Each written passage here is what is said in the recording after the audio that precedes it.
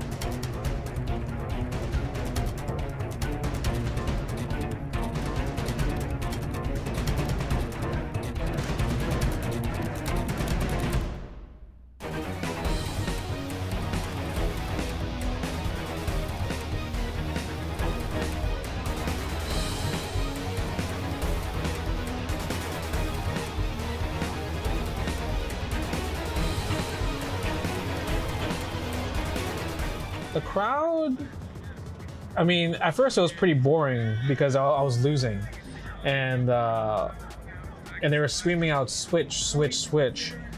But then I hovered to Rufus, but I was like, I really don't want to do Rufus, and I made the decision to play Balrog. やっぱり、ジャスティンにとってはホームで、こっちにとってはアウェーで、知名度はすごいありましたけど、やっぱりいざ決勝となるとジャスティンの応援がすごくて、アウェーの空気に負けずに集中するっていうことは結構大変でしたね。Did he think I was gonna pick Balrog at all? いや思ってなかったですけど、でもなんか多分ね、要所で見たことは何回か見たことあったんです。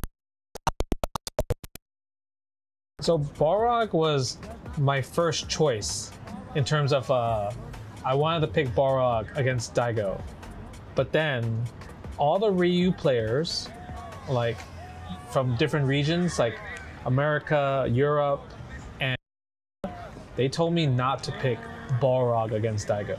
でもなんか日本とアメリカのなんかスタイルの違いみたいなのをなんかすごく感じた試合だったんですよね、この試合って。日本人っていうのは自分の練習してきたキャラクターで負けるならしょうがないっていう人たちが多いんですけど、ジャスティンは特にそうなんですけど、アメリカのプレイヤーっていうのは練習してきた得意なキャラクターよりも相手のキャラクターに勝ちやすいキャラクターを選んで、それで負けるのはしょうがないっていう、そこが日本のプレイヤーとなんか一番大きく違うところかなって特にこの試合で思いましたね。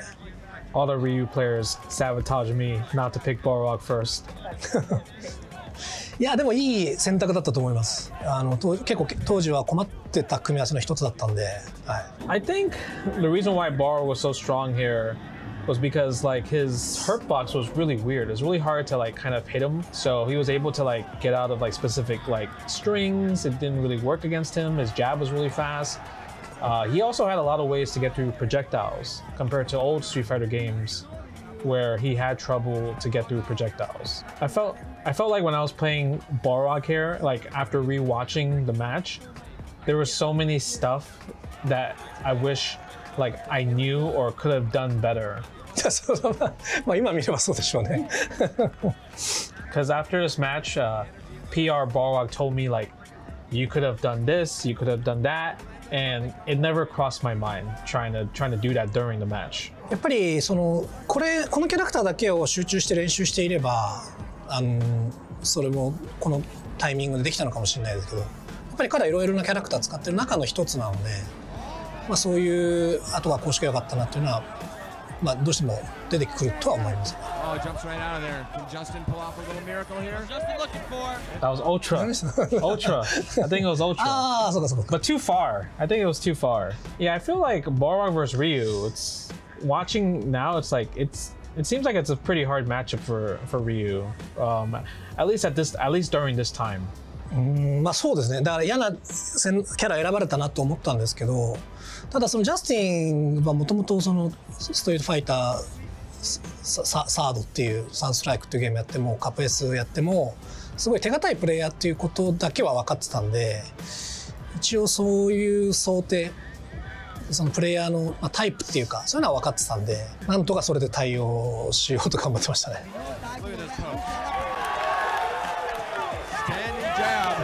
So this round I got up and I thought in my head that I won the game. I reset the bracket, but I didn't know there was a round 3. So I just want to say thank you to Daigo for not hitting me right away when I got up. そうですね。なんで立ち上がったのかなって思ったんですけど、でもなんか日本のプレイヤーでもすごい1ラウンド取るだけでギャラリーにアピールするプレイヤーとかいたんで、それなのかなって思ってましたね。When we first looked at this game, we were like, it's got to be Sonic Fox Goichi. And all these other players are winning all these events, right? Like CEO Kazunoko, Hook Gang God winning the Summon. It was like, all right, are we going to see someone else? Is this Evo going to be different? Exactly. We got the exact match that we expected. This is the one. Sonic Fox on the stage versus Goichi. The reason why the match versus Goichi is on my list is you all know about the rivalry between Goichi and I. It's like a story that has transcended the fighting game. All right, the esports between us. It just, he's the best in the East, I'm the best in the West, and it just two trains getting ready to collide with each other, okay? It was the immovable object meets unstoppable force, okay? He was winning all these events in Japan, I was winning all the events in the United States, and then he finally comes over and like, he fucks me up bad. Take another single hit. And there it is. That may be curtains and all she wrote as Goichi goes into the loops. Final flash incoming after this energy field, and this is gonna be enough to do the job. Goichi is your final round champion. What a tremendous grand finals. The guaranteed, it's settled now. Goichi is without question the best in the world. Okay, but you know me, you know my personality. I'm not here to let that happen, okay? So I trained my ass off, and I beat him at Combo Breaker, and then now it's like it's the first time Goichi has been defeated by another player straight up. It's never been seen before, especially by a US player. So our heads are now starting to gear up towards EVO, and I knew this was going to be the biggest EVO event ever. It was the first EVO event to even surpass Street Fighter, and I haven't seen that in literally years. So seeing that there was a game that could surpass even Street Fighter was awesome. Goichi and I, like days prior, we were chilling in the hotel room, we were playing hours, and I mean hours of first to deaths to each other, because we knew like nobody could keep up with us at the time. Nobody could keep up with us. So the best training that Goichi and I could possibly have was to train with each other. And we learned so much from each other. We kept going back and forth, like laughing, having a good time, because at the end of the day, we were friends. The thing that we admired most about us is that we both hate losing.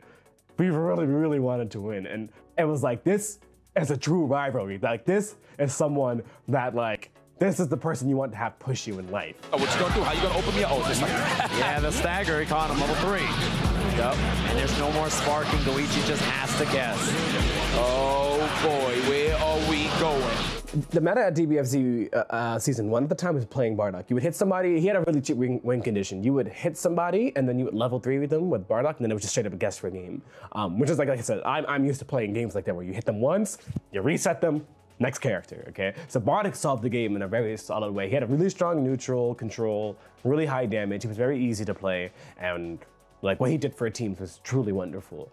He had a really strong mix-up, really strong pressure. Like he was kind of just a perfect character. And then you would always end in this level 3, and then you would just put them in a high-low mix-up immediately. And you're saying, what's up? Like, do something about this, all right? Guess for game, flip a coin. So he was very powerful. But because of him being very powerful, you were able to play a lot of other characters that you typically weren't able to play, right? Like I was able to play Zamasu on my team, Goichi was playing Celes still. Like we had, even though we both had Bardock on your team, we had vastly different teams and vastly different team strategies. So It's crazy, you gotta work overtime on the health bar. Yeah. With the Revenger Assault, That damn dragon always meddling. always meddling. Everybody wanna be green. This is the best Chipotle order. I would like a bowl, Triple wrap. Mild, medium, hot. Then dip it in here. Sour cream inside the vinaigrette. 2 tortillas. If you know, you know. Lettuce, cheese, guac. Yes. Oh, that is good.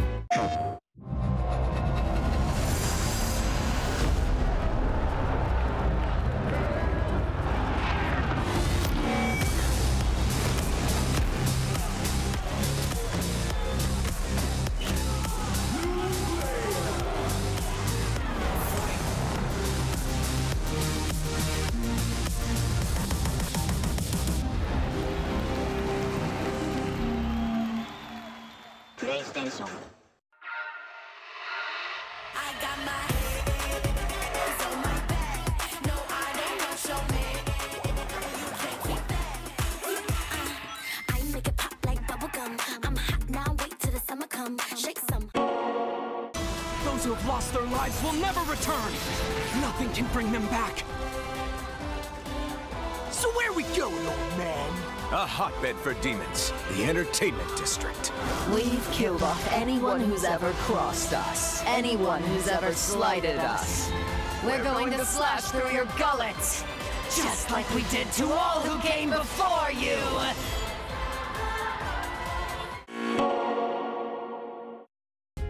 Sunglasses in the day, blue light glasses for the gaming at night.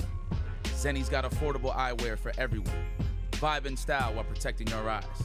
Evo sunglasses, available now.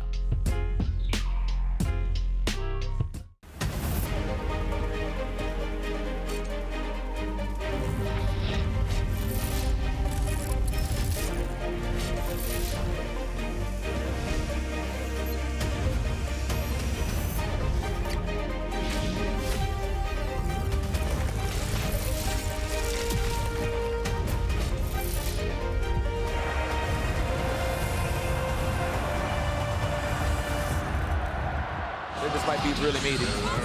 Oh, that block was incredible. You really think you slick, Goichi. I like that. He got Sonic him! Fox! Oh, and Sonic Fox is feeling that. He's powering up. He's hulking up. I think it kind of cooled him down a bit, but he was still playing really, really strong in the first match of Grand Final. I almost lost. Okay, off my own nervousness. I had like a really decisive moment where I could have just won on the spot, and I missed it because I was nervous. But I ended up clutching out the match anyways. But it was like, he was like, to me, I felt like it didn't really affect him that much. He was playing really good. I ended up playing better at that moment. The reason why I was so nervous on this one is because, again, I'm playing against literally the strongest opponent I have ever faced in my entire life. I have never played a player more stronger than Goichi in my entire life. There's many players that have been very close, but nobody can compare to the way Goichi made me feel playing against him. Ooh, he's gonna save the bars. Get off of me. No staggers for you. Put your hands away. My God, one away to crown our champion. So I was very nervous, especially with DBFZ. It's the very first year. People say I can only win in NRS games, and I just wanted to prove to people that is not true. I am good at any fighting games I truly want to apply myself to, and I wanted to prove it to like I said, to the entire world, especially with DBFZ being the most entrants at EVO over Street Fighter. I was like, this is the one I need to show people. Like, I can do this, and once I do this, nobody can say shit to me. So. Wait a minute. Yo, wait, do not tell me we're gonna summon. Are we gonna summon? And Sonic Fox is your Dragon Ball Fighters Evolution 2018 champion. He's done it. He's done it. All those years, Sonic Fox, back-to-back EVO champion, multi-time EVO champion, NRS games, he's done it all. Everybody said he only wins in the games people don't play. He won the biggest game at Evolution. Everybody has to respect this name. That is unbelievable. Now Mike with still the advantage. Gamer B out of meter also. Can't create any shenanigans there. Mike wants to win on jabs. And Mike there's Mike takes down Gamer B. On his feet. The crowd is loving it. The Taiwanese newcomer was one of the two people that took down Justin Wong. He is now out of competition, and Mike Ross is going to go forward. For EVO 2010, I was playing every day. In every tournament leading up to that EVO, I was getting bodied. But I knew, like, body meaning I was getting top 8s, but I wasn't winning. I remember driving to Vegas, that long stretch, and Combo Fiend called me. And he called me just to say, he's like, yo, it's your year, bro. He said, this is your year. Like, you did the work. So, man, that gave me all the praising that I needed. I didn't win the tournament, but I hit my goal, what I needed to do. And in that moment, you know, Dr. Chaos is amazing. I'm surprised that I hadn't played a Ken that solid. But what was really getting me, and why I popped off so hard too, is what wasn't picked up during that match is everybody to the right with me who was East Coast. I hear Triforce's voice so loud, you know, they're all popping off. Mike sucks, he's gonna crack, you know, like all this kind of crazy stuff. And I'm like, okay, just keep your composure. And I won with the move that Flash Metroid taught me. And he's like, why aren't you anti-airing with Jump Back Fierce? I was like, what do you mean? And he said, watch, and I played him and I couldn't get in on him. I was like, oh, snaps, Jump Back Fierce, okay. So let me walk in, let me bait the distance where he's gonna jump and I'll jump back fierce. Cracking mentally, wow! Wow! Okay. Double wow, now crowd on their feet. Crowd's getting ready to explode. What a lead! Mike Ross, they're all on their feet!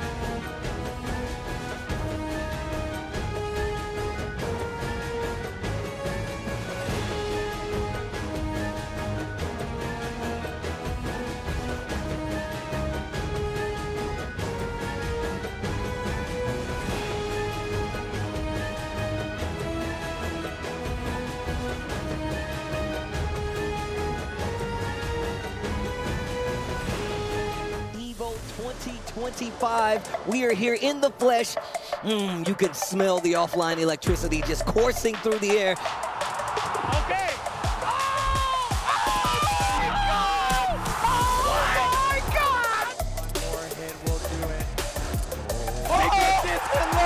And there it is!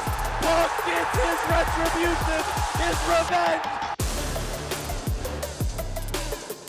Evo 2025. And she said yes, bro. Congratulations! Music doesn't, you can't deal with it! No, he got the block! Celes! Two more hits. I'm blocking the quick jumping! This is it! Sonic Boom! Evo champion!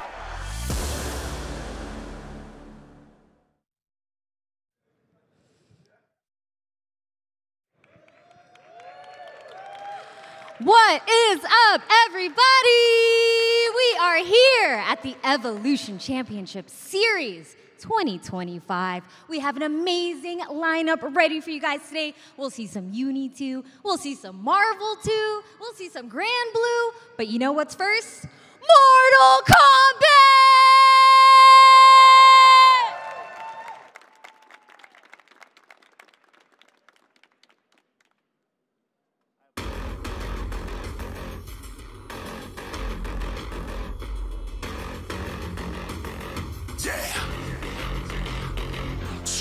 Turn controllers in the blaze, I'm digging your grave. In your blood, I can bathe, can handle my rage. Left and right hand got a sibling vibe. They start cutting, leaving stains like ketchup and mustard. Me in first place, the definitive timeline. Do your worst, I'll murk your multiverse. My rivals are dead on arrival. I carry every soul that I smoked and killed the grand finals. Counters be canceling out your combos. I see your combination and all of them look like combos. Pacifist, I'm on my havoc shit, I'll leave you hollow. So hustle away, but my friend, you'll be seen at the crossroads. No market of beast, I'm just hard to defeat. Cause I walk around like Baraka, how I'm armed to the teeth. Who want it with me? I'll cut your cord without wanting a brother. I'm sending you straight to hell with the baddie, singing your number, man. You never, ever sending me to the nether. Ain't nobody ever been stellar. How I'm leaving them seven genetics. Dismembered and analyzed to each little letter. Because I'm smarter, faster, stronger. Yeah, I told you I'm better. Dead man walking, everybody's talking. Flashy like they try to put a number in my coffin. Bleed them out the limits in the middle of a mosh pit. Show them how to die when they scream, yell flawless, flawless, flawless. Everybody flawless. Bleed them out the middle when they scream, yell flawless, flawless, flawless. Everybody flawless. Bleed them out the middle when they scream, yell.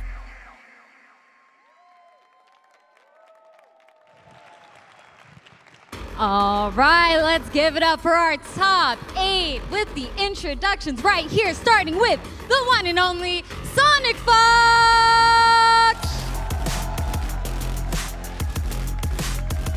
And up next, we've got Hourglass of Rain. And of course, give it up for Kani Mani. And make some noise for Nicholas. And on this side of the stage, we've got Online KO. And of course, Grrr. And up next, we have Michael Seraphin. And last but certainly not least, we got MK Javier! All right, thank you guys so much. Best of luck to our top 8 competitors. But let's go ahead and send it over to my favorite condiments and commentators, ketchup and mustard. Thank you so much, Persia. Welcome, everyone, you lovely people, whether you're here watching at home or if you've been at EVO in person with us this weekend.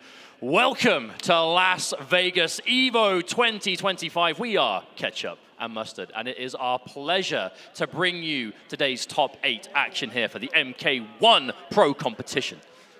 There are some ridiculous matches in this top 8. More variety than I think people would expect. 2 Gyruses in top 8. I mean, that on its own is ridiculous, not even to mention their difference in playstyle, but we'll cover that later. There's so much to talk about here. Sonic Fox trying to be that repeat champion. Players like Nicolas, who are so on the cusp of taking that #1 spot. Other players that haven't really had the opportunity to play in American soil much. Kanamani comes to mind and is personally my pick to maybe win the whole thing. We'll take a look at the bracket and let's look at the journey that befalls us in the next few hours. Kicking things off, Sonic Fox versus Hourglass of Rain. Kanamani versus Nicolas. And then in the loser's side, Elimination Territory. Online Kale versus Gur. And then finally, Michael Seraphan versus MK Javier. There is so much to unpack with what could happen over the next few hours. We have to remember this is a Mortal Kombat 1 pro competition event, which means points for the leaderboard up for grabs. If you win this tournament, you are directly qualified and punching your ticket straight to the finals, which is merely a month away. But you know there's going to be thinking of the finals, but it's EVO. Right? Everyone wants to be an EVO champ, whether it's a repeat, whether it's a first, and we're going to look at these paths. Right, you at home, get involved in some live predictions presented by PlayStation Tournaments. Essentially, you can see what you have to do here. You can cast a vote with exclamation point and the number that just links to the whatever player that you want to take it all the way. I feel like there's going to be some rather obvious choices here, especially seeing as how many fans Sonic Fox has around the world. However, if EVO teaches us anything... Who do we think? Who do we think is going to win? I'm going to say, right now, Kanamani. I'm back in the EU. I'm back in EU. Wait, we're both going Kanamani? I'm going Kanamani as well. The bias starts early here on this EVO top 8. I mean, that would be a lovely thing to see, right? EVO getting our first EU EVO champion in another home game. That would be monumental for the community the world over. I know Sonic Fox is going to be getting most of those votes as we go through, I expect, because Sonic Fox, as we saw in the intro, looking for that 8th EVO win, many of which are across NetherRealm Studios games. But I'm excited, man. This is going to be such a good tournament. There's not much time, really, until we get into our first match of the day. However, at the time, before we get started with everything, I'd like to let everybody know at home that PlayStation will be going in with some competitive gaming accessories for your PlayStation 5 console. It's directly from PlayStation. There's a 15% off, as you can see at the bottom of your screen right here. We're well lucky. We've got a cheat sheet. We can tell you everything you need to know. Don't tell the people that. What, the behind the scenes, the crazy behind the scenes? The cat's out of the bag. Whoops. We're out of a job now. Damn. Finished. But you can get your 15% off your competitive gaming accessories thanks to PlayStation. Many more as we go through, however. I'm excited. We have our first match coming up, I believe, is going to be the Sonic Fox versus Hourglass of Rain set. This is an explosive one to kick things off because this is a match where you have, and as we look through these paths ahead of us, we can see who has won so far and what these matches have been. This is presented by White Claw Zero Proof. Thank you very much. Sonic Fox. Practically 3-0s all the way through until we got through to the later stages of the tournament, where Against Plus was 3-1, Online Kale 3-1 as well. But you know Fox isn't going to be sweating that. This is EVO top 8. Fox is no stranger to this situation. And I mean, a winner's side top 8 from Fox is probably the easiest prediction you can make. Don't know if you can say the same thing, however, for the opponent we'll be seeing coming up, the Hourglass of Rain, who I think is a certified dark horse of this bracket, a player we know has plenty of experience in the online tournament space and has particularly done very well against Sonic Fox, whether it's competitive matches online, grinding sets, even in tournament. I'm thinking back to year 1. This set could absolutely go either way.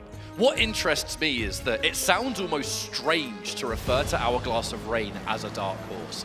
We're mostly thinking I think compared to everyone else in this top 8, not as much offline experience. Hourglass of Rain has done exceptionally well in the online realm and hasn't done too bad in, you know, a few various. But look at this path! 3-0 over Euphoring, defeated Zeus, defeated Rewind, defeated Scorpion Prox. These are no slouch players within the competitive scene, and it is that plus many other reasons that we could for sure see this set go either way. And what a start that would be to this top 8 for Hourglass. I hope there are Melina fans in the audience because you are about to see it. The thumbs up, that's the admin confirming we are ready to kick off this top 8 here. Mortal Kombat 1, the young blood Hourglass of Rain. And so weird to say, the not so young blood anymore Sonic Fox, seasoned veteran, but 2 training partners. This result could be most unpredictable. Now, I am genuinely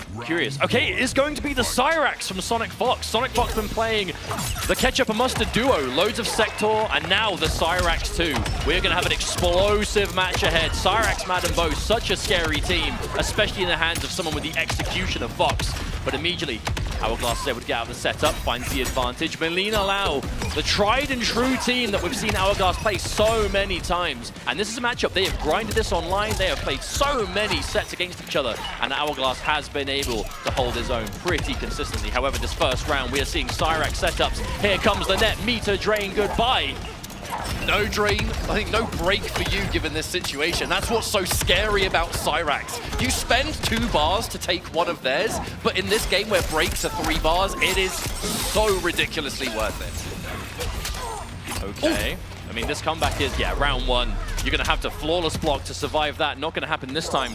Round number 1 goes to Sonic Fox. Word on the street is that when these two play their practice games online, the first to deaths, it actually tends to be Hourglass of Rain that comes out on top.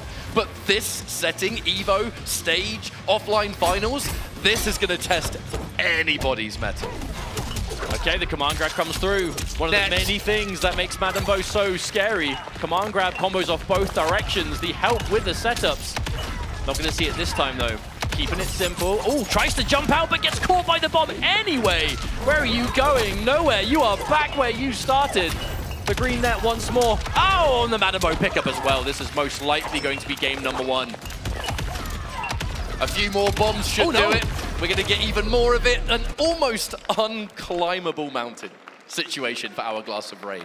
Cyrax, if you have not seen this character, you probably saw it in that match. Setups for days. What makes the Madden Bo cameo so devastating is that traditional escape methods like jumping out of the grab, Madden Bo has options that can shut down common escapes, making it even more of a nightmare to defend against. But Melina does have the tools to punish hard if the read is correct, because that's what we have to remember.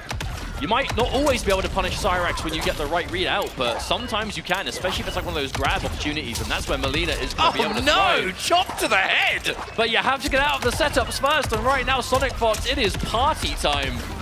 Okay, uh-oh. Oh, here we go. Uh-oh, scary stuff. She's swinging, and it's going to be command grab again. The breaker is forced out. Now, never say never. Melina does have rather explosive comeback potential. However, went for the big read of the down 1 bull roll. No one home.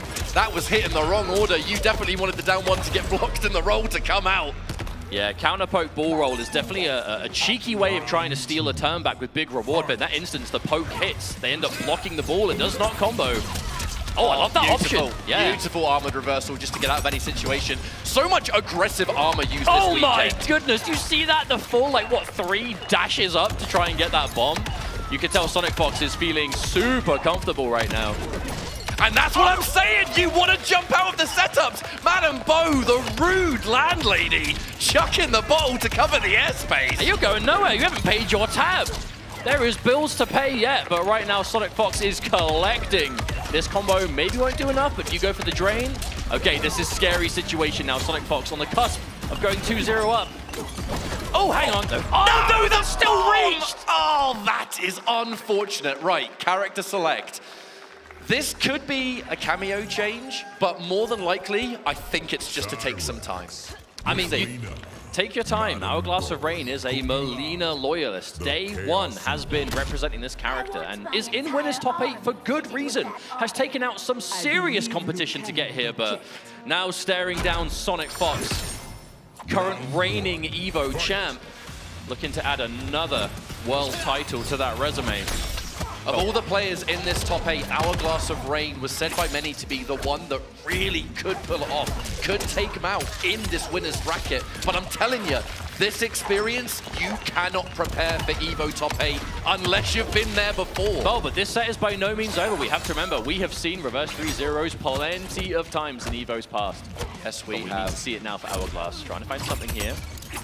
The oh, danger. wow. Okay, Sonic Fox getting a down one after that blocked mid. That mid is very minus, but Fox, again, so confident in what's going to work. And here we are again. Here comes Bad and Bo. What's the mix? Oh, the mid is good. The strike connects. And here you are once more. Yeah. I mean, how do you escape that? I don't even have the health, man. No, I genuinely feel in that situation there was very little you could do, save like maybe a flawless block on one of those hits, but easier said than done. Potentially a match point situation now for Sonic Fox. Another throw escape. Even the grabs aren't connecting. The only time Hourglass has been able to hit anything significant is the unseeable overhead low of just the quick overhead and the quick low. They don't really result in much success. Sonic Fox is content to take those. Really doesn't mind. Okay, but this is a big opportunity. Damage, we can see it now. And just to beat the startup of the bomb, 400 reward for your troubles. Again, okay, back to back. Goes in for the low poke, try to enforce some frame advantage, 2 overheads. Didn't believe in a possible whip punish. The low hack, keeping you safe. Hourglass, an opportunity here. Another throw escape. Cannot be thrown, both sides in fact. Okay, good block and a punish. Hourglass of Rain, signs of life officially kicking into gear now. We could see the beginning of a comeback. We just need to get more comfortable. The trade, the hit advantage of that orbiting hat is unbelievable. Not surprised we got a trade combo there. However, this is going to be not quite a huge combo, a bit offset with the bomb into net. Oh, escape failed. Try to go for it. At least in this instance, there's no meter for Sonic Fox thanks to the breaker before, so you don't have to worry about the meter drain, but you're still in setup town. Okay. Oh my no! Now you got the throw tech. It's going to scale like mad. You're still alive. However, no meter for the double drain. So Sonic Fox does have to go for a regular setup. The break forced out. Possible last chance here for Hourglass of Rain in this winner's bracket. Good block on the strike. However, you've got to get again. Lovely crouch. Okay, there won't be a break this time, so this damage is good. We're going to see knockdown advantage. Trying to set up low hat. Okay, connects. Slowly but surely, these hits will add up.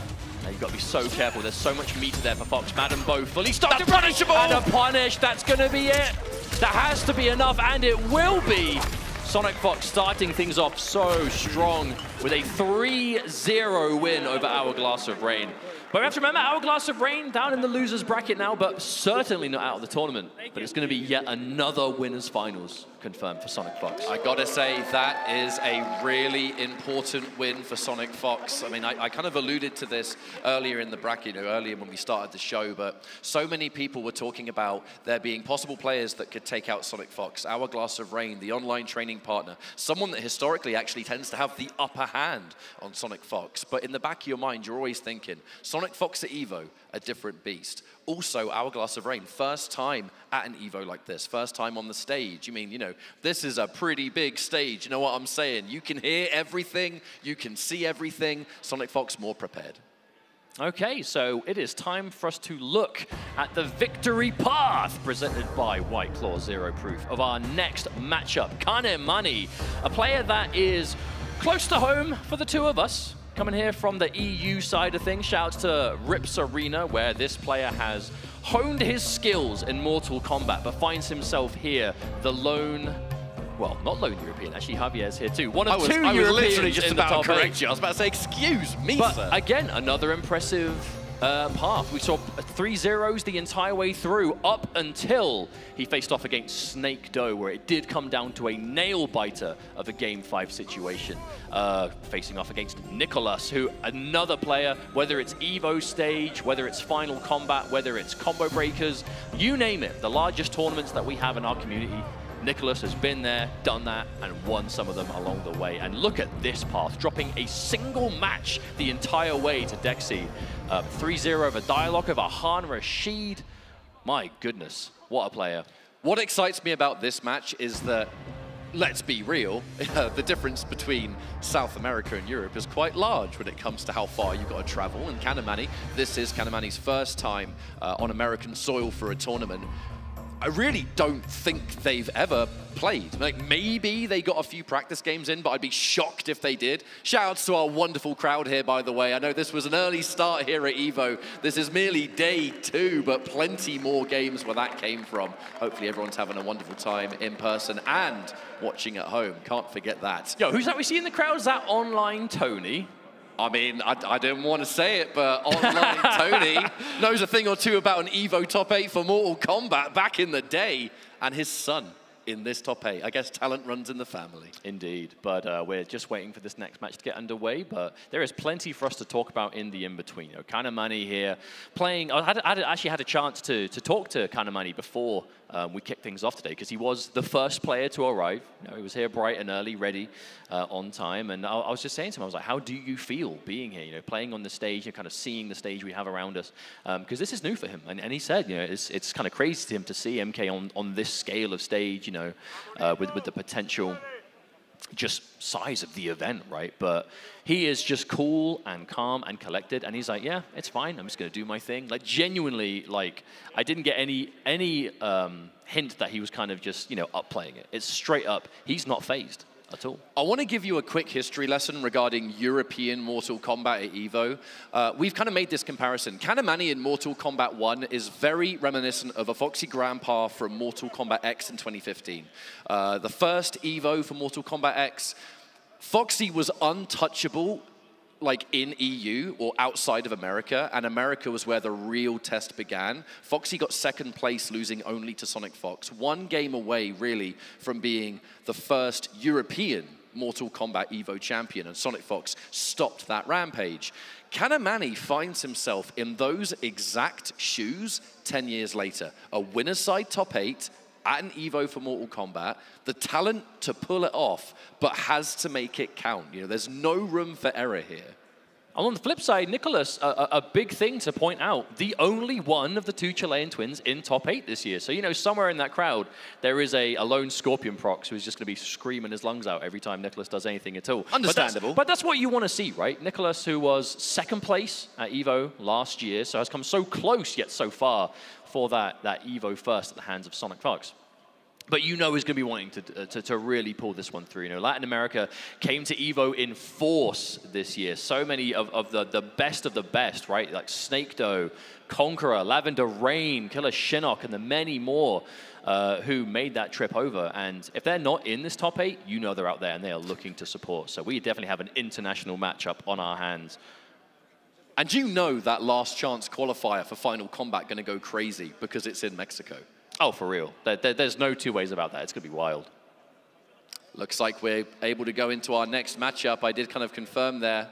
The staff saying, you are good to go, gentlemen. Have fun. Now it's going to be Havoc versus Sindel. Sindel still just as strong as ever. A few minor nerfs, I guess, in the last patch. But ones that I don't think are going to make a huge difference with how Kanamani plays. It's not enough to change the fundamental game plan. You know, Kani has gone to a lot of Sindel. And again, we've seen a lot of this in particular. A lot of this green crystalline armor. You know, when that armor is on you, hit stun. Oh, wow, fantastic. When that green armor is on you, hit stun is altered, and you're basically much safer in a lot of situations, otherwise you wouldn't have been. And it lets you kind of go crazy. No fish for those hits. Don't worry about losing damage too much. Here's a catch with the Scream.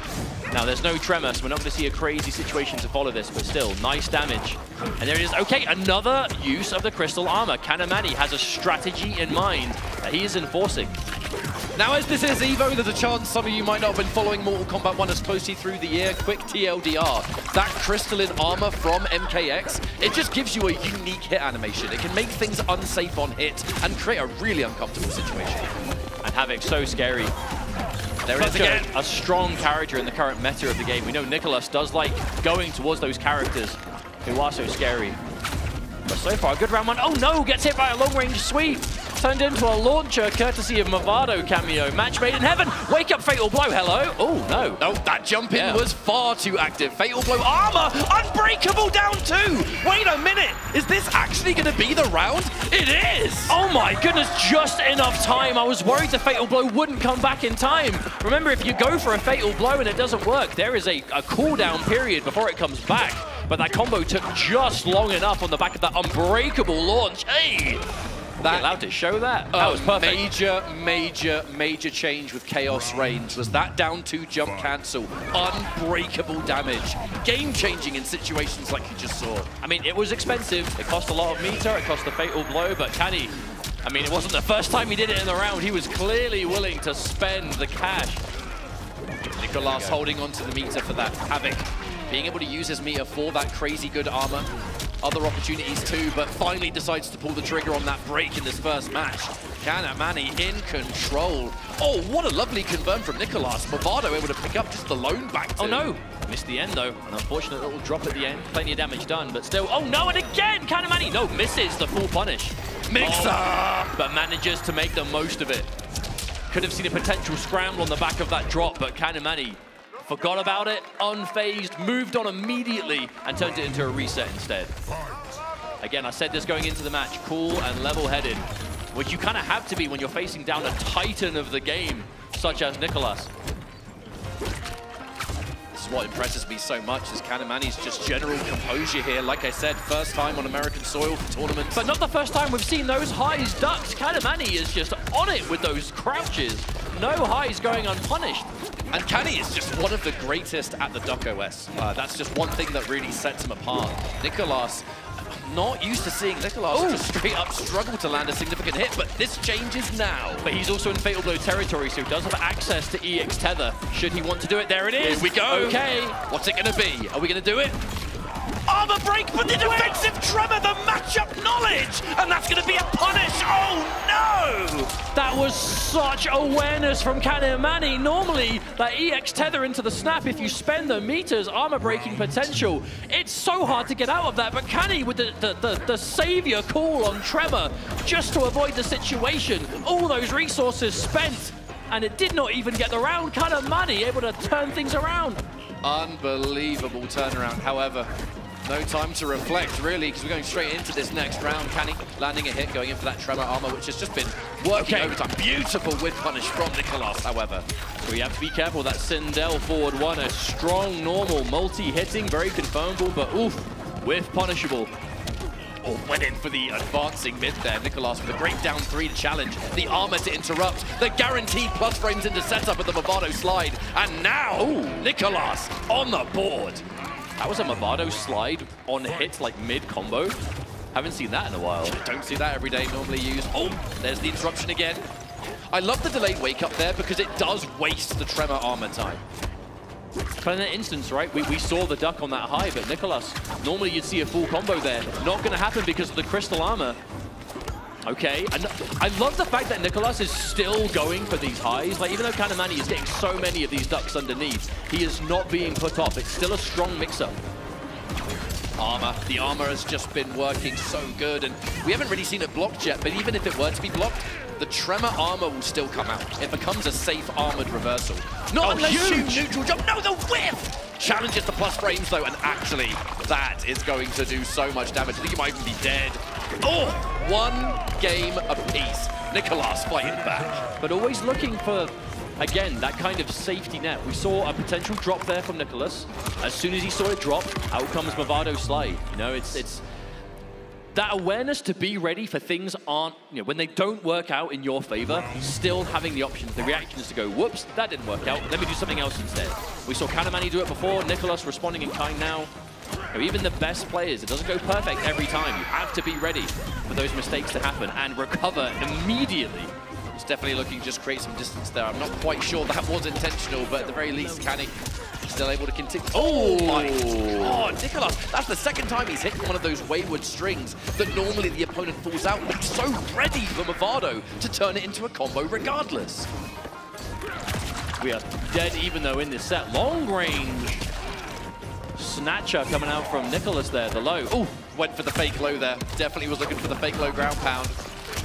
Okay, that was still in time for the armor to happen, but look, that actually was quite a lot of damage that Kanny took, and Nicolas with the perfect timing, going for the overhead mix-up right as the armor disappeared, and now going up in the set. A round ahead now, Nicolas looking to make this a winner's finals rematch against Sonic Bucks. Plus frames there from the Movado Nomad touch. Plus frames on the 1-1. Wow, the range on that down one punish. Kanamani in trouble. No wake-up attack for you, my friend. Here comes the Movado slide. There's the mix. And the break has been forced out. An opportunity for Canny here. Can he do something about being in this corner? Lovely option. Nicolas fed up with the neutral ducks. Eat my boot. That's one thing, though. Oh, hang on. No, the big hit. Canny forced a break there. Canny has had to go for so many of these, or decided to go for so many of these crystal armors. Hasn't had the cameo available for the mix-up all the time, but again, going for that safety, the defense above all else. The quick anti-air just to get Canny grounded. Also, considering how often we're seeing that armor applied, Nicolas is playing around it so well. He just doesn't fear it, and that was such a good block. That may even have been hard to block protection or something similar. Either way, it worked out big. We're punished. Oh, get out of here, Movado! Get out of here! Yeah, that hit Movado, so there's a lot more damage coming out here. This won't kill, but... Wait, hang on, will it? No, not quite, but that's close. The delayed overhead, that was... The entire set was bet on that. That was a ballsy move from Kanamani.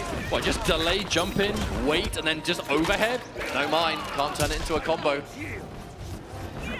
Betting the lead was so bold there, I mean... Oh, couldn't get more of an anti at this time. Oh, okay. Be careful with the mine, showing the respect. Nicolas going for another attempt here. Really tired of those neutral ducks, so is going for the options that just crouch it. Wow! No down one for you, my friend. For such big reward should you get hit by that huge mid of Havoc. So confirmable, so much damage on the end. That actually might be enough before Canny gets break. No, not quite. But how do you deal with the Neoplasm? Flawless blocks have to come through. Oh, but the punish! And Kanamani on the back foot now. Nicolas takes the lead, 2 games to 1. He can sense that winner's finals. It's right there. It would be a repeat of history should Nicolas make it through. I mean, there is absolutely a chance that we see a repeat grand finals of last year, but let us not get too ahead of ourselves. We have plenty of matches between then and now. But you may have heard, we have had a character change. Kanamani going to, I think, the character surely this is his most played character in the game right now. The Homelander Pharah team specifically. Canny, this is his bread and butter. Such a perfect team for his level of aggression. Oh, keeps himself safe. Actually, no, Pharah landed on the mine. But I think rather Pharah land on it than Homelander, because that's not going to be a combo. Look at the down one. Wow, okay, we pick up that down one. It's just another day in the office. I said this is a team that Canny has played a significant amount. The big catch from Nicolas. All right, we're going to be going near corner territory, which is very scary. Homelander, yes, with the Pharah, the armor can be an option, but it is still generally one of the weaker armors in the game. Oh, wow! That was bold. Kanamani looking to do a little bit of zoning. Oh, the cancel as well. Waiting for Nicolas to do something. Huge catch here, though. All right, this ain't going to kill, but you're definitely not in a great situation. Kanamani going to have to make a choice, too. If you get opened up, he is going to choose to break. I wasn't sure if he would. No, that is a confident break for sure. Again, Canny looking for something. There's the laser. Quite a lot of damage coming through here. Pharah continues. No, go a quick reset. Oh, try. You know, I actually feel like that was specifically to read that, but didn't get high enough. Still got caught, but that's match point now for Nicolas. Looking to secure a winner's finals potential here, unless Canny can do something about it. That's the thing about Homelander. He's a really good character, but at this level of play, he is also a very popular character.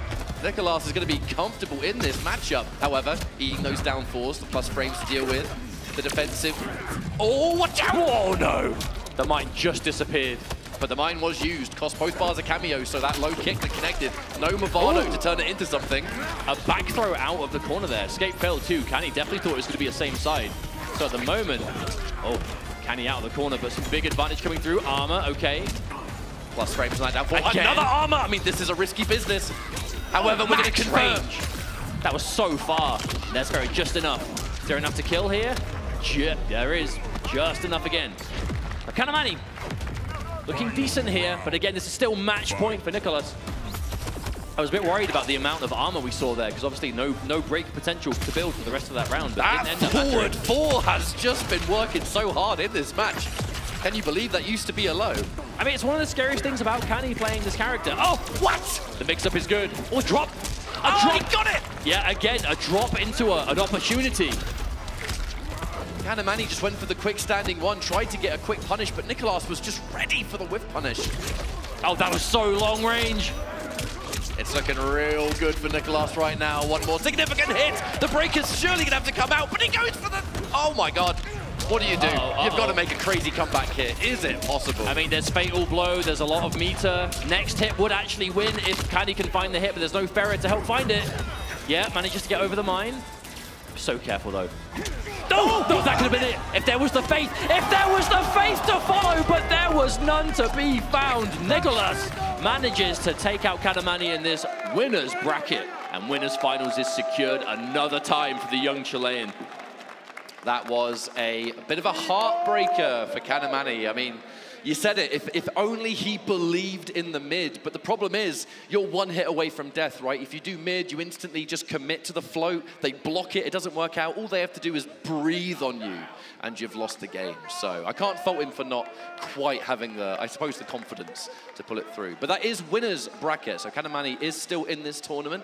It just means you're going down into the loser's bracket, and that is where elimination territory ends up, which actually, I believe, is where we're going to be going next. Online KO versus Gur, Michael Serafan versus MK Javier, and as Hourglass of Rain and Katamani have fallen short in winner's bracket, they await the winner of our next two matches.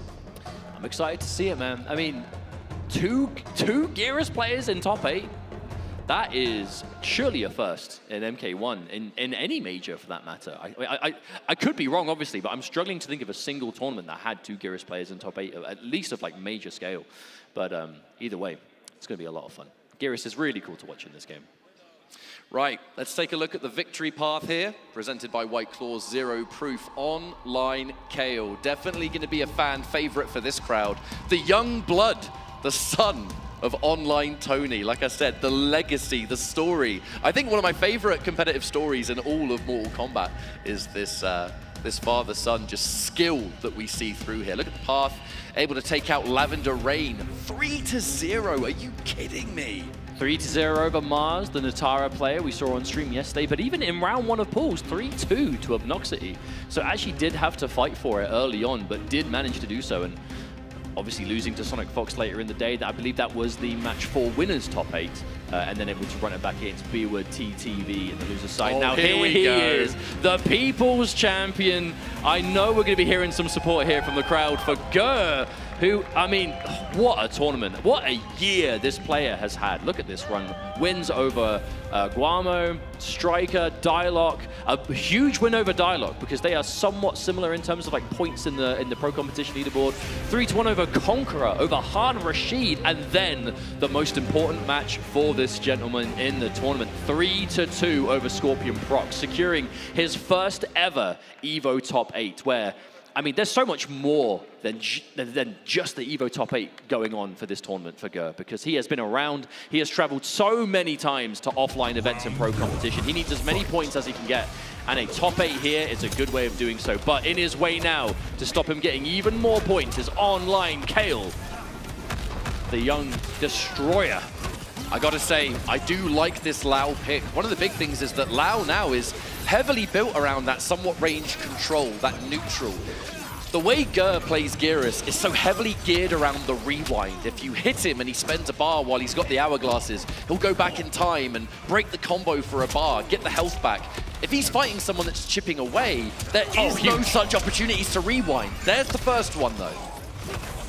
Make no mistake, though, it is hard to play Geras at this level. There is so much you have to keep tabs on. Resource management from the start to finish of every match you'll play. He is strong, but he takes a lot of work. But we know, lucky for us, Gur is the kind of player who has put in that work and worked so well with that Motaro low shot. Massive block advantage on those little projectiles there. And Kale just content to just sit and defend. Does get opened up by a throw, though, but still sitting with a nice lead. Oh, went for the snap. Actually, that was a big snap. If that snap connected, that would have been enough. Nice catch on the overhead, though. Haven't seen any Lao players do the spin before. It's a much safer option, I suppose. Oh, Kale has always been, like, of all the Lao players who have picked up this character in MK1, Kale does the most spins. Like, without a doubt, has always been the case, but for reasons like that. Sand Simulacrum kind of gives you a free opportunity to go in. Should the clone get hit, it just puts Geras back to where he started. This is the style of what Gur has developed. He loves that hit and run. Doesn't take too many risks. The issue Oh, sorry, go ahead. I'm just saying, he creates such a brick wall that he has the most timeouts of any player in the competitive circuit. But his issue is going to be resources here, though. You know, you can stack that hourglass if you've got the meter to do so, but he's been pretty starved of it. Oh, and was that a confirm? Was that a single hit confirm from Online Kale? This is bad. Knockdown, homing missile, it's all going to chip. The chip damage was avoided once, but only so much you can do in that situation. Maybe try and flawless block and just pray for your life. Either way, that's going to be game 1 for Online KO. And to remind everyone at home, this is elimination territory. One of these players is out of the tournament after this set. But if we're talking pro competition stakes, they're definitely playing with different levels of pressure. You know, Online KO won an online regional finals for North America West. He's going to be confirmed for Final Combat. He doesn't necessarily need the points or the... that must have been the final end of the plus frames. Oh my word. But, you know, he doesn't really need that placement. But he's been entering events. You know, there's still prize money. There's still, you know, you want to win Evo, right? You still want to be a world champ. For that prestigious Evo first place, but Ger needs those points, as many as he can get. So every match he wins in this top 8, he is making his life so much easier. Did not expect to pull the trigger on that second use of the armor there. A big risk to play, but one that at this point, well, clearly worked out. That far Motaro teleport Ger really trying to just create as much distance as he can. Oh. Now he knows he hasn't got Motaro, so he's got to go for a different option. However, Online Kale just pulling out the perfect read there. That was so expensive, from 3 bars to 0 in the matter of seconds. But those time stop setups from Gyros, they are scary, but you don't necessarily have to respect every single one of them, right? Like, depending on what normal you do it from, the advantage might be a bit different. And in that situation, Kale's like, hey, I can jump out of this. Gonna try it, and absolutely worked out. Oh, mid. What a catch. Caught airborne, so that's going to allow that command grab to put him in the corner. And then the armor. I feel like the reads on the raw command grabs have been so perfect for Kale so far. Has Ger even like hit a raw grab yet? Oh, walks right into it, Kale, with a preemptive string. No meter and no sector, however, so that is going to be no launch available. We also saw an up block attempt there as well from Kale. You know Kale has been prepared for this match. Ger is so willing to just swing those overheads. But not as many so far in this match. Keeping things a bit safer so far. A lot of those lows. Oh, tries to stagger, but no. Kale calls it out. There's an overhead, but trades with the rocket. Ger's blocks on that mid into overhead low 50-50 has been so on point. Oh, that's still punished! That's it! You can't break either! Oh, that was such an optimal punish from Kale. The quick little micro dash to get there in time. The early cancel to make sure Ger did not build break before it connected. That was as efficient as it gets. And Online Kale now 2-0 in the lead, looking absolutely all there.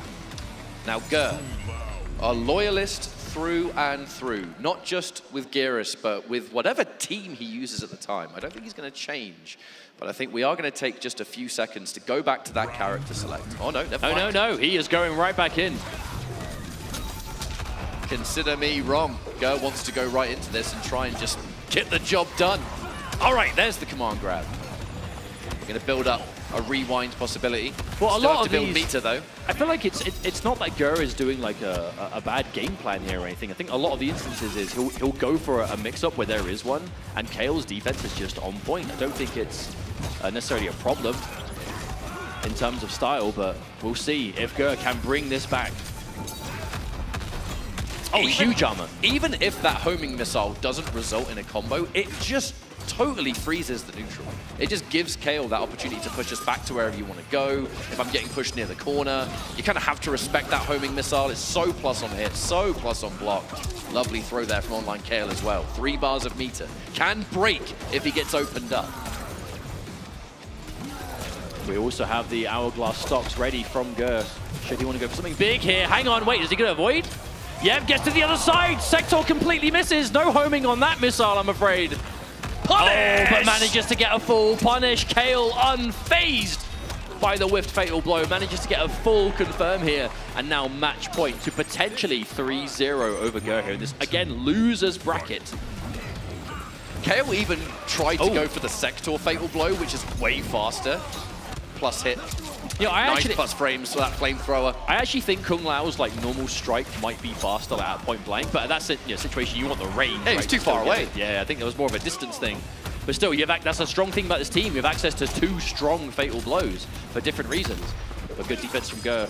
But again, this has been the issue. It's the neutral. Kale, so much lockdown with these up rockets, the mobility, chipping away. Oh no, Motaro got slapped! Yeah, one hat at a time.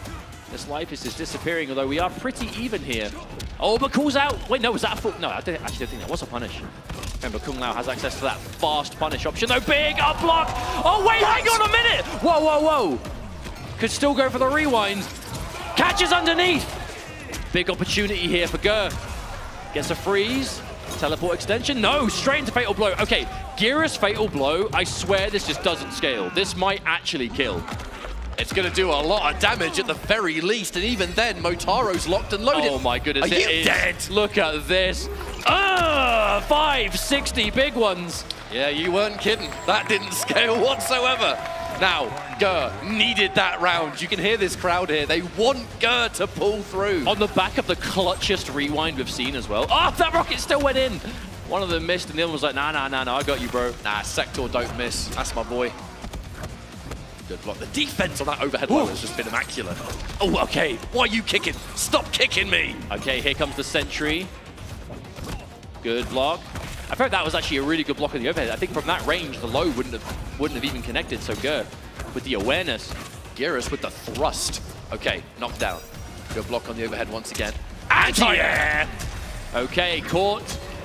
Damage opportunity. Yeah, another sentry. Huge. I love that choice from Kale. Just safely get rid of it. Another homing rocket. Just takes the advantage, but Ger is safe.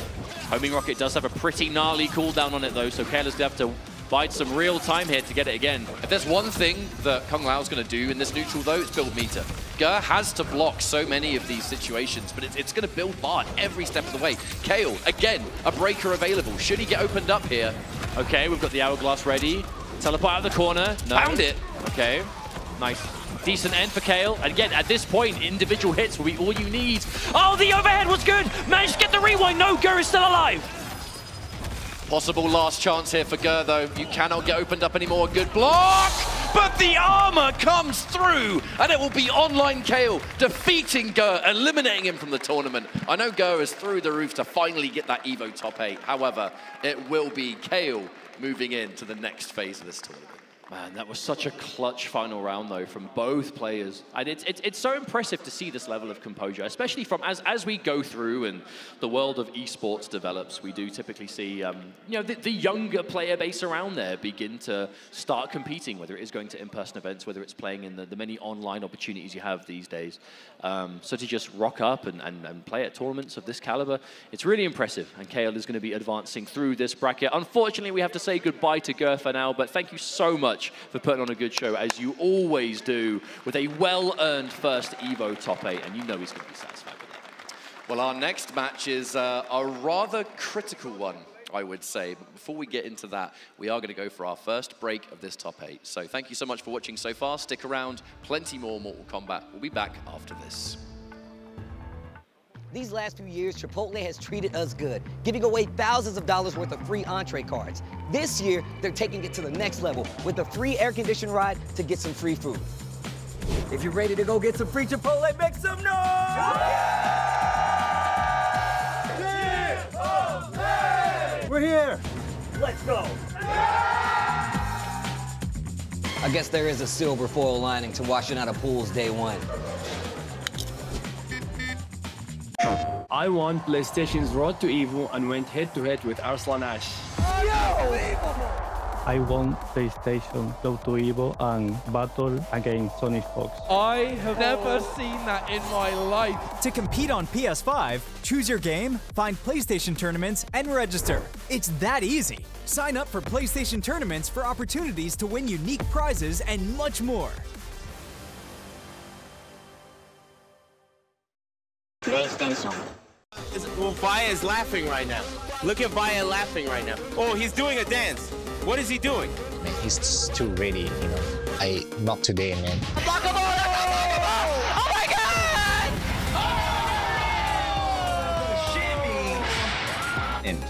参加して、でその時また賞金額が上がって、いや気持ちは調子良かったですね。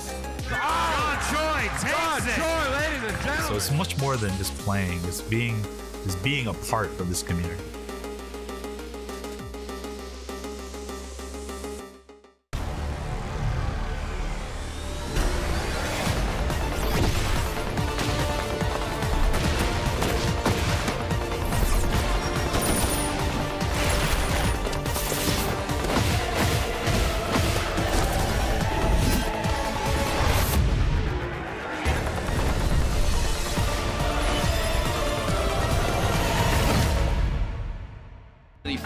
Mortal Kombat 1, the top 8. You are looking at the Zenny Skycam. Envision victory with Zenny, the official eyewear partner of EVO. This has been a ridiculously fun tournament so far, and there's so much left to go. We're going to be going into our next match, first round of the losers bracket, which is going to be Michael Serafan versus MK Javier.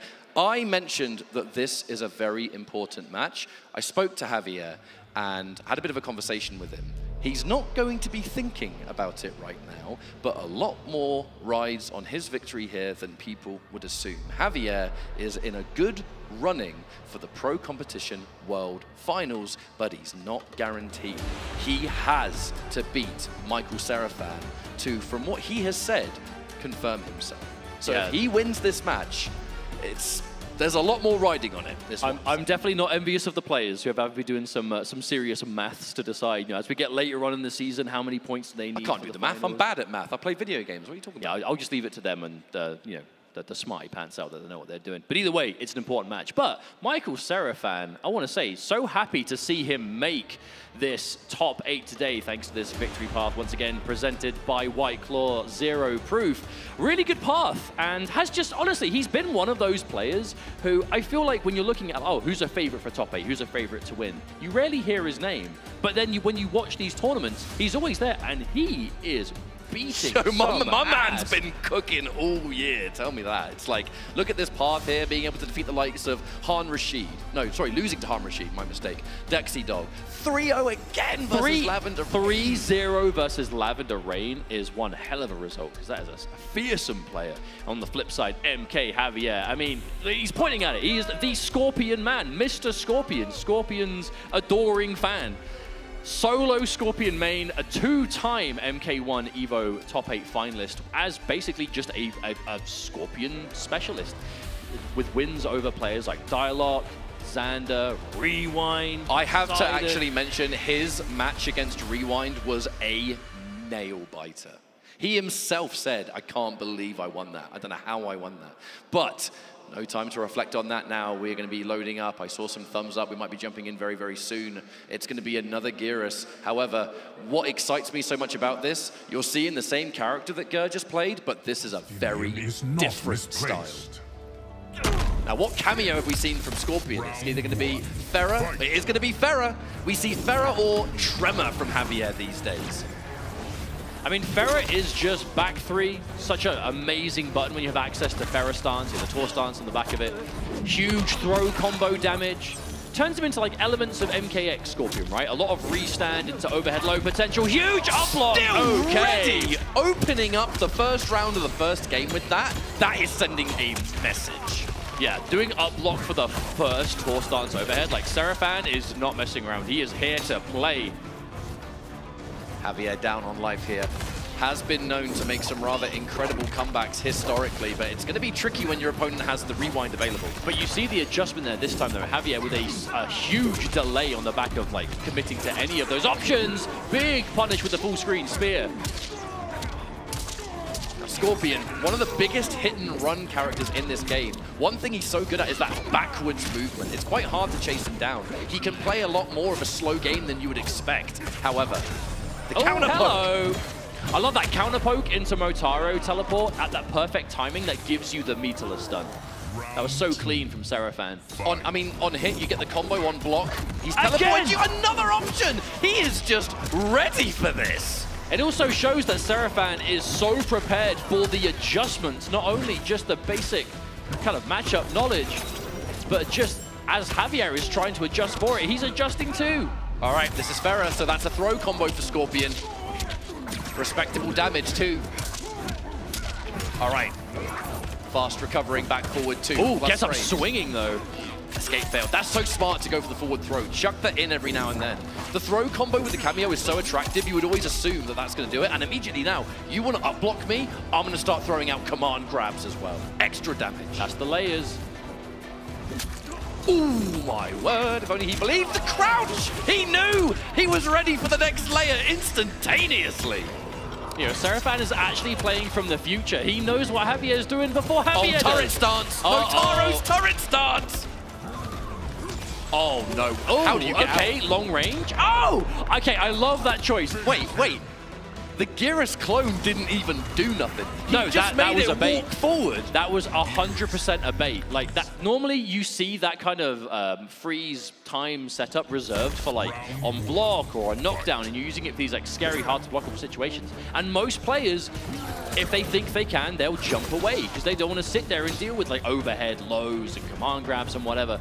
So that was just one huge bait from Seraphan. Go for it, make him jump, and you jump, and just that was the earliest jump kick we've ever seen. My man spent 2 bars to do nothing just because he was so confident. Which made it something. Powerful maneuver. Do nothing, and something is created out of it. Again, trying to put himself at a slightly safer distance if he's going for these Pharah options. However, there's that meterless confirm. Michael Seraphan now spends one of those bars. Big damage to follow up, and a good knockdown to boot. We have the possibility of plus frames. Oh my goodness. Wonderful anti-air. Javier on the back foot again is just having a hard time figuring out how do I open up this guy? Okay, there it is. That's the first time we've seen a large opening in quite some time. Resends overhead.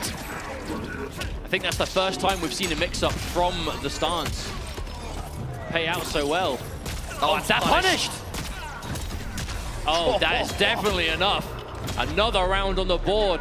Seraphan looking scary right now. A player possessed. Javier doesn't have much time to make this adjustment. However, looking for it. The down one attempt whiffs completely. But you see the damage on this for what that is. The overhead, mid 300s. Lovely jubbly. It's not just the damage too, it's the fact that back forward 2 recovers really fast, giving Scorpion ample time to go in and try to establish the footsies. Caught the down 4 with punish it with the back 3. Another combo to boot. Reset. Okay. Instant low. Ooh. Javier really mixing up his timings of when he's actually going to let the Pharah rock, so you're not going to be completely confident. Backwards movement, I'm telling you, Scorpion, this man can retreat, and another hit. Back 3 has been the magic button so far, ending it with a side switch. Confident end for Javier. However, signs of life around on the board. Hey, it's still best of 5. There are potentially plenty of games left. I love the defense from Seraphan. Has just not been phased in the face of these Pharah, just these tall stance mix-ups. Pharah getting hit though means you've got to deal with that 6-second penalty before it even starts to recharge. So hitting Pharah may not do much damage, but it means that you've got about 6 seconds of leeway before you've got to worry about the next summon. Man, I don't think we've seen a single one of these snaps connect across any of these Geras matches we've seen so far today. Because the reward of them is so high, but players are just, they are not overextending. They're being so careful. This is an interesting neutral because Javier is so used to being the one that is dictating that pace with backing up. Geras' backwards movement is pretty much just as good as Scorpion's. But that's the interesting dynamic of the matchup. Oh, but there it is again. Kind of just playing at that max range back 3 distance. Such a long range button to begin with. Then you throw Pharah on the back of it and it gets so much more powerful. Delayed! Or you could just do it point blank, I guess. Javier with the knowledge. Wow, the full screen spear. I mean, he had break. He's got meter too. Oh, here comes the Hellfire. It's not enough to kill. Michael Seraphan wasn't ready though. I wonder, did Javier mean to just... Oh no. Did Javier mean to drop it at the end into Hellfire? Oh, there it is. Whoa, Motaro, sorry mate. You're gonna miss your turret stance this time. Javier, a round or a game on the board. I really like this adjustment. The timings of the back 3 really just catching you uncomfortable in the neutral. But I do wonder if that was an input error by Javier at the end. Normally you see it was like a back 2 or something into the Hellfire just to kind of help it along. I think it probably was meant to be a back 2. Maybe. Either way, it still worked out for Javier, so still alive. And now we are dead even, 1 game apiece. And again, have to remember, Seraphan's defense has been so good against these Pharah options, but at the end of the day, it is a mix-up. And Javier is not going to be deterred. He is sticking to the strategy. This is a team he's played so many times. Well, Javier's combos, the ender will dictate how much Ferrer needs to recharge. He'll go for death spin at the end if he just needs the animation to take time to get the cameo back, because the cameo really is the secret to this team. It turns Scorpion into much more of a somewhat MKX character, right? Just 50-50s all over the shop. Yeah, just look for restands, look for overhead low, big damage. Nice, confirm. The standing 2 is going to reach where others wouldn't, and that's another round for MK Javier. He is becoming a lot more comfortable here, and now it's Michael Serafan has to figure out. I am just getting outranged. The standing 2, the back 3. These buttons have been a nightmare. Okay, but that's a huge punish. Oh, went for a reset. Interesting time to reset because Ferrer wasn't even available. But the rewind was. I wonder if Javier was worried about that. Yeah, I think that must have been the choice. Leaving it up though. Oh, big risk on the armor. Very big risk indeed, and now so much damage is being dealt. The rewind is still available if Michael Serafan needs it, and that's just a meaty low. That's going to be enough to take the round, and once again, we are even Stevens. This round is the difference between being up or just, you know, having to do 2 more, which mentally, quite a big task for some. Backed off just in case Motaro shot you in the head, I think. But that was quite a slippery end of round for Javier. You know, getting caught trying to do wake-up armor, then getting caught by a meaty, just not doing a lot of sitting there and blocking. Important first hit, though. First blood here for Michael Serafan. Javier, loads of meter. Oh, that's gonna, yep, a clean punish. And not just that, the rewind does not want to take the damage and doesn't want to have to deal with the reset because Ferrer is ready again. Oh no, watch your feet. Problem is though, Serafan down with no meter though, and no stocks of the hourglass, so the next hit is going to be good. Oh, speaking of which, there it is. Thank you very much, Ferrer. Huge overhead coming through. Not going to spend meter though, is going to keep that break. We need a wake-up sweep. And what again, is going on? But a wake-up neutral jump from Javier, oh, dear. And there's the reset.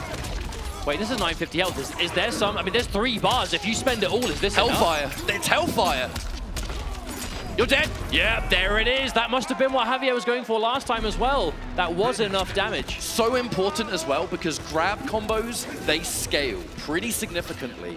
That Hellfire comes Hey, someone out tell post. Scorpion Ferrer that because they didn't get the memo. That's what I'm saying. You get really good damage from the throw anyway, and then that Hellfire is not going to scale with the rest of the combo. Hey man, Scorpion and guaranteed Hellfire situations, or basically guaranteed, sometimes guaranteed. They go hand in hand. He's been doing that for 30 years. Javier, oh God, watch your head. Flat as a pancake by the end of this set, the delayed low. Another overhead! Michael Serafan, for lack of a better term, my man is guessing wrong. And Javier, match point. But you can see the layers to it, Javier. Sometimes he dedicates, sometimes he delays. Looking to see, you know, giving him time. Are you going to up block? Are you going to try and do something else? But what a commanding opening to this next round as well. Tries to go for a safe jump. Counter hit is good. The break is forced. And now Michael Serafan in a rough spot. No resources. No hourglass, no meter. But not 0 chance as he is swinging back now. Oh no! There's 2 meters. Is this enough? Again, it's 950 health. Hellfire.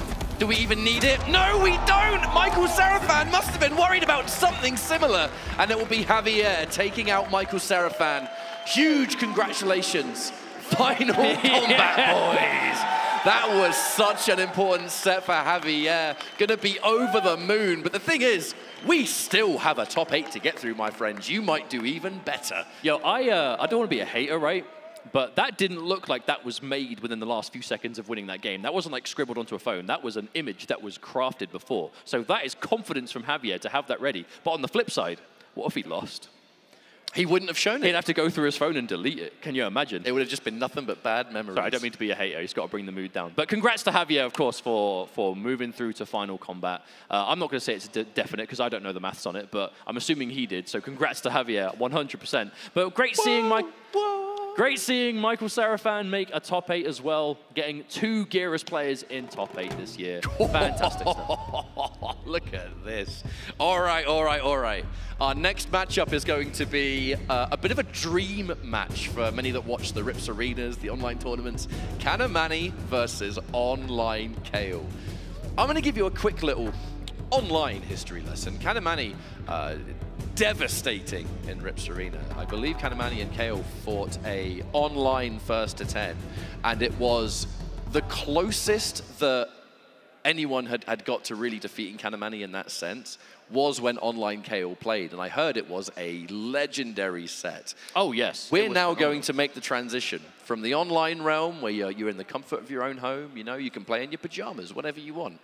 EVO main stage, where the loser is out of the tournament, that's a very different experience. I'm very excited to see how it goes. Well, it's definitely one, again, that could go either way. You know, we have two players who are incredible MK1 players. They play quite similar characters, to be honest. That is a big change. I think they both play a lot of Homelander. We know there's a lot of Kung Lao coming out from Online Care, which is much more of a neutral control kind of archetype.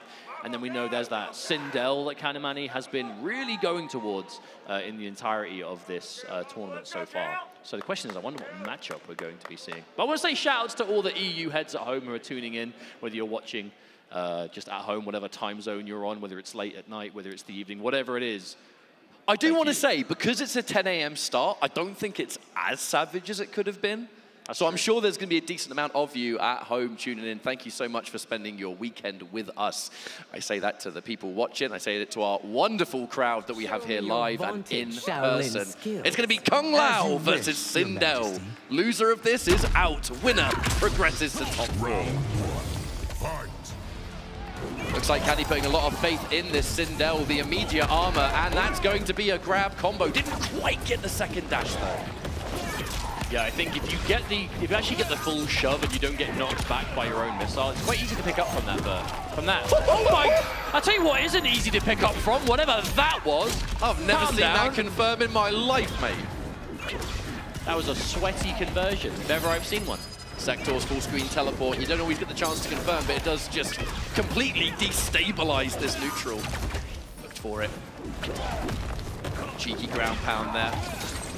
Tremor, forever the meat shield. For those that may not know, Tremor, when he flexes, if he gets hit, it's actually a 3-second penalty, not 6. And because he just appears in front of you, there is elements of using him to absorb attacks, absorb projectiles mainly. He can punish Sub-Zero Ice Clone on reaction. That's not fair. Yeah, there is some unique tech to him because of it, but it's very interesting either way. A pretty even round number 1 here. Good punish on the poke. That's the downside of using your longer pokes. If it's point blank, you will usually get punished with it. Down 1. A break from Kale, the confidence.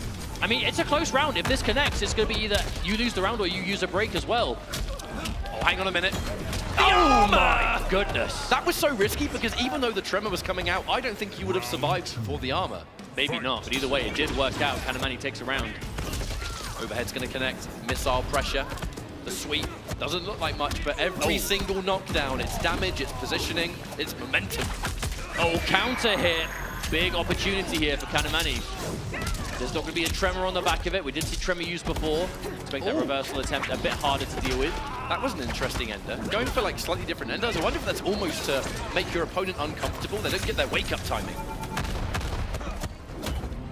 The escape, dash-in throw is going to be good for Kanamani. Plus frames to that down 3. It's going to be the hard to block. The break available for Online KO has to let it rock.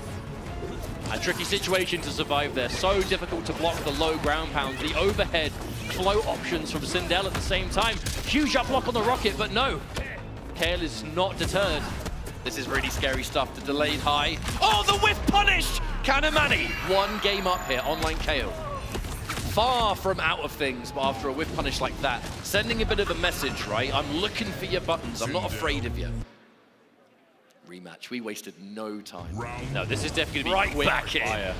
This could very well be the matchup we see the entire time as well. I mean, I love to see that Kale has had so much faith in the Kung Lao this entire tournament. So I feel like normally he would like start with the Homelander and then end up going to the Kung Lao if it was kind of like necessary, but just a lot of confidence here this time. Yet again, the quick little micro ducks underneath the grab, but what can you do? The missiles are coming. You have to deal with the chip damage, you're going to have to deal with the plus frame. Oh! Oh my good lord! That feels bad. That feels so bad. Oh, the delay! But no, trying to fake out instead. And now the armor is good once more. Oh, tried to whiff punish. Went for the right option to make it whiff though. We're gonna get more? Yes, that's still connected. Yo, my man knows. He's done that homing missile once or twice. Whoa, the whip punish again! Even if you build break, is it even going to be worth it? I mean, Kale broke in a similar situation last time. Yeah, it's going to be the same thing again. A really big risk to play, though, because there's no chance of being able to... Unless you flawless The block. flawless block! It's still active! No! Kanamani's patient as well, backing off. This is scary stuff. Okay, there's a good block too. Wait, is that connect? Oh my good God!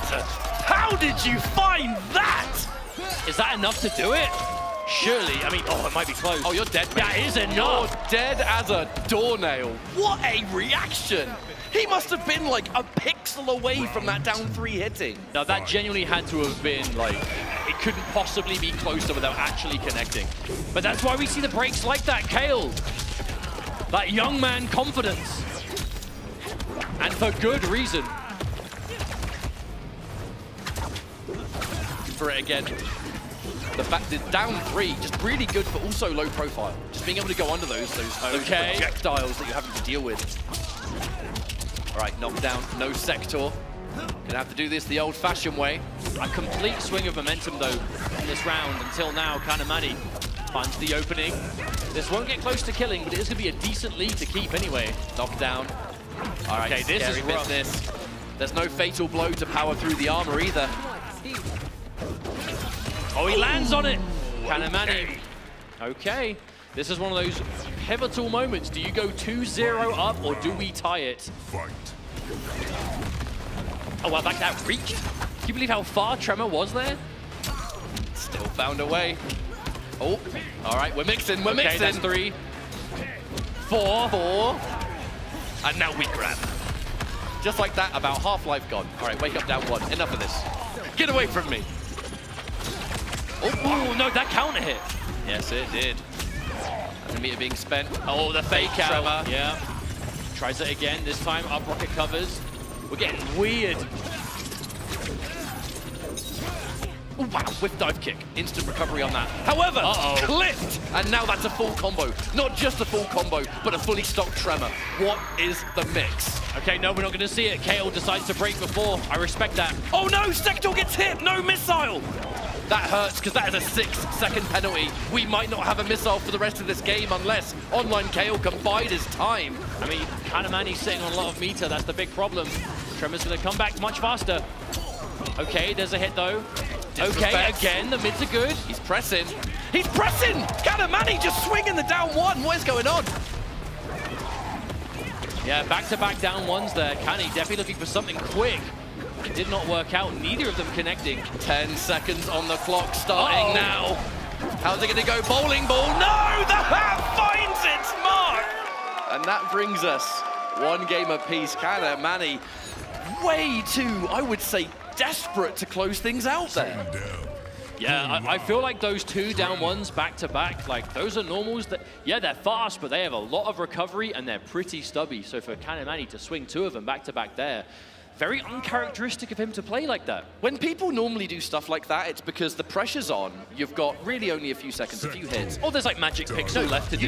You go for this really disrespectful stuff because in your mind, that is the last thing your opponent's looking for. They're not ready for you to do that. And it's all you need sometimes. And Kale was. That's what was the most impressive thing. He was so calm and collected.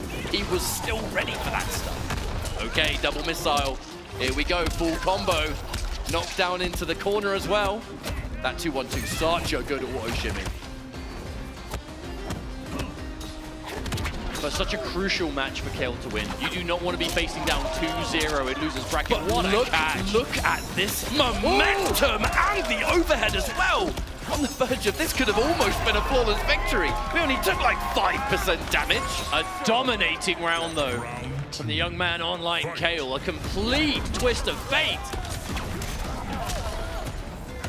Oof. I mean, we can't even call that an advantage. Yeah, the armor came out, but we're still against the corner. And another tech.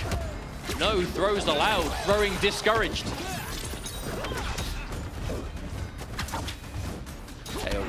He's being so careful here, and I love to see it. So many delayed mids though from Kanamani. Because Kale is looking to tech throws all the time, and normally delayed mids is how you can kind of catch people slipping there. But Kale ready for the delayed mids and the throws. This brick wall of a defense. Okay, still took some damage, but not as much as we could have seen thanks to the armor. Again, I still wouldn't call that a particularly good situation. And again, the patience, Kale. He's just not getting opened up, refuses to get opened up.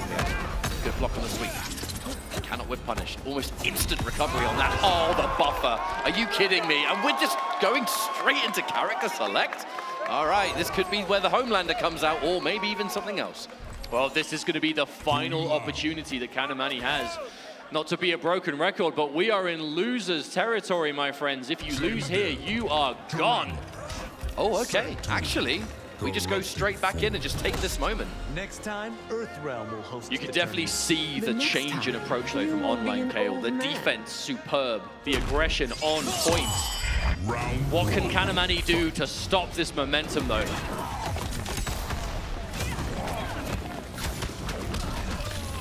All right. Armor activated once more. Makes you more brave to go for those options that are otherwise just death sentence.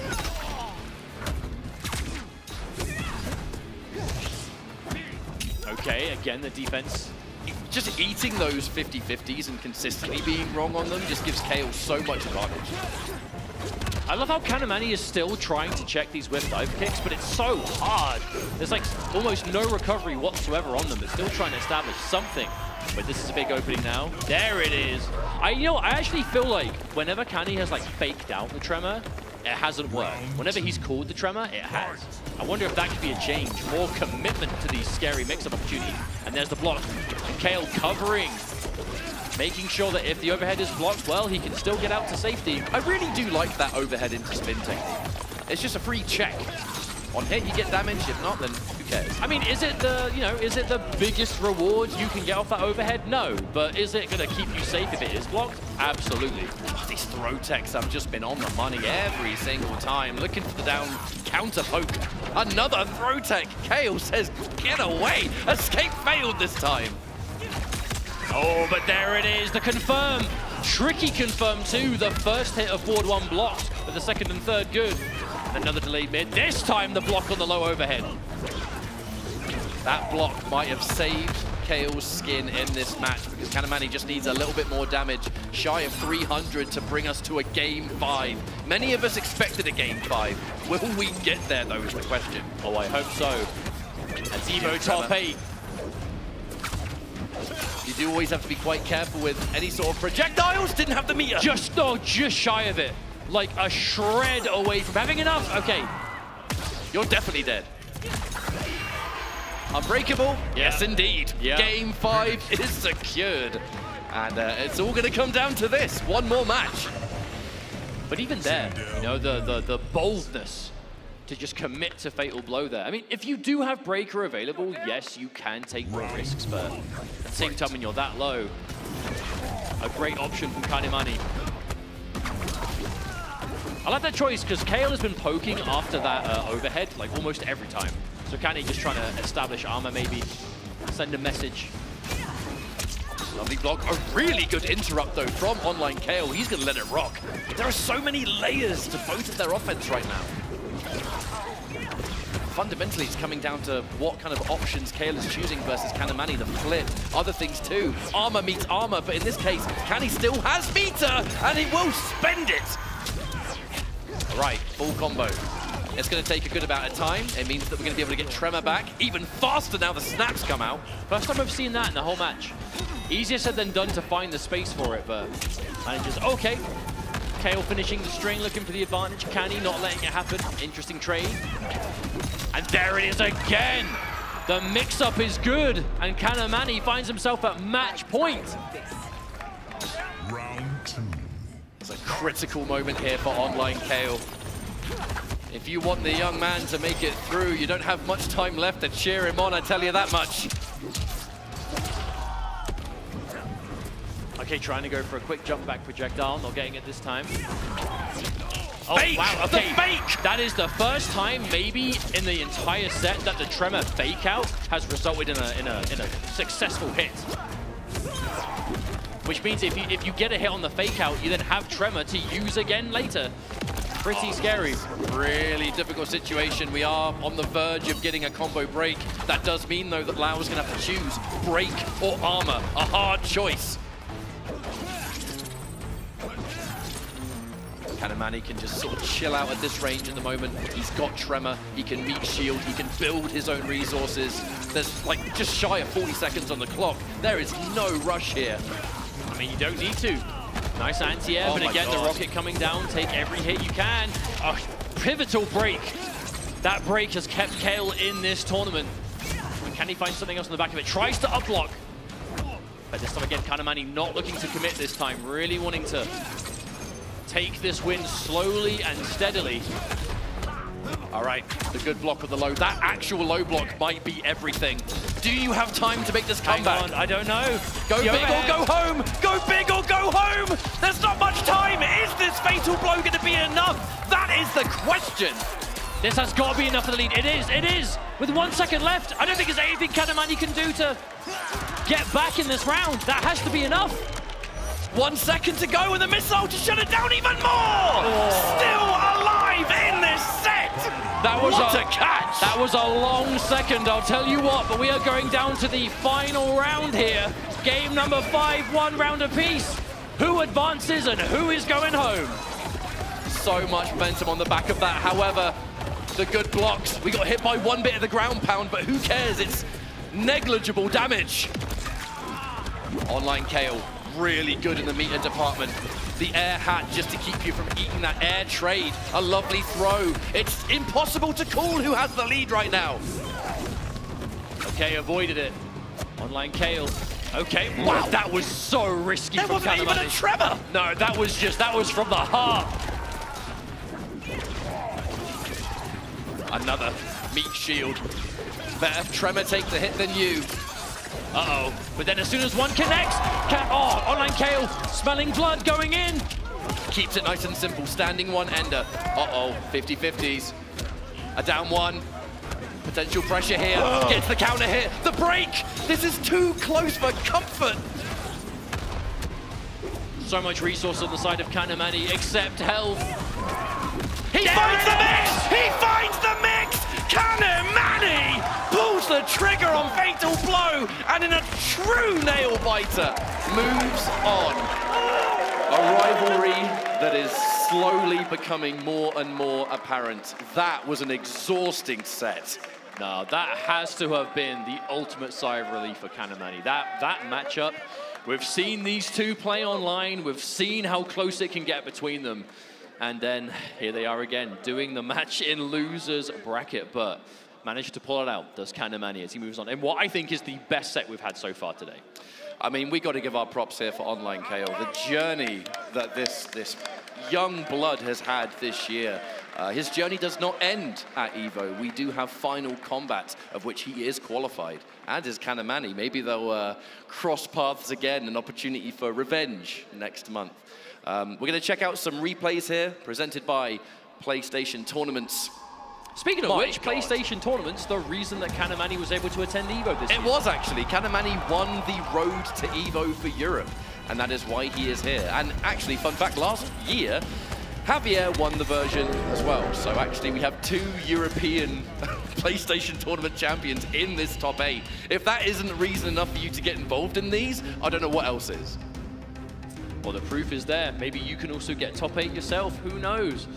But man, what a set that was. Even down to the unbreakable finishes, the clutch extra timeout. That Fatal Blow may as well have finished off the round, and then coming down to the final mix-up. A very fitting end for that set, all things considered. And obviously a good show of sportsmanship. Would expect nothing less from these two. But GG's all round, and huge congrats to Kanamani, who will be advancing through in this bracket. There are so many emotions riding at the moment. There are so many stories, more stuff to talk about.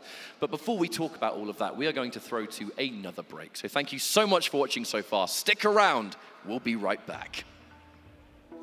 New Chipotle Honey Chicken brings a hint of pure honey and seared smoked peppers with fresh chicken hot off the grill. For Chipotle heat with a touch of sweet and a perfectly balanced sauce. Chipotle Honey Chicken takes heat and sweet to a whole new level.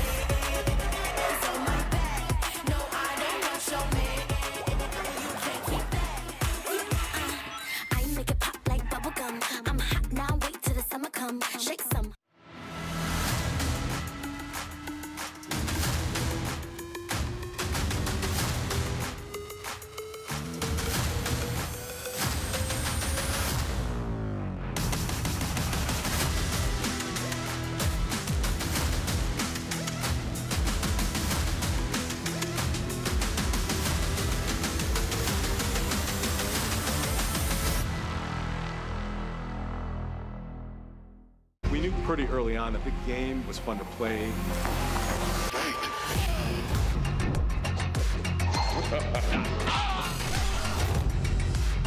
It became something that added to the mystique of Mortal Kombat.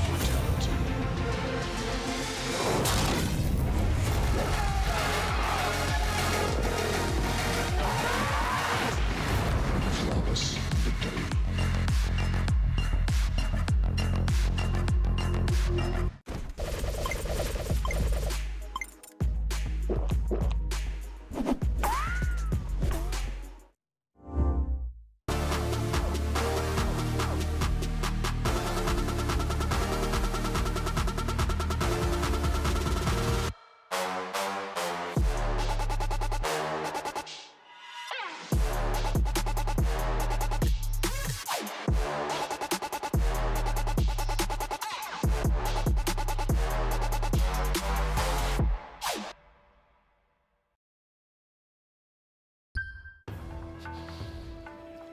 Welcome back, everybody, whether you're watching here in person with us or if you're watching at home. EVO 2025 continues now as we are in the middle of the Mortal Kombat 1 Top 8 here at EVO Las Vegas. We are Ketchup and Mustard, and it is our pleasure to continue bringing you this action today. Here is the bracket for how the madness has ensued. We just saw a nail-biter of a match between Kanamani from EU and Online Kale from North America, going down to the absolute wire, and our next match is also going to be a slammer.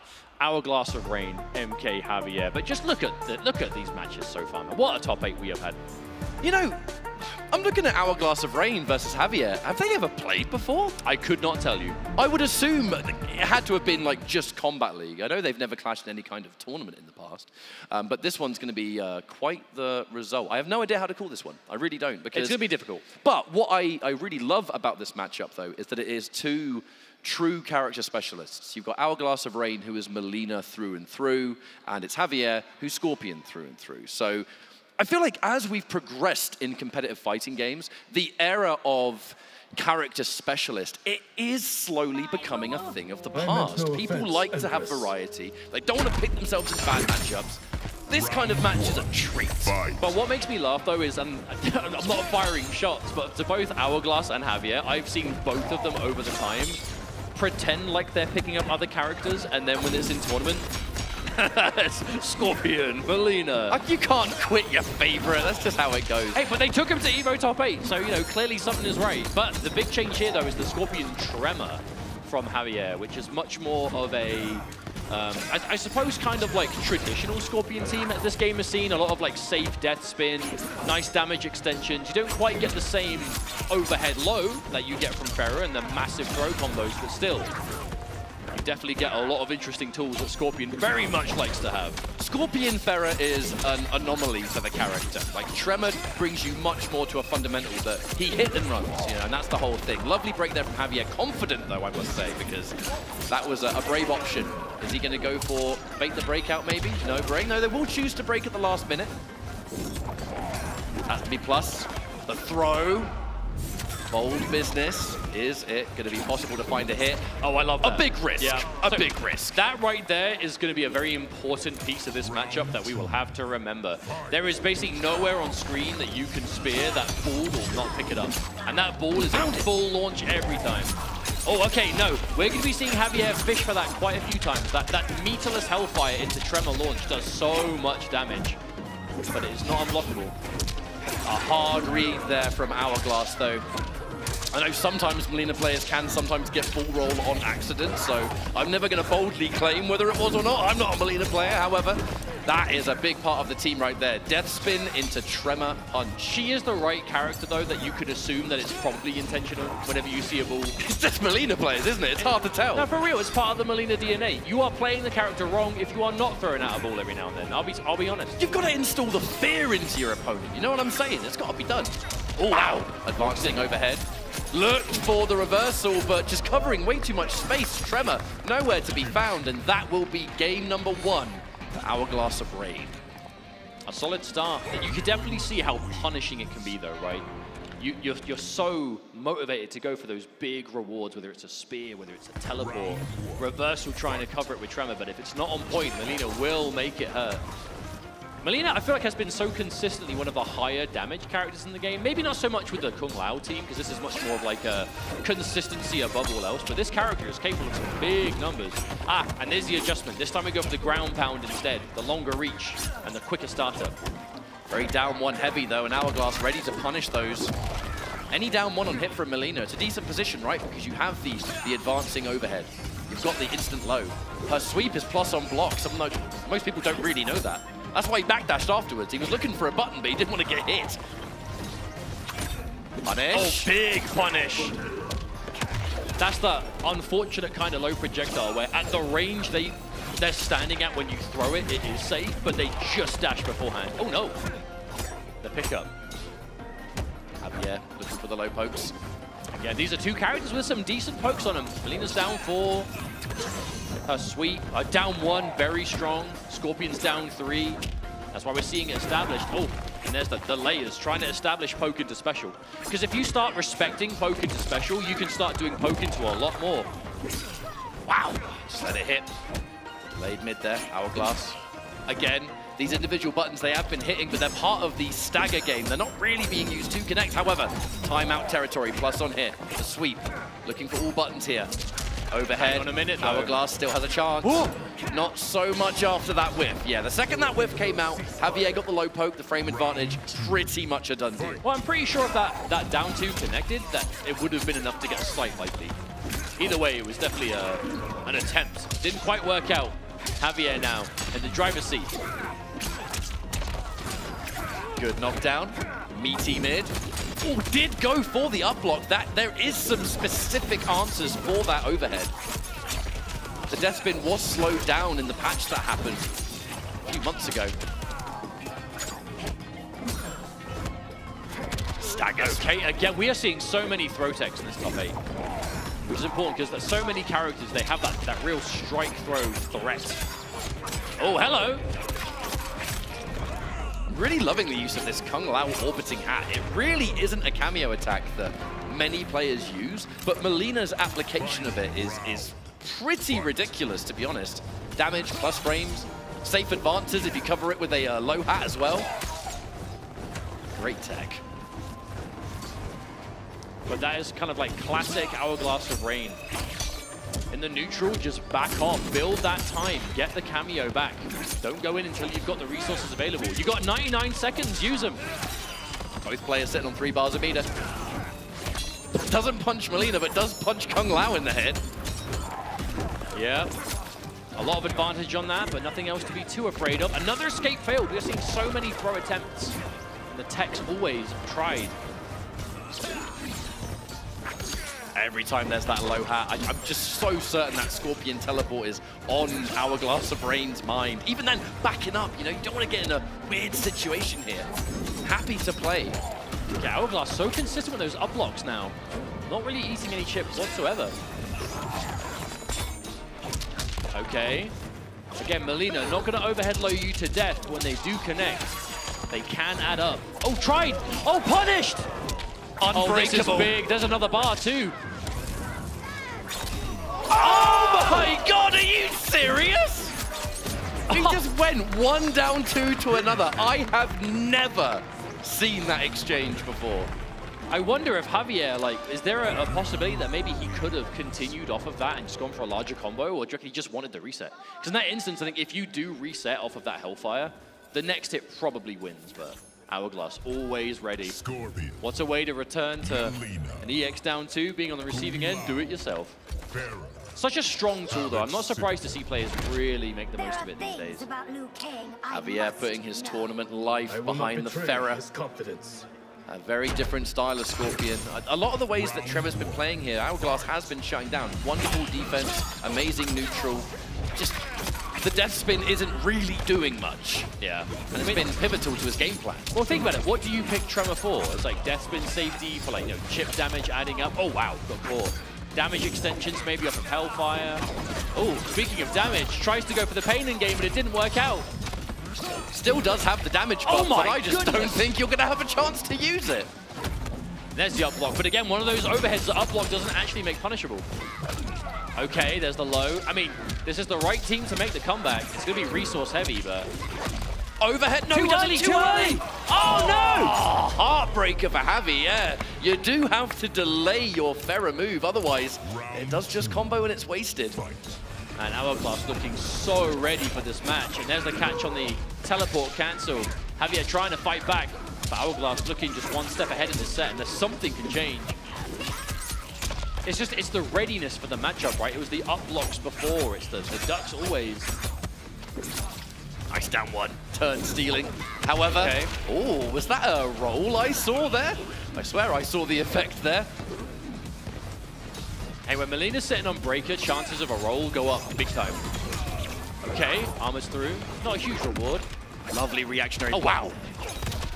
Get off me. Again, I love how Hourglass is so good at spacing the max distance of that down one. It kind of just creates that sweep distance box in front of her where it's like, no, this is my space. You cannot occupy it. Oh, again, the anti-air ball. Such a versatile move, and Hourglass is using it so surgically. Oof. Gotta watch out for these low hats at this distance. Beautiful block on the low, and the punish! That punish! You can't break in time because Pharah still has to leave the screen! Okay, this is match point Hourglass. One more hit could take the set. Oh, got hit by the low hat. Challenging the low hat on hit Javier. Down on life, but never mind. Now that life is 0. Hourglass of Rain with a strong showing and a 3-0 dominating victory over Javier. I feel like Javier, you're going to want to do, you know, if you manage to get into this Evo top 8, you're never going to be satisfied. However, I do very much have to assume that he's going to end this in a good mood. You know, he was able to, the entire collection of the year's worth of effort, it was concluded here for him. Final combat is in his grasp, and I say to that, well done. But Hourglass, looking just as dominant as everyone was expecting, still in this tournament now, and entering the top 4. Really good stuff. I mean, if you're Hourglass, you're sitting pretty. You know, losers bracket, yes, it's difficult. Yes, there's a lot of work to be done, but it's work that can be done, absolutely. We've seen players win Evo from the losers bracket so many times in the past. But especially for a player who has that kind of clutch factor, yes, was off to a bit of a rough start against Sonic Fox, but is very much kind of woken up, you know, going from being on the receiving end of a 3-0 to then doing one yourself. And now, Kanamani versus Hourglass of Rain is going to be a match we have to look forward to in the future, but not right this second. Because, my friends, it is time. We go back up to the winner's bracket. Sonic Fox versus Nicolas. This is a matchup that we have seen time and time and time and time again in MK1. I feel like, statistically speaking, they just are the #1 and #2 players in this game. You know, whether it was Final Kombat last year, whether it was Evo last year, these two players, they always bring the heat, and it's always them in the finals when the chips are down. And the chips are down, absolutely, because we're in Vegas, and it is Evo 2025. The question is, will we be seeing any differences this time? Sonic Fox looking to secure, what is it, the 8th Evo trophy at this point? I'm not about to list them off, but yes, 8. If Sonic Fox can do this, it would be the 8th overall Evo win, and that's not necessarily in just NRS games, even though of those current 7, there are many NRS. There includes other games as well. I mean, just a multi-game success through and through, but always has that kind of home in the NRS scene. That is the community that Sonic Fox was kind of created within. Nicolas, fantastic player, again, very MK focused in general, and it's always a good match when these two play. Much like Sonic Fox, though, Nicolas and Scorpion Prox getting into competitive at a very young age. Really sort of born and bred in that competitive environment. And it's no surprise with the likes of, you know, South America to practice against. Oh, mate, we're old. All intents and purposes, we are the old-timers now. These new, especially again from South America, the young, like, teenage players who... But it's not just Mortal Kombat for that. I mean, even Evo alone, South America has so many young players for other fighting games that are just leagues ahead of so many of the rest of us. It's hey, I don't know what they're a bit unfair. I don't know what they're putting in the water in Chile, but it's making these kids good at video games, I'll tell you that. But Nicolas, what matchup are we expecting to see? Because we've seen a fair few characters from Nicolas at this point. You know, last year, it was almost exclusively Johnny Cage, which I'm sure he still has, but we haven't really seen him need to play it in a while. It's been a mix of some Reiko yesterday, a lot of Havoc, I will say, a significant amount of Havoc Movado. because that is the style that both Nicolas and his brother Scorpion Prox, you know, shout outs to them both, have always done. They have that ultimate kind of training technique where they're both equally as good at the game and are like super top level players. They, between them, play basically everything in the game. And they just play against each other all the time. So they are grinding countless matchups. You are very unlikely to surprise them in tournament, but it also means they have access to a lot themselves. Even that, though, I mean, you know, I might expose myself for having the worst memory in the world, but didn't we see Nicolas use a really optimal Baraka Tremor yesterday? I think it was him. Yeah, I'm fairly sure. But it was either him or Scorpion Prox. As a twin, this is a blow-up to say. No, I've seen them both play Baraka. But they often do play the same characters as each other. So if one of them plays it, I'm inclined to think they both do. But either way, Sonic Fox has been fully all aboard the ketchup and mustard train, the Cyrax and the Sector. Versus Havoc, though. All right, it's going to be a Cyrax match. I was talking to Fox yesterday, right? And, you know, I congratulated them on the top 8, and they was like, you know, I bet you liked watching the Sector, of which I did. But then immediately said to me, I am really sorry, though, I've got a Cyrax part. But that's the benefit of playing multiple characters. You look at the matchups you're likely to play and you prepare accordingly. All right, let's find out who's going to make it into Grand Finals winners side, the ultimate comfort zone.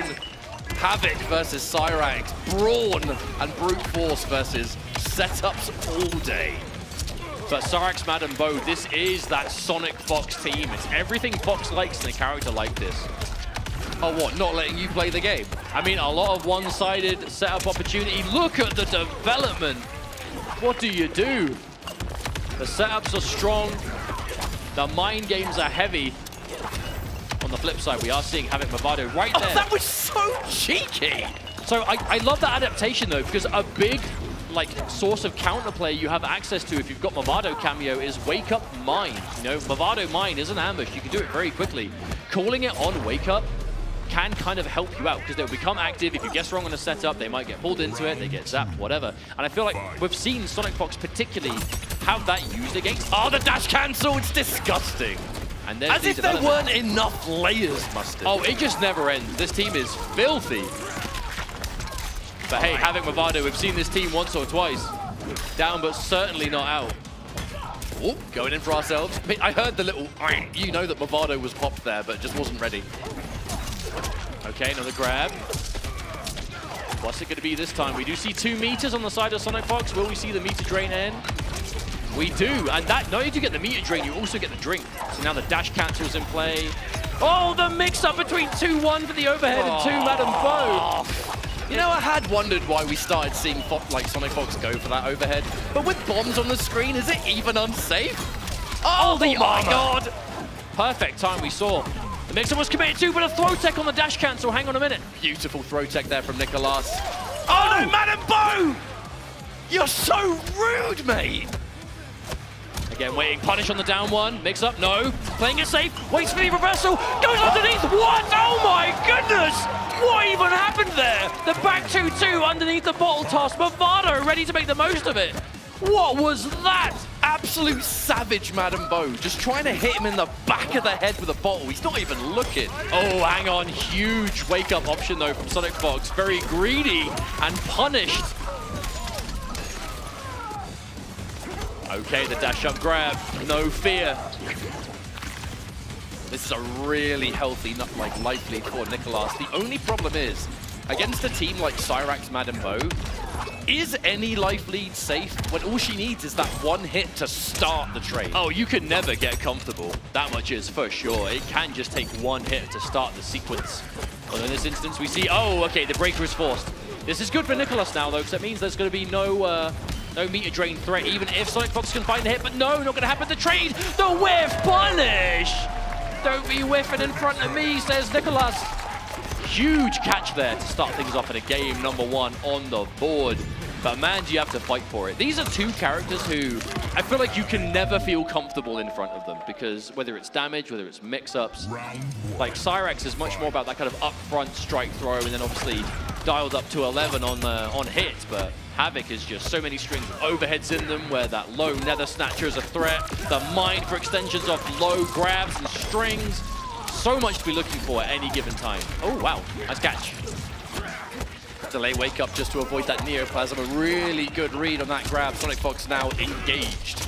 Starting to mix again. But a very dangerous grab for Nicholas to go for there, you know? Back 2-2, either the low or the grab ender. They both get really high reward with Movado, but you need the mine to combo off the grab. So if mine's not available, you're effectively risking yourself for quite a low reward situation.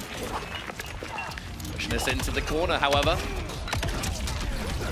All right, back in a bad situation. Take all the meters away, nothing left. Goes in for the low here. Oh, I love that attempt. Maybe not quite the... Oh, wow, okay, no. Look. That was as good as it could have gone right at the end.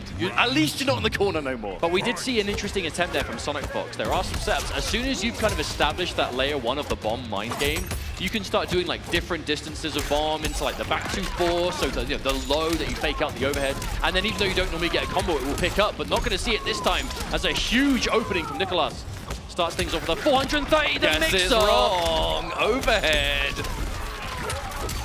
That's another hit. That's like 2 400s back to back. And there's EX Neoplasm. How do you deal with it? You do not.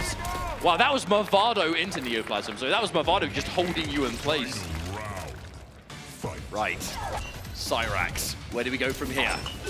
We've got those 3 bars again. Madam Bo, half of it is used, but not the worst cooldowns in the world, to be honest. Dash cancel, again into a lovely throw tech. Always ready. Oh my goodness! Madam Bo, you're just standing there, help! That was down 4 into launcher on a hit. That Nether Snatcher goes so far, huge reward, but it's rare that you see... Disrespecting the plus frames, Mustard. You gotta respect the frames, mate. But it's rare that you see poke special both connect on hit. Normally if the poke connects, the special is blocked, but such a late cancel window on that long leg of Havoc. Oh! I couldn't even see it. Oh! Underneath! Ready for everything and... I'm not even going to bother finishing that. Just any option! Any option! Come on now! But is it a surprise that Nicholas has that preparation, that readiness for everything? No. Exactly. This is a prepared player, always and forever. But starting things off 2-0. Will we see a full comeback? We have to. Still choosing to go in with the Cyrax. No matter what. But hey, I was told this is a Cyrax path. Oh no, a dropped combo from Nicholas. Gives Sonic Fox a big opening. But we have to remember, folks, this is winner's final. If you win this match, you're in Grand Finals winner's side. What a safety net to be sitting on, especially at EVO. And the difference, the flip side, having to make it all the way back from loser's side. There's the armor. I respect that. And Nicholas on the winner's side Grand Finals is going to be absolutely terrifying. You're going to have to do the unthinkable if you want to be able to take him out. Good plus frames. Unthinkable, but not impossible. Madam Bo. Very difficult. Oh! The trade? Yo, she is not playing fair. She's just constantly hitting you in the face. That's not martial arts, is it? Nah, she's just getting in a bar fight. Oh! Hang on a minute. Wait, the roll. EX? No, just going straight for Fatal Blow. Okay. Right. We're going to do really good damage here. However, this is not going to be the end of the round. I mean, we're going to get the slide. Yeah, Movado's back, so you do get slide potential off of this. The question is, does Nicholas want to do it? He does. But I think Fox takes the slide on purpose. Get the distance. Down 2? Oh, yes, I love that choice! Don't even have to worry about Madam Bo there. This is match point for Nicholas. And this would be a extremely dominant winners finals. Not the result many would have expected, I would say. Uh-oh, Movado. That's a rough start for Sonic. All right, plus frames. The Nomad touch. Immediately caught swinging, though. That's going to be a confirmed Fox. The breaker activated. Oh, plus frames. Fox, every single disrespect of plus frames here is going to be catastrophic. You've got to be so careful now. The thing is, it's the defense from Nicholas. Is it just me, or we have not had a chance to see like this? Oh, that would have been really cool. Mixed up. Uh-oh. We haven't had a chance to see like the setups get on board in so long. This is just all Nicholas right now. He's going in for the win. Can he find it? Can he take out Sonic Fox 3-0? One potential hit more to decide. Plus frames. Oh, I'm so shocked you still challenged. But that's the confidence. Set. But that's the confidence, and look at the reward. There's the drain. We haven't seen this in a while. Bomb 1, bomb 2. Overhead. Oh no, wasn't ready for the follow-up though. But even if you did, I think even if Sonic Fox was able to pick up from that, you maybe would have landed on the mine. I think that's a blessing in disguise. Tries down here, but no! Still alive, barely. 10 seconds on the clock. Not much time left to make magic happen. You've got to do something. The grab! The grab at the last minute! Sonic Fox finds it! And that is just to stay alive in the match. We've got another round to go after this. I mean, this doesn't scale if you do it really early. This might... Oh, actually, is it even enough? Oh my goodness, I don't know if it is. It is! Oh, actually, for a slight minute there, I was like, maybe not. Don't worry, Mustard. Just one of these days you'll be right about fatal blow damage, but it's not today. You're all right, you are correct. But that does keep Sonic Fox, and you were just saying, every disrespect of plus frames could be punishing unless it works. And that entire sequence was started off of disrespecting frame advantage, but Fox is the kind of player who will do that. You can't play by the book every time or you become predictable. And there is no one less predictable than Sonic Fox. Full combo from the throw tech, but because it was a throw tech, scaling massively. It's not going to save you from the meter drain or the situation though, so who cares? Okay, plus frames. Good block. The layers, it keeps going, recovers in time, the mine. Okay, out of the setup, but still back to the wall. Got tons of health. Oh my goodness! So brave to commit to that. No mine to make it count. Hang on a minute! Cornered. Wait, that's gonna hurt so much! That's gonna hurt so much! And Movado is left. It is getting spent. All right, knocked down. Scary situation. Oh! Unbreakable down 2! Once again, not enough to win, but the meaty button is gonna keep Sonic Fox alive. That was so close from being a disaster.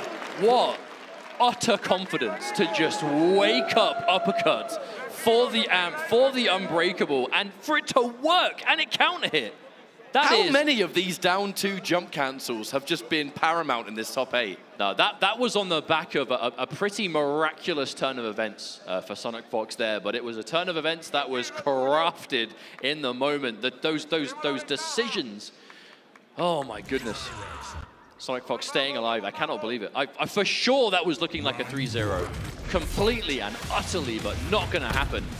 It did look like Nicolas took a moment there. Oh my god. How often do you see that move get armor broken? Okay. Sonic Fox, online wake-up roll. Okay. That's an option and a half. Big reward though. The mine is good to extend. Okay, good punish. Okay, the grab. The layers. And back here we are again. Not wasting any time either. We want the drink and we want the meter drain. Uh-oh, caught out of it. Nicolas trying to go for these really, I would say, slippery escape attempts. Oh, tries to cancel to avoid the bomb, but this time Fox is ready. Definitely tried to get a cheeky drink in there, but Madam Bo was like, no, you've had enough, my friend.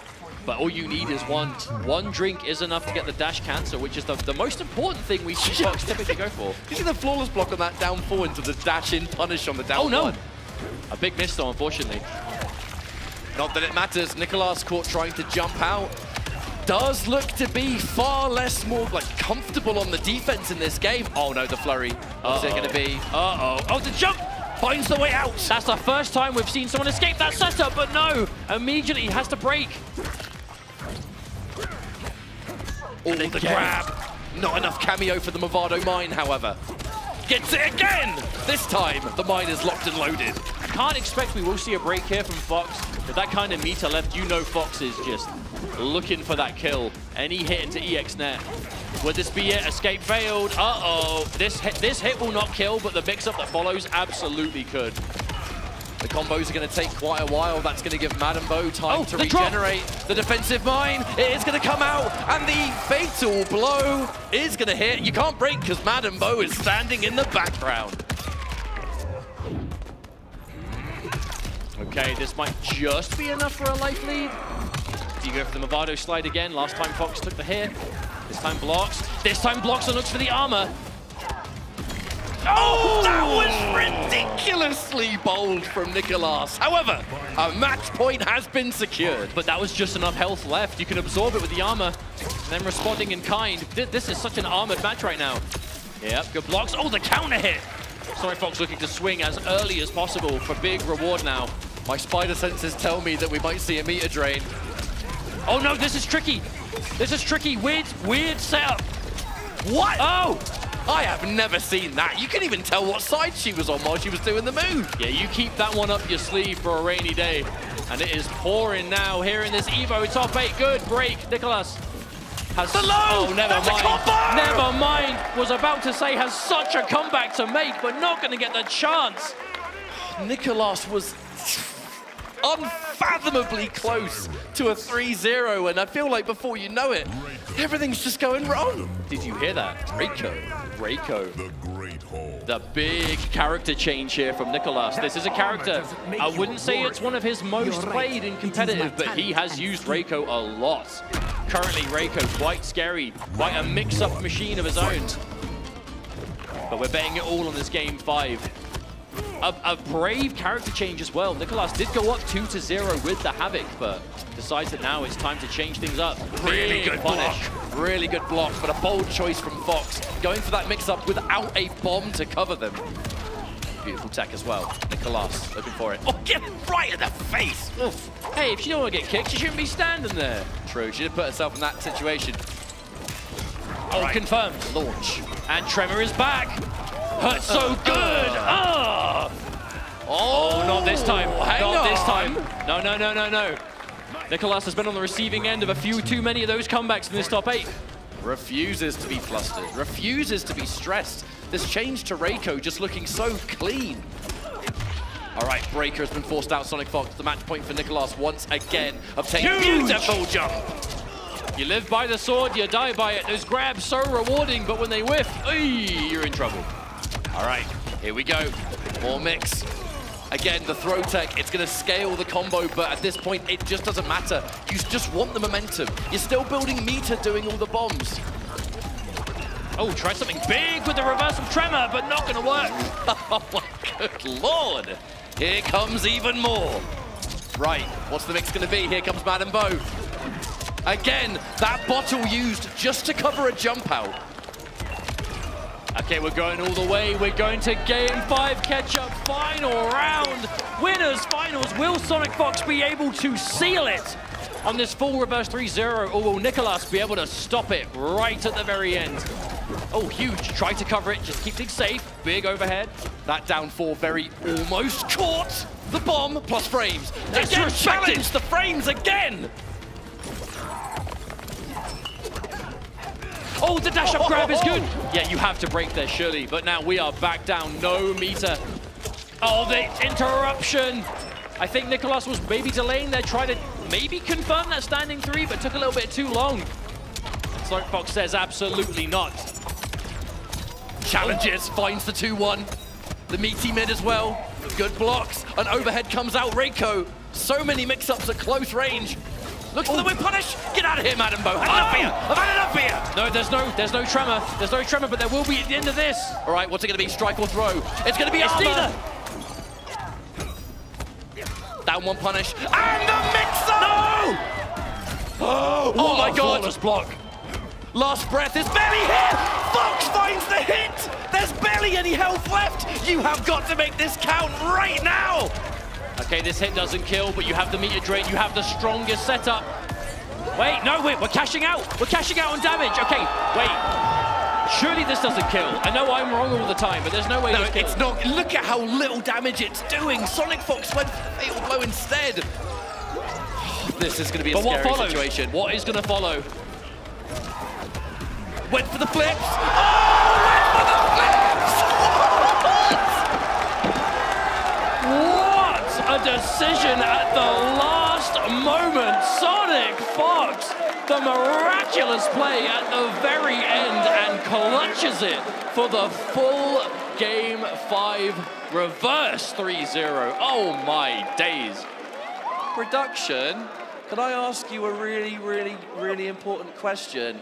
Can we get an instant replay of that? I think we're all dying to see it in slow motion. I mean, there had to have been a real specific reason that Fox wanted to fatal blow there, and that was such a deliberate follow-up. That was, you have thrown everything and just the kitchen sink is left. You know what I'm saying? And that right there was one hell of a kitchen sink, and it worked out. My goodness, I mean, look at this. There it is, the flurry. On the grab, It was the grab. That was the one and only time we saw that in that entire set. The one and only time, and that was the time it was most important to do so. Oh my goodness. That is why it's important to have as much tech available as possible, right? Lab everything you can. Don't show them everything too early, because you never know. You might be in a game 5 full 3-0 reverse sweep comeback, and you just need that little something that they maybe haven't seen before. But I tell you what, we've seen it now, and it was enough. But we're going to throw things over to Persia on the stage, who's going to continue the festivities. Take it away. Thank you so much, guys. How are we feeling so far? The energy is amazing. The matches have been immaculate, and we still have more to come. But before we do that, let's have a little fun. We are going to introduce the Evo Connections Trivia Challenge presented by AT&T. And for those at home, you can also play along by using the chat commands and try to get your answer in time, because you at home can win some prizes. We've got cool stuff from the Evo online merch store. We got stuff from Nacon, like the Deja Fight Stick, and you can even get a rig headset. So a lot of cool prizes for those at home. So let's go ahead and get right into it.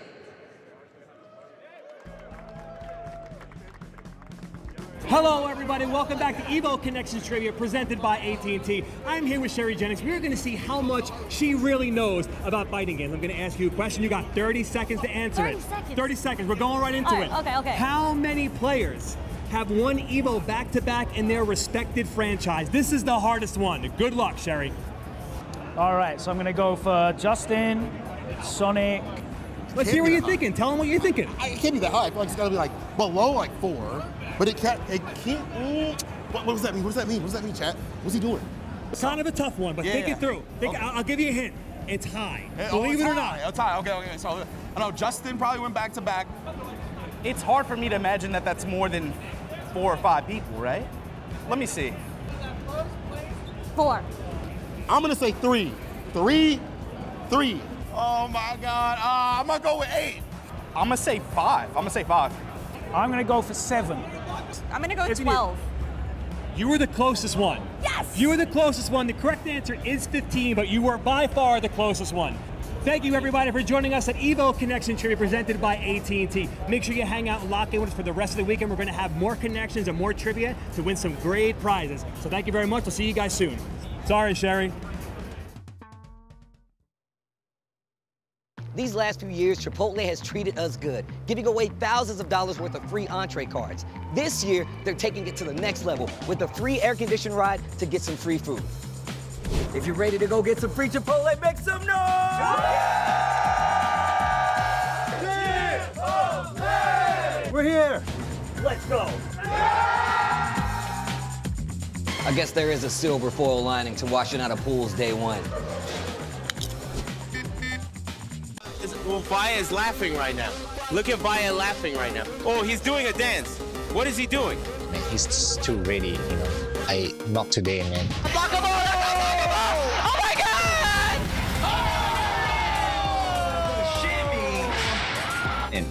に参加して、でその時にまた賞金額が上がって、いや気持ちは調子良かったです。So it's much more than just playing. It's being a part of this community.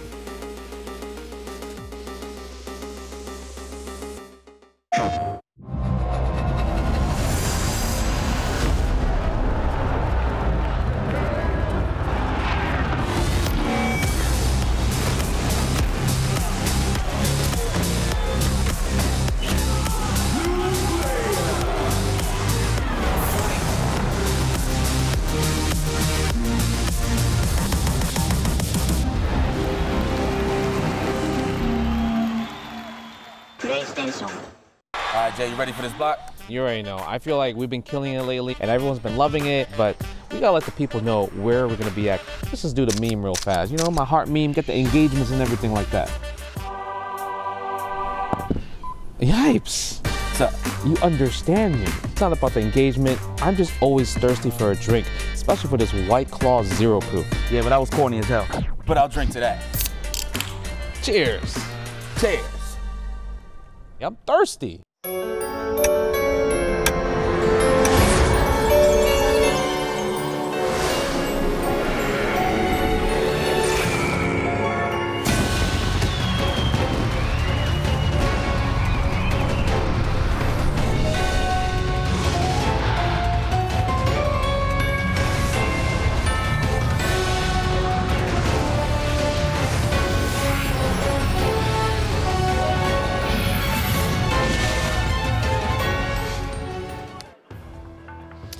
What's going on, you beautiful gamers? Here for EVO 2025. My name's Ketchup, joined by Mustard. How's it going?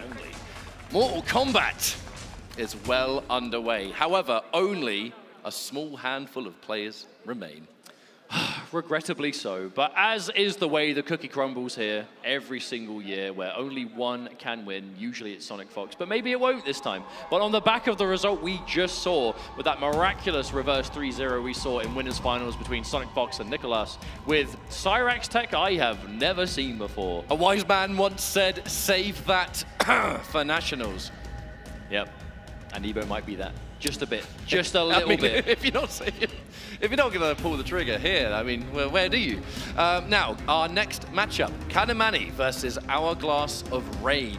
We are in our official top 4 territory. Kanamani, he has been fighting for his life in this bracket, and a matchup that I'm very, very excited to see. I can say now the sole European. Yeah, you should have just saved it, mate. You'd have been perfectly fine. However, the winner of this match goes on to fight Nicolas. Oh, man. Every single match here is now going to be insane. Hourglass of Rain stepping up to the stage.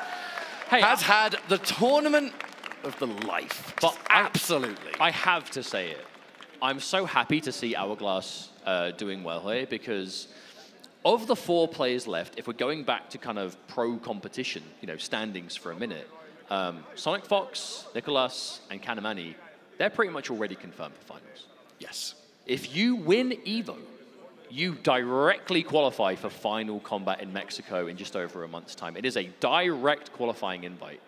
Hourglass of Rain qualified for finals last year, but due to circumstances, could not attend. So had the skills to make it, but wasn't able to play, which is so unfortunate. Could this be time for that turnaround? What a story it would be to qualify for Final Kombat by beating Kanamani, then Nicolas, then Sonic Fox. That would be one hell of a journey to confirm yourself for the World Finals for MK. One could call that the most insane EVO run in Mortal Kombat history. I mean, it would be in the argument, for sure. It would be in the conversation. But let's not get ahead of ourselves. We still have to get through this set, but we know we're going to be getting Melina out of Hourglass of Rain. Who the hell is Kanamani going to pick? I'm not sure, but we have seen Melina be an effective answer versus Kanamani in the past.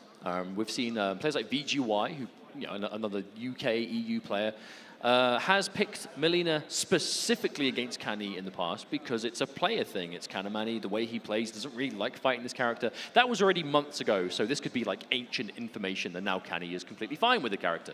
But either way, in the button check, we are seeing Johnny Cage. So that is another character that Kani has. I don't think he's played it in EVO yet, but it is a character he has available to him. He is low-key one of the best Johnnies in this game that we have seen. I know that Melina players often don't really like the Johnny Cage matchup. That is a good point. You know, there's not a huge amount of Melinas in Europe. The one that we all know on the EU side being Nuji, who will no doubt bump into Kanamani all the time in Combat League. You know, you hear a lot of Melina players say Johnny Cage is rough. It really is. But it's the punishable down one. Yeah, that's the main thing that is difficult, I would say, on face value at least in the Melina. And it is going to be Johnny versus Melina. Goddamn, we're smart! So Melina's down one, so good. We've seen Hourglass of Rain use it surgically in this top 8 so far. It is -10 on block. Johnny Cage, the only character in the game with a 9-frame mid. The short answer is he can punish her down one on block with a mid, which is full combo launch, full combo, big damage territory. So defense with Melina, very difficult against this smothering presence that Johnny Cage brings to the table. I love that Hourglass of Rain did try the down one roll, because that is what was just ruining Kanamani's day at Vianality top 8. But the first time it comes out here, it doesn't work. The delayed uppercut. And just like that, Kanamani, round 1 on the board. Expect to see a lot more of this lockdown. Okay, nice throw. I do love how it's the orbiting hat on block and not necessarily just low hat all the time. Well, low hat is about -3 on block, so that versus Johnny Cage, he loves those minus frames. Oh, there it is, the armor though again, and he builds so much meter, does Johnny. And it is also Johnny Tremor. This is a scary team. High damage, especially in the corner. Good safety, launching off of Rising Star, everything you need. Back to standard health too. Johnny Cage no longer a lower HP character. Good use of the armor there. Bold use of the armor though, as now no breaker. Whoa, cheeky, cheeky. Right, there's the immediate 2-1 string. It's just everywhere. Everywhere Mileena puts herself minus, but like safe. Terrifying against Johnny Cage, because that's all he needs to start the party. Doesn't even bother. Fakes it out. Like, it doesn't necessarily mean that Tremor's going to actually use a move there. There it is, yep. Break has to come through. I mean, Hourglass hasn't been opened up by much, but it's just chip damage here, a little bit, you know, a string here, normal whatever. And slowly but surely, it's adding up to a pretty big life deficit. And again, Kanamani does not have to overextend. Just keep everything safe, keep the mind games immediately to character select. Now, this does interest me, because the reality is Johnny Cage versus Mileena, it's a difficult match. Ah, okay, so we're now going to have a bit more health to work with. We're going to be able to go for some more counter pokes, perhaps. The defensive use of Tremor might be a lot more beneficial than Lao. This isn't going to be a game of crazy offense. This is just tools to defend in a tricky matchup. Oh no! Kanamani dashes completely in between Tremor and Mileena. Oh! That was a strange exchange, but one that works out. Yeah, the throw tech from Kanamani. Hourglass tried to pick up from it, but a really funky angle there. Unfortunately, couldn't quite find it. And again, already back to the wall. This is not where you want to be. Big combo damage coming through. There's the end. Safe jump. Yep, delay wake up. Instant armor. Hourglass does not want to be sitting here blocking. Oh, the fake. Just the low. Well, I think part of this match, too, is that using some of the armor in these situations, if you're saving the break for just when Johnny Cage opens you up, you're going to break and then you're going to be right back in the same situation with no armor, no defensive options, really. So if you can spend armor to reverse that momentum and then try and get some aggression of your own, probably more beneficial. Down one to steal the turn. Oh, hello. Going in. No, oh, the instant challenge, yeah. Normally, I think you only will tend to see Mileena's do that install on block off of like standing 3 for the advantage, but at the end of the day, it's not like plus a million. Pretty severe problem though, Mustard. That install means Fatal Blow is gone. It does indeed. So no more Fatal Blow. We know Mileena gets access to some nice damage if she confirms into it quick, but no longer going to be an option. And I feel like we've spent this entire match just in this right corner. Oh no. Flawless block just to shut down any opportunity to come back here. Letting it rock. These down ones. I mean, every down one that Hourglass of Rain is doing is a massive risk, but you have to. You can't not try. The advancing, another down one. But again, every time you press down one against Johnny Cage, you're technically taking a big risk. There it is. Oh, no, couldn't get the punish in time. But what do? Do you just never go for your fastest crouching? There's the punish! Yeah. Do you just never do it? Do you just accept the fact that it's going to be difficult? Because it's an important part of the defensive game, is to be able to use your fastest poke. God, so many blasphemies! Oh my good lord, Kanamani! This Johnny Cage has been the correct choice so far. Hourglass of Rain is in a really tricky position because clearly this is a rough matchup. It's a smart pick by Kanamani. But when you are a specialist, what do you do when you encounter what could be your character's worst match? You do your best and you adapt. We need to see Hourglass of Rain try something here, but it's so much easier said than done. All right, we get a significant knockdown. Okay. Fakes out the overhead, and we are going to get a full combo from it.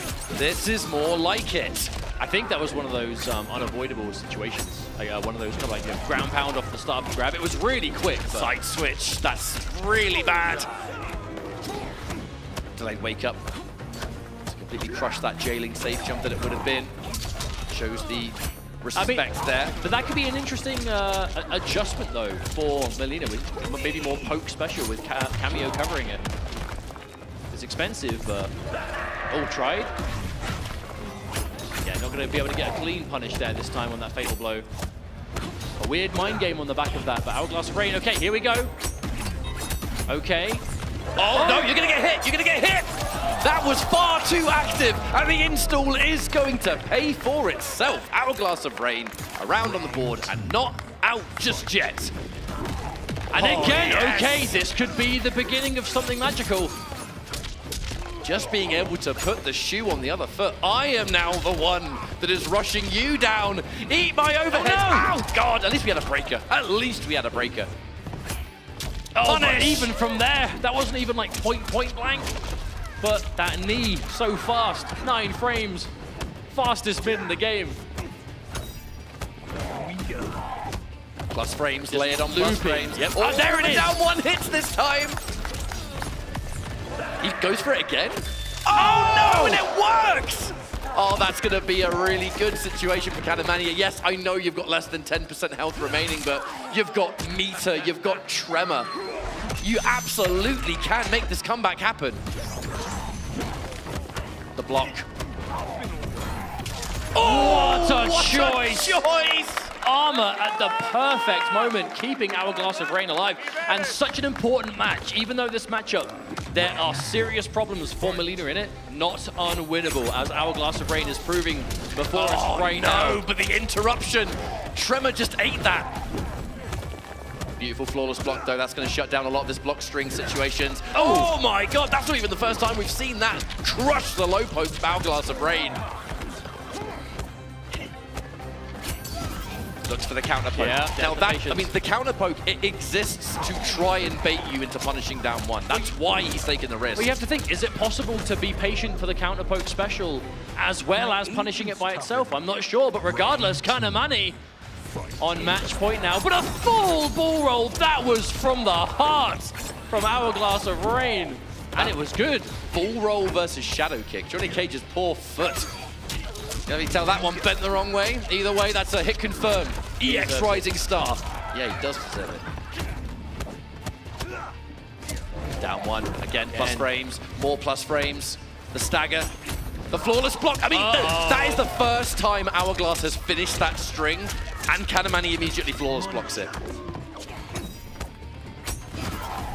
Yeah, the patience. Oh, and Tremor got hit. You can't break. Tremor got hit, which means Kanamani finishes off the set 3-1. I mean, a very intelligent character choice there, right? That is the benefit of playing so many characters. Kanamani's been playing the Sindel. He's been playing the Homelander this weekend. But a character that he plays a lot of that has been noticeably absent, the Johnny Cage, unless the time is right. And it absolutely was there. Give it up for Hourglass of Rain, though. What a journey. Went in with the most to gain, I would say. Just a crazy amount of expectations. Lots of people, I think, kind of putting Hourglass of Rain on a pedestal, whether they liked it or not. For good reason. Yeah, exactly. Very successful in the online space. Like I said, did qualify for Final Kombat last year on the back of the online regional finals. Making it happen here with some big names in the body bag along the way. So huge shouts to Hourglass of Rain. But that does bring us to our top 3. And within that top 3, 3 different regions are represented. Sonic Fox from the home crowd of North America, Nicolas from Latin America, and Kanamani of EU. Hold on a minute. Now, I know everyone has a kind of opinion on this kind of thing. But do we not have right now the best in North America, the best in South America, and the best in Europe, all in the top 3? That is true. If there is a discussion speaking, over the regions, it's going to get settled today. I mean, you have the champions, Kanamani. No pressure, lads. Statistically, the strongest player in EU, the most unstoppable, seemingly untouchable in EU events, online and offline at the same. Nicolas, from such a stacked region, right? This, especially in this year, Season 2 of Pro Competition, how many players, these young guns and the familiar faces who have just been at the forefront of competition, and there he is again. Nicolas is just standing above, atop the mountain. And, I mean, what can we say about Sonic Fox that has not been said a million times? No words needed at this point. Yeah, the statistically strongest player in North America, current reigning EVO champ. I mean, yeah, we have the best of 3 regions left in this top 3, and only a few matches left to go. So, strap in. I hope you're looking forward to it. Honestly, while we're setting up this game, I just want to constantly reiterate, I appreciate you checking this out, stopping by. Mortal Kombat has been an absolutely wonderful tournament this weekend, and I feel like it's resulted in the perfect top 3. Many, I think, fans and viewers out there would have assumed this could have been the top 3. I think if you were to sit me down and ask what I thought it could be, I probably would have written this. In what order, I wouldn't know. Although, you know, I am biased and corrupt, so I'm gonna root for Kanamani. We are in America, so the odds are always against us, especially with this forever boisterous crowd here for EVO. But we're not quite there yet. The winner of this match, minimum 2nd place, faces off against Sonic Fox for a chance to be the Grand Champion of EVO for Mortal Kombat. It's so hard to beat Fox in this tournament, but if anyone can do it, it's going to be one of these 2 guys. Yeah, I personally, I really hope we do see, and this is going to sound like EU bias, I'm kind of rooting for Kanamani here, not just for EU fame, but for the fact that we haven't seen Kani and Sonic Fox play in tournament yet. That's why I want to see it. And that is we haven't seen them play yet. No, but for real, whenever I've seen, especially EU supporters talking about, you know, Kanamani going to EVO, the possibility of matchups, it's always, oh, Kani versus Sonic. Want to see Kani versus Sonic every single time. And we are so close to maybe being able to see it here. But in Kanamani's way is, again, the juggernaut of Nicolas. We could maybe, on the flip side though, if Nicolas is able to win this losers finals, our grand finals is a run back of last year. We have to look at it realistically though. Nicolas was the one that defeated Kanamani. He is going into this as the favorite. However, looks like a separating factor is that we have a new matchup on our hands. Johnny Cage versus Reiko. But Nicolas Kanamani has fought against Axstar so many times, he is going to know this matchup like the back of his hand.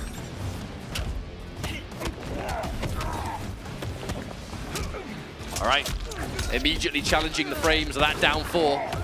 This is going to be an absolute brawler of a match. 2 characters that just want to get in and do their thing. Punish! All right, knockdown for Kanamani. The big jump in. Oh, he tried. You see that quick attempt at a micro duck? Quite bold to go for micro ducks in the face of Johnny because he's got that forward 3, always such a huge threat, or just down 1 itself. Okay. Getting opened up. It should be a decent matchup for Reiko in the neutral though, because Johnny doesn't have a traditional fireball to do anything about the stars. So you can basically use pre-patch stars as if they're not going to like lose to any projectiles, right? But Kani's going to know that. What? He still found the grab! Oh no, but he dropped the combo! That's unfortunate. That's really unfortunate. Did he press? He's out! Temporarily escapes. Another big jump! Too far away! Pick up. Too far away to pick it up! Fakes out the tremor. Still has it ready for another one. Is going to pull the trigger on it. Looks for the sweeps. Looks for the forward 3. Too far away. Scoop him up. He's still alive. 10 seconds left. There's plenty of time, but not going to be necessary. That was just round 1, folks. Oh my god. Oh no, couldn't get more off of it. Yeah, I believe if there is a cameo on the screen, the ground pound. If there is a cameo on the screen, I believe Tremor's ground pound only hits once. Yeah, I think so. Oh, what a single hit confirm, though. Ish, ish, ish. Oh my goodness! How often do you see that button get whip punished? No, it's a mixture of like preemptive buttons right as Kani wants to go in, and then sometimes it's straight up whip punishment. The precision on these 1-2s. However, though, side switch. Looking pretty low on life as Kani, but I mean, this is where Johnny gets huge damage in the corner with Tremor. And there's no break either. Counter hit. Okay, now we're going straight into Fatal Blow. This is going to do so much damage. Even though Reiko, got to remember, he is a healthy man. 1100 health to play with. So you will survive this. Saved by the 1100. Oh my goodness. Tremor was cool. Tremor was cool. The question is, would Nicolas have been looking for like an EX down 2? Oh, a bit late on the summon. That's going to be a clean punish for Nicolas. Oh, into big damage too. Safe jump, 400 plus. Oh, do they wake up into down 1? Kanamani looking for that turn to be seized. Does not want to relinquish his opportunity. Stagger game. Lovely choice of down 4 though, just to go underneath. Oh, that was done so early. That was done so early specifically to beat Eddie. Anti-airs, oh my goodness. Dash in sweep. Don't always worry about those close range mix-ups. Sweeps, overheads, the scoop. Uh-oh. Immediate duck there from Nicolas. Very much in the driver's seat here, cancels the quick dash burst from Kanamani. He's looking for it. Anything he can find, but that down 4 challenges. Oh, the stagger, but no resources, couldn't get anything more off of it. What? No way you picked that up. That was crazy. Raw shadow kick into big ground pound. Oh, he knew. Punish! He waited. That was the first time that Nicholas tried that as well, but even then, Kanamani ready. I've been saying it, man. This player, level-headed. This is a matchup that Kanamani is just so used to. You know, I've got to give shout-outs to Akstar. Every time I watch Kanamani stream, I swear 90% of the time he's fighting Akstar in that matchup. Havoc. All right, we're going for the change. Going for the change. This I is respect it. most likely Nicolas's most used character this season. I think it's safe to say. Whenever we see him, it's usually Havoc at some point. And for good reason. You know, he's a fundamentally incredible player. This is a very powerful character, and it fits him, right? You know, he's got the right kind of tools. Pushes his way out, away from the mine, out of range of the vacuum distance too. Yeah, this Johnny Cage is looking pretty solid. I mean, we have to remember, you know, back when this game was new, Johnny Cage was Kanamani's original main. But you know who else mained Johnny Cage at launch? Oh yeah, I mean, don't need to remind me, bro. Yeah, that's what I'm saying. It would be somewhat poetic should Nicholas fall to Kanamani's Johnny Cage here, considering that is the character he used almost exclusively last year, but the game is very different from then to now. But what is the same is Kanamani's corner pressure, relentless. Yo, this Johnny Cage has just been in the back pocket this entire tournament. Nicholas getting overwhelmed by it at the moment. The down ones just knowing when to wait for it, stealing the turn. The micro game that is at play and the confirms as well. Kanamani. And with the hype mode as well, not quite enough to get the full activation. Yeah, we're like 2% off. Oh, what a decision. That Perfect kind of punish. exchange is exactly why the jump cancel existed in the first place. Oh my God, almost 500 for it too. Man, you're gonna be feeling that. All right, Kanamani gonna hold on to the meter. There's a possibility you might just get 3 touched here. Okay, we get the crouch. Yeah. That's gonna be a hit confirm. EX Rising Star. The crispy little ducks. Oh, the patience, Kanamani. Regardless, and again, the fatal blow. Another big bar of red incoming. But I mean, you're gonna get knocked down. You're gonna have to deal with Johnny Cage, his plus frames, the fact that he's got so many situations. I mean, Tremor's gonna be back. Yep, there he is. I'm looking at Tremor. Spent to begin with. Yep, counter poke, fakes it out. This time spends. Okay, challenge, and oh my goodness, what? Down 2 on a hit, Kanamani from the gut. We're feeling it. That was a straight out of 1992 uppercut right there. Hey, we've been seeing people in the MK Trilogy booth been doing that. Tell me about it. Ooh. Okay. Now the shoe is on the other foot. In winners finals, it was 2-0 in commanding fashion for Nicholas. And then we saw the comeback against him. Now he has to be the one doing the comeback as Kanamani is 2-0 in the lead. Not only waiting for these down ones to punish with his own down one, he's flawless blocking them. But that's one of the more impressive things about Kani is he gets so low on health and he's got to make comebacks, and he is just the same as if he had full. You know, he just does not crumble under the pressure. Oh, huge! Big mix up there, the ground pound low, the jump kick overhead. Yo, this is Johnny's house as well. He's got that advantage. He knows where everything is. Because I'm just going to kill you next to the microwave real quick. I was about to question a microwave being in the living room, but it is Johnny Cage. I don't think there is. It's just one giant room, isn't it?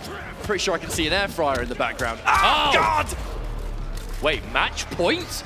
Are we seriously seeing match point losers finals? Kanamani over Nicholas? This would not be the result I expected. However, that sweep is going to shut down that low poke attempt. No, I think we know better than to call this match already. Absolutely not, mate. We're talking about Nicholas. The best Latin America has to offer. All right, the immediate breaker. Johnny Cage, there is one thing this guy does. It is build an astronomical amount of meter, especially with the tremor threat. Okay. Huge opening. The tried and true. Okay, there it is. That's got to be the round, for sure. Okay, Nicholas is alive. Refuses to go down 3-0. We said before, he was on the receiving end of a reverse 3-0 before. Now he has to be the one to do it. We know he's got what it takes, but can he do it now? Plus frames. The for the low poke again. Oh. Too early. Yeah, too early on the lava burst. I like this immediate change. Nicolas is no longer going for the down 1, he's going for down 3. Bit more range as well. Okay, challenged. Mine, keeping it safe. Block string, good block on the mix-up. Oh, trickiness, but Nicolas is not biting. Oh, no! Didn't get it in time. The up block! The one and only time Kanamani does 2-1-2 on block, and Nicolas is already prepared for it and is looking to bring this one back. This was such a dominant showing, but piece by piece. Oh, it whiffed! It whiffed! Mate, you pulled your own arm off. You should know how far it goes. But there's a huge break, and suddenly things are looking a lot more realistic for Kanamani in this round. That fatal blow is back. The next confirm could do it, but no! There's the mine. There's no break either. This has got to be enough, surely. Okay, it is. We are not finished, ladies and gentlemen. Losers finals continues. Now, Kanamani does find himself in a tricky situation because this was the character that he struggled with. But he did win 2-0. He now has the advantage of the final change should he want, but it doesn't sound like he's doing it. It sounds like he's gone to Homelander. No, he's definitely gone to no, he's gone back. He's gone back. My mistake. But again, just take that moment. It's EVO Losers Finals. You've got a few moments in between games. Fight. Okay. Let's see if this change to Havoc is going to be what it takes. I feel like that first hit bonus is so incredibly important for Havoc because he doesn't need meter for his game plan, but Havoc with Breaker gets to go wild because he can take risks and obviously break if he needs to. Okay, already an adjustment. More of that crystal armor. Probably quite good on Johnny Cage as well. We've seen it with the Sindel before, but... Oh, we're out. We are definitely out of there. You basically can't be hit with anything substantial and you're just endlessly going for pressure. Oh, what a tech. Very hard to grab, Nicolas. The throw techs have consistently just been on the money almost every single time. Oh, wow. We just completely jump over him? Like, what is it, a 2D platformer?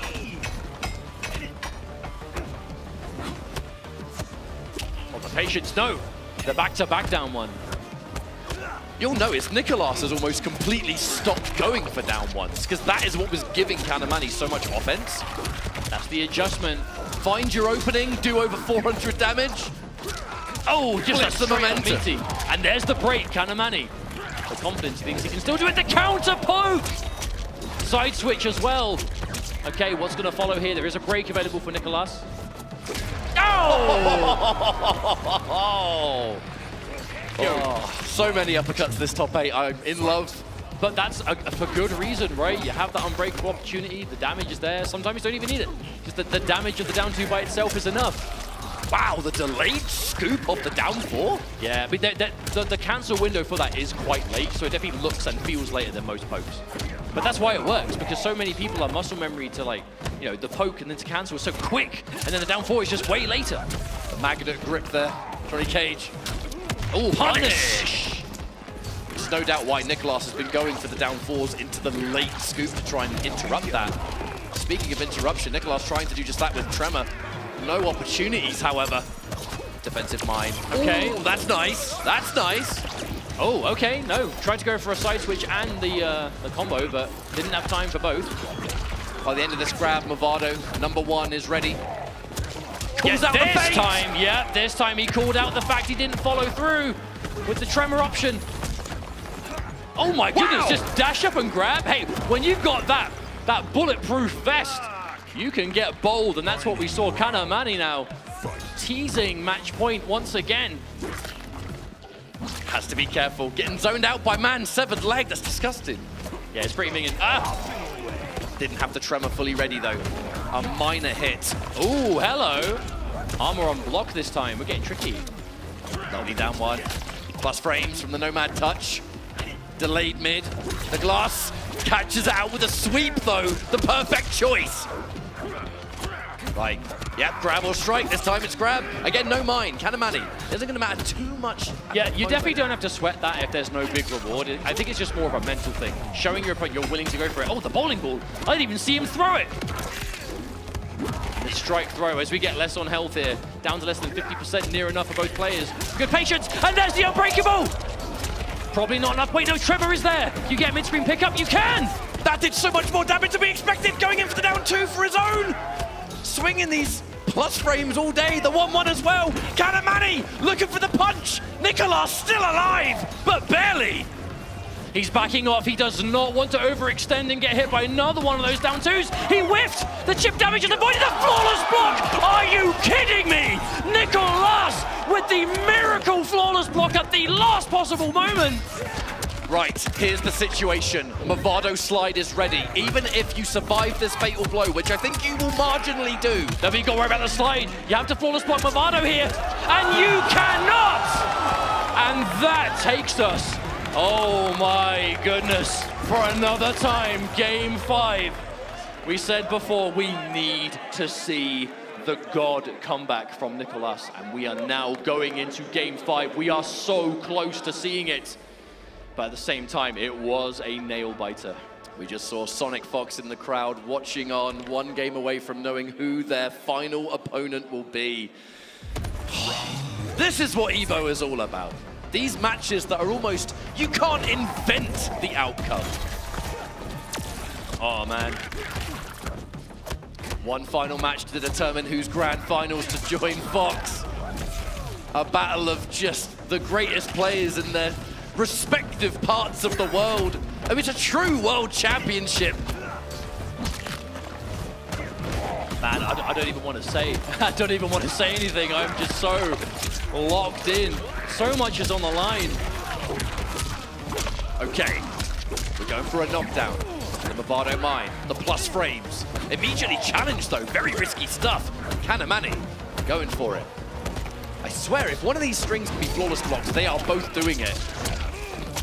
All right, nut punch, a situation. We are looking to squeeze out these down 1s. Oh, there it is. No doubt we'll see a breaker here, surely. Can't break the plasm. But that's why you get away with so many pokes back to back, because the respect, the whip punish, the threat of down 1 into Rising Star is so real. Grabs. That is going to enter fatal blow territory for Nicolas as well. Anything significant should do it, either side. Kanamani. The delay. Against the walk! That's going to get rid of it! That's going to get rid of the mine! No, he cancelled out of it! I can't believe it! He flames it again! Kanamani for another time on match point! Nicolas needs to pull this one back. It's the last chance. I'm inclined to think that mine would have interrupted the fatal blow, and that is why Kanamani just bailed out of there. Whip punish! My goodness, and we're back again, this left corner.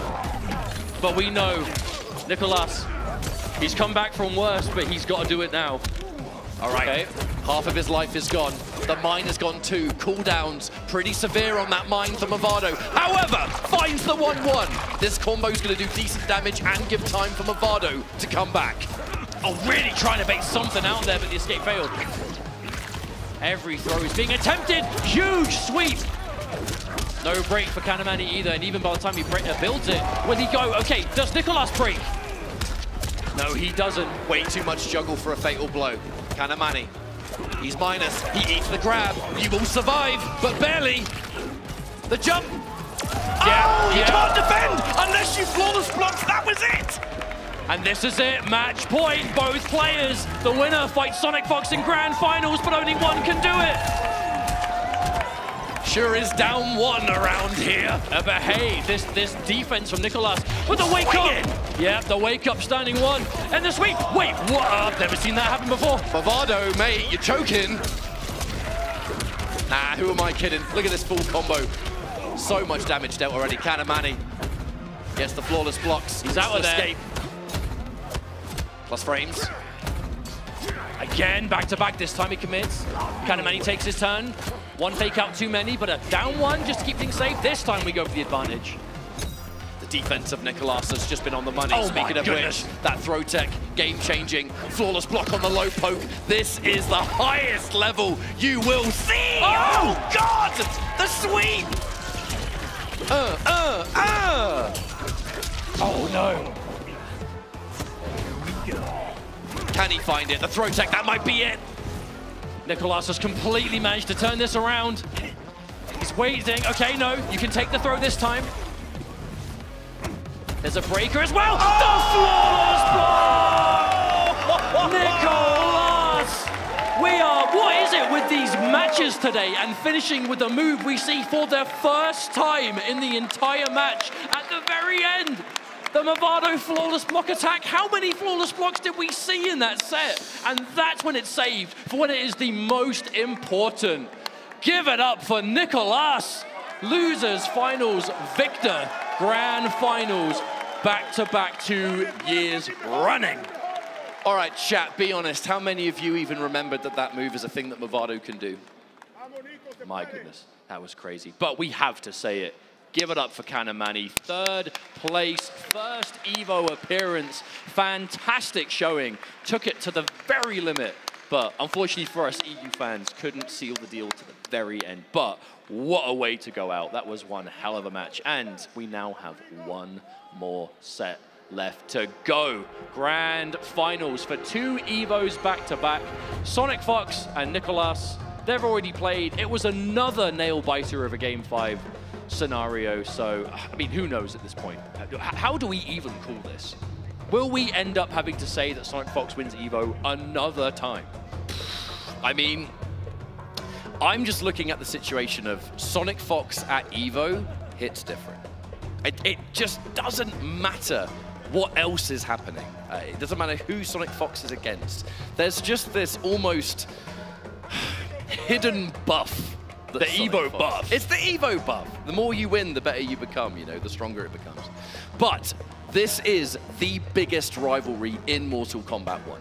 It is a tale as old, I would say, as time, 2 years. But if it's been... So in hindsight, it's not that old, really, when you think about it. A tale like, as old objectively speaking, it's a tale that is 2 years old. Not that old, to be honest. But we know we're going to get an absolutely ridiculous matchup here. The danger is that Nicholas has got to reset the bracket first. Fox has the ultimate comfort zone.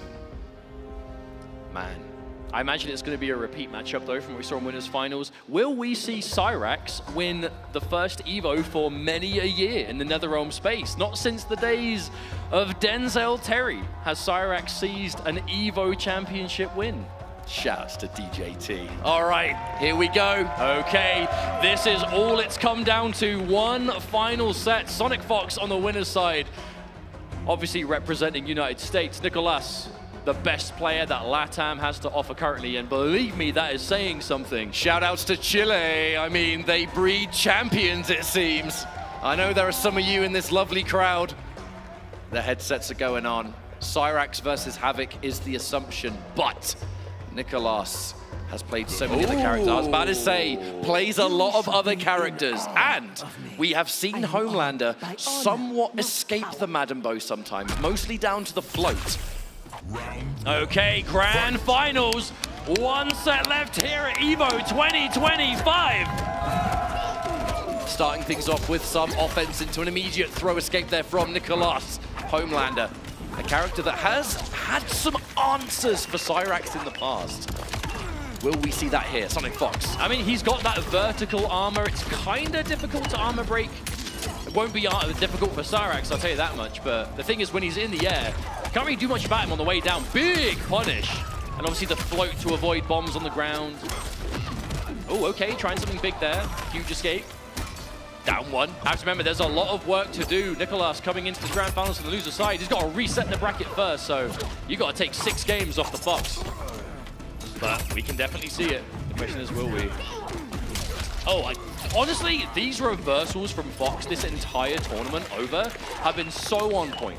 No, it's not the largest like reward, sure, but at the same time, it's just the repositioning, the complete mental game. Should definitely point out, by the way, that Fox went for that triple bomb combo because it is unbreakable. You cannot break the bombs, only the strikes. Okay, that's 1 round on the board. Sonic Fox. Remember, looking for that 8th total EVO win. The big punish. Fox not afraid early days to establish the threat of the overhead. Oh, mid-screen. The splat. Splat into relaunch? Yes, mate. Okay. I don't think that was quite the reset Sonic Fox was looking for, but a quick little piece of improv and it becomes what you want. Oh, the patience. That was a bold choice from Nicolas, though. Look, we're in the first game and we're trying to establish new escapes out of stuff that is just so hard to get away from. How do you get out of this? It's just bombs into bombs! I mean, eventually it does stop. It's just a question of how much meter has Cyrax built, how much chip have you taken in the process. All right, vestige of offense here from Nicolas, the forward throw as well.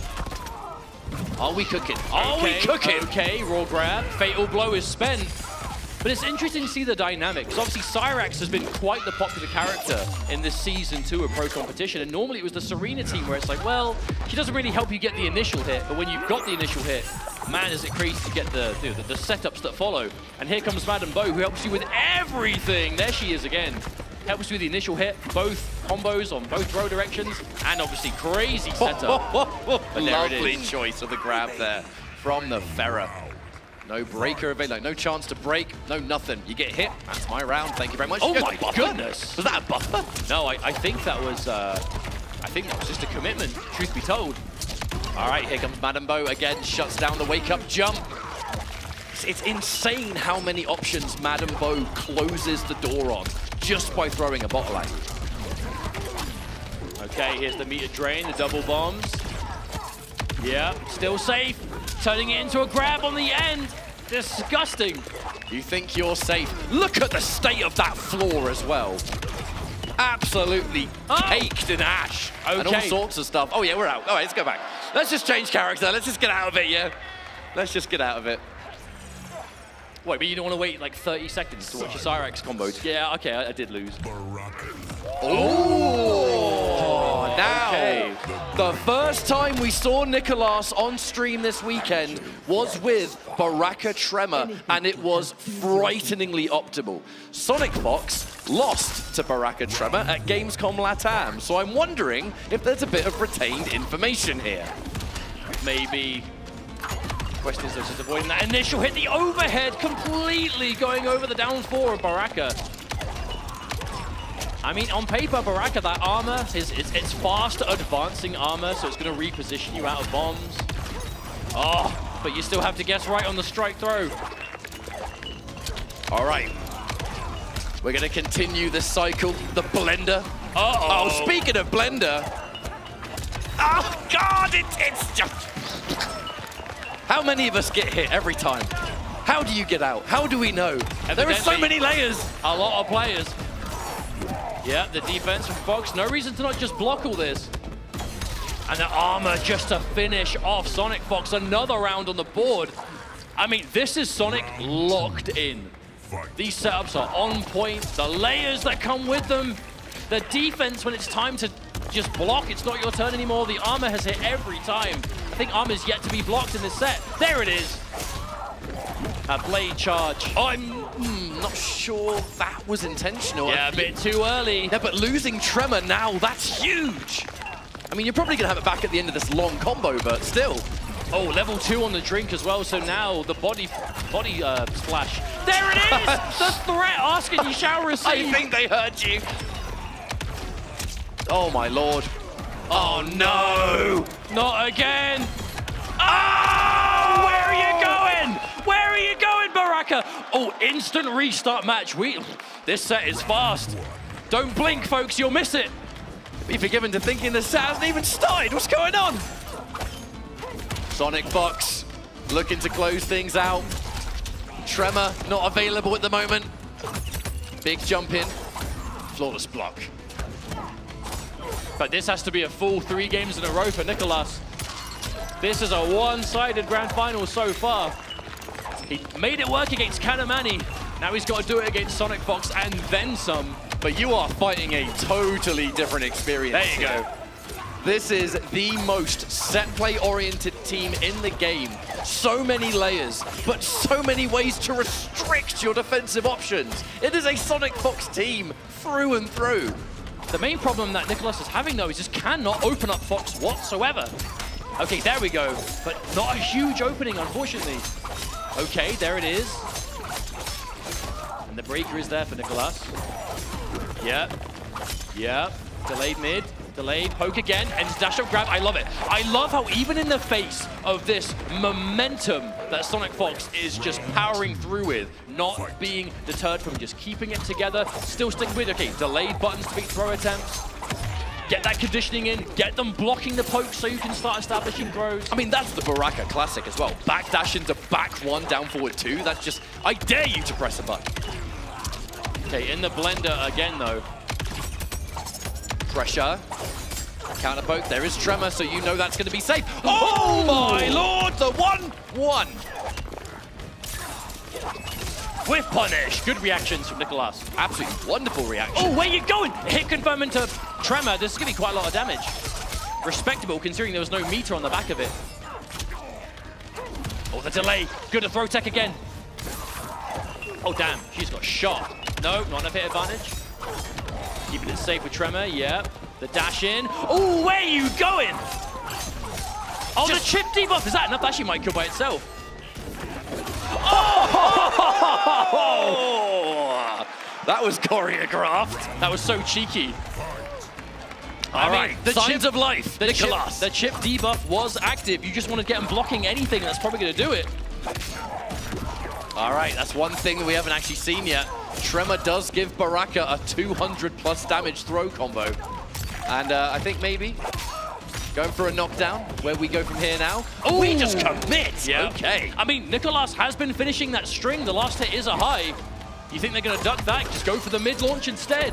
Kill with punish. Oh, oh, oh, optimals. Oh, that's hurts. Hurts so good. Knockdown frames. Big jump in. Hang on a minute. This was looking so one-sided. Hey, all I'm going to say is when Fox got that 2-0 lead, there was a zero hesitation to rematch. Nicolas knows this is the pick he wants to do here. Yeah, we're staggering it. Respected. Okay, big opening here. And there's 2 bars too. Most likely going to see the net end. The drainage. Ooh. Oh my god, Madam Bo just neutralized Tremor with a bottle to the face. And didn't even need to spend the meter that time, so now you got it for this one. All right, pressure time. Guess is wrong on the mix-up. And now Fox back in the driver's seat. For how long though, I wonder? Well, as long as this round is going, it looks like, there we go, armor's through. Get out of my face, mate. Okay, successful counter poke.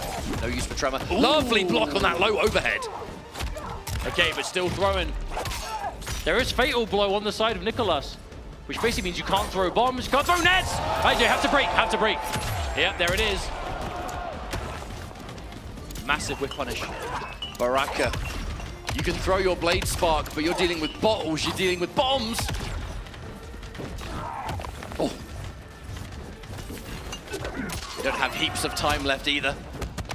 The delay back 3, yeah. Tremor will make the save. No! Sonic Fox just gets hit! And now the chip damage debuff is applied. Again! A repeat of the last match! The same thing happened!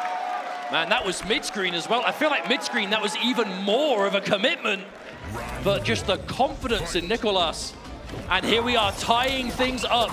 This was shaping up to be the quickest grand finals we've had in a while at EVO for a NetherRealm game, but now we are already game 5. We're back to that magical game 5 of EVO, though. I mean, is it the end of the tournament or is it the halfway point? Okay, the drain. Okay, again. No, but this time. Oh, okay. No, it missed again. Oh, it's all falling apart. Come on, get it together, team. Got a big opening now for Nicolas on the back of that. That's the downside if you're playing a set play heavy team and you drop your combos. Oh, couldn't pick up.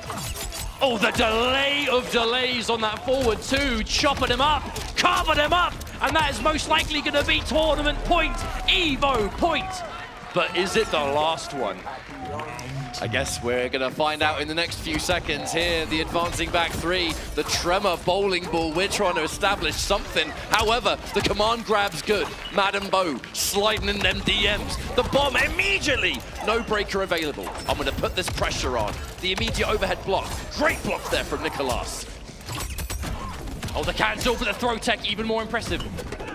Oh, she missed again. I think she's been on, Madam Bo. Drinking her own supply. Oh no, a drop! This is not where you want to be dropping your combos. Good, good. And a punish to boot. Remember, that's a scary block, the overhead launch. There could always be Madam Bo on the back of it, but Nicolas, he's got those. Big, meaty. Oh my goodness, did that pick up off Factory 2? Yes, sir, it did. It's now going to be tournament point versus reset point here for Nicolas. We're either going to be finishing this tournament or we have a new set on our hands. Starting things off, side twitching throw, the counter poke, the defense from Fox. I feel was like really tempted to try and punish that. Okay, okay, this could be the beginning of the end. Let's see what happens. What is going to be the mix? Yeah. Oh, no, but okay, no, you have to adjust. That was a good adjustment. That's a lot of gravity used there, cutting it short, going for the drainage. Oh, the meaty, hang on a minute. Okay, no, this won't kill, but we are getting closer and closer. Fox doesn't have meter to go for the meter drain, though. Nicolas is going to get one more chance. The wake-up fail blow. Is that going to work? No, it won't. The breaker. This is the last opportunity for Nicolas. And no, he walks right into it. And the disrespect. Sonic Fox wins the 8th EVO total. Unbelievable display. Sonic Fox once again. That is all you need to know about why this player is held in the regard that Sonic Fox is. With that win, that now officially means that Sonic ties Justin Wong in EVO Las Vegas Championships with 8 wins overall. What a legacy this player is carving for themselves. And what a set it was once again. That was a thoroughly enjoyable tournament. Nicolas bringing it as close as it can go, remaining one of the world's finest Mortal Kombat players and giving us just a familiar match, but so different at the same time. EVO champion Sonic Fox. How many times have those words left our lips? Too many! But somehow not enough. What a performance. And again, the first win Cyrax has had in a Mortal Kombat game since Denzel Terry in MK9. That was 2013, was it not? It was a while ago, I'll tell you that much. But a new era continues today. Man, I'm so happy with how that set ended up. I was worried at the start that it was going to be a 3-0 because no one wants to see a quick 3-0 in EVO finals, but at the same time, I'm kind of disappointed it wasn't reset. But what a match we got regardless. I mean, this is in the entire top 8, you know, Kanamani versus Online Kale. The winners finals, the miraculous comeback. Losers finals, the miraculous comeback. My goodness, did we just, we were given a treat today, my friends. Thank you so much for tuning in. We're not finished yet. Thank you everyone here as well for checking this out. I hope you enjoyed your time. Yeah, thank you everyone if you're here. Plenty more games yet to come today. Oh, absolutely. If you're here in person, you've joined us. Thank you so much for spending the last few hours with us. Whether you've been at home watching, thank you very much as well. We have our winners ceremony, which is going to be happening momentarily. So we've got some medals to give out, a trophy to lift, thanks to our not new EVO champion, our existing, current, and ongoing EVO champion. But man, this entire tournament's been so fantastic. And again, has really shaped things up for that final Kombat leaderboard placing, which we can't show you right now. But if you look online, the points will be updated soon enough, and you can see who's qualifying, how Javier has probably made it in. Gur is looking to be in a really good spot as well. So yeah, a lot of knock-on effects and shaking things up as of this tournament. I feel like EVO just never misses. It doesn't matter. We do love us at EVO. It just doesn't matter what year it is. It doesn't matter what game it is. You know, this is game number 1 of Saturday. There are more finals to come, not only today, but tomorrow as well on this very stage. Real privilege to be sharing this with you. This is actually, on a personal note, the first Mortal Kombat top 8 that you and I have ever done. It is. EVO. So I'll shake to that. Me too. I'll shake to that, and it was an absolute pleasure. Overall, though, a fantastic showing. So many little details for Final Kombat, and you know, I'm not going to want to overshadow EVO or anything by any stretch, but we do have the World Finals for Mortal Kombat Pro competition, and Javier made a really big dent for himself. Anyway, enough of our blabber. We'll take you to the stage. Take it away. Here we are with our MK Top 8 at EVO 2025. It's time to pass out the beautiful medals and awards for our top 8, starting with our 7th place contestant, Michael Serafin.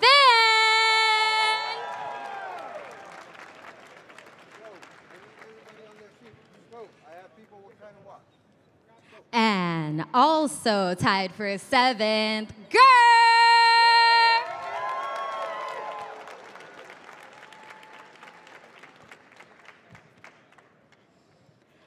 And tied for 5th place, we have Online Kale.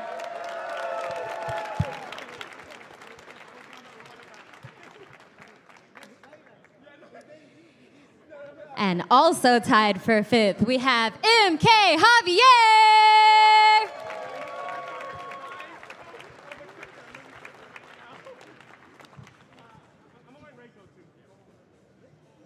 Coming in 4th place, give it up for Hourglass of Rain.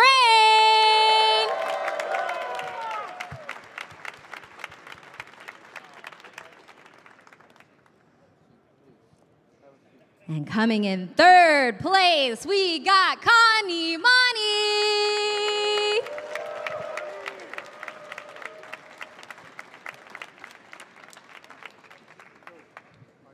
All right, now give it up for our 2nd place finisher, Nicholas.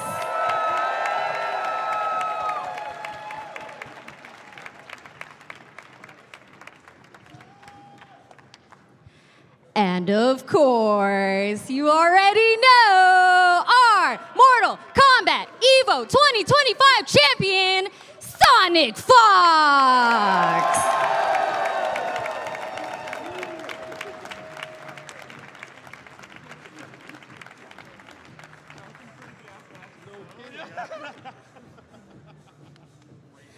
And yes, show some love, show some love. We also, for our top 3, have the Nacon Fight Sticks. Ooh, ah. And, oh, excuse me. And we also have another special prize for our top 3, the Mortal Kombat side-by-side collector's box, presented by Civil Regime. Oh, that's awesome. Ooh. Ah. Oh my gosh. Thank you so much. Oh, so much shit. Oh my god. Amazing. Let's give it up one more time for our top 8. And I'm gonna snag our champion for a quick interview. Yeah. All right, Sonic, you've shown time and time again that you've got a mental fortitude stronger than anyone I've seen. How did you obtain that, and how do you apply that to every single championship you've achieved? I don't. I lose my mind. That's all I do. I mauled, I get mad, I practice very hard, and then I'm sure my roommates are like really pissed off at me in the middle of the night, literally crashing out playing this game, but I'm in love with this game, having great training partners to keep me motivated, like Rewind out there. Shout outs to Rewind for helping me get good in the Homelander matchup. Hourglass training with me, and I'm so proud of my apprentice for making it so far. I really believed in him, which I'm flying him to LCQ as a result of him making top 8, so look out for Hourglass. It's just a bunch of hard work, effort, motivation, and countless sleepless nights. Well, amazing work, and I think here's the real prize you've been waiting for. Bring that trophy on over.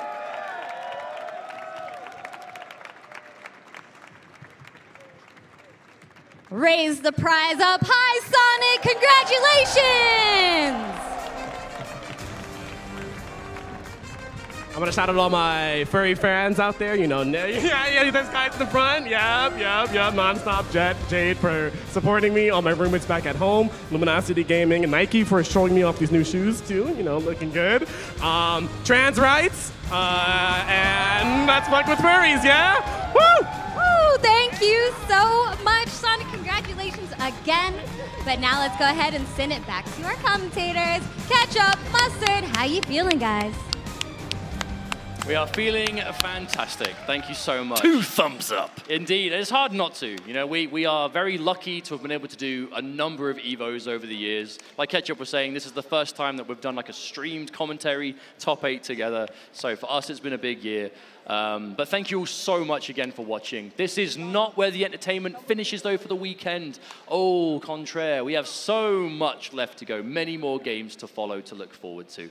Across the next 2 days. But thank you all very much for tuning in. We do appreciate it. We had a good show. We certainly did. And yeah, fantastic. I think before we close things out on this side, I just want to give one big final thank you to an often thankless job is the production and people putting the show together. You know who you are. You're watching it behind the scenes, behind the curtain. Everyone does so much work. They're the first ones in, they're the last ones out, and this is not possible without your efforts. Either way, my name is Ketchup, joined by my beloved twin brother Mustard. This has been Mortal Kombat. Mortal Kombat is forever. We love you, and we will throw you to the stage for what comes next. Thank you so much, guys. We have had a great start to the day, but it's not over yet, not by a long shot, because after this quick break, we will have Uni 2 Top 8. So don't go anywhere, we'll be right back.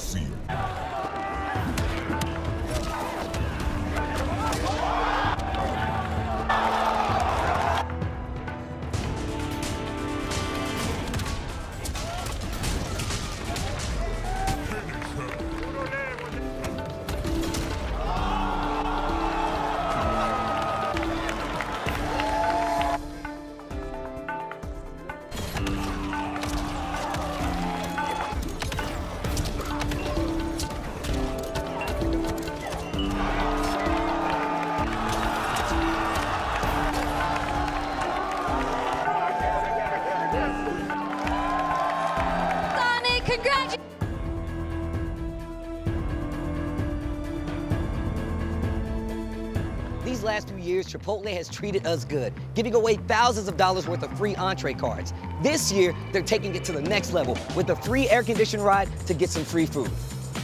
If you're ready to go get some free Chipotle, make some noise! Chipotle! We're here. Let's go. I guess there is a silver foil lining to washing out of pools day one.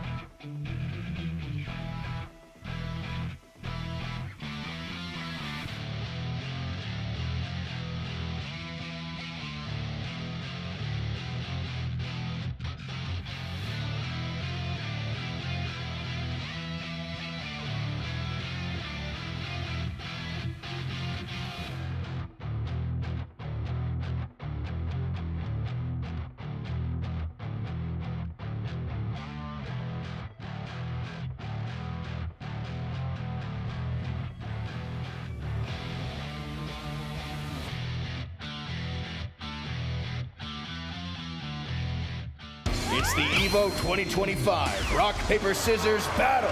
This year sees the return of the Wazzler, and this time he's brought a little hell. Vicious. Yikes. Tasty Steve. And the other guy. Damn, I got a little scratchy. Dude, that's the Wazzler! You don't want to mess with him. I heard he wazzled somebody so bad, they refunded rock, paper, scissors. He's never lost a battle, except for that one time we don't talk about.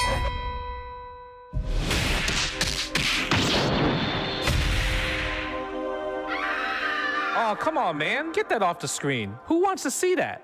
Not me. Oh yeah, there was that other guy too. Round one, fight!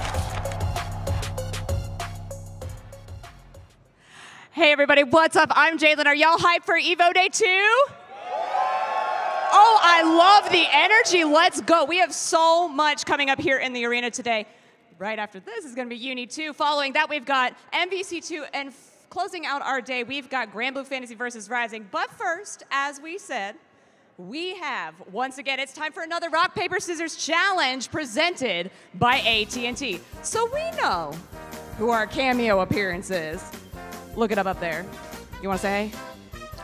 Man, I'm going to tell you what, whoever my opponent is, I actually hope you're ready for the mind games. And I'm letting you guys know right now, up to you to believe me or not. Yo, I'm throwing rock. Okay. Okay. All right, you hear the challenge. So, first of all, we got to know who you are. What's your name? Zach. Where are you from? San Antonio. All right, let's give it up from Zach for San Antonio. So, you heard from Vicious. He's throwing rock. Do you believe him? I think he's trying to get in my head. Not going to let that work. Nah. All right. Just think about it. I'm just saying. So, remember, you're playing on stage here. Just for playing, you are going to get a custom Silver Evo AT&T Daija fight stick from Nacon, just for playing.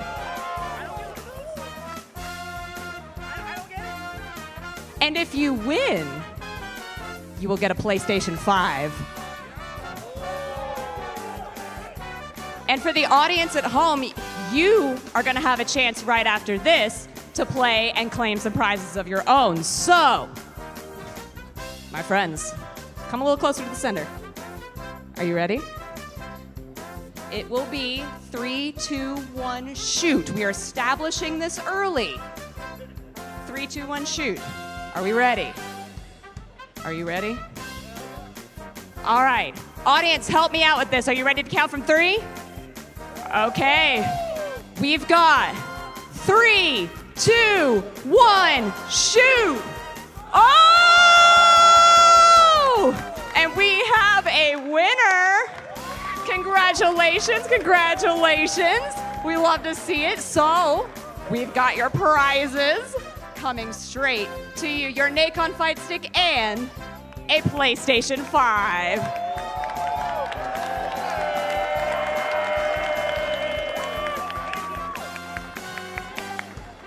All right, audience. All right, we're gonna bring you, come on over that way. We'll lead you this way. Thank you so much for playing. We appreciate you very much. Let's give it up one more time. All right, audience, it's time for you at home to play and all of the viewers. So, you're gonna be playing against Vicious. Wow, that face, okay. Audience chat, I think you all have a chance. If you're playing at home, when you see the timer go up, lock in your answer with !rock, !paper, or !scissor chat command before the clock hits 0. If you pick the right answer, you may be eligible for prizes. Check the prize page, which is pinned in chat, to see if you guessed right. And prizes include EVO Online merch, gift store cards, and even products from Nacon, like the Daija head stick and the Rig fight stick, and the Rig headset. Okay, so Vicious, you just lost. How do you feel? You know, it is what it is. I was doing a little charity work. You know what I'm saying? Okay, but your strategy was throw rock. Are you gonna have the same strategy for this? This time, you guys are at the mercy of my messed up brain. Whatever I throw out is going to be mad random, so good luck. Okay. Okay, so I like this. I like this so far. So let's make this a little bit more traditional. How long have you been playing rock, paper, scissors? I came out of the womb throwing out the rock. So pretty much since then. All right, well, in that case, we are ready. Come with me a little bit to the center here, so we are ready to do this at home. Chat, are you ready? Audience, are you ready to play? All right. Remember, that's exclamation point rock, exclamation point paper, exclamation point scissors. And we have in 3, 2, 1, shoot! There it is! Okay. Make sure you check that pin post to see if you have won any prizes. Thank you very much, Vicious. We appreciate you playing. Thank you very much. I appreciate y'all. As much as I do the gimmick a little bit, I genuinely appreciate all of the support and the fact that you guys are here in person at EVO. I genuinely love each and every one of you. Appreciate y'all. Thank you guys so much. Thank you, Vicious. That was a lot of fun. Great. So, as mentioned earlier, this is EVO Day 2. We've had a lot of exciting things, and on the EVO stage, we have so many great things coming up. Of course, Uni 2 coming up very, very, very shortly. Excited to check out that top 8. Who's excited about having top 8s back again? Well, speaking of Uni 2, I would like to bring up to stage Kamane Serizawa.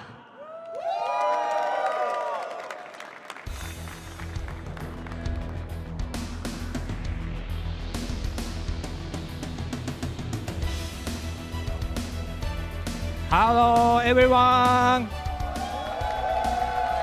Yeah, I'm Kamone from French Bread. Yeah, 皆さんこんにちは。フランスパンのカモネです。はい。Hi, I'm Kamane Serizawa from French Bread. 皆さん楽しんでますか？ Y'all having fun out there? これからトップ8が始まりますけども、選手の皆さんに熱い応援をよろしくお願いします。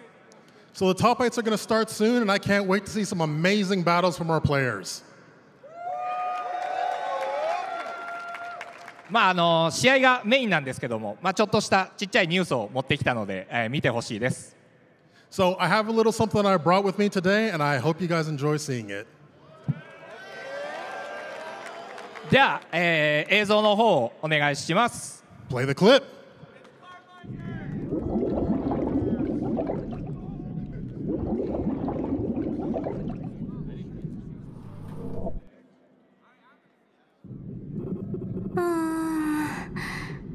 本当に行かないとダメなんですかね。はいはい、分かってます。人使い荒い魚ですね。もう夜の規律を乱す不届き者へアジュディケーターとして終わりを告げに。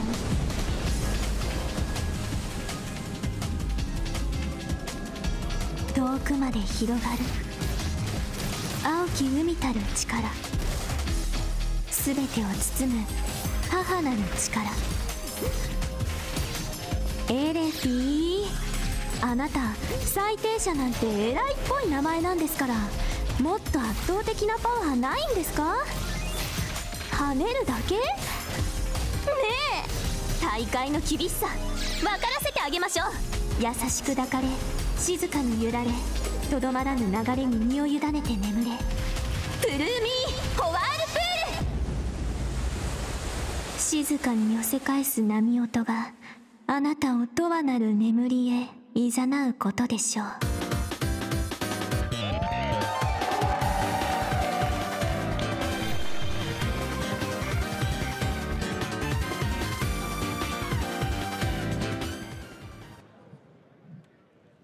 はい、見ていただきありがとうございます。Thank you very much for watching, guys. 泉が19日、8月19日からプレイ可能になります。So as you can see up here, from August 19th, you can play Izumi. 先に多分プレイステーションから配信になる、プレイステーションと Steam から配信になると思います。So it'll be available on PlayStation and Steam at this time. で、泉はすでにアークシステムワークスのブースで私有可能になってますので、ぜひ遊んでみてください。However, if you're in the arena today, you can actually go to the Arc System Works booth and try her out right now. So please do and enjoy. ちょっと泉の特徴だけ軽く言うんですけども、非常に使いやすくて、かつ今までにない遊びをたくさん入れているので、ぜひ遊んでみてください。So she's a pretty easy character to play and pick up, but she has a lot of features that are very unique in fighting games. So I hope you guys enjoy it. で、一応本当の予定ではこれで発表は終わりだったんですけど、ちょっと寂しいので、もう一個だけ、ちょっとだけ情報を出します。So that's everything I wanted to present today, but I think that's not enough, so I have one more bit of information I want to tell you. じゃあ、あんまりハードル上げないで。It's not that big of information, though. 以前アンケートとかも取ったので、アンダーナイト泉のこれからもアップデートを泉の後もこれからもアップデートを続けていきます。So, taking all of your input into account, we will continue to update the game, including Izumi. So please look forward to that. 実際、次のキャラクターなんかもすごい考えてますので、これからもアンダーナイトインバーシリーズをよろしくお願いします。So I hope you guys can continue to enjoy the Under Night series because we're in the middle of thinking of a brand new character to bring in. ではこれからのトップ8、皆さん楽しんでいってください。So now let's enjoy the top 8. Thank you.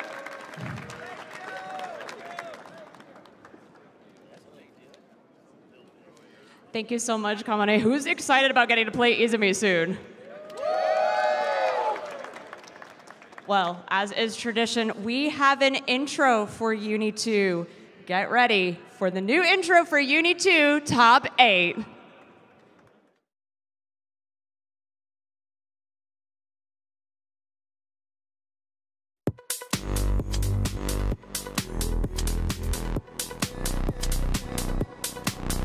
Give me that if you wanna take it fast. Take the way you gotta ask. If you really wanna taste, so throw your halo in the bag. Give me that, go ahead and take a shot. I can give you what you want. Flip it over, then we know you're just some wrong. Give me that, got you breathing pretty fast. Put your hand against the glass. I'm so damaged, you won't feel it when I got 'em hooked. Got 'em crossing over like every time I look. So up on me, step, I know the buttons I can push. Train you up and shift a little to the middle, for you know just what I took. Take you to the bone, let me take you home. I'm inside your head when you're feeling low. How'd I get so close? Do you even know? Did I fix your heart? Did I leave a hole? Poison on your tongue, don't you fall in love? I'm the kind of toxic with a skirt that matches the gun, yeah. Knife behind my back, you let me push it through your lungs. Call me angel like I made you, take the veil off, say it once. Give me that if you wanna take it fast. Take the way you gotta ask. If you really wanna taste, so throw your halo in the back. Give me that, go ahead and take a shot. I can give you what you want. Flip her over, then reload, yeah, do some wrong. Give me that, got you breathing pretty fast. Put your hand against the glass. I'm so damaged, you won't feel it when I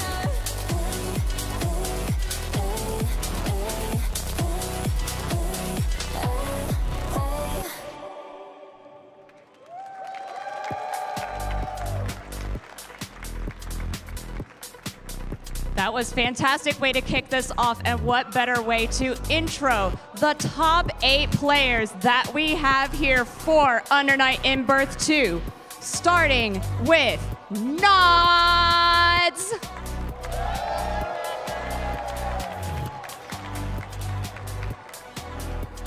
And next, we have Revert.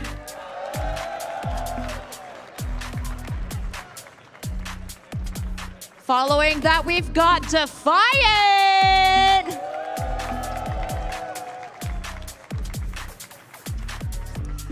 And then on this half of the stage, Big Black.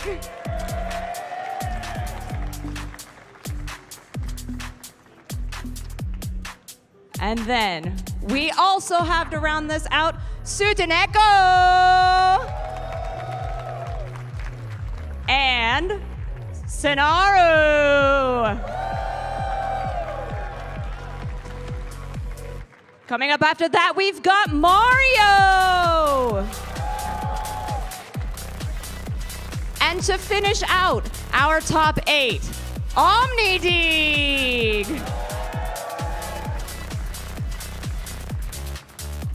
Everybody give it up for your Under Night In-Birth to 2025 EVO Top 8!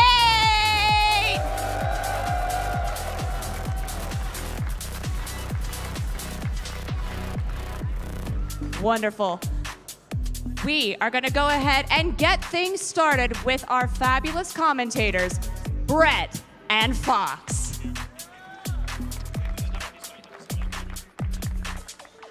All right, well, we are finally here. Under Night 2, top 8. Fox, I'm Brett. How are you feeling today? I'm not gonna lie, a little bit tired. Yeah, it's been. I had some coffee, some water. We're out here, back in Vegas. It's really hot. It's a great time to be back here again for Under Night. I'm really glad that they can showcase us as a great community. Crowd, Yes. Can I hear it real quick, crowd? Yes. So once again, we got the great opportunity to be here, showcase all good talents. There's a couple of repeat characters, you know, they're good, they're fine. There's nothing wrong with them. Sure, yeah. But I'm glad that we got some repeats, some people who could finally be up here, like Reverb. Oh, yeah. Being on winner's side especially. We will definitely be talking a lot about that because I think if you compare the top 8 to last year, looking into this year, I love the diversity. It's, like you said, some old, some new, but I think all around it's a magnificent top 8. Yes, hopefully we get some good performances because I know some people might get nervous, get stage fright. Oh, yeah. So hopefully they're on the A game. They were warming up in the back. I saw them earlier. This is a tough game. I mean, if we don't see some kind of drops, I will be very surprised. It's just the nature of fighting games, right? Like, you're going to have some execution going on. There's going to be some small drops, but right now we're going to look at the bracket for you real quick. On the winner's side, we're going to have Knots versus Revert and Defiant versus Big Black on the winners. Yeah, insane games, as well as Steneko versus Sinaru in the loser side, and then the last match here in our top 8 will be Mario versus Omnidig. Yes. Honestly, a lot of this doesn't feel like it should be happening where it is, especially like Sinaru. A lot of people are like, why is he in losers? What's going on? Absolutely. But I saw the Revert match. I was like, yeah, I mean, Revert was cooking. He absolutely deserves to be here in the winner's side. So yes, he did a good job. And Mario coming back again. I was just yes. I was like, bro, are you that good? Are you that nasty? He's like, yeah, I'm kind of nasty, bro. Yeah, I mean, it was definitely a rough path to get here for a lot of the competitors. But like you said, it's just going to be such a stellar top 8, especially, Sinaru in the loser side, going to be very, very exciting. Yes. So we're going to have top 8 predictions presented by PlayStation Tournaments for y'all. So make sure you know, if you're just like, if I'm in chat right now, I'm probably going with either Defiant or Big Black. I'm just going to go with those two. Safe bets. Oh, that's, I got to root for my boy Revert. I guess I'm going to have to go with Defiant because I heard him talking at Max Mode earlier this year. Yeah. We were like hanging out. A lot of people were talking in the room. He was just like, I'm trying to win Evo this year, bro. And I believe he's in that top form, especially on the winner side. Yeah, I mean, I think I'll be happy with any of these players winning, but such hard picks. But you guys got to pick. You got to pick. Well, I already 45 seconds left to vote. I picked mine. You got to. What would yours be? I said Revert. You also said Revert? Yeah. You sure? You don't sound confident about your choice. I think that'd be the sickest top 8 champion. Yes. I mean, have you seen his hair? I gotta vote for my boy Mario too, though. I mean, come on. I mean, he's I was gonna say that. I try not to be biased, but I mean, he is my local hero, so. I mean, the bias is good. It gives people an idea of like, oh, he must know something that we don't know, so that's why they're just. Nah, I think the bias is gonna come out even if I don't try for it, so that's why I gotta curb it a little bit. No, I mean, that's why we're here, right? We have good biases. People trust us. They want us to be here. They want us to make sure that we're telling them no lies, nothing detected here, no capping, as they would say. The votes are crazy, though. Look at this. Look at that scenario. People are just like, oh, he won last year, but then people saw Big Black at Combo Breaker earlier this year. how well he looked versus Knots. He did look really good. Yeah, even though Knots is on the other side of winners, a lot of people might see both of them fight in winners finals, and that could just be another repeat of Combo Breaker again. Surprisingly low confidence for Defiant, so to speak. I mean, I think a lot of people leading up to this tournament would think that Defiant, might just take this thing free. This is a player who has been playing like every single character in the roster with full confidence, looking really good into this top 8 winners. So yes, I mean, I'm a bit surprised people are so low on Defiant right now. I mean, got the spicy picks. Well, right? it's probably because they don't know what character's going to play, so they don't have that's true. a set amount of confidence in him. Like, what if he's not feeling this character today, That is definitely true because, he was playing the lawn today, or this weekend, so that was a little bit of a surprise. Okay, also, in case y'all didn't know, Under Night 2 is once again on sale. Yes. It's great because if you're wondering about how to get more into other fighting game titles, make sure you visit playst.cc. Yes, the summer sale. So it's like one of the hugest sales ever. So yes. You gotta pick it up. I know a lot of people are trying to get more out of their games for fighting games this year. Yes. Money's kind of tight, but make sure the summer sale is PlayStation Store's biggest sale of the season with hundreds of games and add-ons available. There's a lot of games that you can pick up for your PS5 and PS4, so make sure you pick up your favorite titles. The season does not end after EVO. It's back to the grind, baby. So that sale runs until August 13th, so definitely check that out. Yes. So are you excited for some of the victory path that we're seeing right here by BNP Knots? That's your boy, right? Yeah, I mean, Knots was a player who I think a lot of people were really hyping up last year. Presented by White Claw Zero, this victory path is so sick here because, 2-1 over 2GIG. That match was, I think 2GIG had the win there in game 2 and then dropped it. Knots bringing it all back. And also very excited to see that he's been running the Wagner today, this weekend. Because Well, the speculation for a couple of us is that he's playing Wagner because he might have some bad matchups where Seth kind of gets sniped by some of the characters who are a little bit stronger. And right now, as you're going to see, Reaver coming up here, he beats Sanaru in top 24. That's a great face. That is an amazing face. And I think that first top 24 match says it all here. 2-0 versus Sanaru. Definitely checked out that VODs. That was really clean looking. He has not dropped a game, as you can see. They're all 2-0s. Even though he beat OmniDig, I'm pretty sure it was 2-0, but close though. Is that what they say? Yeah. Sure. That's what they say. And like you said, taking it over OmniDig, that's a big statement, as well as Mobu Mirabito. That path's rough too. Yes. Hopefully he's in top form today. Lene is a very strong character, a lot of people would say. Even though she got a couple of nerfs in the March patch earlier this year, but she's kind of doing pretty well. Yeah, well, these players are sitting down here, so it's going to be Knots versus Revert. And how are you feeling about this one? Because this is a crazy way to start our top 8.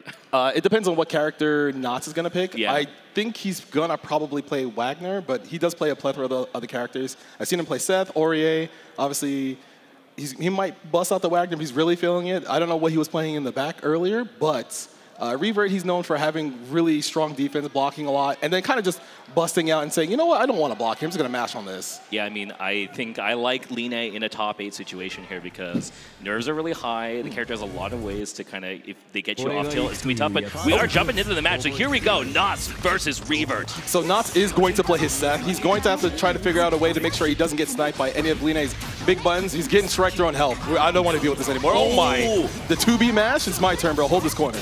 Yeah, that's the thing. I've seen a lot of Seth in top 8s try and take to the air and try and cause some mayhem in that way, but Line is actually a character that has a decent amount of tools to try and catch. We see River trying to do it right there, but unable to find anything. So now we're waiting for the cycle. Knots is looking like he'll win it as long as Reaver doesn't hit VO. Oh, yeah, the dive kick just barely missing. Nice punish here from Knots. Gonna get some good damage. So now he does have 200 meters, so he can either grid thrust on defense or activate VO to get rid of. See some EX here. Yeah, most likely. He's gonna get 25 meter back because of the Vorpal cycle, and now he's gonna pull up. The classic set. Oh, okay, gets him with the counter hit 2A here. Double DP. The damage to drop though. The 2A and the Ord Star must have disrupted the routing, but here comes Reaver on the offense. Wow, just gets challenged here by Knots. Decided to shield and master. He took a small gamble because he thought he would get some more space off the shield, get some. Oh my god, he's using IW? Yeah. CS afterwards, get some more meter, a little bit of meter, it's not that much, but he should secure this round. We will take that. All right, Knots with the first round of our top 8 here. So I'm kind of impressed that he decided to go with Seth here because Line is such a gremlin/rat character. People like to say, oh, he gets it. Nice. That was a clean pick up there. Lanchu A. Not when you really see that often, but a nice ad-lib routing here from Knots. Fixes that height. Blocks the overhead. Reaver holding down back. He's not shielding. He's okay with losing the cycle. He just doesn't want to get grid broken. Oh, that is going to hurt. He doesn't want to counter hit either. Should be a good 4,000 damage confirmed, and Knots can get a lot more than 4,000, I think. If we drop it, though. You know, the nerves are very definitely piling up during this first match we have so far. Oh, not the command grab CS. Huge. That's cheap. That should be game number 1 going over to Knots. Keep it clean and simple. It's the IW finisher. Okay. So Knots up again, like you were saying before, was surprised to see the Seth, but my guess is maybe he wants the better frame data at the point blank versus point blank fight. Yes. I mean, not that Widener has bad frame data at all, right? But You I'm thinking maybe specifically 2B maybe is useful here. Maybe, but no. Reaver, have more confidence. Have more confidence. Have confidence, please, bro. I believe in you. If it's anything I'm excited for here at a top 8 is being able to see, you know, in the beautiful cameras, Reaver going through every single emotion possible in the top 8. That's why we have the 4K cameras, bro. Exactly. That's what they're for. Huge fastball kick. It's going to be a good bit of damage. Also secure the cycle. He's going to push Reaver towards the corner. Probably set up an orb as well. Reaver on defense has been pretty good outside of, you know, obviously getting frame trapped. You're trying to press buttons to take your turn back. But confusion here. That is a weird situation to stand up because it's going to whiff if you're crouching. Oh, anti-air? Yeah, let's go. DP, so smart. Did not try and wait to ground anti-air or anything. Just snipes out of the air. But Reaver will have the cycle, so if he wants to defensively chain shift, like right there, sees what's happening, gets a dash up throw. Now, Knots has to be careful. Linne is a very kind of evil character. With a 5C, 2C. They did nerf the 5C, 2C kind of overhead frame trap type deal, but it's still pretty strong. That also did 3.6k damage. And just like that, the empty assault, nothing? Yeah. I was concerned that he wasn't going to get the punish, but yeah, there's a lot of recovery on that ES command grab, so very nicely done for Reaver. Oh, we're sending it around start. We want our turn. We don't want to deal with anything. Not catch, though. Look at it. I can't believe his 5A anti-air got anti-aired by dive kick.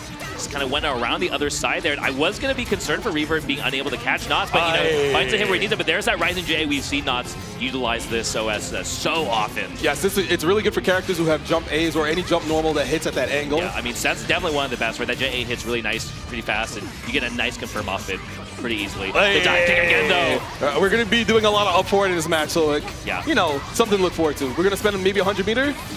I think this is also just Reaver playing to his strengths, right? He's going to try to go for it. CEO scaling might affect, but we'll see if it kills here. Nah, he's alive, bro. Yeah. You get the knockdown, but we mesh! What a challenger from Knots. So now he has a lot of work to do, but if he gets, after this knockdown, if he gets a clean hit, he should be able to get the kill because Seth kind of sometimes does a lot of damage. Yeah, I mean, 5cc starter here can just cook. Actually, doesn't even need it because he has the meter now. So, it's rough now. The force function. No, he didn't press the button right away after the spot dodge. He saw it, bro. Stop being nervous. The choke for Reaver there actually had a beautiful answer too. Force function for the dive. Very prepared. So right now, Reaver, yeah, you saw the running force function trying to snipe out Seth from the air, but Knots' maneuverability has been very clean so far. Yeah, we definitely saw a bit of the venerated air footsies. Gave a nice CK Kuga to open up Knots here. So we're going to push to the corner. Reaver's going to spend 100, get 25 back, and hopefully he can kind of maybe frame trap Knots from trying to get out of the corner. Okay, you know what? Forget what I said. Tried to kill the orb, but got punished for it. Tried to anti-air 5C, got anti-dive, pulls to the corner, spent 100. He doesn't have to really worry about command grab because he does have chain shift. They decides to use it. Proper response. Yep, very nice here. Side swaps are huge. No, doesn't get the confirm. Oh no, and Knots actually able to get the punish. Won't be able to kill off with this, but very dangerous. He might go for like a small cheeky reset depending on how I mean, Unblockable might be able to do it here. He has CS, so he's gonna drop an orb. Yeah, this is he actually. Yeah, there he's going for it. No! CS to confirm off it. It's gonna be enough. Reaver didn't have the foresight to see that coming, so he either could have did a delayed veil off, roll, maybe late grid thrust that made the hit Seth on the way down. Well, it's tricky because in that situation, right, it's if Seth leaves a hole early on and you don't capitalize on that early hole, then the unblockable is just completely guaranteed. So, well, I mean, you could also guard thrust. You can guard thrust, but you have to time it correctly because there's some guard thrust move you too far forward. Yes. So he'll go behind you, he'll punish your recovery, and you die for it anyway, unfortunately. Yeah, I mean, that was a really good example of Seth in tournament. Seth is one of those like speed star characters. He flies around a lot, dumps an orb, tries to follow behind it, see what you do afterwards. Very tricky. He's not easy to play. He also has I believe, the lowest health in the game. Yeah, he does. So you know, you get hit. This is a game where you kind of get hit twice. You might kind of explode, but it's not that bad, you know. Yeah, I think it is fun to see Seth in the top 8 again. So I'm yeah, that's the excited to see character more you of play. him. Yeah, yeah. You play it. Well, you used to play him. I don't know character you play. I would still consider myself a staff player. in here, in the heart. But yeah, we got Defiant versus Big Black coming up next. So we're completely changing gears, I think, right? From Knots versus Reaver to Defiant Big Black. So the reason why this is so, I don't want to say odd, but these two have always fought each other in some form or fashion in like grand finals, winners finals, losers finals. Most tournaments they go to, they usually go back and forth. There's usually a bracket reset. They scrap very heavily. They're trying to understand each other's tendencies, even at a tournament like this, where now it's a 2 out of 3 set. So it's like, what character does Defi play? Yeah, I mean, the last time we saw them fight each other in a big offline tournament was Beach episode. They did, it was Ogre, right? Yes. It was Ogre in the grand finals. We might see some Ogre again if you're lucky, but we'll see how Defi's feeling today. But the victory path sponsored by White Claw Zero Proof, as you can see, Defiant, he did lose one game to Snappy, but Snappy, the other contingency from Knots' camp. Yeah, that was definitely a rough loss for Snappy, but a huge victory for Defiant. We saw actually a great pop-off from Defiant in that qualifying match. And hopefully we'll see Big Black's path to victory. I would assume a lot of it are probably like, yeah, obviously there are a lot of 2-0s, but you see the 1-2-1 because he had to play Crow. Crow, a very strong recover player from Japan. And I think still the strongest in Japan. It's not easy to fight that matchup. I was very impressed by the way Big Black has been playing this weekend. Is slight departure, I think, from what people are expecting from him. He was really bringing his offense to the table this weekend. So that was really fun to see because, yeah, versus like Crow and Squish in particular, he was just holding forward, just trying to run it down and not really relying on just the pure defense to try and like, take your turn and get the W's that way. Right? He's trying to expand his horizon on offense. He's already the master of defense. He's like, man, what if I just mashed more? Would I win more? Yes, the answer is yes, by the way. I mean, that's so commendable, though, because when you have just such goated defense like BB, I think a lot of people would just be complacent and be like, nah, I got this. This is what I'm good at, and this is how I'm going to take the W's. Stick with it, right? Yeah, but no, I mean, I think at this point, all the players are trying to eke out as many small percentage points as they possibly can, right? So that involves just really being a master of everything. And speaking of that, Defiant, right? Like, truly a terrifying person to go against because, he has just like the knowledge of the characters and the game to such a master level, but we do see that he is rocking the height. Yes, usually when they meet in bracket, like in grand finals, he usually picks Hyde versus Big Black. It feels like he gets the most reward off of the straight hits because Hyde's combo ability is very good this version. Yeah, a lot of his offense. Yes, a lot of his offense did get nerfed. All right, he's busting out the new stuff. We got new stuff, folks. Yeah, I like that one. Yeah, Big Black here. They get this knockdown. He doesn't want to spend the meter because he wants to loop the offense when he has above 150 meter. I think he's happy just winning Vorpal here, right? Oh, the stagger low though. You saw where it says great counter. That means he was trying to throw, but he got hit out of it at the startup. So now Big Black's going to take his turn. Stagger Racket decides to change shift to keep his turn. And Definitely just holding down back. He's like, yeah, I'm not going to flinch, bro. Yeah, Defiant just chilling until they win cycle, but tries to press after the Vorpal cycle and gets a huge punish here for Big Black.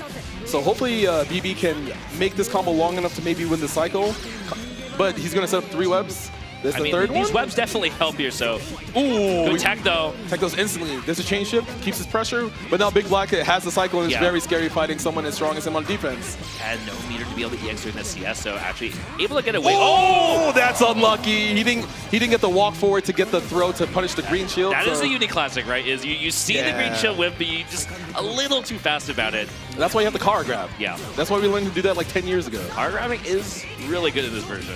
It's also cool. You look cool when you do it. It is pretty sick. Okay, here comes Defiant yet again here in the corner. Hey, strike throw's cheap. I want to just block all your offense, bro. Talking about trying to crush Big Black's defense, and Hyde is definitely one character to do it because he's such a menace in the corner. 5B meaty, making sure he can't flinch. BB's just holding down back, but I feel like he's probably going to try to get out of this corner somehow, but he's notoriously known for down backing and timing out a lot of his opponents. Yeah, I mean, Defiant, though, looks like they are not too... Okay, never mind. I was going to say kind of not too concerned with getting the hit here, but we will find a huge 6B counter hit, so not enough to kill. But. Empty low, sees red, decides to use the EX director to get his turn back. He has plenty of time left on the clock. Yeah, I mean, we didn't even spend meter for that because of the grid game. Yeah, exactly. So. That's system mechanics, bro. He also won the cycle again. Yeah, that's how good crazy. He is. He's going to push to the corner. No flinching from Defi. Oh, the 6B barely connected there. Big Black still has a good chance to run this whole thing back, but he's only got 48 seconds left on the clock. Yeah, time might be an issue here if Big Black continues to just deflect the offense here from Defiant, but you can only succeed so much by the dash throw. Oh, he got counter hit out of his throw. That feels bad. You're like, I know you're going to throw, but you did it a little bit too quickly. They're already pressing. Round start wreck, truly a man of to capture my heart. We're not going back to that time, bro. You're just telling people to slam Rekka. That's all you want to do. To be fair, that was dashing Rekka. It's still Rekka. It's still just ground star Rekka. Oh, no. The loops. We have Celestial as well. Yeah, so now you do 20% more damage when you have Celestial. So now you have to be really careful because like a lot of these throws do add up faster than normal. Oof, that's blocked. So now Defi's just trying to be patient, not giving any sort of opening to Big Black, because any straight hit does mean he probably will be back into a throw for kill situation. Eating it up again, just stacking up this throw damage. Goes oh, for that. He tried to roll! Yep. He tried to roll. Oh, wait. Oh, we don't have hands. Oh, no. Double overhead? No. A huge flub here for Big Black, but we'll see if it costs him. Tries for the rising OS, but no. Defiant one step ahead, calls out the OS post CS. You love to see it. So now Defi needs to make this combo long enough so he can win the cycle. He's going to spend the EX. Yeah, I think this EX lasts quite a long time, so we're going to get this cycle. And now, Big Black letting it rip with the EXs. So the funny thing there is Defiant did 2 force function. Yeah. And he had the cycle, so he was going to do chain shift when he did it. Yeah. But I guess he did not do chain shift fast enough so he could see. The window might not have been early enough. Yeah, I'm not sure, but it could have just been that it was so fast. It is very fast, right? Yes. It's not trivial to actually be able to respond to EX with your own EX cancel, but going into the next game here. This is the stare down, get counter hit by high 5A. Small knockdown. DB just trying to hold on to defense. Oh, there it is. He blocks the first part of the TK Pogo, then does rising jump B to get a counter hit confirmed. Yeah, we've seen Defiant get away with a lot of TK Pogos in the set, but now finally Big Black saying, no, none of that. I know the response. He'll win the cycle. Defi just, there's a grid thrust. He wants to make space, go back to playing footsies, you know, honest, earnest base footsies. I mean, a lot of space we've earned. That annoying web, though, kind of causing Defiant to hesitate a little bit here, but yeah, we've destroyed it. So now we're pulling, the 3C barely whipping. Defi was not ready to punish it, yeah. but the BB still has the soul. Wow, he might control him. Whiff into button press there. Yeah, he might control him. Yeah, that was real. There's the Rekka, though. I don't think this kills. I think he's alive. You get one more, that's it. Wake up, CS, let's go. Oh, wow, he went for it again. And then he took the grab right away. Oh, he got the shimmy, he got the double shimmy, let's go. He's cooking, bro. Oh, the layers in that sequence. He just has to not drop this combo, which I've seen BB do before, so let's see what happens. He's gonna CVO, long combo, IWEX? Yeah, IWEX should do it here. Well, what a sequence. I mean, what's the answer here? You know what the answer is, right? Like, tell me. He kills, right? Oh, yeah. He's easy. Oh, yeah. I wasn't concerned with whether he was dead or not. I was just saying the sequence leading up to that was diabolical. The fact that Big Black chose to do, again, a Rising J2COS after Defiant showing that he's very ready to crush it was impressive to me. But then sometimes doing the same option twice or 3 times, like that. Bringing it in again. It means that your opponent... Huge hit here, clipping with the 2C. You know they buffed that, right? Yeah. You know, questionable choices, but they'll get answers for that later. So now Big Black has a cycle again. Trying to make some space, get a clean hit, chain shift. Oh my god, high 3B. Why'd they buff that? Defiance, very out of resources here. Oh! Stare down. Bro, he was not moving. He was like, I don't care that you chain shifted. I mean, I think the thing at least is, aside from these really well-timed 2-6Cs Big Black's done, there hasn't been a huge usage of meter from Byakuya, right? I mean, he's not the kind of character like Hyde where you can just burn meter and take your turn over and over again. So I mean, he does have 2-2C now. He does. So that does give him a nice little buff. It's another low. He's going to try to get out of this corner. He's going to put some staggers forward. Oh, the Rising Jump A once again, making sure he can't dash up with any more pressure. This has been a match of Rising OSs, so to speak, here. That is Sparks here, Ender. Oh, just dash up throw. He's just going to go for another knockdown here. He might spend meter to try to secure the cycle. Hey, let's go. But BB might do wake up CS here, so you have to be careful. Chance. Ooh, and it's red. How many of these 2-6Cs have you landed this set? 2. But now Big Black's, he doesn't have a lot of time left on the clock, but once again, he has somehow made, all right, forget what I was about to say. Yeah, press 6B. High 6B is really good, folks.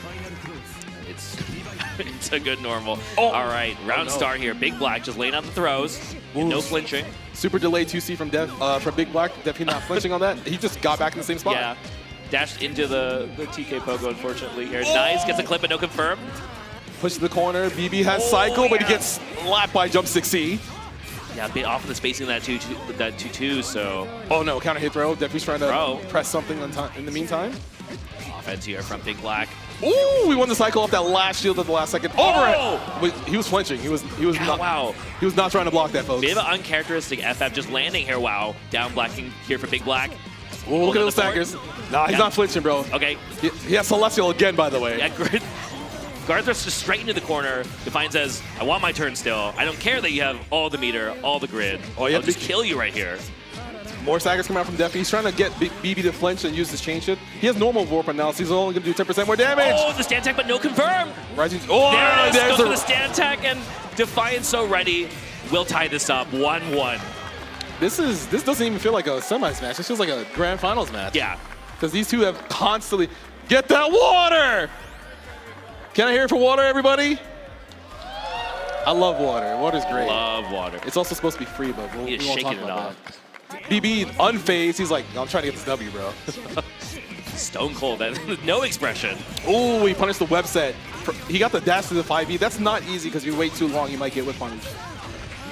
This is not where you want to be as Big Black. Like, already at half health, in the corner against Hyde. You have no resources, right? Round start's actually pretty rough on the new game, actually, for Byakuya, right? Hailbringer, yeah.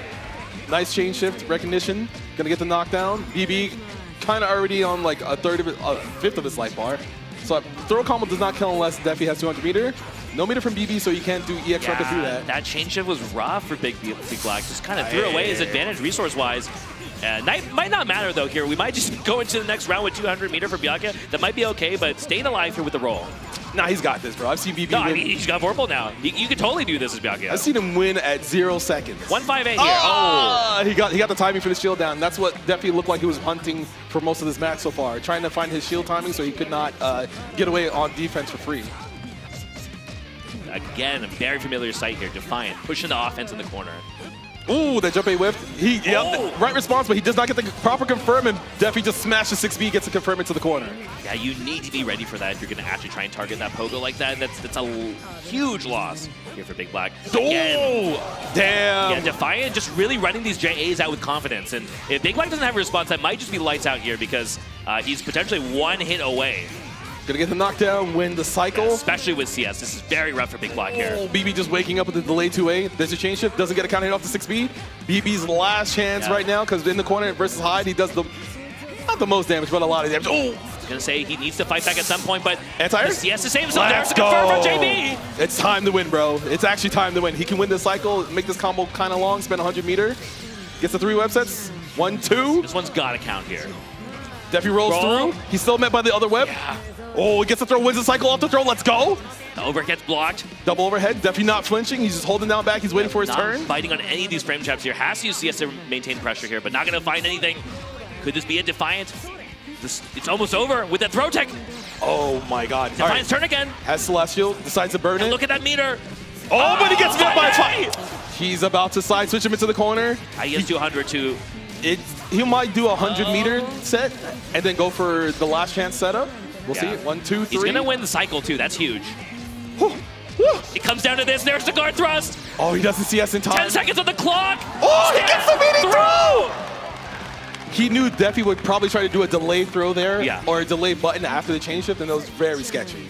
I think maybe the context of the timeout could have done it, because I was actually surprised to see a Defiant not go for another JA there. But I guess when you'll die for that mistake, it's a tough spot to bring it from.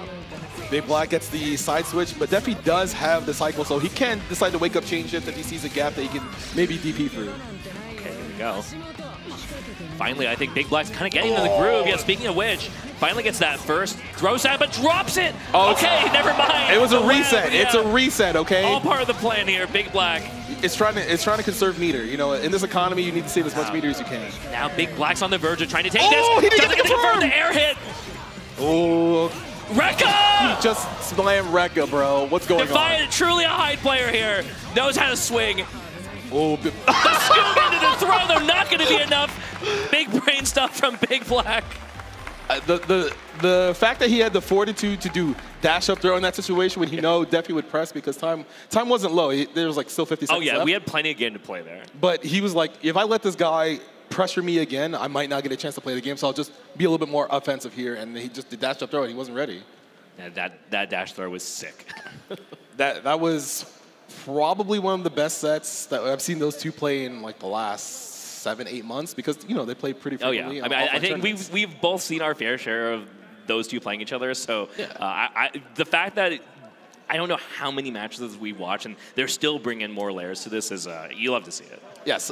Hopefully, we get to see them again in some form or fashion in this tournament. It would be nice. Maybe they run it back in Grand Finals. In Grand Finals? That's what we're going to do EVO? Is it just the same as every other major in the U.S.? Yeah, they go to Grand Finals. It's a bracket reset. It's 5 games, 5 games. It would be a classic, right? Yeah, I mean, I think some people would love to see that, but there are 6 other people in this bracket who definitely don't want that to happen. I mean, they got to do their best because 4 of them are already in losers, besides the other 2 we just saw from winners get down there. But they're also strong in their own right, obviously, as they got to EVO top 8. It's not easy in these type of brackets. Yeah, it is unfortunate for the people in the losers bracket knowing they're going to have to fight. Someone's going to have to fight the loser of BB versus Defiant. And regardless of how that pans out, that's not going to be fun. No, sir. So hopefully they'll be ready to go afterwards. But the next set that we have coming up, I believe, is supposed to be... Should be Steneko versus Sonara, I believe. Yes, that's correct. And that's the double Japanese team kill, unfortunately. But. Yes, but the funny thing is one of them is a Mika player. Yes. And Mika getting a slew of buffs back in the last patch that we had, I think it was in March. She kind of got a lot of adjustments to make her stuff more consistent, more stable. Yeah. Combo routing is very good. And then we'll talk more about that, but right now we're going to throw it to Jalen really quickly back on stage. All right, y'all, it is time for another EVO Connections Trivia Challenge presented by AT&T. Prizes for this include the EVO Online merch, gift store cards, and products, including things like the Nacon Daija Fight Stick and the Rig headset.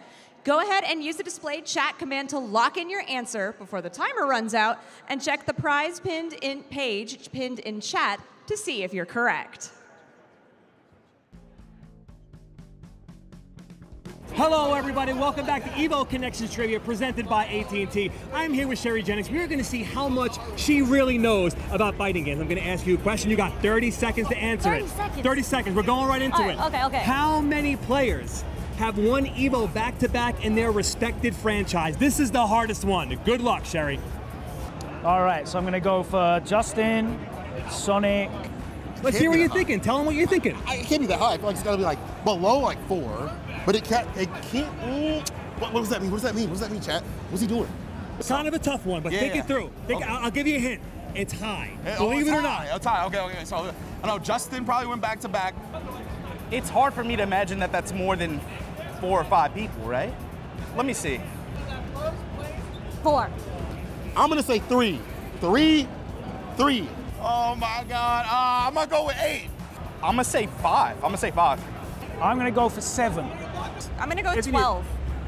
You were the closest one. Yes! You were the closest one. The correct answer is 15, but you were by far the closest one.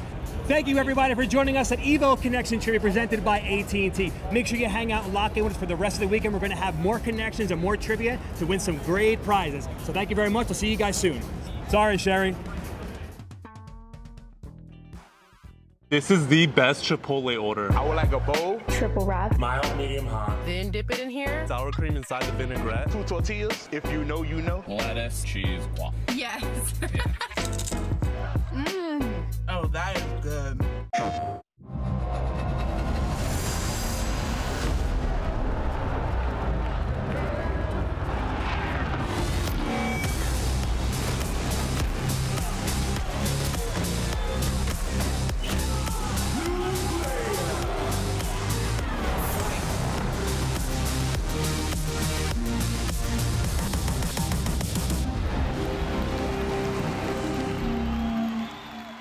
PlayStation.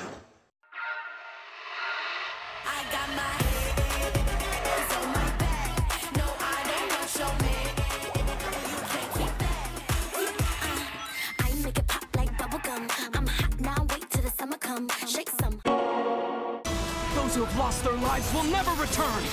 Nothing can bring them back. So where we going, old man? A hotbed for demons, the entertainment district. We've killed off anyone who's ever crossed us, anyone who's ever slighted us. We're going to slash through your gullets, just like we did to all who came before you.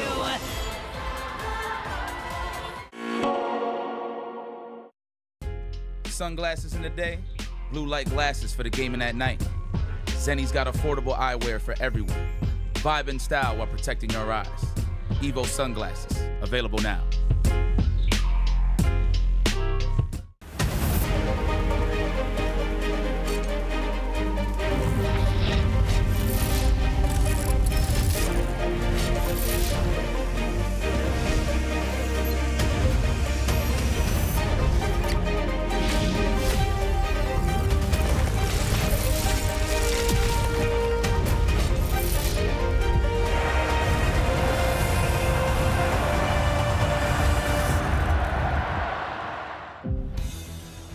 Hello and welcome back to Evolution 2025. We're here with Under Night Top 8. I'm Fox. I'm joined here today with... I'm Brett, and it's great to be here. Yes. We're all glad that we saw the first 2 matches that we had so far. They were pretty high-intensity matches. Yes. Knots and Revert and Defi and BB. Honestly, any other tournament, that would probably be our winners or grand finals, as you can see up there. Knots winning and also having to go up against Big Black in winners finals. And then on the loser side, who do we have? Yeah, so we got Steneko versus Sonaru, and then we got Mario versus OmniDig. So we're going to be seeing Mario versus OmniDig first. It's going to be... I don't know how this one's going to go, honestly. I mean, so it's going to be Wagner versus Eltnum. Yeah. I do think Eltnum... I don't want to say she has a hard time versus Wagner, but I feel like there's a couple areas where when Eltnum wants to press buttons, Wagner has a better presence in her 5B, 6B, 5C, and even like 2-1-4 to tackle. Yeah. Trying to like counter poke Eltnum. She does do, I would say, like on average the same damage in some instances. But right here we have the victory path presented by White Claw Zero Proof. It's going to be Mario. And look at Mario's path. He had to play a lot of games, yeah, that's a tough path. We got a lot of people in the audience rooting for local here on the West Coast here. Yeah, the 2-1 versus Snappy. That one has to sting. But man, 2-0 versus Rock Hawk, as well as 2-1 versus Silent, and also having to fight Squish and Crow. I mean, this is a nasty path. Once you get to top 96, you're essentially on the upper echelon of the player status, because these are people you would see any other tournament of this stature. Yeah. You know? So sometimes when you're at a combo breaker, like, oh, I don't see people to like maybe top 24. But then look at my man, OmniDig, Boston Blue Beat's own.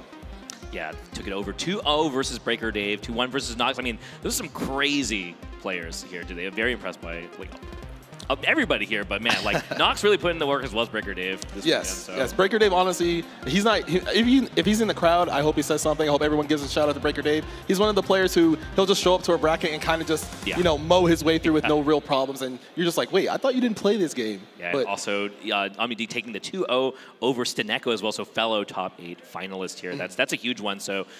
Players got in the fist bump. We are going to be going into this. So, yeah, I mean, Mario obviously very familiar with fighting Eltnum, but each Eltnum kind of plays differently here. So we'll see how this plays out here. I would like to say that OmniDig's defense is usually on par. Oh, the counter 2B going to corner carry. Probably get a couple of ricochets going. Going to do double 2-2B. Going to have almost full Poker bullets. With that. Well, how about the drop to 60? That's the ender. Wow, Mario capitalizing on this. It's good that it happens. Yeah, it happens now and not later, right? That's true. That's in a game-winning scenario.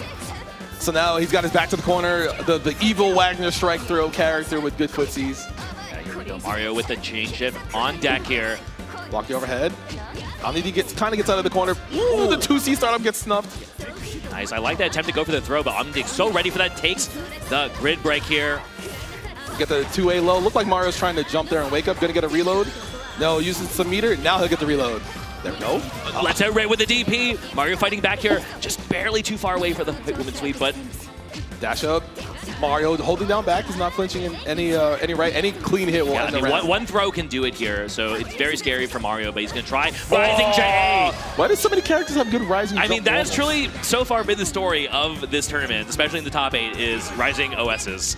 I mean, I don't even know if that one's really OS. That was just sending it, honestly. Yeah, he did that raw. He was like, I have reactions. I have good eyes. You see his glasses he has? So he's going to get the double 2-2B. He's going to reload at the end here. Pull up. Okay. Can Mario get out of this? Oh, counter hit. Up. A lot of damage here. Sheesh, he went for the swag route. Let's go. He's going to get double 2-2B ender. All right, crowd. Can I hear it? Get the reload. Hey. Very good. Very nice. Oh, and here we go. OmniDig again.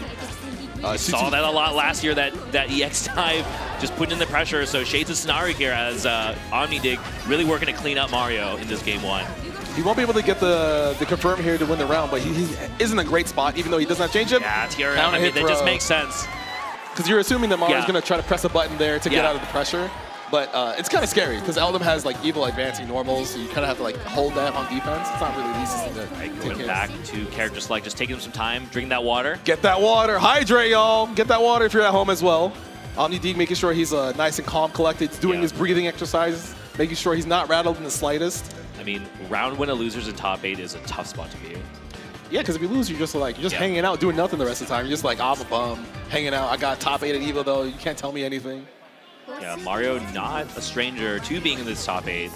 But I think Omni is pretty happy with that 1-0 right now. Oh no, stagger pressure, gets counter hit thrown. Saw OmniDig probably trying to press buttons. And you can see OmniDig trying not to shield because he doesn't want to get crit broken. Wow, nice. Yeah, the dash B catching it. Solid confirm here from Mario. I mean, this is definitely going to be, especially as a Wagner player, about believing in your pressure and hoping that works out with the confidence is going to be really important. So we'll see if OmniDig doesn't care, just presses. I'm surprised. I guess Mario's trying to walk forward and got hit by the Elder 5A. I mean, just the timing a little too slow there for Mario, so OmniDig. Oh, this is going to do 20% extra damage. He's going to get the reload as well. Thank you. Plus frames. There's a VO. Get rid of that Celestial. You do not want that Celestial on deck here. But now Mario will also do 20% more damage if he gets a clean. Oh no, the second hit, 6B just barely whipping. We will still be able to cash in the IW. That is huge, actually. He'll get both buffs. He's gonna pull up. So now OmniDig has to be careful. Wow, he teched that grab. That was so scary. He's gonna make space. Chain shift here. Oh my god, strike throws.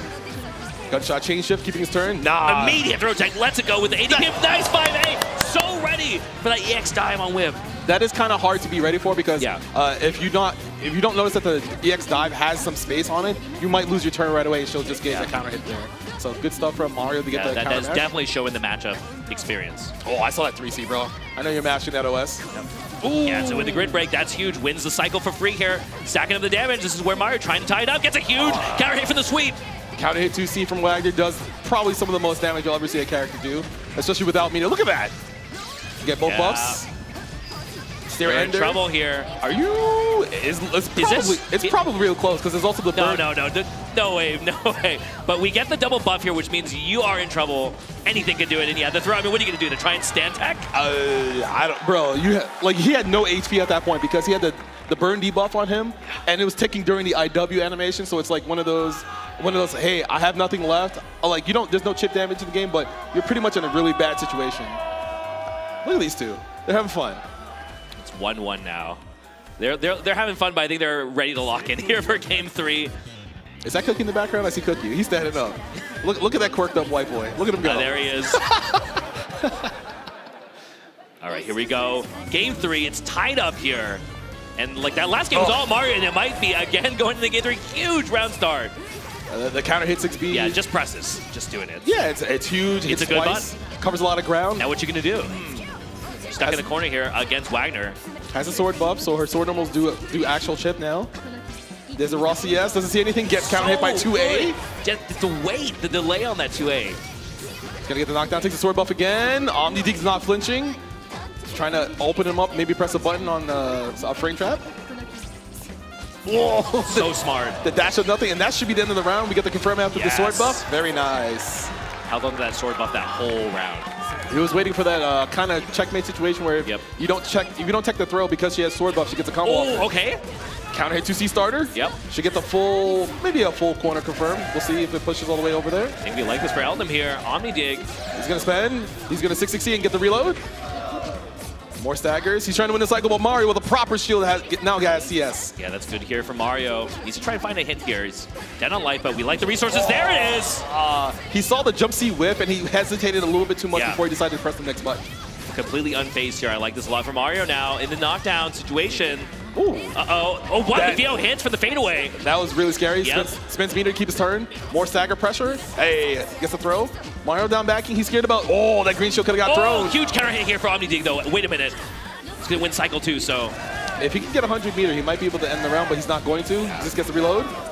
Oh, and the meaty throw. He knew Mario just down back and not react in time. Final game, final round between these two players in losers round 1. Oof, more staggers. Someone is going home after this. This is crazy. Well, technically, they're going to hang out in Vegas. Yeah, they hang out, but they're out of the bracket. They're going to play more catches, don't worry. Gonna get the we're gonna get both buffs. I blinked, and now OmniDig at half HP with double buff here. Lets it rip. It's plus. Does not press this time. Mario holding down back. He wants to make sure if he gets a clean hit, he can win the round. There's no meter there, bro. You got to do that with meter to make it safe. You can be challenged. Kind of a scary green shield, but is able to win cycle. But there's the throw tech here from Mario, trying to end this in the corner. Can he find something? Dash B, no dice. Doesn't tech the grab. He has last chance here. He had the sword buff. We tech the grab. Counter hit 2B. He's gonna try to go for the side switch most likely. I mean, the gamble there makes sense, right? If they're actually connected, that was gonna be the game. But now we're giving OmniDig a chance now. We're gonna get We got our bullets. We got Cycle, we got Meter. Plus frames. Just like that, our life lead slowly dwindling. Is this how it's going to be? Oh, that green shield whip didn't get punished. Mario finds a hit! And he just pressed 2B and he confirmed with the steer ender. And Mario clutches it out and moves on in the losing side of the bracket. Well, yeah, that's going to be a big W. There are a lot of locals here cheering for Mario, so. Yeah, we're on the West Coast. What can you do? Well, it can't be helped. When you can just drive over here. Yeah, when you can drive over here and I got to fly 6 hours, huh? It's nice privilege, right? That's when we're starting? Man. Imagine being like, oh man, we just got to drive like 4 hours where most people got to sit on a plane for like 6 hours. They got to do layovers. They got to deal with time zones. And this guy's over here, oh, I drove 4 hours. It's fine. Yeah, I usually have to drive 9 hours. All right, bro, whatever. Okay. All right, that's why we don't play fighting games anymore, because we're traveling to do stuff like this, right? There you go. But good stuff from our players. Mario, who'll move on. It's good to see him play so well, because he kind of had like some disbelief in his play, I believe, earlier in the year. He wasn't really sure about how he was going to do. But Omnidi gets knocked out. We'll see in the bracket here. So that does mean next up we're going to be seeing Steneko versus Sonaru, and the winner of that match is going to have to be defined. No matter what that's going to be, that should be a very interesting one. And then obviously that means Revert is going to be fighting Mario in losers quarters. So I don't remember the last time I saw a Revert and Mario play. Was it Frosty's, or am I just thinking of another interaction they had? I don't remember. I'm going to be honest. Yeah, I also don't remember. It's one of those things where like they might not have played. It's kind of tough to like parse that together. Because, you know, there's a lot of players who they barely see each other and they'll play a lot of casuals, or they'll see each other all the time in bracket and then they don't play in casuals. Yeah, let's take a look at the victory path here. So, victory path here sponsored by White Claw Zero Proof. We've got Steneko here looking very strong. That 2-1 versus 2 GB combo. He did have to fight Klim KFL, Mobu. He did lose 0-2 to Omnidi, but Mika's a character that's not as widely known. You know, obviously she's got the XD going on, but a lot of her issues come from the fact that she doesn't have a lot of stagger pressure that a lot of people are willing to respect. They're just kind of like, oh, I can kind of like wait for a while, she'll push herself out, and then she flies around the screen and she's kind of I mean, we're probably going to talk about it in the match, but I don't think it's a surprise that the last time we also had a Mika in top 8, it was also Japanese players. But speaking of Japanese players here, we have Sonaru, previous EVO champion, as well as ARC World Tour final champion from 2024. So a player that I think a lot of us projected to get very far in this bracket, but knocked into losers by Revert. Definitely one of the biggest upsets so far of this tournament. Well, Lina is a bad matchup for Elma. Uh-huh. What? Yeah? It is. Go on. It is. It's not easy for her. She's got to deal with the gremlin running around the screen, pressing 2B, 2C, TK Kuga, all that stuff. You know, it's not easy. I think we're definitely going to be talking about that, because obviously we are seeing, we're going to be seeing the Mika versus Elna matchup here. So we'll see these players. So Mika, she has a tornado. To the move around the screen, she has the beast cannon. It can kind of be a little tough for Eltnum to like snipe where she wants with the ricochet bullets, because if those miss, you have a lot of recovery if you don't have chain shift. And obviously, a lot of Mika stuff got buffed where her C normal's a little bit bigger. A couple of her special moves are faster, do more damage. She just, you know, got a lot of good buffs, but a lot of people are not sure where to place her in terms of character strength. Yeah, I mean, especially the English-speaking community, I think the character is definitely on the rare side. So I'm going to be interested in seeing whether like how much knowledge Sonaru has.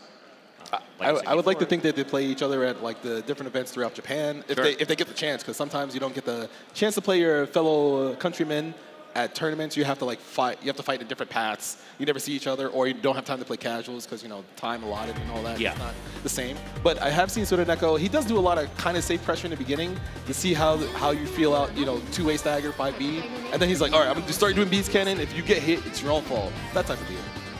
Yeah, I watched the match versus 2Gig, and that was a crazy match. Crazy match. Looked like 2Gig had in the bag, and then all of a sudden, EX Mika missile ruining players' lives. Generational fumble? Question mark? Maybe? Who knows? But we're going to see right now, Sonaru is going to try to defend his EVO championship, getting into the grand finals, but he has to first make sure he gets past Steneko, he gets a counter hit 2B, going to push all the way to the corner. Yeah, I think every player is happy to be here in this top 8, but there's certainly probably some pressure on Sonaru to try and perform here. We'll see what happens here. Yeah, gets the nice dive. He usually save that for the end of a round, but he drops his confirm. Steneko is still stuck in the corner. Guess we're established. Oh, okay. You actually have to dash up and block that. Yeah. Oh, he's fumbling, folks. It's happening. Is the champion going to crack? Is he going to get knocked out before he can even make it to the grand finals? Well, I suppose it's a nice thing that he's just been throwing out haymakers from the start of this round. Huge! Great break dash C here, though. Okay. 1 and out. All right, maybe that needs to get nerfed. Maybe. Not possible. Yeah, but you know what? I saw A revert stand shield punish dash C to win. I mean, think, like, that's what you're supposed to do. Yeah. But hey, get off me. Oh, yeah. He whipped the shield and he thought it was his turn. He tried to mash and got met with Mika-2A. A lot of layers to that Mika missile here. Steneko now going to try and run his game in the corner. Green chill and press button from Tsunaru. It worked because he's a better player, that's why. Because Steneko did it and he was just like, oh, it'll be fine for me. Is he going to spend the meter? Yes, he is. Going to do the 2-4C. He's going to get the reload ender here. It's a good thing we have element top A, right? I mean, we got to have at least one element top A. That's got to be the rule now, right? Oh, imagine if she just gets buffed again because of that. That'd be pretty funny, huh? Oh, hey, that would be crazy. You don't have to cycle anymore. Oh, gets the shield, doesn't try to retaliate fast enough. Plus frames. I was going to say very conservative from Steneko, but lets it rip with the EX missile. I guess that was all part of the plan here.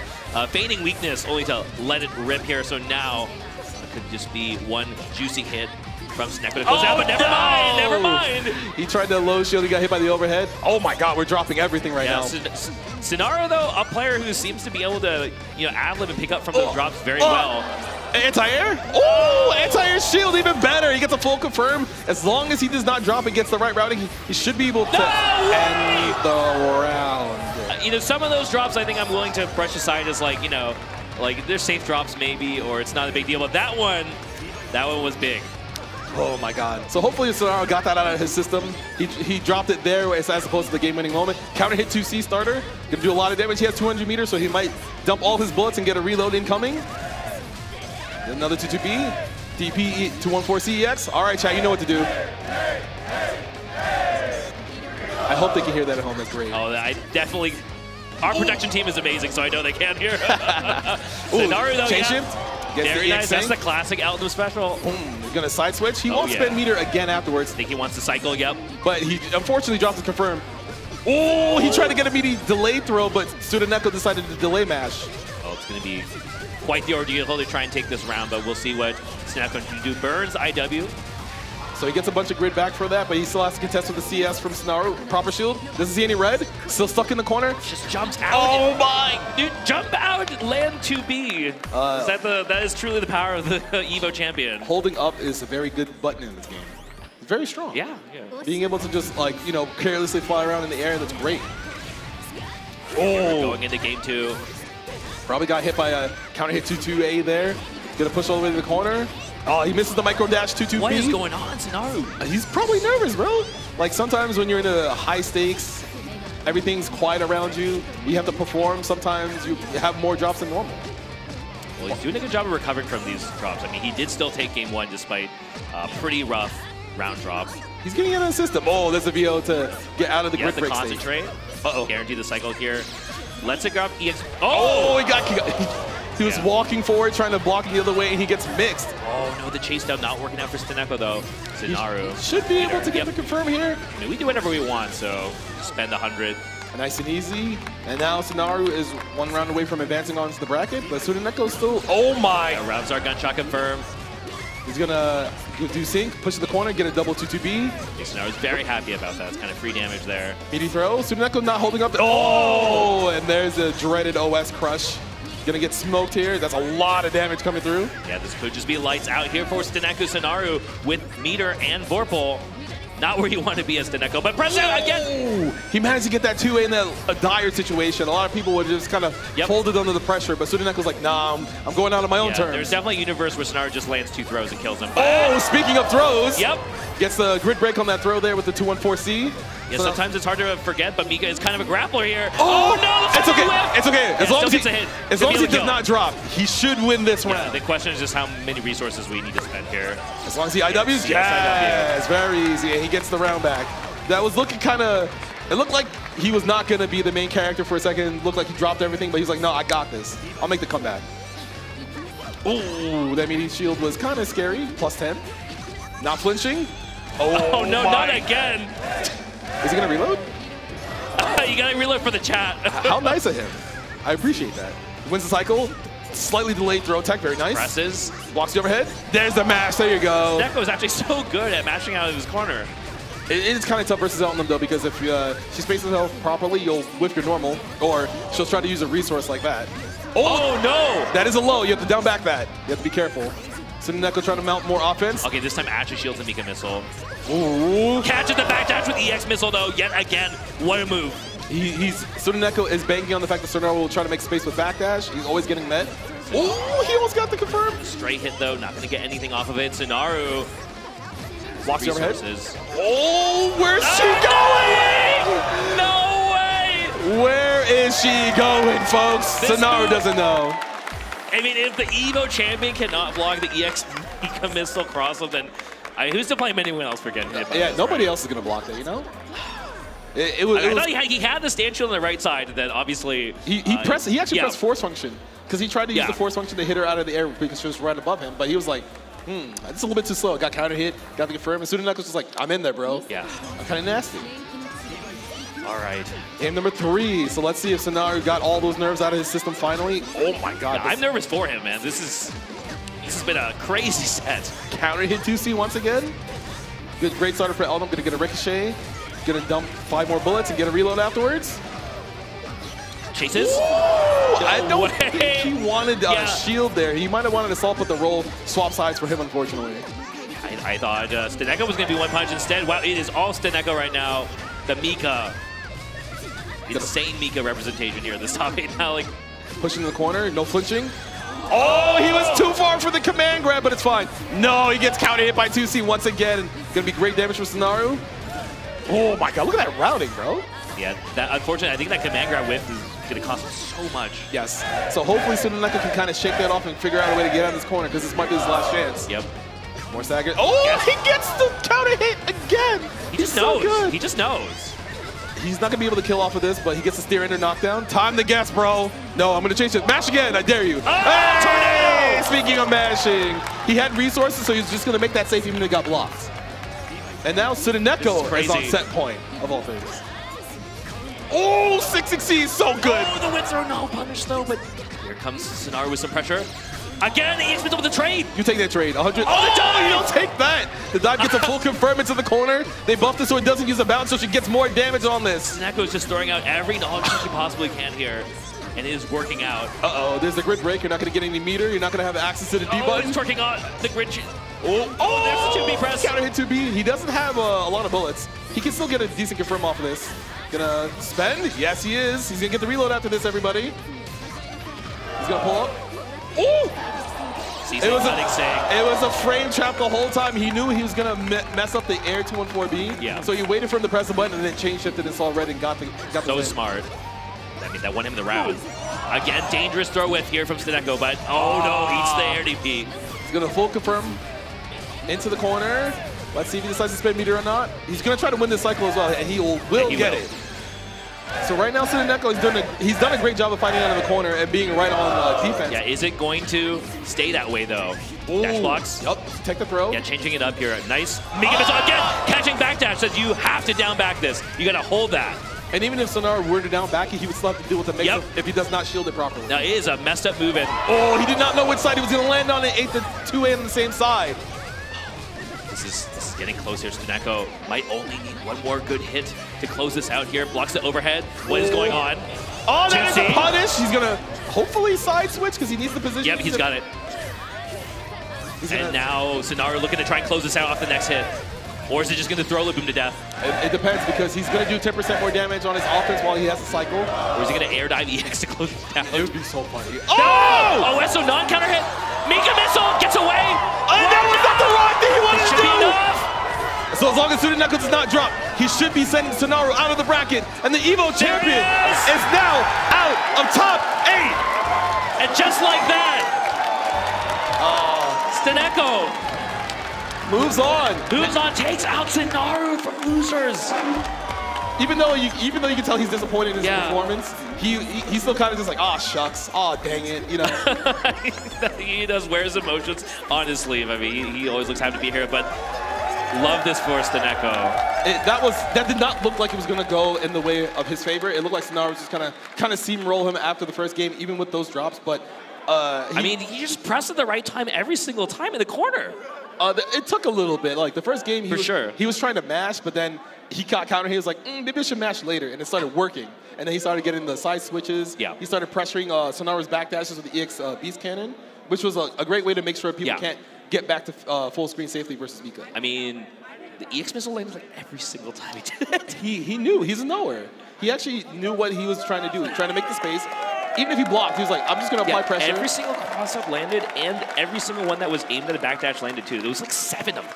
And if you're not ready for that, obviously it's very odd to see. But as you can see, by PlayStation tournaments, this replay that we have, we'll hopefully get some of those on here. Sonaru doing up back falling with jump B, getting the counter. That was also crazy. Honestly, that's top player privilege. That was top player privilege.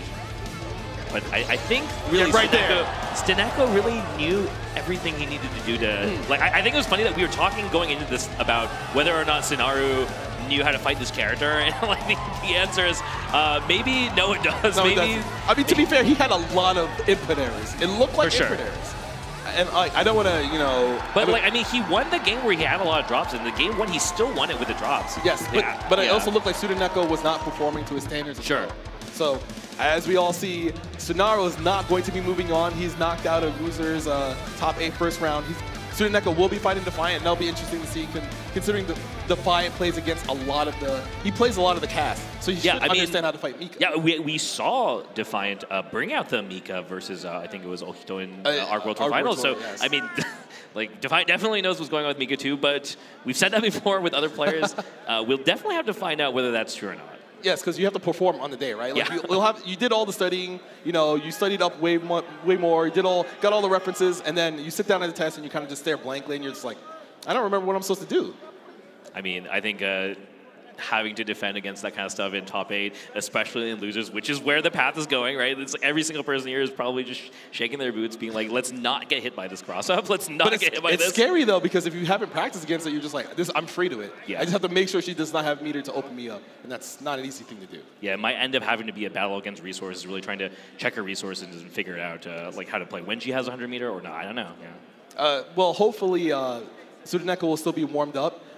Because, you know, as a Mika player, you have to make sure everyone who's watching your matches is not understanding, like, oh, I need to make sure I know how to block that. I need to make sure I know how to block that and punish this, right? But then also, you know, you have to have hand warmers because the AC is you know, kind of blasting in here. You have to make sure your hands perform. And then you also have to make sure that you guys are ready for the... you have to make sure what's going to be coming up for the break that we have for you. Yeah, we got that Chipotle burrito meter. That's the... You gotta spam the Evo Chipotle emote, the custom channel emote. So the more you spam it, the more you fill up that meter. Then once it's filled to 100, you unlock the bonus Chipotle text to win giveaway after the break. So that means we're gonna get free stuff. I mean, who doesn't want free stuff, right? I love free stuff, and you'll love this ad break we have for you coming up right now. These last few years, Chipotle has treated us good, giving away thousands of dollars worth of free entree cards. This year, they're taking it to the next level with a free air-conditioned ride to get some free food. If you're ready to go get some free Chipotle, make some noise! Chipotle! We're here. Let's go. I guess there is a silver foil lining to washing out of pools day one. I won PlayStation's Road to Evo and went head-to-head with Arslan Ash. I won PlayStation Road to Evo and battled against Sonic Fox. I have never seen that in my life. To compete on PS5, choose your game, find PlayStation tournaments, and register. It's that easy. Sign up for PlayStation tournaments for opportunities to win unique prizes and much more. PlayStation. Well, Vaya is laughing right now. Look at Vaya laughing right now. Oh, he's doing a dance. What is he doing? Man, he's just too ready, you know. Not today, man. Oh my God!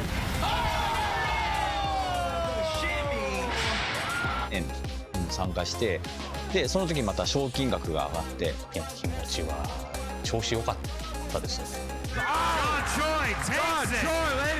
So it's much more than just playing. It's being a part of this community.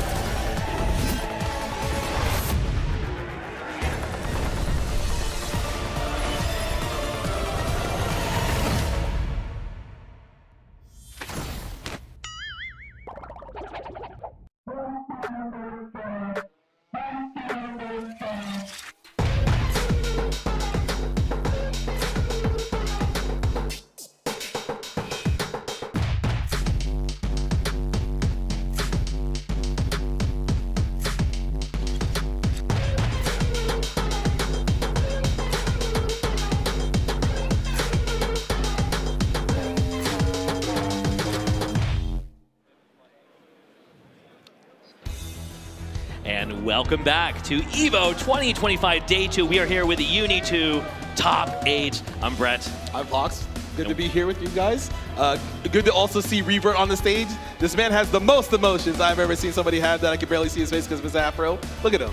Look how photogenic. Yeah, he's just happy to be here, and I think we're so happy to be able to commentate these matches because, yeah, Mario versus Revert, no idea what's going to happen here, right? Yeah, because like the biggest thing is that Revert hasn't been able to travel as much as he probably have wanted to, but yeah, I still consider him. East Canada. He's probably one of the strongest players we have in North America.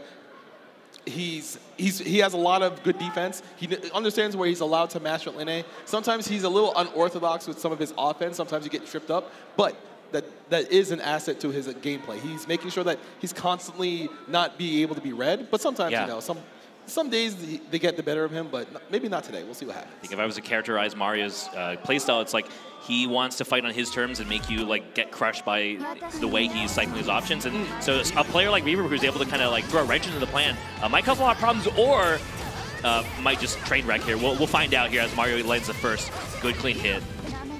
Some more stagger pressure coming up for, oh my god, that was the first shield he saw. He was like, nah, give me that. Hold his grid break. Yeah, this is not where we want to be here. Mario looking to try and close out this round. I mean, he's got all the resources. Doesn't confirm out the 2A, but still has Reaver in the corner. There's a juicy dash B.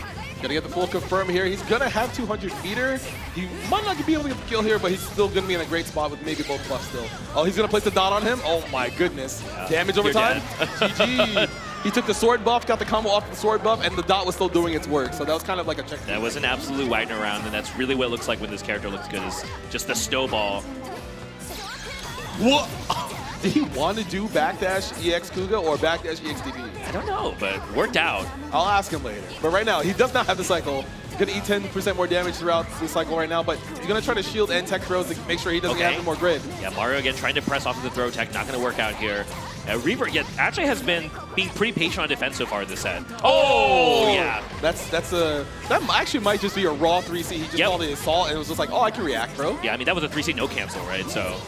Oh my god, the 5-8 contest. He's gonna full confirm, probably spend 100. Gonna get 25 back because he's still in transfer state. Oh, that's a rip here. I like that from Mario. Side swaps too. A good way to try and close this out here.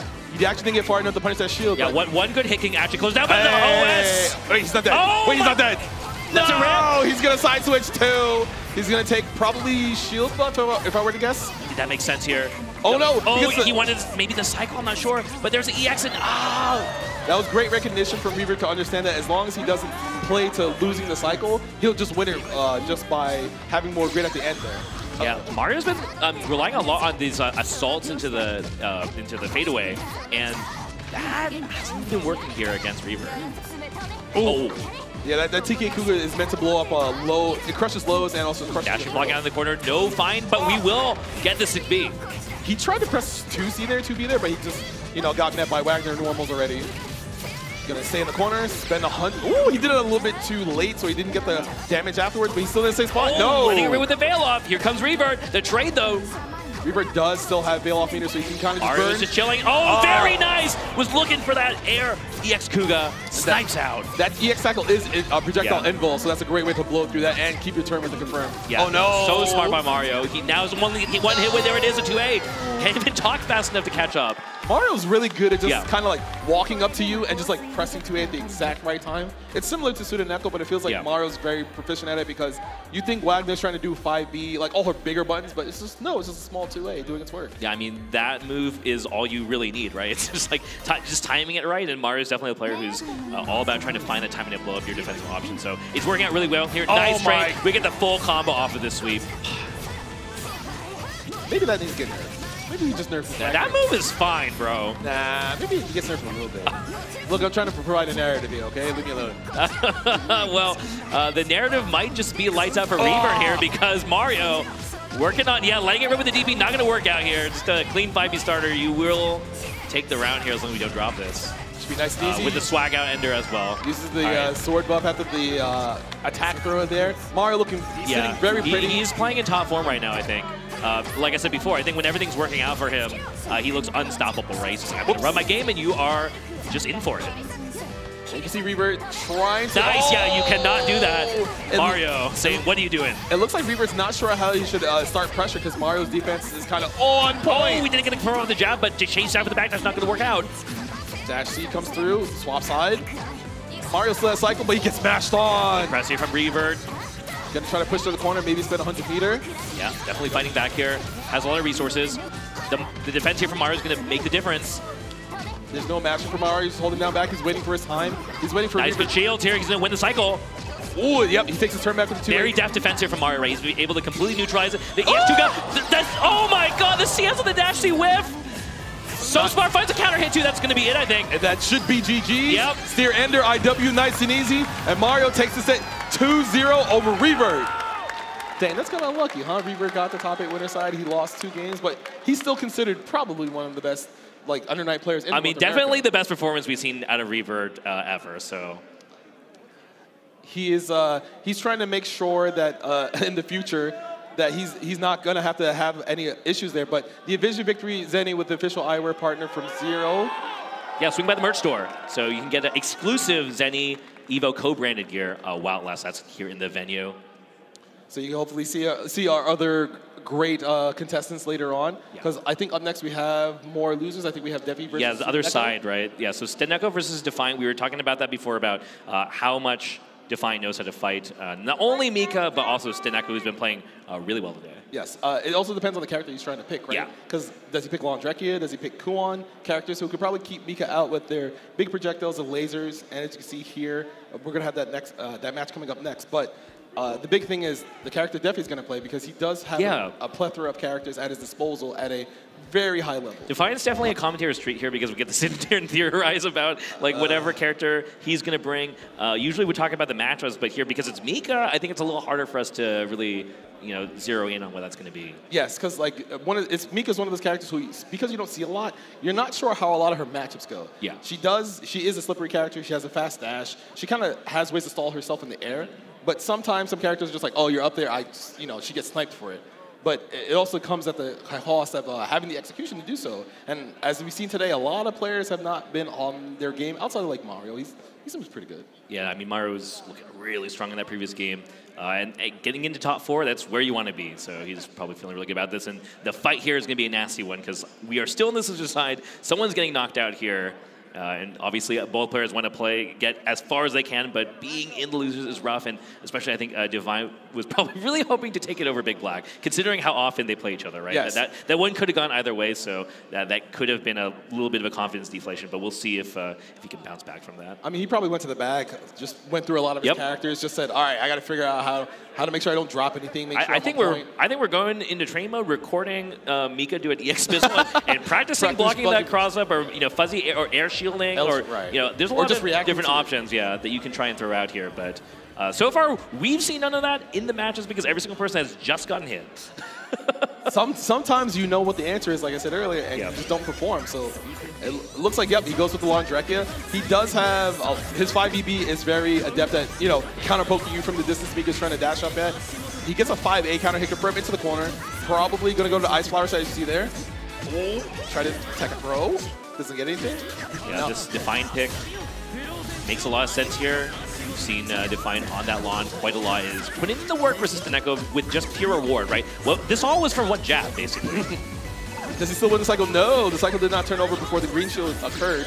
Decides to spend meter to keep his turn. Steneko kind of stuck in the corner. Yeah, that CS did not really work out. So we're actually feeling really good as Defiant here because it's like, hey, you worked hard to get those shields to get the Vorpal only to, do nothing? That's rough. Okay.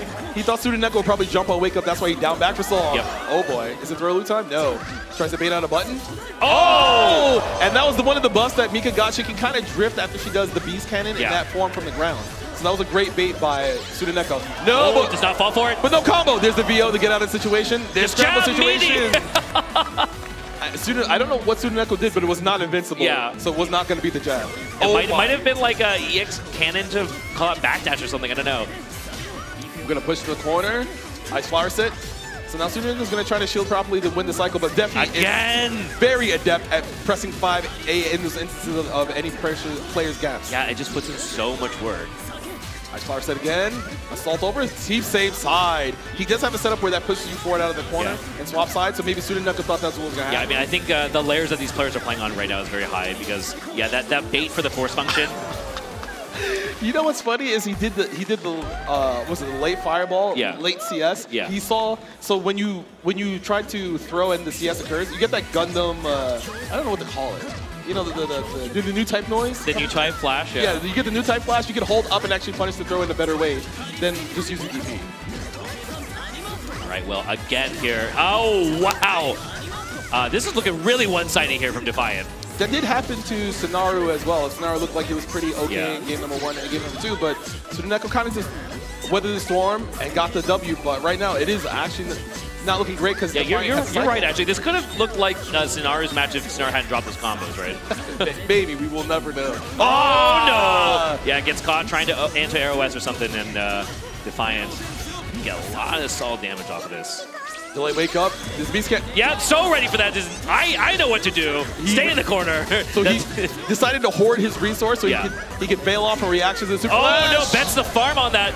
Meterless DP, not going to work out. Tsuneko has bail off, but is unable to cash it out. Oh, what the? Rock, not going to work out here.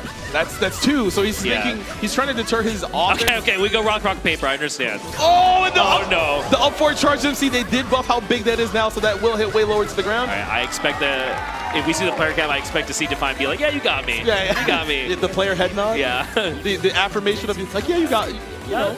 That's an information round maybe for Defiant, but okay, yeah. He just leaves, bro. I don't have to be here anymore. Yeah, so nice thing if you time that right, then you'll just auto block the cross up, right? Because you're exactly. You're already going to the other side. Yeah. Ooh, the Mika dive hit's gonna be full confirm. Doesn't use any balances. That's a buff they got.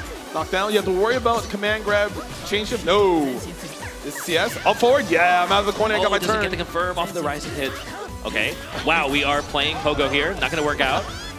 Gonna push to the corner. Let's see if Tsuneko decides to spend any meter. Doesn't really have to worry about 200. cycle. We don't need to spend, I guess, and another FF. Now your mid screen versus long direct is kind of gets caught by the Rekka. Scary. Gonna get an Ice Flower knockdown most likely. Tsuneko does have the life lead, so he might take a gamble, but he's gonna try to block. Be bail off or something. What's gonna be here? Tsuneko doesn't. It's either been chilling until he. Oh God! It traded. It traded, and Defi probably trying to press 5A, and Tsuneko was ready and first, and gets the game number 2. Is this how it happens? You're the prophet, man. Like what? I didn't. Whoa. You predicted that we were gonna see Tsuneko maybe bounce back from this, so we are here in this game 3, just like you said. Oh! He tried to re-dash and throw Defi. He thought Defi would try to re-shield there, but Defi was like, nah, I'm pressing buttons, bro. Yeah, it's just that simple. Move backwards and then press 5B when it will hit them. Yeah, just leave. Just leave. Okay. Just get out. Oh, we're not holding button tech, but it's fine. It's not fine. Help. That did more damage because of the Ice Flower. Chain shift. Goes high again. Takes a great shield. That is a tough spot. Tsuneko, can he get out of the corner? He doesn't have resources, notably. Oh, he tried to up forward, got clipped by the 2C. That should be the W for Defi as long as it does not drop. Yep. There we go. I think that's one thing is if you can get Tsuneko in the corner without 100 meter, it feels really good. Oh, he actually landed in time, but I think he tried to move again after he got hit by the low Rekka. So he gets thrown mid-screen. You can spend meter to push the almost to the corner already. Yeah, we're here. Hello. Oh, try to whip 5B. With the 2A. Fine with 4-pull. Defi has cycle. Uh-oh. All right, Mika with the down backing tries to dash block out, but oh no, don't think we wanted that. Put us in the corner. I think he wanted to see us earlier, but maybe he didn't get the input. Maybe missed the window or something. But in any case, huge fumble. But Defiant is able to get back on the corner and guard thrust to keep Tsuneko in the corner. There's a Mika missile. Oh! I thought for once we were going to be good on this. It's like okay, didn't get hit by the cross up, but no, up into the jump in. Definitely trying to win the cycle. No, he backdashed at the very last second and lost the cycle. So now Tsuneko has the ability to keep this pressure. Oh my God. To get a punish from that shield though. Oh, he's trying to play footsies. Just get the hit with the 2A. Okay. Yeah. Tsuneko trying to do something, or I don't know. Or didn't know which side to block on because the jump was kind of ambiguous. Spend meter, keep the turn. Tsuneko down backing. There's the VO. Get me out of here. You better do nothing. I don't. Ooh, are we gonna block correctly? We kind of did. Punish. Yeah. I think all right. Defi might get the 100 meter. If he get the 100 meter, yeah, you have it. No! Wait a minute. It keeps happening. It's not enough. But he's not in a great position either, even though he's about to win this cycle. Guess for game for either player now. Just run out, jump. He most likely either tried to dash up or jump there, so that's why he got hit standing. It just came down to complete guess in the corner. And now we are in last game round. There's the missile. Dodge, but no punish here for Defiant. That's unfortunate, but hey, I think we're okay just not getting hit by that move. especially if Mika doesn't have 100 more meters to do her shenanigans. Oh! The catch, but no confirm, but we'll get another hit here. Suneko getting to the corner here. Defi has a cycle. He does have to worry about Suneko kind of just baiting it out in that. Oh, the wake up throw into the corner. Delay wake up, we tech those. Redash throw, of course. Lights out here for Suneko as Defiant has so many resources. Sees it. Trying to get out confirm on the flower. Beast Cannon. Defi still has great positioning, even though Suneko. I mean, like I said before, the Suneko with no resources, right? We can't EX Cannon out, and we're just going to eat this. He should be able to live through this. He won't have to deal with any evil setups, but he has to worry about getting strike through. Oh, but Suneko CS, but I mean, we can't do anything there. Just runs into the 5B, that's going to be it for Suneko. Defiant staying alive in the top 4. That was a lot closer than I thought it would be because, as we said earlier, we thought Defi would be prepping a character to stop Mika, you know, being able to press 5B, 4C, even force function. The one time he did it in the in the first game where he was just like, I'm gonna do DP, I'm gonna do DP again. And then, what is he doing? What are you doing, bro? We want to come back here next year. Be chill, come on, bro. Well, I think it did work out the way we were talking about, which is that I think just being able to deal with EX Cannon well enough is good enough to probably take the set there. Yes. Because yeah, even if we can't punish it, at least we're not eating like 3K for no reason, right? And getting pushed to the corner, and you're like, I thought I knew how to deal with this. You start to wonder about your offense. You second guess a lot of the things you want to do, and that's not what you want to do at Evo top 8. Honestly. Yeah, well, especially like I think after we saw the first one get Veil locked, and then I think Suneko actually changed up his options, right? It went for the op instead of trying to go with the zigzag cross up. So I think just forcing him to be able to do other stuff is actually good enough. Yes, because a lot of people are just like, I have this answer, and if anything changes, maybe the game plan starts to falter. Yeah. So it's like, all right, do you have the mental fortitude to come back from this and be able to perform? Yeah. Which Defi as a player does in spades with no problem. And of course, as we see here, we're still waiting in winners finals. We have Knots versus Big Black, which is a run back from Combo Breaker. Yep, we have not. We've been kind of ignoring the winner side for a little bit because we had all these amazing losers side matches, but now. Yeah, we're going to have Knots versus Big Black. Like you said, we've also seen some milestone matches between these two. So it's definitely a treat that we're going to be able to see a 3 out of 5 set on the EVO main stage here for Knots versus Big Black.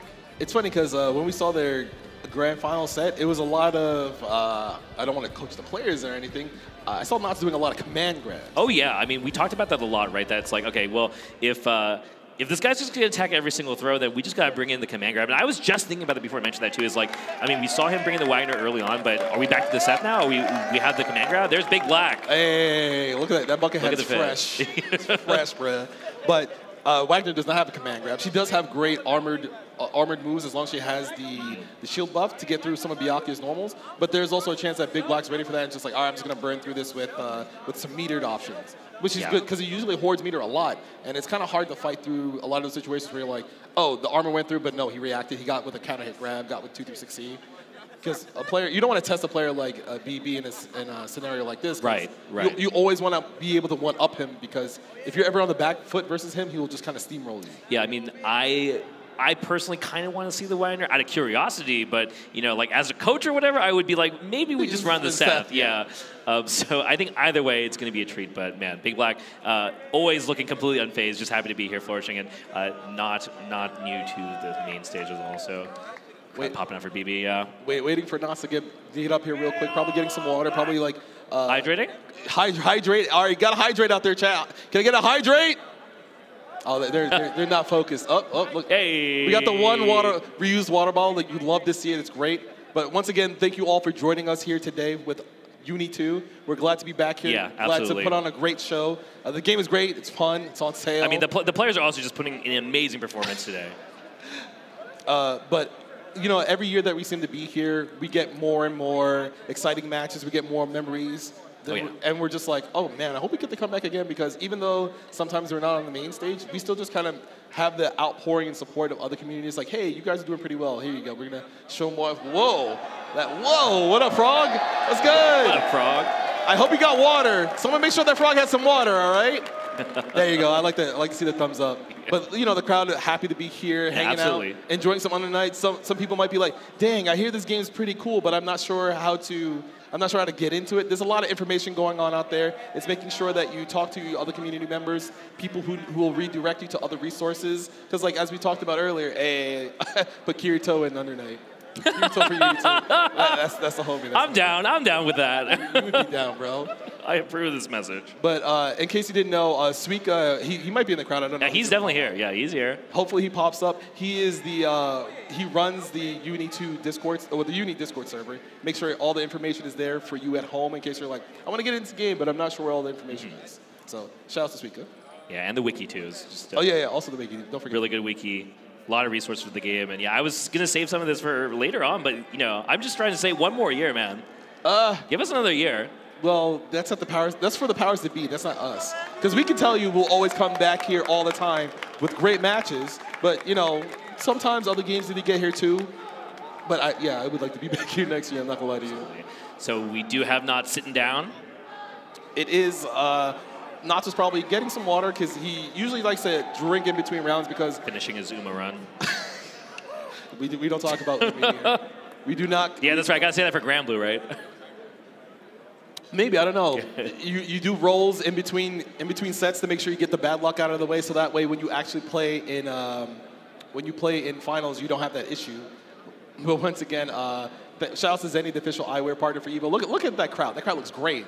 Look at that drone shot. It's sick, nasty. I love it. Yeah, big shout out to production. I saw that Mika head down there. It was pretty nice. Shout out to the homies. Good work. Both players are trying to get set up now. Big Black just kind of waiting like, come on, man, I'm trying to play, man. Trying to perform, trying to do well, get my game plan ready. Luckily, I think if there's a player that is the least efficient against icing out, it's definitely BB. I don't think you can ice that guy out. So I'm sure he's ready no matter how long he needs to wait. And you know, a player like him, he'll down back forever. Oh yeah. He'll wait till 0 seconds on the clock and somehow get a miraculous grid break, get the damage to go through, and win barely on a pixel. So hopefully we get something like that happening. Yeah, that was definitely not what we saw in the winner's side versus Defiant, though. It really just ended up being a lot of just who is better at playing around OS options, right? And just kind of a lot of gambits, a lot of just, I mean, the game is all about cycling options, but that set in particular was like, oh, wow, we're really just going to be trying to feel out who has the better counterplay, right? On just like the point-blank situation and stuff like that. We'll see if this happens here, obviously. So I was saying that he does play Aurier, so he's decided to go game. No way, he's bringing out the Aurier. Game 1, bro. So Aurier is so sick. I mean, she is no longer a potential woman. She has won a big tournament. She does pretty well at the mid screen with a lot of her normals and special moves. They're trying to both win it. Oh, double it's a tie. All right, shield for the CS. Yep. Ooh, there we go. Actually gets a punish for that. Very nice here from Nods. So yeah, bring out the Aurier. How do you feel about this? It could be a feeling out process of trying to out-footsie Big Black, because sometimes he will miss some normals, and Aurier would be good at that because her walk speed and dash speed is very good. Oh my! And 2C is actually really big too. Speaking of those footsies, like you said, the walk speed really gonna matter. Should be able to get the confirm. Yep, we have this. Is that enough? Yes, it is, even with the CBO scaling. So good round 1 from Nox, looking pretty comfortable so far. Has the game plan ready. Yeah, I mean, I think being able to fight Byakuya at some of the ranges that he's comfortable fighting at, that's a huge boon, right? Because sometimes you're trying to outspace Byakuya, and then you're like, oh, I know you're going to try to whip this, so I'll just walk a little bit further and mess up your spacing. Yeah, oh! I saw that stand tag. Yeah, Big Black did not want to take the throw there. Knots. Here we go. Just barely outside 100 meter. Take that. Oh my god! Scooped into the throw. I didn't know you could throw sweeps like that. Yeah, that was a real extend to her box there. Nice air hit, 5B confirmed here from Big Black. And why does 5B anti-air like that? It's huge. It just hits everywhere. What's going on? It has a follow-up now, too. Like he has a normal that does that already. Yeah. All right, so 2 more webs. The 3rd on the ground already. Oh my god, that web's right in front of his face. He didn't get rid of it, so he still has to deal with that if he's trying to move forward. Late chain shift. Oh! We just mash. Yeah. We're good at that. Let's see if he goes for a mid-screen knockdown. He does have 200 meter. Yep. Side switch. Push to the other side. Cycle's almost over. Big Black with the proper shielding wins. Has Celes chain shift available. Yeah, not just focusing on finishing this round. Doesn't care about the cycle. Gets out. Oh my god, he took that grab. I thought he was going to fall with the button. So now BB's just kind of down back. He's waiting. Whoa! Presses into the web, and that's going to be the round. I can't believe that's how this ended. Wait, he dropped his combo! Counter throw. Okay. He did mind control him, so he used up all his power right now. 8th thrust whipping. BB just trying to push Knots towards the corner, some slow pressure. Not trying to shield to make sure he gets Celestial, but if we know BB, he'll find a way to somehow get it in the next one. He's bringing a lot of offense here, but donating that grid. Okay, you know what? I think Big Black's pretty happy with that. Says, okay, you're going to gain a billion meter, but I'm just going to get this free hit. So he will spend 100 meter. He'll be close to winning this next cycle. Yep. He'll drop down 2 webs. Yeah, One, that's actually a huge mistake for Knots, actually. Oh, it doesn't react to the dash up throw. Tries not to fight it. This won't do a lot of damage, but this kind of just elongates the cycle more in Big Black's favor. You gotta set one more web. 2 more. So now what's Knots gonna do on defense? Get rid of 2 webs, but you have to be careful about pressing buttons here. Oh, nice. Very nice. EX thrust, swap side, and get a punish. Gonna get a knockdown. He does have the cycle, so he can do the assault jump A chain shift if he wants to. Does not fall any of the frame traps in. Wow, just jabs again, Big Black. As long as he does not drop this confirm, he should get game number. Oh my God, you're cursing it, Fox. No way. The AB Ender actually didn't combo. Does that mean we're good at our job? Or bad at our job? I don't know. I think it might be both, Fox. Oh no, he's trying to press. Oh, he's dead. Yeah, he pressed out of the 2-2, and wait, he's not dead. What's going on? The scrambles here, the red miss. EX. Rekka to close out Big Black somehow still takes that round, but I think both players are just grinning a little bit like, oops, might have. They're nervous. It's natural. Sometimes you're like, oh, yeah, let's get that water. Let's get that water. All right, everybody, hydrate. We want to make sure that doesn't happen once again. I mean, that was definitely the biggest scramble of the day. So hopefully they got that out of their system. They're gonna go back to maybe, they just immediately run it back again. It looks like Knots he's confident about his game plan so far. He's trying to out-poke BB, but BB has now found out different rages he can try to get into to mess with his spacing. Okay, just assault out of the corner here and catches Big Black with the sweep. It's pretty juicy. We have cycle 2, so no resource for either player though in terms of meter yet. Ooh, that backdash is a little scary. I wonder if BB's gonna scout that out next time. Yeah, I mean, I think Knots definitely a player who likes using that backdash, but Ori's backdash, you know, like you said, very long. We could see that get hunted by Big Black in this set if this continues. Push to the corner, probably going to spin 100 meter, get 25 of that back. Gonna set up 3 webs. And now Knots, what are you gonna do on defense? Are you gonna 2C? Yep. Press is out. Still not out of this, though. Yep, disrupts the top web. There's still one more. Gets rid of it. This time we won't press into it. He pressed into it, but he did it better this time. Yeah. That's the key. Won't get scooped by it. Oh my God. DP, though, no confirm. There's a DP. And yes, we get the confirm off of it. Very nice here for Knots. Gets the Thanatos knockdown. Gonna pull up. More staggers. BB not flinching. Waiting for the CS. My man is not pressing any buttons. Yeah, he is down backing here. He has Vorpal runs of interception by Big Black. And you can see him dashing in the spaces that he normally would just press buttons for. Yeah. He's making more headway to make sure Ori cannot walk back to get that whip punish. It's been a bit of a struggle so far in this set for Knots to find clean hits on offense, I would say. I think a lot of his hits have been coming from neutral or on defense, right? Just knowing when to press at the right time, but they haven't really solved the issue of how to open this guy up, I think. Knots has the cycle, made the combo long enough. Strike throw time. Let's see if BB decides to J2C out of this pressure, or he's just gonna wait for his turn. Oh my God. Oh my! Assault, and yeah, Big Black just knows when to press. Yet again, these players are just insane. How does he just know I don't know. If I match 2A there, I get countered. Yeah, if he matches 2A, it works for him. Ooh, no flinching. Great job by Knots. He gets rid of all 3 webs. Text the grab. There's the CS. Doesn't decide to fight afterwards. Just waiting for his turn and waiting for the cycle. All right, what are we gonna do here? Oh, late CS. Because he thought BB would try to whip punish. Find anything off of it. So we are back to mid-screen. There's a lot of waiting here. It's making sure. Nice. All right, 2A. Did not dash far enough for the throw, so it whiffed and Knots reacted a little bit late, but he still got the punish. Gonna get the knockdown, push the corner. Solid corner carry here. Oh, wake up jab again from Big Black. He just knows. This is the most active I've ever seen BB on defense in like recent memory. Anyway. Yeah, no, I mean he is, and it's working, right? Yeah, he's throwing him a different look. He's just like, yeah, you're not gonna be able to deal with this, bro.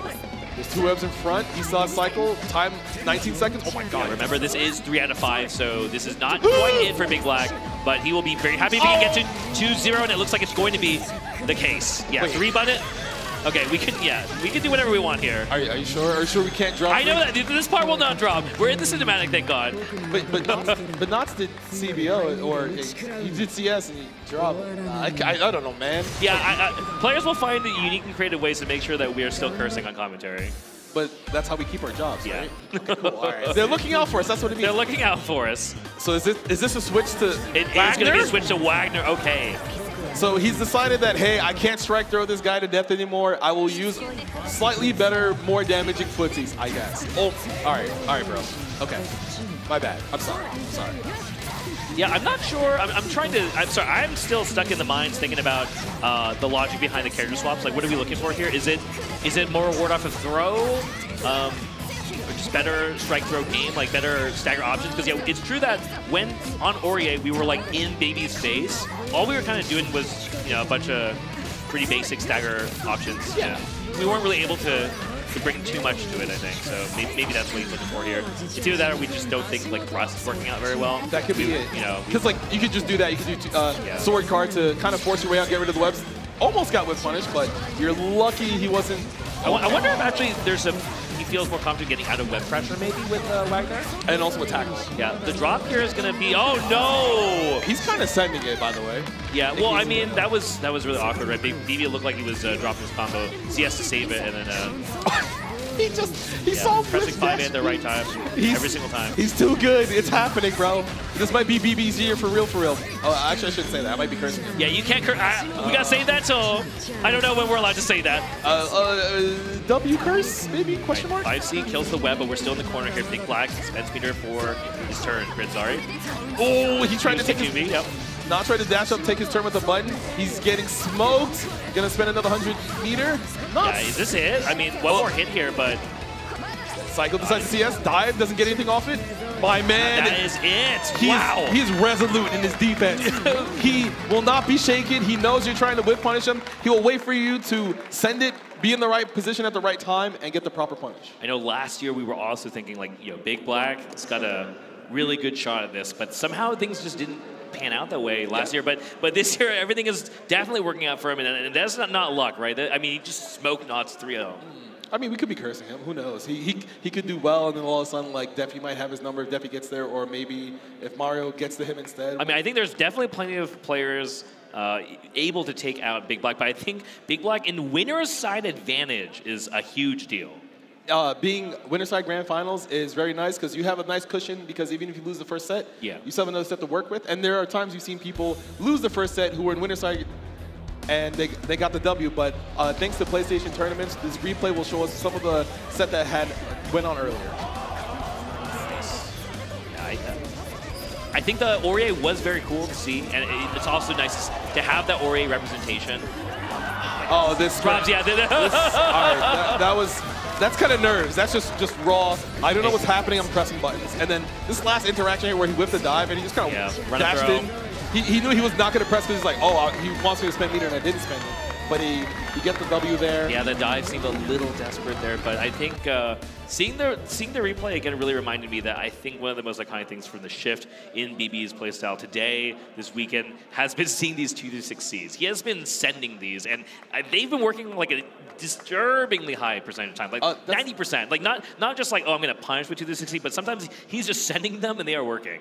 That's because he knows what he's doing, man. He understands his risk reward. But you guys at home, we will have to go to a quick ad break, but make sure you spam the Evo. Yeah, I need you guys to spam the special Evo Chipotle channel emote.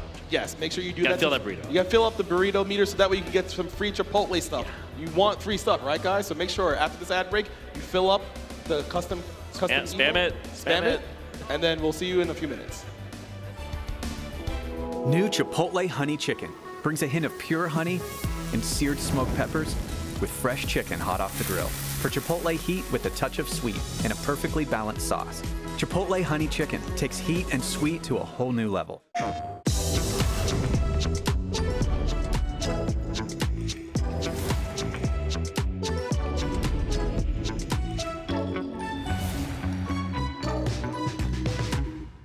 PlayStation.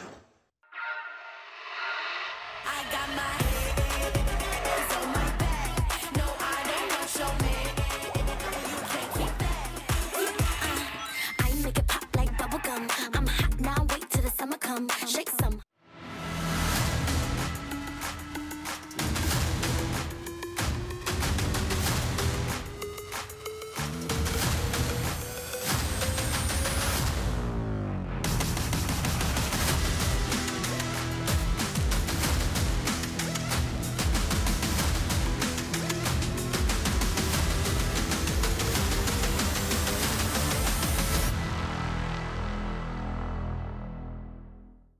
pretty early on that the game was fun to play.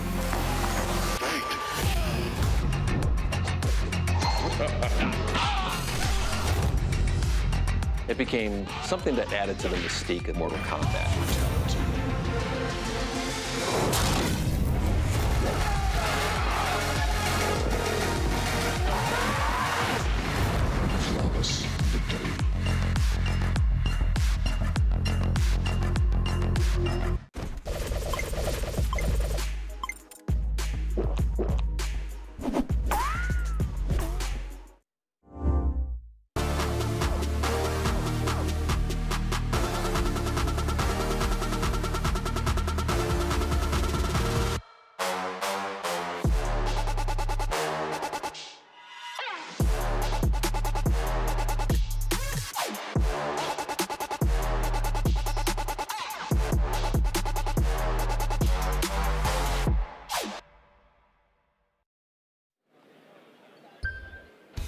Hello and welcome back to Evolution 2025. We're here with Under Night 2 Top 8. I'm Fox, I'm joined here today with...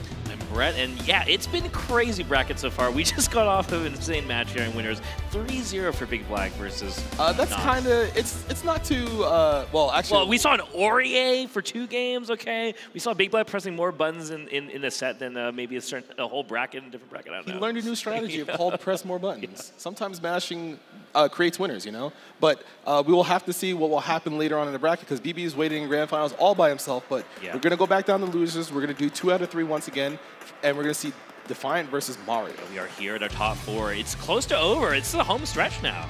Yes. Hopefully the players who are still left, they have the stamina in them to make sure they play at their best because the longer a tournament goes on, the more you're just waiting, the more you're thinking about different situations, and you're hoping that you have the right response for a lot of these things going on because mental fortitude is a very real thing in a lot of these tournaments. Yeah, I mean, it was a wild journey to get here. But now, looking at this top 4, it's all players we recognize, right? It's all the players we're not too surprised to see. Yes, of course. Like Defi, like I said earlier, he said he was trying to win Evo. He's trying to beat everybody. He's trying to prove he's the best, and he's slowly making it there. Even though he lost to BB in winners semis, it's kind of one of those things where you don't know which way that goes because they play each other all the time so often. And there is the boy from NorCal, Mario. A lot of support for him in the crowd here. I hope you guys can hear that. There's a lot of bias going on.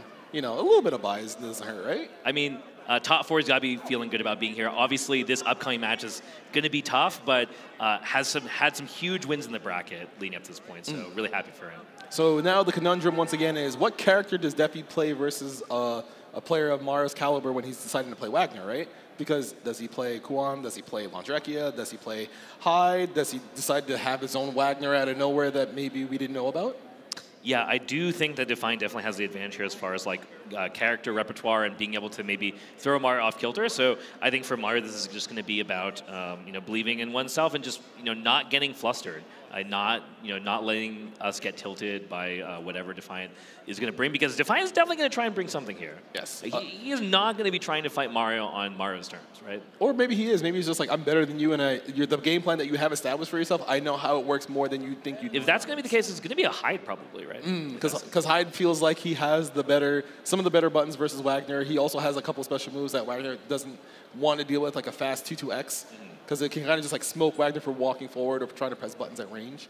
But also, the up forward jump A doesn't hurt to have as well. It looks like we're going to have the Landrekia. Yes, he's locked in. Going to be Landrekia, all right. Well, this is at least probably a character that I think Mario's prepared to fight against. We'll see how this goes here in losers semifinals. Nice 6B counter hit starter for Mario. Going to push towards the corner. Okay, letting it rip with the mirrorless DP here. Defiant just chucking Mario into the corner now, and just like that, we reverse the situation. Defiant caging Mario in the corner. Defiant got shielded. He knew he was going to lose the cycle, so he wanted to make space. Oh my god, he kind of poked him, got the counter 5B, pushed the corner, gonna get the Ice Flower set. So now Mario, he has cycle, but it can be baited out if he's not careful. This whole situation just from one 5B press here. Can Mario get out of the corner? No, gets challenged by 5A, maybe trying to dash block, got met with the 5A right beforehand. Defi decides to change shift, gets a meter, and gets round number 1. Right, that's the first round for Defiant. The offense here from, again, round start for Mario, gets another dash C. Mario's round starts have been pretty well timed, making sure Defi's not immediately correct on. Absolutely, I think that played a big part in a lot of the games so far for Mario. Stagger. Oh, that throw was very sneaky. I did not think it was coming. Definitely gets out with the up forward jump C. Yeah, with the veil up, just wants to keep Mario in the corner, tries to roll out, doesn't get punished. He still has the positioning, it's very important. Spend the meter, keep the turn. Oh, and he just thinks that Mario's not going to press the button here. Yeah, I mean, bail off War Off, it makes sense here. Mario holding it, lets it rip, try to, but there's the DP and the hit. Press 2A from Mario. Should be able to take this round, I think. As long as he does not drop. Might have to spend, 200 to keep it safe here. It makes sense. You're okay with spending 200 meter there because we will take the round. You're not sure if the 100 will do enough, and you don't want to be him to be alive with the pixel. Oh, round start now going to Define, but no full confirm here. Wow, it confirms for the 3C, no cancel. Huge. And here we go. Push the corner, gonna get rebuff, take the sword buff. Pulls out of the corner. Oh, trying to take him at the veil off again. Oh my god, he still won the cycle even with that shield, but... Last time Mario just did not do anything. We'll see what happens here. Yeah. Winning corner. Failed the burnout. Mario fighting back. Last time he was able to find something. Will he find it again? Let's it rip with a DP! He thought he was going to stagger the last Rekka, so he kind of committed to the DP without actually seeing the startup. Yeah, now rough spot for Mario. Defiant doesn't have resources quite yet, but he's going to build it up with this hit. Just finds the hit. Run out, press buttons here has been working out really well for Defiant. Maybe Mario's timing is being found out. He's trying to dash block and getting met before he can move. Oh my. There's a lot of stuff on the screen here. Yeah, I mean, what are you going to do? Have better defense, not press buttons. Yeah. It's hard though. There's too much stuff going on there, yeah. There's a lot you have to look for. Assault, throw, assault over, charge jump C, empty jump in, backdash, whip. Like there's like a ton of things you have to think about, and it's a very real situation to always have to think about when Landrekia has the ice flower on you already starting up. So sometimes you don't want to flinch, but you're just like, maybe I should flinch. You just like guess yourself. I think Mario taking the time to think here because the big issue has been dealing with the Flower Oki. If we can find a way to solve that problem, Mario has shown that he's been finding the hits in neutral, right? The offense has also been working out. Yes. So it's really just the defense here versus the lawn set play. And obviously that's just a problem for every single person in the arena right now. But, you know, it's not something that has an easy solution. But Mario's got to figure out the best way to at least neutralize as much of it as he can here in Game 2. Oh! Deppy's been, what, 3 for 3 on these DPs so far? Oh, there we go. Normal hit 2C, full confirm. This does do a lot of damage because it's a C starter. Reminder, this is 2 out of 3. We're not in the 3 out of 5 universe quite yet here, so Defiant only needs one more game to see if he can find it. Stay same side with the up forward. That's a huge win actually here. We really don't want Defiant to be able to side swap as well as escape defense. Oh! Huge whip fires, that's footsies. We'll take that damage. Is that footsies? That is footsies. I don't know, man. Anyway, 2C. Gonna get both balls, gonna keep. He's in the corner, lets it rip with the DP, and Mario says, I am ready for that. You gotta do a little more than that if you want to get out. So now this is where Deppy stops doing it all together and now does like wake up dash throw. Absolutely, absolutely. Ooh, more defense from Deppy, trying not to swing round start because he knew Mario was right. And the 5BB coming out, gonna push all the way to the other corner. Be very advantageous for Deppy here. Hey, Mario has a round at least here, but see, we talked about this subject. Can he get out of this? Let's it rip. That's one answer for sure. But he did not swap sides, but Deppy so graciously. Lets it rip again. That is air unblockable. Deppy was still in the air, so he could not block that even though he's not coming. No, just barely.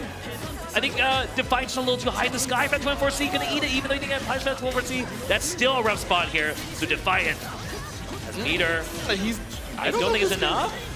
He's gonna get the ice flower set. No, everyone's gotten hit by that. Because it looks like he's gonna land at the last second, but then he presses jump A and that's still an overhead. Oh my god, we shield properly. Rekka. Still kind of scary to fight there because he might just do the last Rekka. No dice from the dash lead, but doesn't get punished for it either. He's trying to read Mario punish the Rekka late, so he decides to do DP there, but he's gonna eat a full confirm for his folly. Defiant definitely laying a lot of foundation for some of these mind games. I just don't know how it's gonna pay out in the long run here. Like, it is 2 out of 3, right? So we don't have too many times to be able to just throw out the dice here, but counter hit nice. 2C. Great starter for Landrekia, especially because you're stuck in the corner. You can get the refreeze, set up the ice turret. Mario needs to get out of the setup or it could just be lights out. Double overhead gets blocked. No shielded for Mario except for right there. Manages to make space. Oh no, the spacing 5B from launch is too good. Is that footsies? That was not footsies. Oh, so that's not footsies. Yeah. Okay, I see what's going on. That was not footsies. That was a miscalculation by spacing miscalculation from Mario. Oh my, what was that? Anyway, change shift gone for both players. Cycle's coming up again. Ice turret again. Are you dead? Throw that oh my god, that does so much damage off of the throw. And that situation... Yeah, I think Mario thought he was going to live from that throw. Or he thought that Defi was just going to dash up, do nothing, and make him press a button, right? Because if you press the button, the ice turret hits, gets the kill. But Defi, with a very dominating performance, he's slowly creeping back. We're about to see it, bro. We're finna get to see that Defi BB EVO Grand Final set. It might happen. Who knows? It might happen. Defi slowly proving himself. He wants to show that he is the best North American Uni 2 player, but he has to beat BB, his contemporary, who's met him so many times and they've gone back and forth so often. There's one person stopping him in his path. Knots? Yep, there is Knots. Well, the thing is, now we have two players who play a lot of different characters in this situation because we have no idea, is this person going to play this character? Are we going to have a blind pick? Actually, I would love to see a blind pick. Yeah, here. it's funny because like that doesn't happen anymore. People don't have blind picks, I feel like. Well, if there's one person who you should probably be asking for a blind pick against, it's probably Defiant. Defiant, right. But it's also Knots. Knots, we know he plays Wagner, Seth, Ori now. I also see him play Hyde. So maybe there's a couple of things that you're not ready to see. But as we see here, we're up ready with our losers finals with Knots versus Defiant. And Big Black is sitting pretty. He's like, man, I'm not trying to fight Defi again because he's the only person to make, so far in this bracket, to make it a 2-1. Yeah, and it is going to be blind pick. Let's go! And shout out to Shinobi here, judging this and facilitating the blind pick. What's up, Ben? That is the man who runs Climax at Night. Go to Climax at Night, y'all. Buy a shirt. Shout out to Shinobi. So we're whisper in my ear. It's like, tell me what it is. This character? Are you sure? No, I don't know. I don't think so. All right, they're good. They are good. So obviously we don't need to confirm it. Both players are just going to lock into the character they've told Shinobi, and we'll see what it is. What do you think it's going to be? I'm assuming it's going to be Wagner from Knots and then Kuan. Yeah, Kuan from Defi. That's my guess. Kuan, okay. That's my guess. Why do you think Kuan here? Kuan, his 2B is really messed up. They need to nerf it. It is a good button. They need to nerf that 2B. Anyway, Laser Pillar's really good. Flash Kick's really good, really big. He has a lot of far-reaching normals. But why do you think we haven't seen? Like, I thought he was actually going to pick Kuan versus Mario. Actually. Yes, I also thought that too. But maybe he thinks the Laundrecki is better at whip punishing and forcing turns with Rekka, whereas. That's not happening. I see Ogre on the big screen. There's no way. No way. That's not. Well, I mean, is this baiting? He told Shinobi. Yeah, so he has to. Yeah. This is his character. If it's Ogre, it's Ogre. Yeah, it's Ogre. He's gonna play. Let's go. We got Ogre. Ogre in the top 8. Year 2 Uni at Evo. Ogre's such a sick character because like he can plant a bomb with his command grab. He has a move similar to Ori where he kind of like travels full screen and just punches you. And he gets a big confirm off it and kind of forces a lot of, wow. Damn. Yeah, I mean, this is a character that was not available last year since EVO, so it's nice to see him here in 2025. Ooh, proper shield. Now, Ogre only has a fireball when he's in the air, so. Yeah, it's a bit of an awkward one. But he's so cool. Look at him. Yeah, I mean, look at him holding his hat. It's sick. It's sick. Right. Oh my God, he's sending it. It is funny that it's Ori versus Ogre here, so both of these players have pretty vicious lunges. Yeah, they're just gonna send it. They're like, I'm in. Oh, the bomb has been planted. Get the knockdown. Steer Ender, and now it's gonna start flashing red where you cannot interact with the bomb afterwards.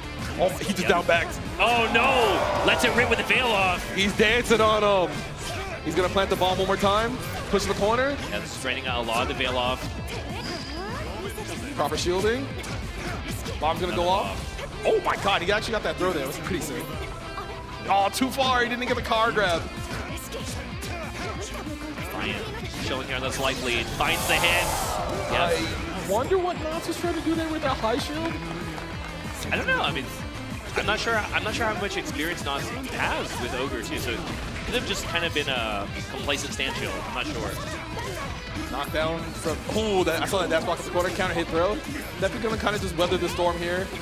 Oh, he's just mashing shield. Oh no, he's mistiming his shields. Laying it up. Nice block in the overhead. Still not just trying to trade though. Lets him out. No, where are you going? There it is. The up forward jump A. Even he has one, folks. Okay, I mean, I think we gotta give it to every new character, right? Maybe not. No, let's not do that. It would be nice. Oh, the layers! The layers! That was so sick. Bomb planted again. Deal with this again, fam. steer ender incoming. Bomb is about to start going off. Another one. Hold this. No, that doesn't work, bro! Yeah. Well, it takes a great shield. Oh no, the guard's supposed to keep it protected, but nice bait from Defiant. You have to know that's going to come. You cannot against it. And he does the whole IOX damn. You get to see it. Look at the aura. This, is that called aura farming? Is that what it is? Big punch. Beginning part at least.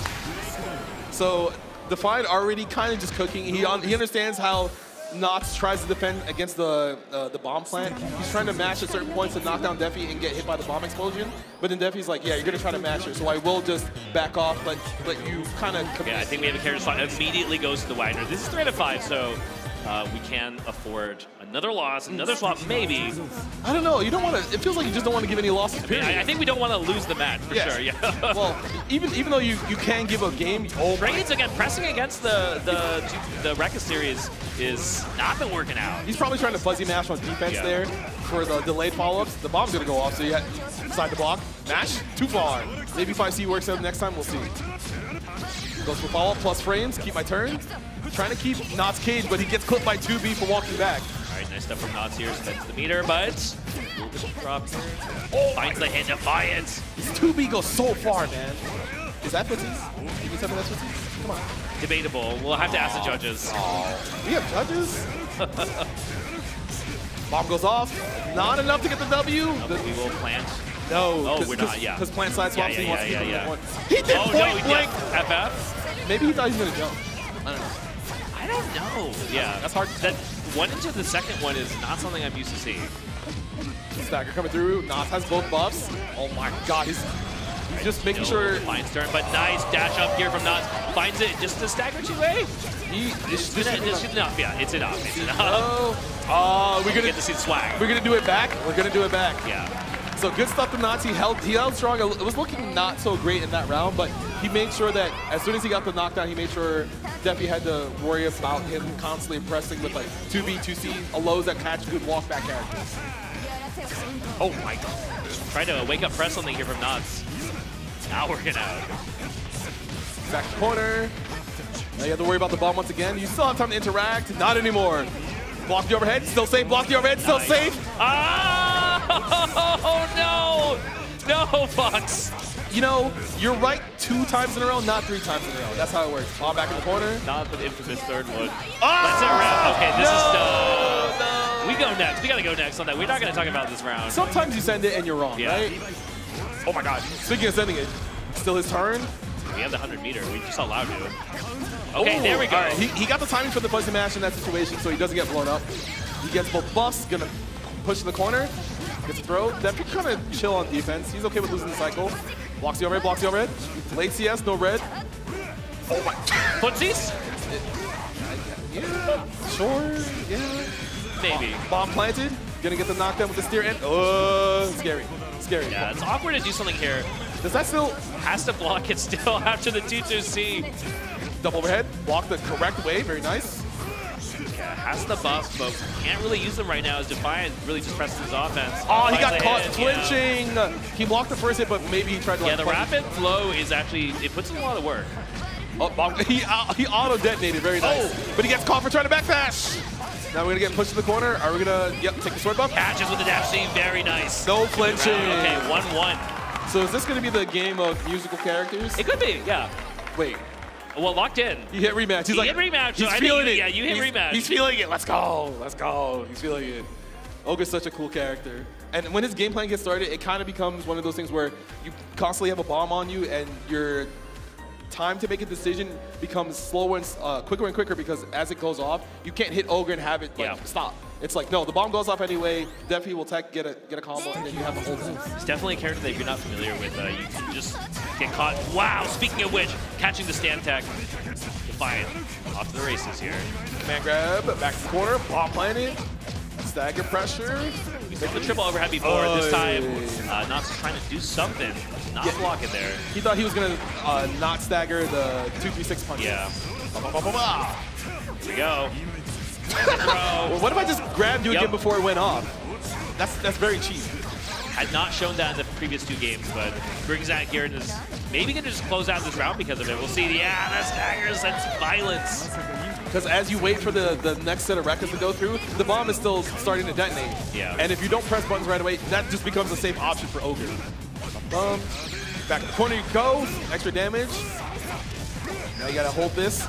Let's see what Dots does on defense. He's chilling. All right, guard thrust, able to deal with the bomb, but lets it rip. Dash B into DP. Classic. Blocks overhead. Plus frames. Yeah, good blocks here from Knots, but oh! Okay.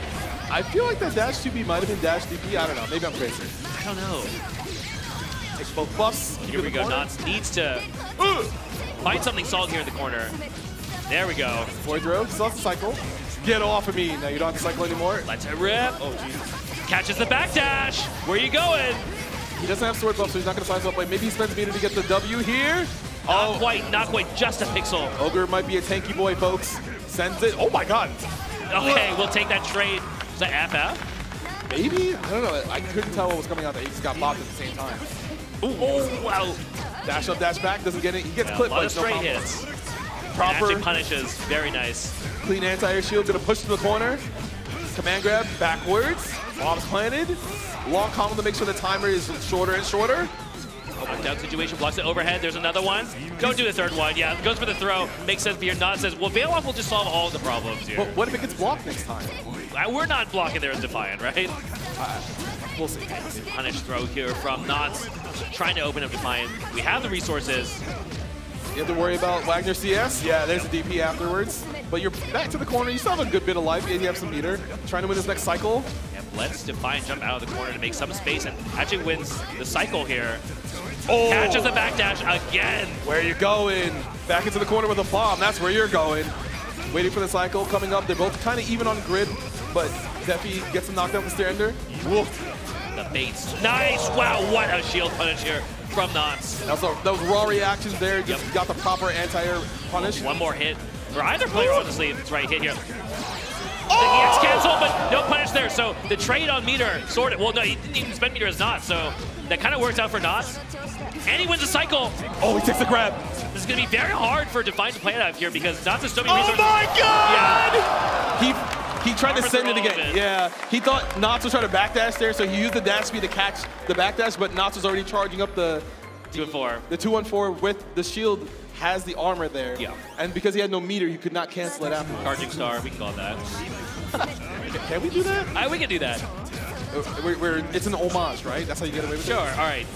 Catches Knots cleanly with the sweep here. So, you know what this is about.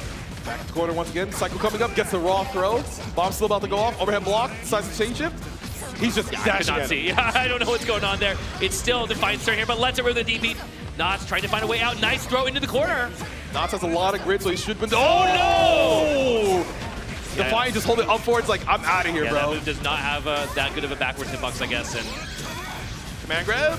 Very nice. Gets a lot of damage on that. Sends out a projectile to make sure he can't move. Oh, dunks!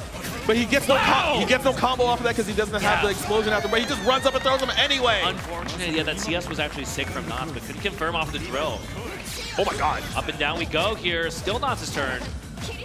Definitely kind of chilling. Yep, he decides to take his turn with 16. So he's trying to clip Knots from moving. Knots is just kind of letting Defiant go crazy. He's just farming grid. Yeah, he's just shielding. He's like, okay, you're done now? All right, my turn. And now I've got chain shift. But I think Defi, he's not okay with that. So we get the sword buff, gonna push the corner. The buff could be a problem here. Oh, cute. We don't get the confirm though. That whiff, I don't think we wanted that whiff. Yeah, he didn't want just raw 6B like that. Maybe TK Fireball or something, I don't know, but okay. ADP into EXDP, into EX sword car, swap sides. Oops, he doesn't get the tackle knockdown. Oh, nice. We flinch! Yep. Let's go. And now, match point for Knots. Only needs one more round. This would be a big upset if Knots were to beat. Yeah, I mean, Defiant locked in on Ochre, and I don't think it's necessarily a character issue, but I am a bit surprised to see him not try and swap to something that has been working throughout the rest of the day, right? Lawn, etc. Oh, nice catch. Backdash gets caught by 2B. Logre's 2B is pretty good. Gonna get the bomb set. So now, let's see if Knots tries to fight for the cycle or get some shield. Nice press, but the trade here on the bomb, that's going to be okay though for Knots actually. Gets out of the corner. Top side sees red, DP gets knocked down. Gonna chase win the cycle as well. Right. Immediately uses it, blocks the overhead. So Defi just trying to keep his pressure going, but I don't know if he's noticed that Knots just farming grid, but oh, very dangerous, yeah. Bend it all, and now we're tied up 2-2. That's very unfortunate. Yeah, pop off. Let's hear it, crowd. Let's go. Yeah, it looked like Knots was kind of in control of parts of the round, but I think that last portion with the dive 2-2C whiff cancel just didn't work the way I think he was hoping that it would be a little closer. Yeah. Oh, they're right back in there. They're going straight into it again here. Game number 5. Oh my God, counter hit 2C. Great damage started for Ogre. Gonna get the bomb plant with the side swap. So now the cycle's almost up. Knots gonna win the. Oh! Trying to stand shield. Not gonna work out. You're eating a lot. Gonna plant the bomb once again, or yes, we are. Yep. EX thrust. There you go. Same situation here. What are you gonna do as Knots in the corner? Here it comes. Oh, presses, but nope. It's mind control. It's mind control. Yeah. Oh my God. I mean, even when you know it, sometimes it's very hard to tell yourself not to press the button. Yes. So now Defiant is on set point, poised to go back in the grand finals. No flinching. Oh, and just dash up 2B from Defiant, making sure Knots cannot retreat or advance. Great dash up for Defiant here. And again, we're in this corner with the bomb. Knots has to find a way out and does. Gets the fuzzy mash 5A. Does he swap sides? Does he push to the other corner? Trying to go all the way to the corner. Never mind the tech, though. Going to keep us mid-screen. Oh, whip throw. Doesn't get punished for it. CS doesn't see anything red. Tries to see something with the bow. Oh, catches the stand tech there. Very slick from Knots. And now we're looking pretty good here as Knots. He has a cycle. He has 2 buffs. He has a good life lead. He has the W. Yes, he. No, he doesn't! Oh, the my God! Defiant could make an insane comeback here. Gonna need one more hit at least after this, if not 2, but it could be 1 with IWEX if we have enough meter. I'm not sure. Oh, doesn't CS, doesn't see anything. Knots blocks directly. He's not flinching. You have to be. Oh my God, he's dancing on him. Just bets it all on the dive. Sweet counter hit. Defiant's trying to guess and not to go for a throw or something, and presses. Oh! Up back dive beats the dash B. Gonna push to the corner, probably take a buff. There we go. Defi on defense now. Has been a little shaky, it looks like, but... Huge throw, honestly, but there's the veil off to fight back here. Lets it rip with the DP. Knots is so good at landing these, actually. Oh, there's a back EX Fireball. Let's go. I can do that too, fam. Yeah, shades of Line actually a little bit here from Defiant. Gets the hit. There's the bomb. Manual detonate. This is CS throw. Oh, and he just challenges the 5-in right away. He's like, yeah, I'm not letting you get your turn, bro. He's gonna side switch, back into the corner. Defiant's gonna have cycle, but the press out from Knots. Bomb is still there. Yeah, the bomb is still there. That's safe because of the bomb. Oh my God. For it, though. Overhead blocks. Defiance still on the offense. Finds a tweet. I should beat against enough meter. They're not gonna have enough. Oh, he did the longest combo he could. We have one more chance. Doesn't see anything. Defiant gets the throw. Oh my God, he got the dash up throw. And Defiant moves on the grand finals in a very clutch situation. Crazy. 3 out of 5 with Ogre. Yeah, he did it all Ogre. He didn't switch characters. Not switch characters. Bomb up with the cosplayer. The Ogre got... He has the hat. He's moving, bro. He has the hat. Great work from Defiant. He was in a very tough situation in the middle of that round. He brought it back. And that last position where he was just like, I'm just going to do that shit, bro. That takes the heart of a champion. We'll see if he can get there. No, I mean, definitely clutch that one out. Like you were saying, I think there was some hesitation for me about whether this was going to work out in like game 4-ish. You know, when especially Knots had a slight lead in terms of the rounds there for a bit. So, but at the end of the day, Defiant clutching out, very impressive stuff, and hopefully inspiring a lot of people to try and check out this character. Yeah, Ogre's a pretty cool character. Like we said earlier, there's a Discord, there's a wiki for all the information about the character. A lot of people are playing them. He's very good. He's pretty good. He's kind of cool, so you should check him out when you get the chance. I mean, he has the potential to win a tournament maybe at EVO. I mean, you can't say anything about the character if the character wins EVO, right? Yeah. Look at it. Well, look at it. Already has done enough, honestly, winning in losers finals, right?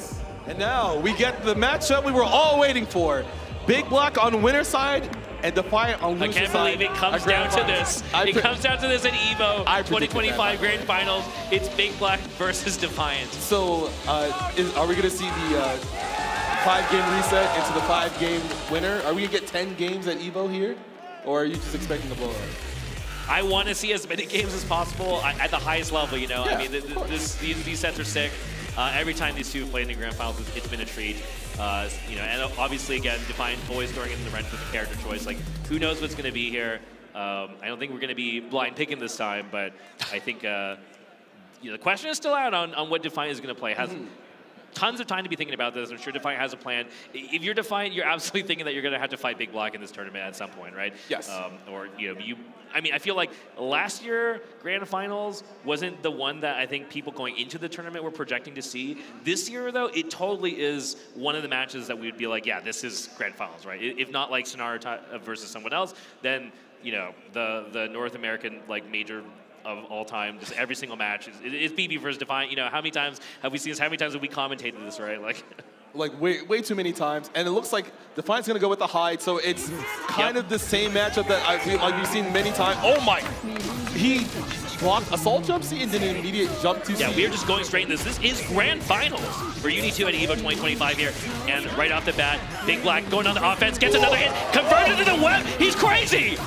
All right, he's busting out some new things I've never seen from him before. He gets the website. Yeah, the presence of mind, they're just so incredible. But like you said before, Defiant choosing hide, not too surprised to see that, right? He has been picking the hide versus Big Black as a way to try and open him out. But Big Black, you know, new and improved, might not work out, but we do find a good hit here for Defiant. He's going to get the knockdown in the corner. He has the cycle, so 10% more damage. He spends 100, he'll get 25 back. Decides to change it to make that safe. Doesn't want to spend his own meter. I throw into the corner. Hyde gets a combo off throw in the corner. Very privileged. Yeah. Combo throw, evil stuff, evil stuff. Wins the cycle off of that long combo off throw in the corner. That's probably one of the reasons why he's picked this character. Sees red, no Pale Bringer. He wants to hold on to his meter. Not sure what that was going to be, so just backed off there. And now back on the offense. The Edge Orbiter doesn't really find us much, but we'll see what happens after this cycle resolves. Big Black, he went Celestial just by down back. He doesn't press shield too often. Says, I want all this meter and my turn still. Dash block here from Defiant. Just trying to do what we can. Ooh, no CS from BB. There it is. Let's it rip with the... Oh, the fuzzy mash. Three! He's just pandering to you, bro. Oh, he's dead, though. He just spends 100 meter. Yeah.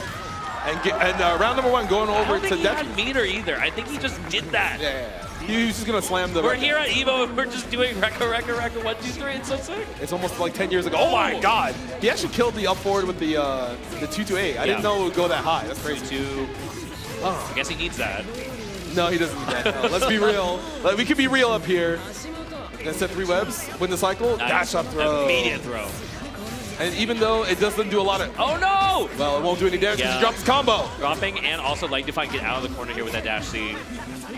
Oh, fight for Vorpals on. Nice shields here from Big Black. They're going to win the cycle. Is it going to be enough? They're going to whiff, but no punish, and just lets it rip with a 6-speed. He knew Big Black would try to move after seeing that. He's like, yeah, I'm just going to meet with a button here. He gets a bunch of damage in. Stay in the corner. Gets the grit thrust. Doesn't have to worry about any offense. Gets hit by 2B. Big Black with the side swap. He won't get 200 meter in time, but he'll dump 100 to make sure he gets Just kidding. Doesn't get the knockdown to throw into the corner here. And the fight for cycle is going to be an interesting one here. We have a little bit of time, so Big Black shield's not working out. No, just huge counter hit. And as long as Defi wins the cycle and does not drop, he should just do CVO into some meter options. Spend 100, IWX, and that should be enough, question mark? Yeah, it should be. There we go. It does, because he had Vorpal, he does do 10% more damage, so it kind of helps along that process. But Defi looking like he's locked in. This is looking like it might be one of those...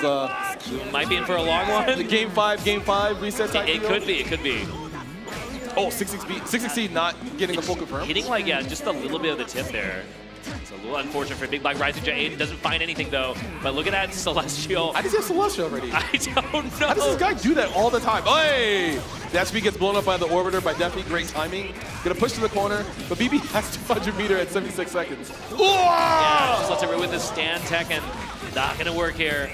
Defiant. Hyde does so much damage. Going a little crazy here in the corner. Getting freaky with it. Yeah, I mean, I think we're gonna see another turn. Yep, 2-2C. Yo, bro, he's like, do something, I dare you. Yeah. Oh, he almost got the whip punish, but BB... He's looking for it.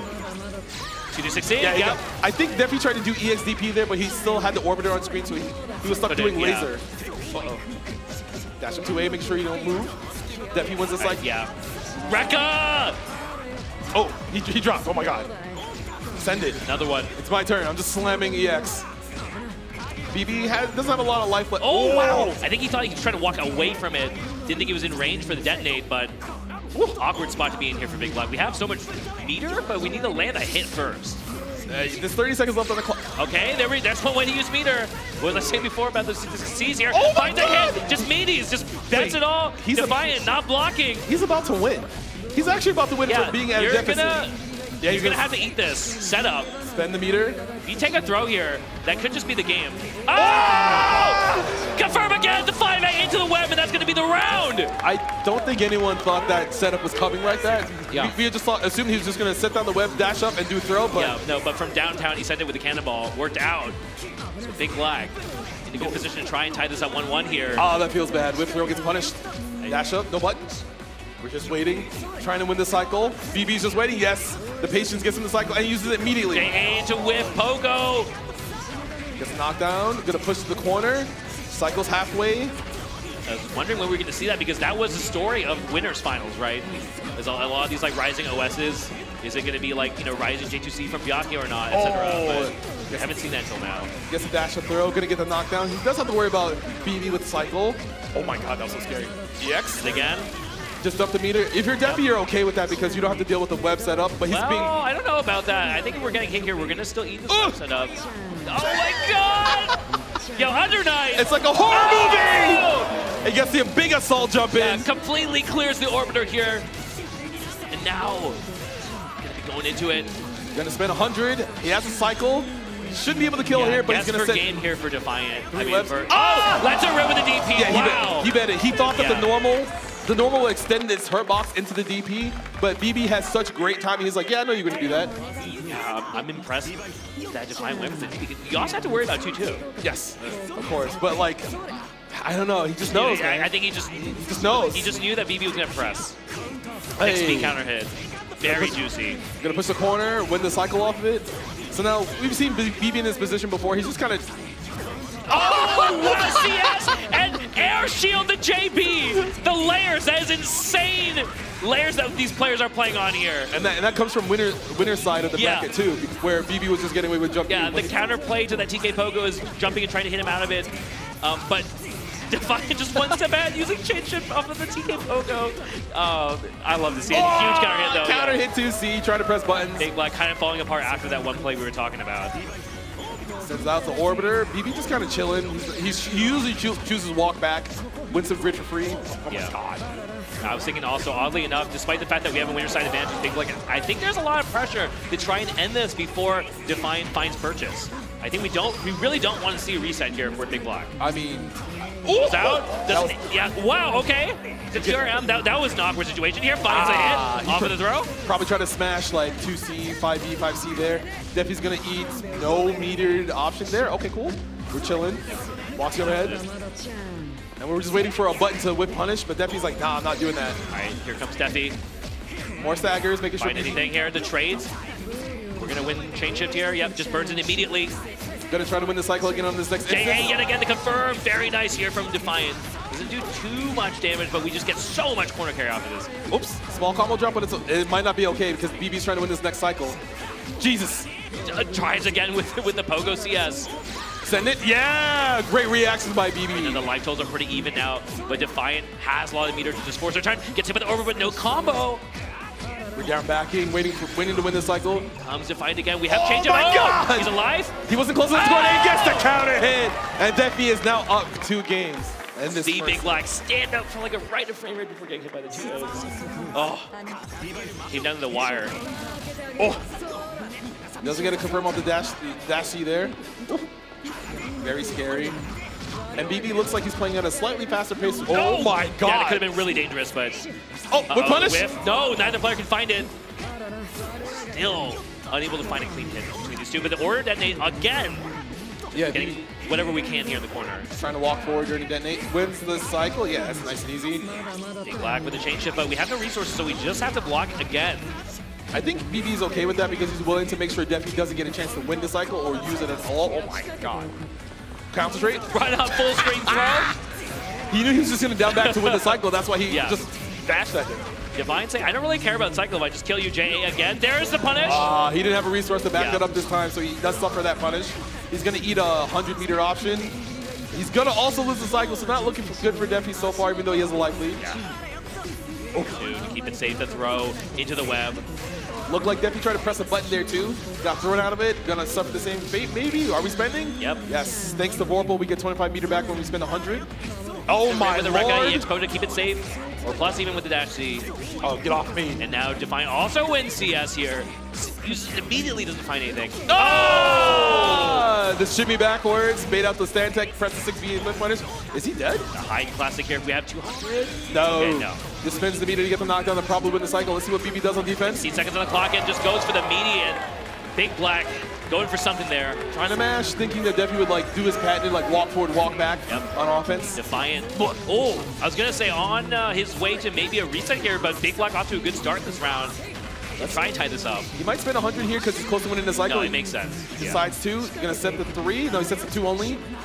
He's trying to. Oh my God! He just maybe he used it to be 3C if he goes above him, but it just didn't 2C. I think that was just full setting to 2C there. I respect it. Oh, it's staring at each other. BB has cycle. Yeah. There we go! He gets the timing down for the EXDP after the flash. Got him again! He won't be able to get the W here, but he will be in a great spot. Yeah, this is looking all Defiant right now. Oh God! Let's rip with the HC. Not gonna work out. And we have have the reset. Bracket reset. That was kind of quick too. Honestly, I was expecting the 3-2 maybe bracket reset at the last second, but this might be one of those classics where even though you got reset on, all you needed was that first set to be like, oh, I know what to do now. Yeah, I mean, that's why I was saying I'm very scared about giving Defiant a reset in this kind of position because I feel like when Defiant's on his game, he's just completely unstoppable. But we'll see. Same could be said about Big Black. We haven't really seen him, get too much to work out on offense, I think is the main thing. Like, we're doing a lot of these charge 3Cs and stuff. Haven't really been able to do anything. BB suffers a 3B from Hyde, got buffed a little while ago. Went further than he was initially expecting. Does the 2FF CS, doesn't see anything. Just keeping pressure, making sure BB can't flinch. Oh my God. Letting it rip with the Rekkas, you love to see it. And he tried to press 2B and got hit by a Rekka. It's good. As a former Hyde player would say, like yourself. It's sick. Spend the meter, get the knockdown. The last chance here for BB in this round. Anything will do it. Throw, just a random hit. Oh my God. Nice tag. But yeah, staring down was expecting something to come out. Chain shift or something.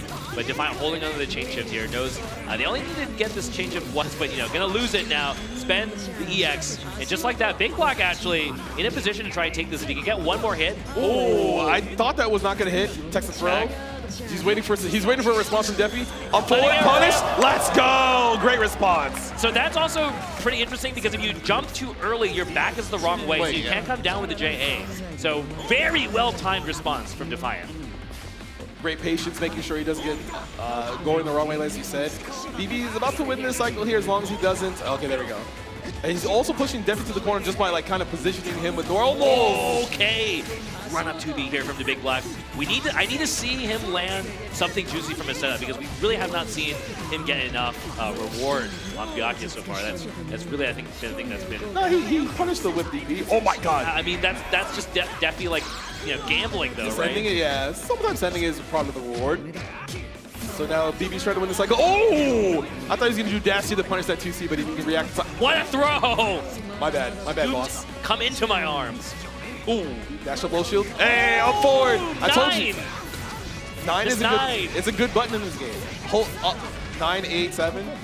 Oh, late tech. Win the cycle. There it is. He was still in and shield recovery too, so it broke the grid as opposed to just getting normally hit. Gonna spend 100. No! Doesn't get the proper routing, but he's in a good position though. He has a lot of life. He does have change. He's going to use it here to try and find something, but the 2A, the press from Defiant. Gets a side switch, gonna dump. No, it doesn't dump any meter. Let's it rip with the IW, but that's not gonna work here. I'm actually surprised he decided. Okay. Is that gonna kill? He might have. I think he trolled his damage, but we'll see. He's alive. He trolled. Because he did CBO as opposed to just doing a long combo to dump all his meter. Could have just killed here. Is that gonna bite Defiant? We'll see. I mean, Defiant. There's 16 seconds on the clock. Okay, throw anyways. Oh my God. Even more information. I don't know, man. Like he kind of, that was really scary for him to just be like, oh, I won, and he just kind of like did a silly little combo. I think he just wasn't really looking at the HP bars and just tried to make sure something easy came out. But you know what? It didn't really matter here. Good assault from Big Black though. Also has a cycle. He's gonna push the corner again.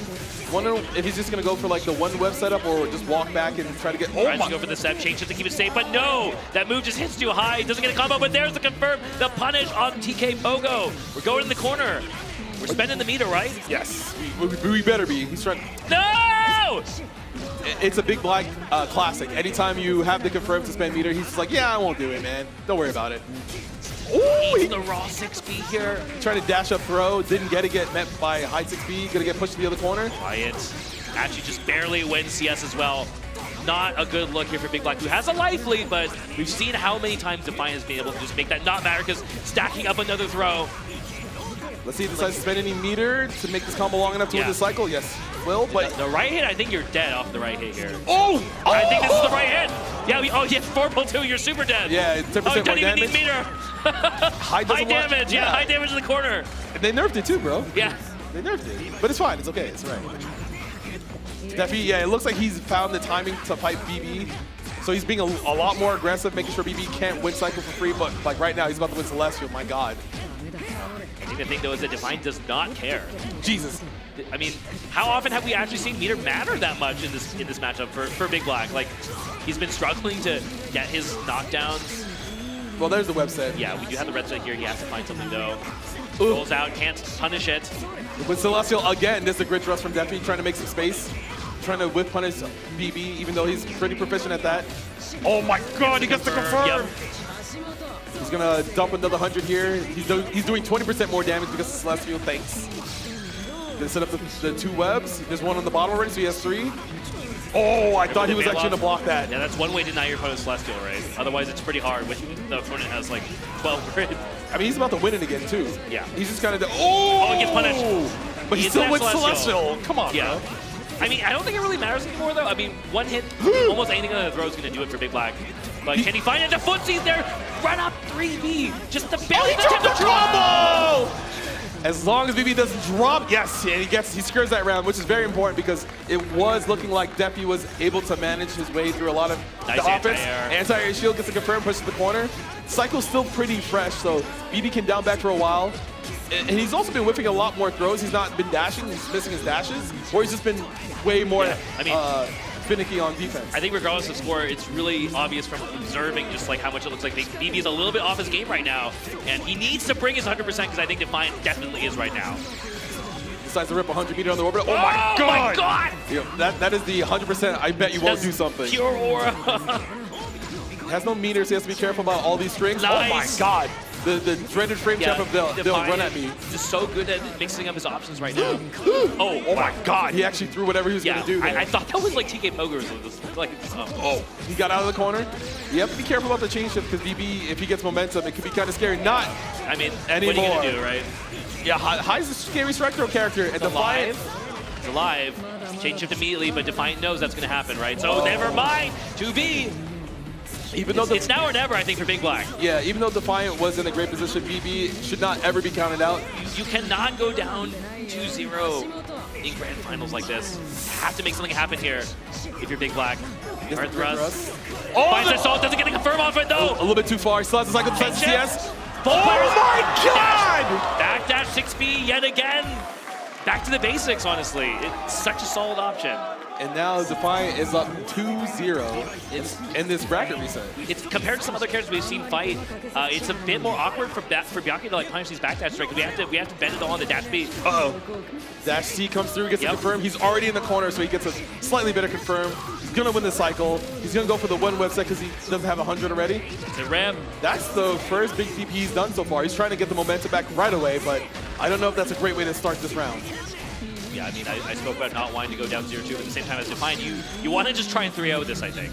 You do not want to give Big Black more games. Oh my! He sent it. He was like, get me out of here. Oh, well, he actually won the vorpal from that, too. Not that it matters, but I was just like, holy. He's nasty at grid control. That's one of the things that you have to worry about Big Black is that sometimes it looks like he's doing nothing. He's just letting the passive grid come to him so he can win. Shield. The Direcka just lets it rip. Full confirm off of this, too. Gonna push to the corner once again. BB has a lot of grid, so he can kind of win the cycle, but he does have to be careful because Defiant has been kind of saucing him in the corner a lot.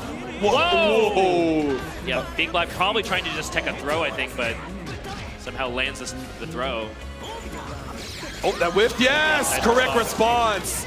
React to the super flash. Yes, change to confirm. I like this a lot. This is his best starter because, you know, obviously starting with 100 meters is a great way to get a confirm. Yeah, I'm going to give Cycle to Defiant, but I've seen a lot of not caring about Cycle in lieu of just killing the opponent so far in this grand finals. 5A retaliation from Defi. Nice. And Defi getting clipped. No, oh, what a drop. Win the cycle? The shield. Defiant MvCS now has 100 meter. Barely, never mind. The green shield, though, taking the meter away. Now has it. 2A stagger coming through. Yeah, EX. BB not flinching. Chilling. BB now has weathered everything. He's about to get Celestial. He has Celestial. Yeah, Defiant is out of gas now, but goes for the throw. Backdash yet again from Defiant. We've got to figure out how to police this, or we're cooked, I think, is Big Black. This is not looking great. Defiant is poised to win Evolution 2025. Empty jump throw, though. That's a way to start your grid break for Defiant, but Defiant has shown that he doesn't need anything other than a good backdash and good buttons here. Gets caught with the 2-2, though. That's a good start here for Big Black. Great damage. Gonna win the cycle. Probably gonna spend 100, get the set play going. Defiant has been very vigilant on defense. A lot of this is not shaking him. He's a player of great cal. Oh my.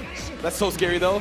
Oh my God! Okay, there we go. Actually, inbones through the veil off here. Not sure if that was a hard read or just luck, but it works out for Big Black. Nonetheless, burns out all the veil off.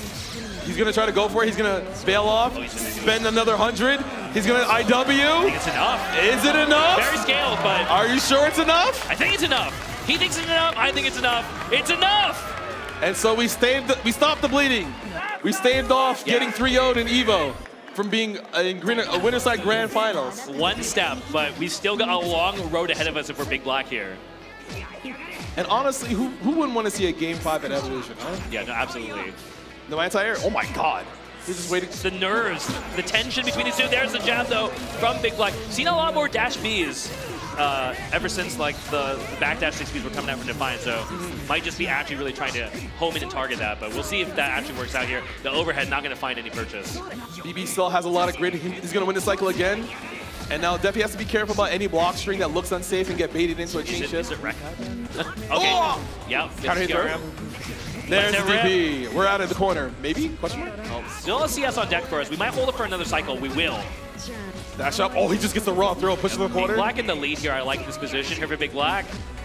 TRM again. He caught him. Defi's pressing buttons on him. Oh, catches the roll. Gonna pull up. This is the last chance. No! We get the yellow grab off of us. CS. Ooh, doesn't spend meter because he's scared of Big Black reacting to Super Flash. Oh my God, look at these staggers.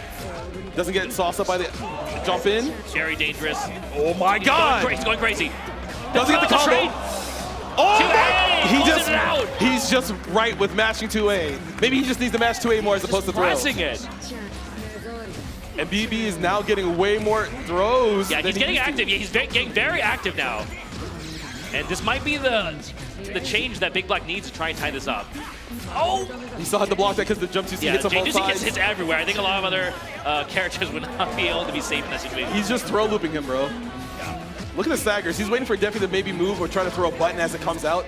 Oh my God. I think the thing is, with no meter at Defiant's disposal right now. He has Celestial too. Yeah. What's going on, man? My man needs some resources. Give my man resources. Like, what, is the throw coming or not? He's gonna let. There's a throw! Full interception. Oh! And the 6-6C gets intercepted by the website. Yeah, and both of us thought that C was going to work. Yeah. And now we have a... Oh, he... Yeah, there's a look! BB! He wants this! That's like the most emotion I've seen of him in the mid-set before. Holy crap. This is some He gave him the look! There's some anime Final Battle stuff going on here. A huge grid break, though. The crowd knowing that hurts. Bro, I don't think I've ever seen BB do anything like that before. This is for all the marbles. They both know it here. BB in a great spot right now. Doesn't try to contest the jump forward. Double rising JA. Oh my God, 5-8 nothing. And it looks like Defi's really passing that. They're down. Defiant, though, he wins the cycle. Gonna cash it out. Yeah, sends it right away. Wants to keep his turn, but BB's just like, nah, bro, I got this. And again, there's the big swing. 6B putting in so much work this set. Oh no! He did a little bit too. That is the high classic missing the EX tossing there. Letting it rip, but it's kind of safe on the way down if you time it right.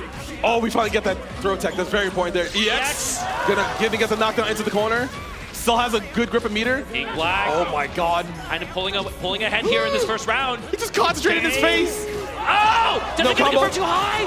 He smashed the 6B on defense there. Defiant now, he has 100 meter. That's where he's shined here. He's gonna be able to do whatever he wants. Here it comes. Let's the EX Big Black, is there CS coming? No, he's gonna take the throw. Loses cycle!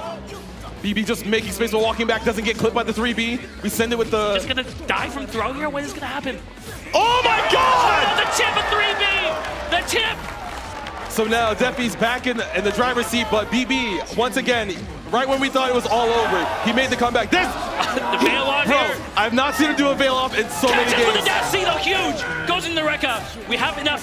We can spend, get some extra free meter here. No, he just runs out though. That's actually kind of huge. We lost the setup, but we get the hit anyways. And the dash up throw. He saw the cycle though, so he can kind of. No, he just gets the hit. This should. Well, it's not enough, but it's not enough. Defiant has so many resources in terms of meter though. Does he? Oh, he tried to go for a reset. Defi was ready. Decides to mash on wake up there. He's gonna let it rip with 100 meter. Waiting for BB to flinch. No flinching there. This is CS. And the Rekka! Just doing it with the Rekka. So now Defiant has a chance to win the cycle and maybe even win this round. God, if he wins this, I think one hit here could do it again. He's gonna have the cycle. Are we gonna bait? Big Black rolls out. And he gets the punish. And he gets it. I think we got it.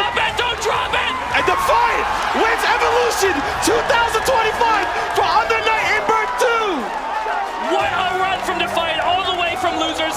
Post reset, pulling out like 5 different characters in this bracket. Bro, what can I say? Yeah. Under Night always delivers every year, and Defiant, as I said earlier, he told me earlier this year that he was trying to win Evolution. He was trying to beat BB, Sonaru, everybody who came in his path, and Defiant finally did it.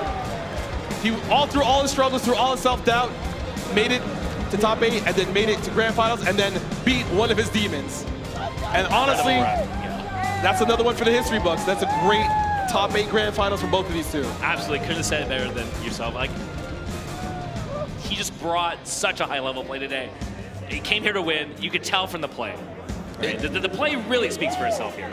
Because having a game plan against BB is really hard because his defense is so good. It's almost impossible to open him up, but the way Defiant plays hide makes it look like, oh, this is all you have to do. But that takes a lot of timing, a lot of micro aggressions to make sure, like, hey, if I'm mashing 2A here, you're not going to be ready for it. And sometimes BB, you saw him whipping a lot of throws because he thought that Defi was just going to run up and throw him while he was in the corner. For the full corner confirm, kill time on the clock, make it so he couldn't make the comeback.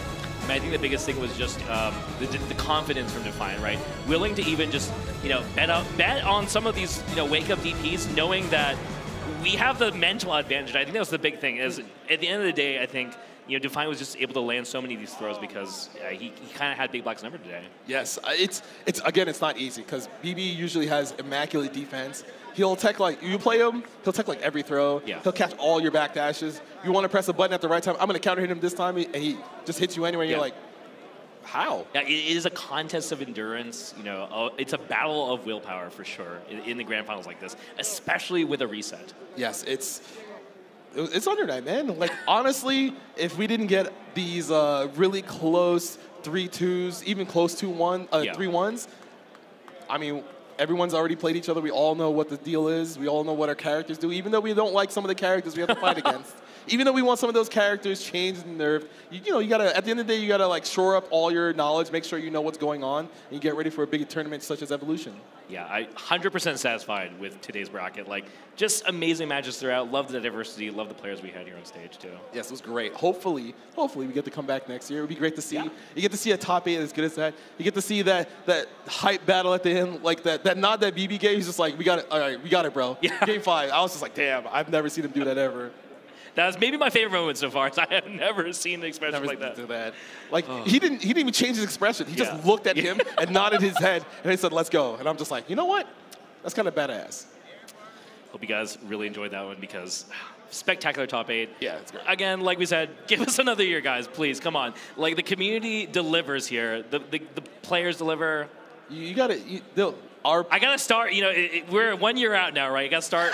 Gotta start early. Gotta start early with this stuff. You gotta plan the agenda ahead of time. Yeah, exactly. That's the case. But like the play and the performance and the turnout is what's supposed to get us back here, right? Absolutely. Like, even though we don't have like 2,000, 3,000, 4,000 people all the time, it's the what's it called? The concentration of great players that we have. All the strength is really good. You can see how everyone's growth has changed over the years. Some players are just like, I'm not feeling it, and then they come to Evolution and they get like top 16, close to top 8, even make it to top 8. And that's kind of what you want to see throughout the year, because if you're following community as tight-knit as Under Night, you see all these great stories, all these great players at other tournaments that you might not get to see at like the bigger ones because sometimes they don't get the shine that they should get. Yeah, I mean, like you said, the game is carried on the back of the community itself. again, day 0, we had uni players in the cafeteria bringing out setups. Did not see that with any other game. Yeah, they're trying to grind. And, like, also, like... They are hungry. They're here for a purpose. Yes. So we have the top 8 award coming up to you, so we're going to throw it over to them real quickly. EVO 2025, this is your top 8 Under Night in Birth 2 champions right here. We have in 7th place, OmniDig.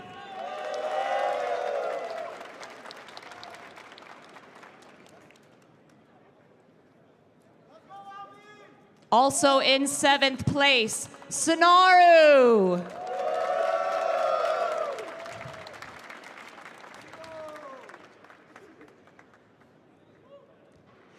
In 5th place, Suitaneko.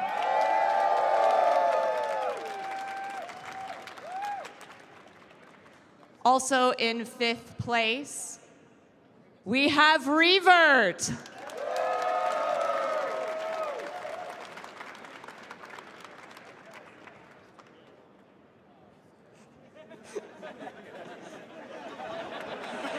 In 4th place, we have Mario.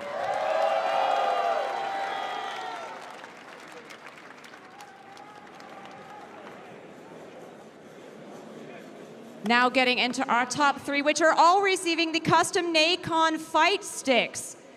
In 3rd place, we have Knots.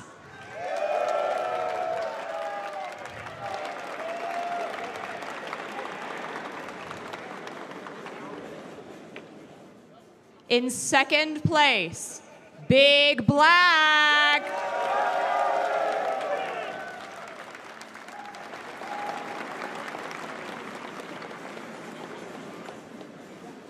And your 2025 Under Night in Birth 2 EVO champion, Defiant!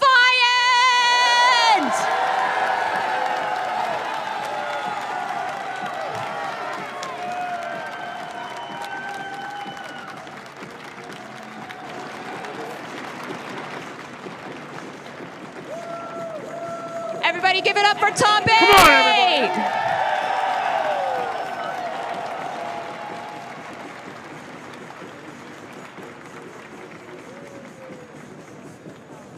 Once again, our top 3 receiving those beautiful sticks. Show off those gorgeous sticks that you all have. Hold them up.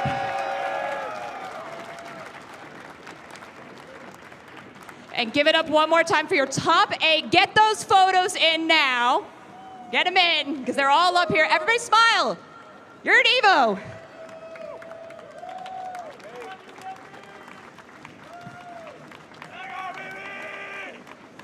Defiant, will you come up with me for a little short AT&T winners interview? All right, come on to the center. This is your moment. Come right here. This is huge. You just won EVO. You fought really hard. This is obviously emotional. What do you have to say to all your friends and fans? I've been playing this game since 2019, and I remember when that EVO happened, and I was like, wow, I really want to be up here. My big end goal to finally be up here, and I've been grinding so hard. All the people,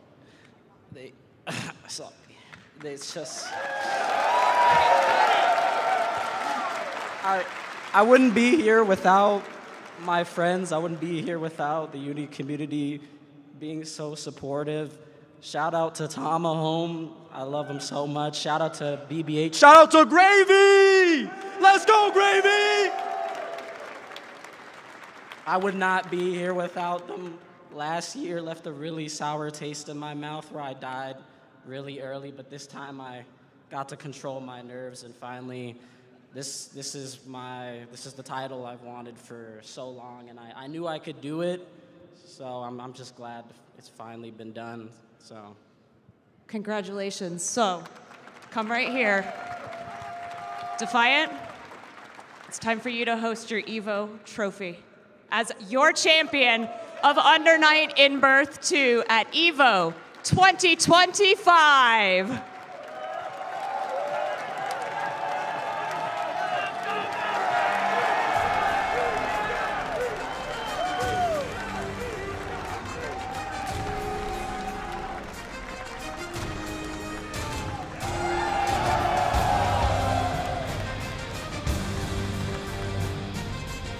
All right, Brett and Fox, back to you.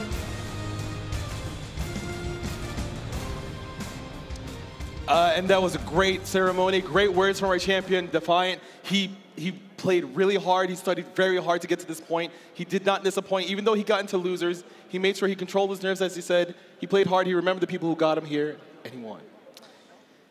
I have no words. I think Defiant really said it best. I mean, the community, everybody coming together here. A magnificent top 8. And yeah, I mean, you could tell how much he wanted it, and I'm just so happy that we can definitely say now he is the strongest player in the world. Yes, yes. It eluded him for so long. Him and BB went back and forth for so many times. You couldn't really tell. You kind of just had an idea, but there was no solid concrete proof. And now I would say this is the proof that he wanted to validate himself. Yeah, I mean, again, the play really speaks for itself.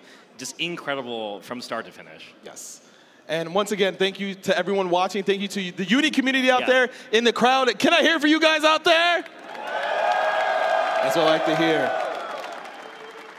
All right, well, we're going to toss it over to Jalen, but thank you guys again so much. It was a pleasure to commentate together. And of course. Hope to be back soon. Brett, Fox, thank you so much. That was incredible commentary. I loved every second of it. All right, coming up next, we have MvC2. And following that, we have Granblue Fantasy versus Rising. But first, we are going to go to a quick break. We'll be back with more EVO 2025 right after this.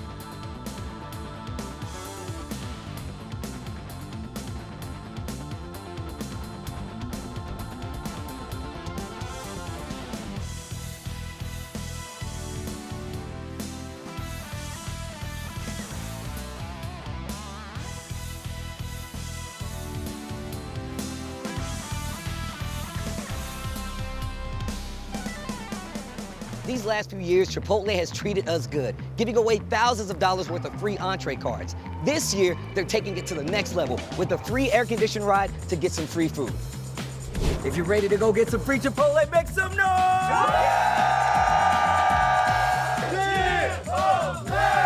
We're here. Let's go. I guess there is a silver foil lining to washing out of pools day one. Well, Vaya is laughing right now. Look at Vaya laughing right now. Oh, he's doing a dance. What is he doing? Man, he's too ready, you know. Not today, man. Oh my God!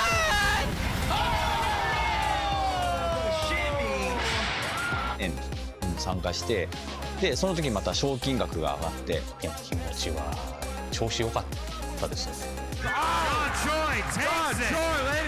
So it's much more than just playing. It's being a part of this community.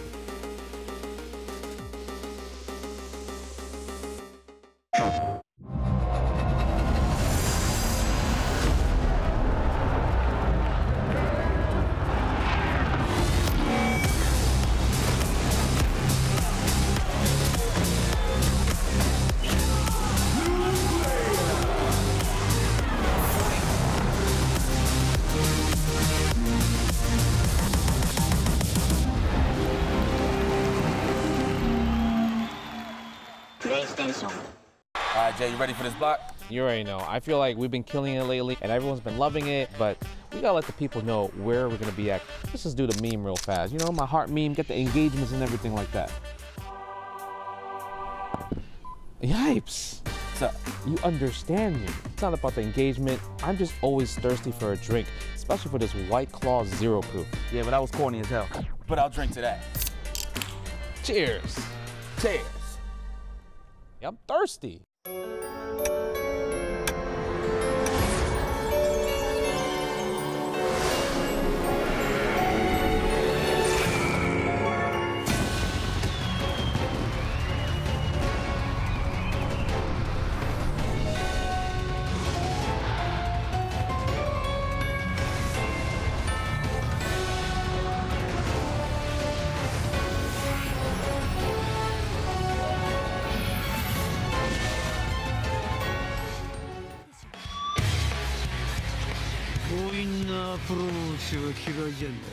はい、新キャラクターのユニカはギルティギアストライブのアニメギルティギアストライブデュアルルーラーズからのキャラクターとなっております。ユニカに関してはまずそのアニメの企画で、アニメでどういうストーリーをやっていくかっていう、ストーリー脚本のプロットとかそういうのを詰めていく中で、こういう少女を新しいキャラクターとして出したいっていう話が先に上がって、でそのキャラクターに合わせて、こういうことをストーリーの中でする、こういう役割を持っているみたいな概要っていうのを石渡大輔に渡して、で、こういうキャラクターなんだけれどもギルティギアストライブにもプレイヤブルとして登場させたいんでキャラクターデザインお願いしますっていうような話をして、ユニカのキャラクターっていうのは石渡大輔がそこからデザインしてもらったというようなキャラクターの絵になっています。で実際絵が上がってくると、そこからすごくいろんな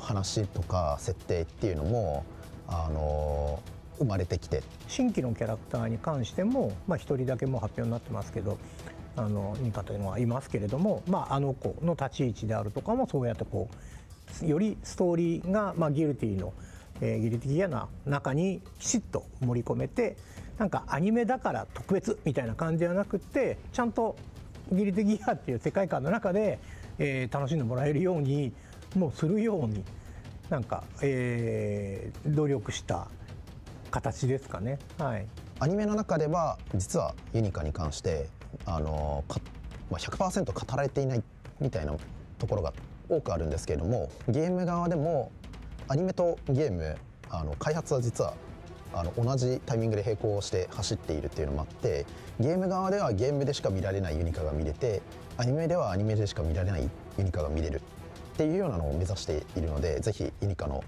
アニメそしてゲームの方両方とも活躍を楽しみにしていただきたいなと思っています。アニメを見てギルティギアに入った人がゲームを楽しめるように、そしてゲームだけプレイしてる人がギルティギアのアニメに興味を持つようにユニカというキャラクターを通してそれぞれに興味を持ってくれるようなそういった要素を数多く散りばめています。 What's going on, everybody? LK here, and today I want to talk about the top 5 players that influenced me.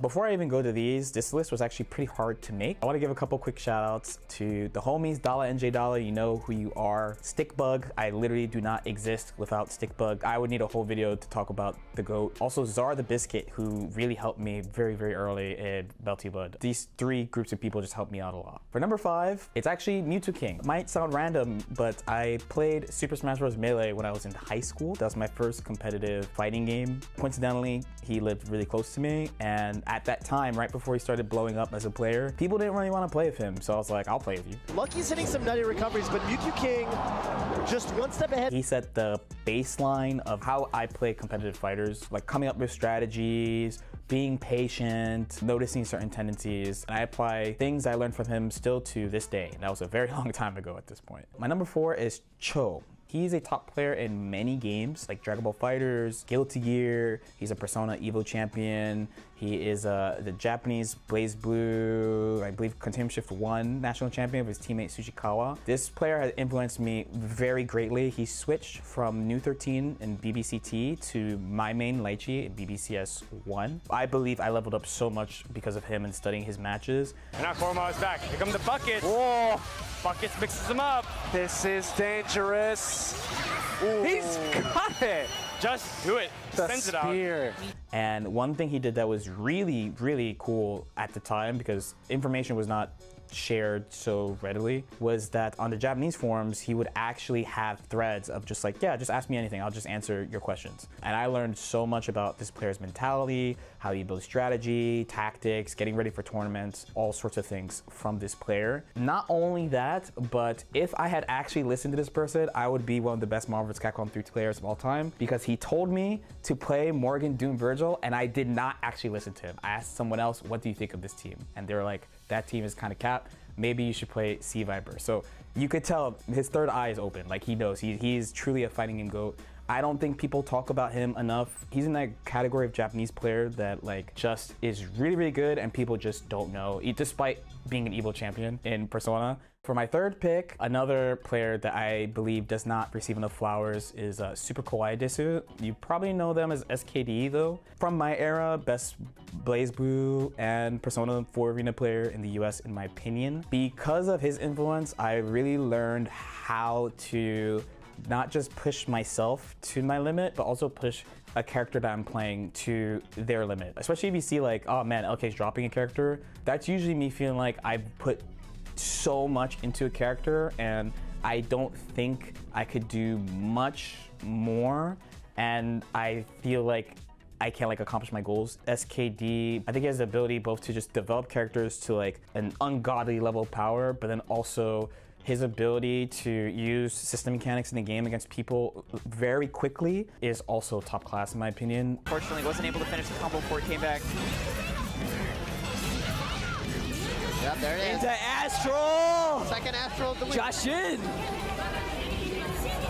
Is he cold or? No, dude, he's on fire. That's what he is. Really recent example would be in Strive. Quite literally one of the first people to use instant block was like SKD. When people were saying, this mechanic's too hard to use. Why is it 2 frames and not 8 frames now? Just find them to be really ahead of the game. And usually when I find myself in like a corner or dead end, I like think about like what type of thing would SKD do? Like what type of thing would I do to like try to push this character or use something that people aren't using or something like that. So this player was very, very, very influential on my playstyle. So for my number 2, it will be Woshige. I believe the battle planner for Street Fighter V. Also one of the best Guilty Gear players of all time, and in my opinion, the best melee player of all time. I know a lot of people know Woshige for like the, what are you standing up for? Not like this! What are you standing up for?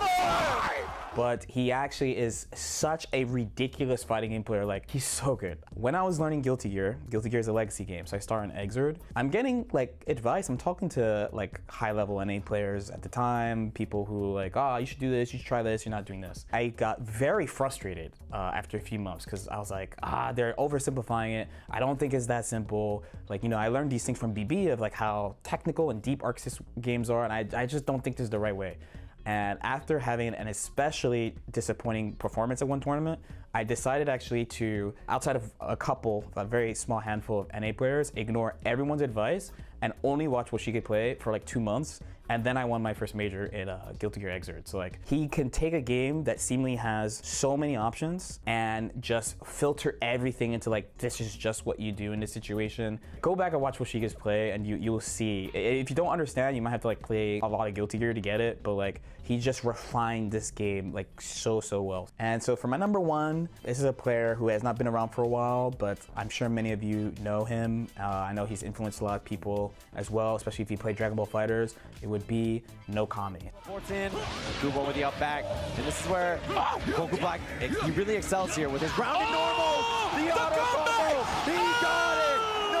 Nokami brings it all the way back. Oh my God, I'm sorry that I ever doubted you, my man. That was amazing. Kubo acknowledges it, even though there's some salt behind that.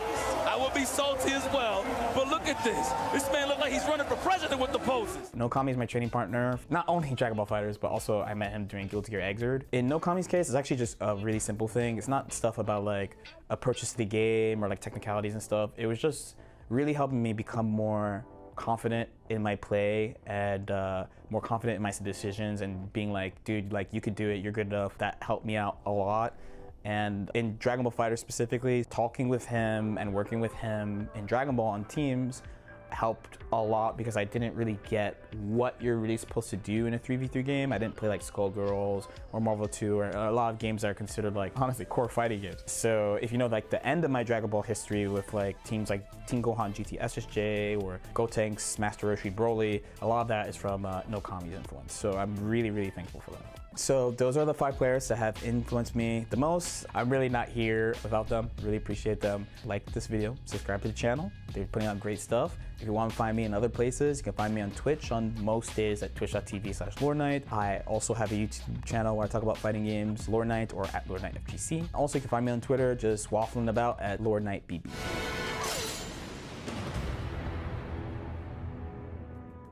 でもアンナは意外と他のねキャラクターはその、実は映画とか漫画とかであるけど、アンナはないね。そういうの。アンナないですよね。割とアンナオリジナルで。It's the EVO 2025 Rock Paper Scissors Battle.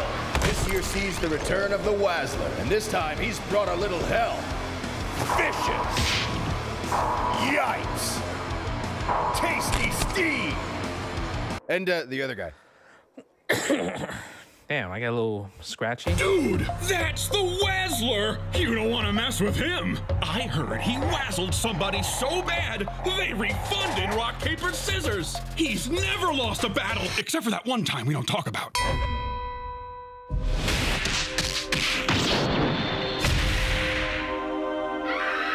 Oh, come on, man. Get that off the screen. Who wants to see that? Not me. Oh yeah, there was that other guy too. Tasty Steve is up next, and he means business. Round 2, fight! Hey everyone, welcome back to EVO 2025. We've lost Steve in the corner. Anyway, I hope you're having a great time. EVO 2025, are you having a great time? All right, Steve, you lost your phone. Before we get into anything else, it is time for Rock, Paper, Scissors Challenge presented by AT&T. So, just for playing here on stage, you are going to get a custom silver Nacon Daija fight stick, all thanks to AT&T, so thank you for being here. And if you win, AT&T will give you a brand new PlayStation 5. Steve, why are you like this? And for the audience at home, we're going to have a chance to play right after this to claim some privacy yourself. So yes, we're going to play against the one, the only Tasty Steve. Steve, how are you feeling about your RPS? I'm feeling great right now. I was recently informed that I do not get the PS5 if I win, but it does not change anything. I'm here to murder him with rock, paper, or scissors. That's it. Thank you, thank you. And as for our challenger, what's your name, where you're from? I'm Romeo from Florida. All right, let's give it up for Romeo from Florida. All right. So, the rules. First to one. It'll be 3, 2, 1, shoot. We're establishing this early. 3, 2, 1, shoot. Got it? All right, come a little bit closer. Y'all ready? Audience, you ready? You gonna help me count down? Okay. 3, 2, 1, shoot! Oh! Rock, paper, scissors, murder. Well, thank you so much for playing. You get this beautiful silver custom Nacon fight stick thanks to AT&T. Hold that up for everybody. Thank you so much for playing. All right, you can head off that way. Thank you so much. All right, Steve, you have to stay because you got to fight the audience now. Rock, paper, scissors, murder. Okay. So, if you are playing from home, when you see the timer go up, lock in your answer with exclamation point R, exclamation point P, or exclamation point S in chat. Ooh, sorry. Lock in your answer and lock in that answer with those exclamation points before the timer hits 0. If you pick the right answer, you may be eligible for prizes. Check the prize page that's pinned in chat to see if you guessed correctly. And these prizes include Evo merch, online gift cards, and products from Nacon like the Daija Fight Stick that we just saw and the Rig headset. All right, Steve. So you're feeling good. You just won. Rock, paper, scissors, murder. Is this the same strategy you're going to be using? You see this guy right here? I see this guy right here. Rock, paper, scissors, murder. You see him? That guy right there? Rock, paper, scissors, murder. This young lady right here. Rock, paper, scissors, murder. That's how I feel. Right here, you see him with the red hair? Yeah, I love you. Rock, paper, scissors, murder. All right, excellent. All right, Steve, it's time to do it. Audience, chat, let's give the countdown one more time. We've got from 3, 2, 1, shoot. All right, go ahead if you're in chat, check that pinned prize post to see if you are a winner. Thank you so much for that, and thank you, Steve. Everybody, Tasty Steve!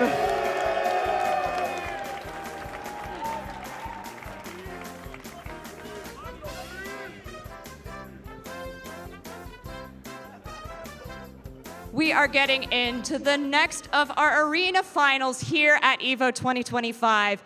And to kick off Marvel vs. Capcom 2, we have, oh yeah, you get hyped for Marvel vs. Capcom 2, let's go! We have this intro video, let's check it out.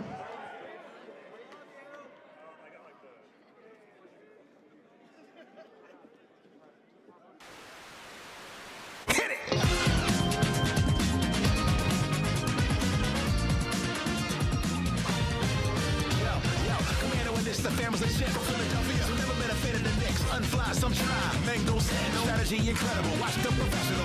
Rhyme infinite with my time's limited.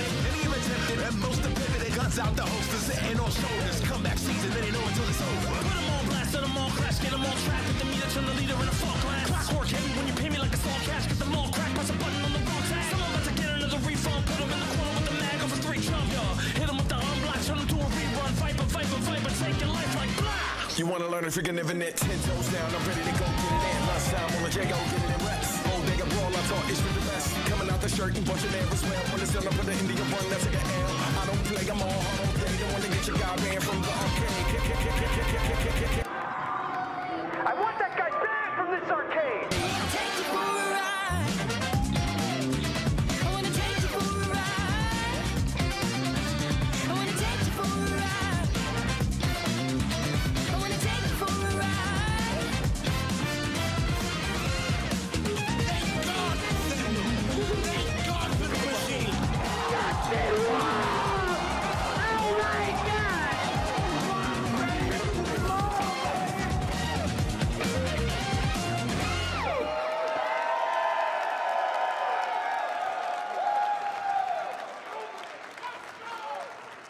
All right, EVO 2025. This is your top 8 for MvC2. We have Chaos,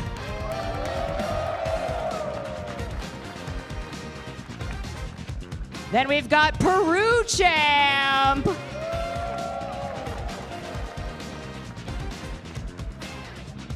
Up next, Clockwork.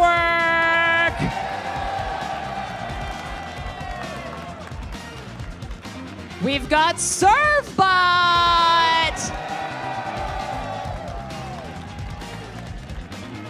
And then we've got G Concepts. Of course, the one Combo Fiend. We've got Telly. And rounding out this top 8 is Vega. All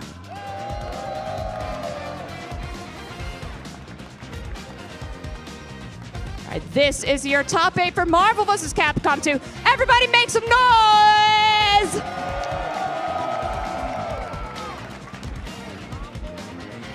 All right, you know what time it is, and you know who it's with. Let's send it on over to my friends, Yipes and Justin Wong. Yo, Marvel vs. Capcom 2, the 10th appearance at EVO Las Vegas 2025. This is Justin Wong, and I'm here with my man, IFC Yipes. How are you feeling today? I'm feeling fan-freaking-tastic, and my voice is working this time, so let's make some noise for that one right quick. Let's go, baby.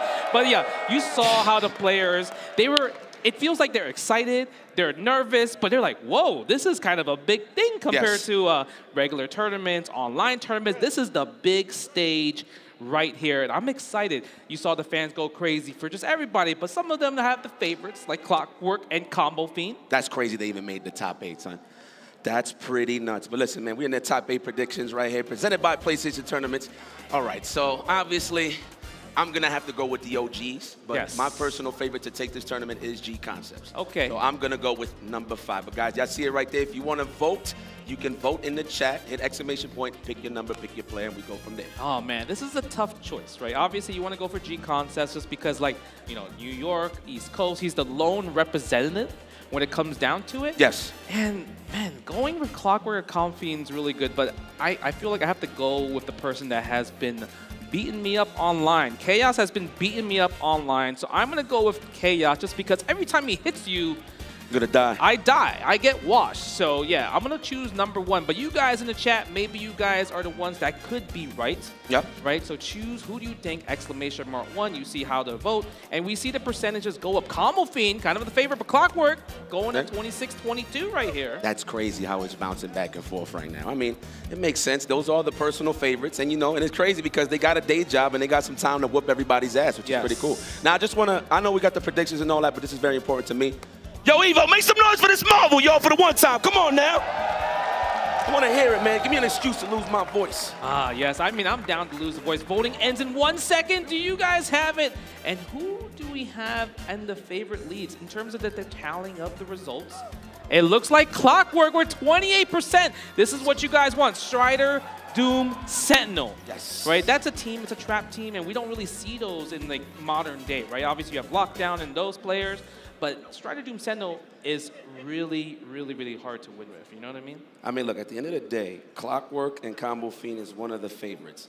Now, what's funny to me is, you know, just to throw a little bit of lore out there, obviously Clockwork always has, like, this bad luck to actually make it to the top 8, but it is what it is, man. But shout outs to, of course, the EVO warm-up tournaments, and they are still live from their consoles throughout the weekend. Players can compete in the very same fighting game titles featured at EVO Vegas 2025.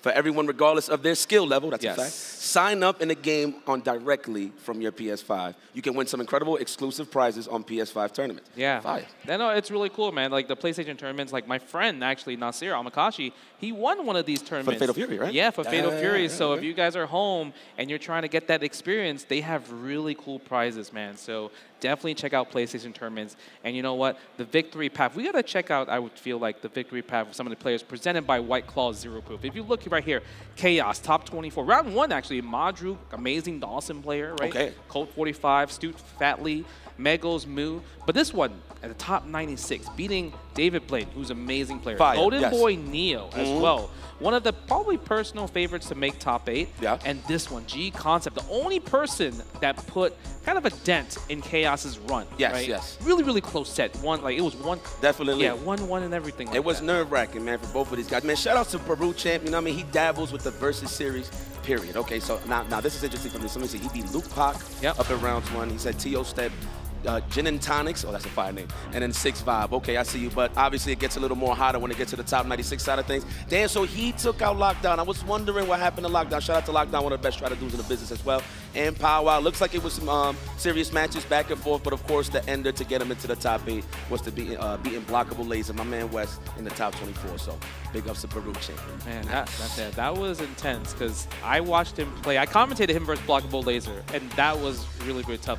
But let's. You know, I feel like, what do you think, like, in terms of Santhrax versus MSP? Ooh, you know, it's the glass cannon versus the surgical characters. Sorry, man. not even MSP, MSS or MS Cyclops or even Storm Sent Cyclops. Chaos plays almost every team in the game. He's pretty optimal, man. Let's check out the bracket. Of course, our first match, we kicking it off with Chaos and Peru champ. Then we got Clockwork versus Servbot. Yes. Ooh. So it's a little bit of a clash of the old school versus new school with a splash of just new school going up against each other, which is all right. We got a good show here. G-Concept versus Combo Fiend. That's kind of crazy that fate led to that. I know G-Con is nervous right now. Combo Fiend, however, is a veteran in the game. So obviously G-Con one of the favorites to win this in terms of making it far, but I wouldn't be surprised if Combo Fiend gets his licks off. And then we got Telly versus Vigor. I don't know too much about Vigor, but Telly, very familiar with the Santhrax, very solid. So it just goes up from it. According to Golden Borneo, that's actually Andy MSP. That's Andy MSP. Oh, yeah, that is Andy MSP. Oh, V. Yeah, V. Oh, okay, right on. Well, no, sometimes people like to change their names. Always, man. Yeah, they always like to change their names. Ooh, you see the sticks, they're setting up, they're making sure, button checking everything. And this is going to be like, okay, do you think Chaos would pick MSS against Santhrax or maybe MS Psych or Storm Sent Cyclops? Like I said, he has a lot of teams at his disposal. Right. But I feel like for Peru champ, it's going to be lock-in for Storm Sentinel Commando, Sentinel Storm Commando, Team Santhrax himself. Yeah. I mean, to be honest, a surprise for me for Chaos was he was rocking a lot of MS Psych. Yeah, I was surprised at that. Yeah, that I didn't really see coming, but I seen him warming up his like Team Matrix and stuff like that on stream, so it's only right he could add a Magneto just so he could have a little more flavor. Yeah. But it looks like all the buttons is checked. Guys, are y'all ready? Oh my God, these matches about to go crazy. And he's starting Storm on point. Oh, be careful, he gets the hit. Wow. Nice. Okay, wow, the boomerang, that was definitely a counter hit try jump. He got the DAC, they nervous. Unfortunate, yeah, he just got fierce instead of lightning attack, that's huge. Oh, he got the hit, there it is. Oh, all right, look a little shaky, you know, it's the grand stage, I get it. You know, it's 2 out of 3 though, so you definitely gotta make it count. Wow. Nice, the launch, happy birthday. Do we do the bubble? I would. Okay. Hell yeah. Get the bubble. Is it going to hit? Yes, and it does. Super drone. Oh, I like that. The 1, 2, 3. That was godlike.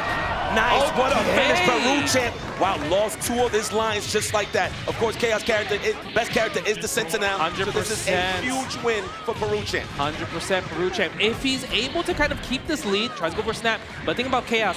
He's really good at making comebacks, especially with Storm. But maybe we're not going to even see it. Double team, doesn't even need a Peru champ, strike first blood. Wow, and mind you, that was a bit of a scramble. You know, they was definitely whipping some eggs there.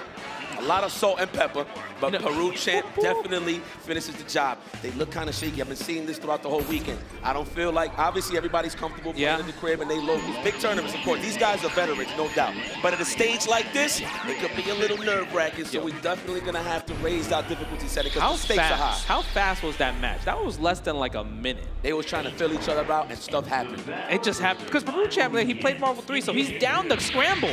Wow. So there was a lot of missed try jumps for both of these folks. So that's why you've seen a lot of scramble situations. Oh, nice big damage. He's trying to get the space out. Captain Commando's out there, but the overhead, we already getting pressed in the corner. Get the up back going on. Okay, gets Commando. No punish right there from the launch, but Commando's bleeding. And look at the damage from Storm. Oh my God, trying to get the overhead, get hit with the cap. No DHC for Storm though, so it's going to trade. Pixel, moving up to raw tag. Oh my God, how did the rocket punch hit there? That hit with the limb. With the ligament, all right? We fishing right now. This man is a Sega bass fishing master right now with Sentinel. The raw tag. Are we styling? No, we missed the launch here. Using the Commando. So now, nice combo. That was a great confirmation station. That was definitely optimal. What do we have here, though, to extend this grab? No, not even. Oh, reset. The cross-up. Yeah, try to go for the cross-up on the roundhouse. Good block there from Chaos. Is that going to trade? Oh, takes the hit with Storm. What are you going to do with the launch? Yeah, you can't come down pressing button. The launch will have the anti-air. Very nice. He sized them up. And I like that. The try jump jab, try to bait out the push block, but looks like Peru champ really want to try sit there and block. But that's all for the bait for Captain Commander. It is. I like that. You're right. Yeah, 1-1. You know what was, even the beginning, the opening gambit, like the first few, like 15 seconds was also part of Scramble. Right. But the thing is, Chaos just won out. And look, I can't tell if they're happy or they're nervous. And they know how important winning this next game is, because obviously who doesn't want to go to winners finals, one step closer to becoming the Marvel 2 EVO 2025 champion. Crazy, right? Oh my God, opening gambit, 50-50. Where we going? High, low, Justin. Stand jab. Oh, stand fierce. Come on, I was right though. Nah, sort of. He tried to chase the back dash. You think so? Okay. Yeah, 100%. He was probably assuming it was going to be the opening OS. Yeah, that makes sense. No, the short, okay, but it's okay. He has to guess though, but the cross up, that's tough right here. Now, Chaos, if he finishes plate, and he gets the snap, this is bad. What do you do as lone sentinel now? Well, you're gonna have to watch the show. That is a bucket full of bumps. Listen, there's no X Factor over here, so you're gonna have to make an honest comeback. All right, we got the glitch here, so we out of there. Yeah, but the thing is, it's just so hard now. Nice. Oh no, he's gonna style. He's gonna style. He's gonna style. One. Get the cameras out, guys. Oh, he tried. He tried. Oh, he's nervous with his execution, even though he's still playing really aggressive, really fast. All he has to do is kind of close out here. But like you mentioned, there's no X factor here. Oh, nice block on the reset though. This man looking like Gregory Hines fused with Stone Cold Steve Austin. This guy's getting stomped in his corner. Okay. There we go. We still showing signs of life. Signs of life, but doesn't get the rocket punch. And I think this time we're not going to play with our food. Chaos. To the winners finals. To the winners finals. 2-1 right here. Look at that. He is popping off. Yo, Chaos. You know what's crazy though? I know how nervous everybody is, because obviously it's 2 out of 3. Yeah. But again, you know, shout out to my beloved Chris Matrix. We did have to deal with it back in the day, 2 out of 3, so it's only right that everybody else got to go through it. Yeah, that is true, but I love the fact that there was so much emotion from Chaos right there. I think it's just because, like, obviously Marvel vs. Capcom 2 didn't come back since 2010 until now. And there was a lot of, like, side tournaments, right, at EVO. And sometimes a lot of people were like, oh, you know, that's a side tournament or whatever. But so the fact that he showed so much emotion is like, I want to be an official champion where you just can't complain. But let's check out the bracket to see that Chaos is in winners finals, waiting to see who his next opponent is. Clockwork versus Servbot. And we were talking about Clockwork. Like, you were mentioning, like, man, he's always been getting that 9th place. But now he's finally in the top 8. Yeah. You know what? Let's put that behind us. Clockwork, you broke your curse. Congratulations. Give it up for the Clockwork curse, y'all. It's broken. I'm just talking mad smack. But man, credit to everybody, of course. Congratulations to Chaos. He will be in the winners finals. Damn, that closer and closer. Man, you've been there about, what, like 10 times? I'm not going to tell you a number because I don't really remember. Yo, Sonic's on you, bro. He got 8 now. I know. Sonic is ridiculous. Yeah, you can't go wrong. Like, Sonic Fox is amazing, but I'm curious to see if Clockwork can handle against Servbot. And let's check out some of the victory path. Right. Okay. Hey. Look at this. This man got the pie made popping. Shout out to Matrix. I didn't even notice until he said it. My goodness. And look at his path, washing everybody in round 1. 2-0, 2-0, 2. Donuts all over the place. It looks like he got a little bit, it got difficult going into the top 96, going back and forth with Magnus. Then, of course, was sealed the deal for his top 8, and that was a very nerve-wracking match. I got very excited for that. Oh, yeah, that was really, really intense because it's like Sentinel versus Sentinel, right? And we know that Clockwork's only weakness is the Sentinel, but check out Servbot right here. I like this guy. Unfortunately, he does not play Servbot. You know, they told me the story. They said that they named him Servbot because he was a low-tier player back in the day. 100%. But guess what? He's in top 8 winners right here, beating EX Prominence. You know what? Dylan, the person you thought was going to go far as well, Sentinel 92, huge. That's a person from Peru that Sanford be playing a lot. And then beating the answer, Kamitani from Japan, and also Biga to make it to top 8, man. Servbot, he's a super nice guy as well, too, man. Yeah, always nice guy. Always keeping the vibes high, man. Shout out to Servbot, definitely delivers. And that is the true story, yes. They thought he was low tier back in the day. Yeah. And he showed his worth, and now he's in the top 8. He's pretty much one of the best in the world right now, currently. I love the fact that he just kept the name Servbot. Like, you know, like, yo, if I'm just a low tier player, I guess Servbot eventually is going to win. It's a reminder. It is a reminder where he started, where he came from, right? Yeah, man. What would you think about Clockwork versus Servbot? What is the difficulty level going to be kind of hard? Depends on the Sentinel, right, for Clockwork. I look at it like this. But yes, if Servbot does land the first hit, the question is, can he finish the job and guard break Strider potently, right? However, depends on the team that Servbot picks. He does have a mad cable sentinel, so he does have cable to deal with Dr. Doom assist, just zoom him in the sky and force that one-on-one situation, right? So let's see what he picks. I personally don't like fighting. I mean, you've seen it in 2010. I personally don't like it. You know what I'm saying? But it's definitely doable with the Typhoon assist. So let's see exactly what Servbot's going to pick going up against Clockwork. Yeah, even Sideplay. Sideplay is just really good against Dr. Doom. It just really comes down to if Clockwork gets away, builds enough battery, then it's hard for Servbot. Because all the chip damage that Strider Doom is going to be doing, it does not, like Servbot won't build bar from it, and also he won't get red health. It's just completely chip damage. So now he has less health to work with, technically, if you think about it, when you're being put in that trap, right? So I think it's up to Servbot trying to win the opening gambit, because that's the, I would say, the only safe way of trying to beat Clockwork, because once he gets away, it's hard. But Clockwork, I feel like, maybe, I don't know if he's nervous or maybe it's just like kind of rusty, but there's a lot of Ragnaroks I saw today. Yeah, he got a couple of Excaliburs in certain scenarios. I get it. He did this cool-ass play. I think it was on Telly. Telly tried to do a Hailstorm. And he did Excalibur with the Ouroboros. He actually almost carried him down and got a conversion. Yeah, so the thing I love about Clockwork is his freestyle ability is unmatched. Like, this guy will just make something out of nothing. You know what I'm saying? So he's that type of player. Servbot obviously plays to the page. He plays clean. He's just trying. He's definitely trying to just, you know, fill it out. Look at the crowd, though. And I think this is the Zenny wire cam right here, checking out the crowd, checking out the stage. You can see it from the angle. Shout out to Zenny with the wire cam right here. Yeah, man, my eyes is always 2020. Get your Zennies now. Ooh, okay. I like that. That was a good segue right there. They both hit the... No. Okay, I was about to say they both hit in the deck based off this angle. I see you, Servbot. Hit the deck, homie. Hit the deck. Yeah, this is how we used to play. That's why I got a bad back now. And he got the Moss stick. Look at that, the Moss stick. Yeah, let me get a smile, baby. Yeah, don't be nervous. Play your game, remember. Yeah. You started as a low-tier player, but now you're a top-tier player, baby. There we go. Can I look at Clockwork real quick? Cameraman, can we look at Clockwork? I just want to remind myself that this guy's here. Hey, Clockwork, you look amazing up there, my boy. You look fantastic. Well, he ain't even listening. No, he's in the Zen. He's in the Zen. Get out of here. My man is in the flow state. He says, don't talk to me, Yipes. I'll talk to you later. Yeah, he said, shut up, Yipes. He's like, I need to play this Strider Doom. I got to make sure I don't get no wall climbs, right? Because that's the hardest. The weakness of Strider is execution error. Yo, dog, that fool Young Chu is crazy, son. He had that. He has that for like a few years now. Yo, you know what's crazy? So I haven't seen Clockwork in years. Like, just a quick little story. I haven't seen him in years, right? Yeah. And then when I go and check out too, I say, yo, that's here. Look at the match, baby. The opening gambit, jump roundhouse. Oh my God. He gets it. Missed it. What I said, it's all about the execution. You gotta finish the job. It is. Gets the rocket punch. Trade misses the launch from the Vajra assist. It's not as good as Marvel 3, but you know, it could still get the hard knockdown. Oh my God, that could have been a punish if he did a little faster, of course. Oh my God, he's trying to fight. Oh, there it is. Everybody's favorite. Ouroboros, so we're going to go for the teleport. There it is. That's for the trade. I think that might be a bad trade, though. Okay. Goes for the Tigers, for the Eagles. Oh, my. Nice. Using the Psylocke. Oh, my God. Psylocke is in there, but Strider only have one bar now. Yes. He's trying to chase him down. Servbot don't want no blocks done on his side. He's trying to get up out of there. He's getting chipped out. Wow, just casually gets hit with the side blade. I understand. Oh, no, that is tough. And now the Strider to ace up the hole is getting hit. Is Dr. Doom, the meat tank, and we're going to get a double snap. That's the worst possible way for Clockwork here. This is... Hey, you hear the crowd. They're chanting the A. They know how to say it. My goodness, this is terrible to watch. You know why? Because I actually want to get to see Clockwork play. Oh, we got that Dr. Doom. Yeah, no comeback. We might see game in... Let's look at game number 2 for that one. Servbot, game number 1. Quick work with the MSP.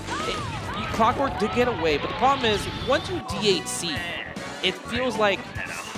I'm gonna be... it's scary because Strider only comes in with one bar. I'm gonna be honest, what turned that whole match around was the fact that he couldn't get the hail off because Clockwork went for the trade, bro, after the Ouroboros. Remember he teleported on Zephyrs? That's all Servbot wanted. He just wanted to storm out, but hey, Servbot kept composure, finished the job. Now it's up to Clockwork to adapt accordingly. I just want to see him escape the opening gambit, then we could kind of see him play. I feel like he was just trying to survive the whole time. I think crouch short's jump roundhouse is coming right now.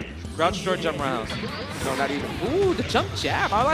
He likes to go for the jump jab a lot. It's a layer. It has a guard break and a cross up, but that sucks. Dr. Doom is out of there.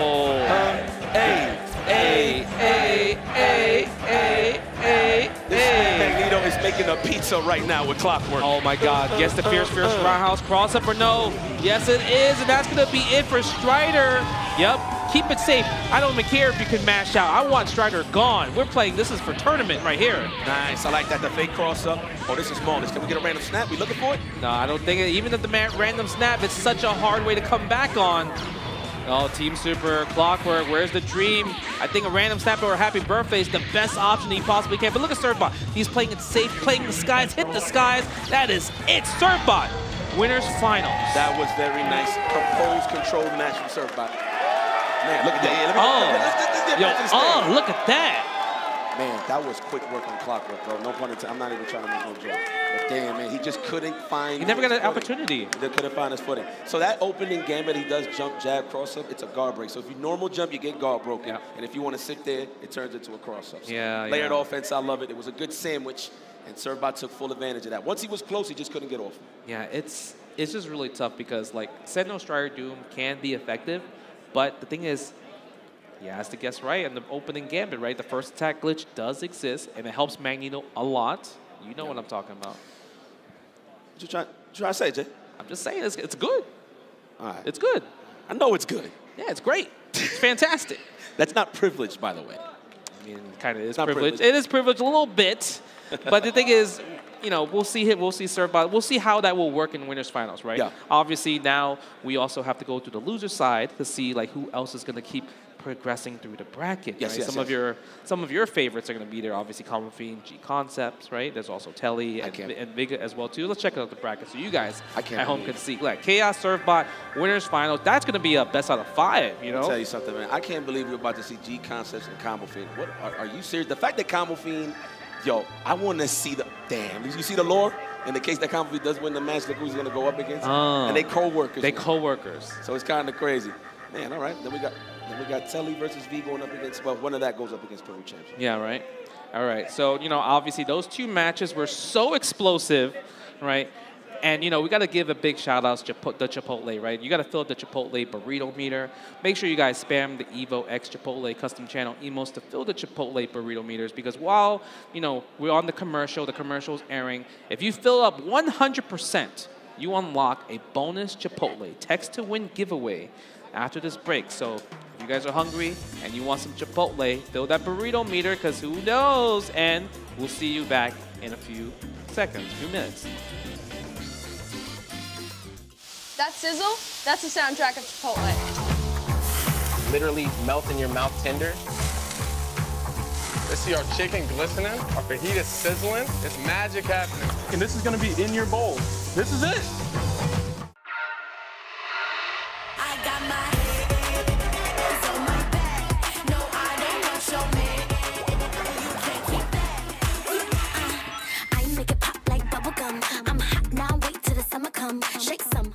I won PlayStation's Road to Evo and went head-to-head with Arslan Ash.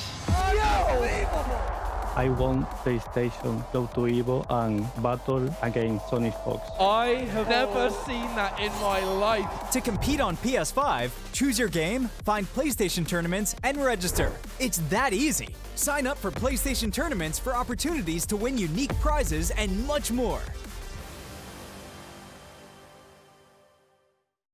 PlayStation. Whether it's sunglasses outside, blue light glasses inside, or night driving lenses in the dark, Zenni has affordable eyewear for everyone. Get 10% off at Zenni.com.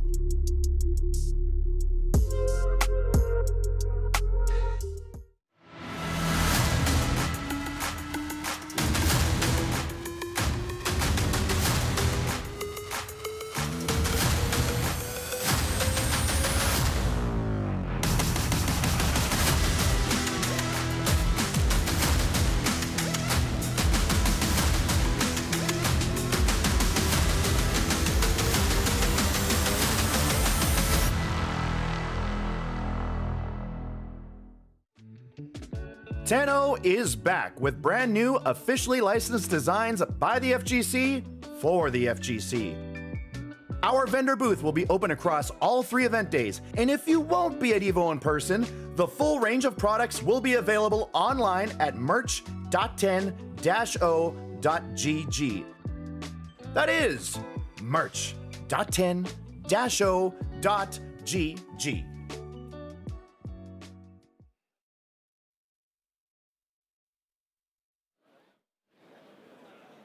Man, welcome back, ladies and gentlemen. I cannot believe we are seeing Marvel vs. Capcom 2 on the main stage.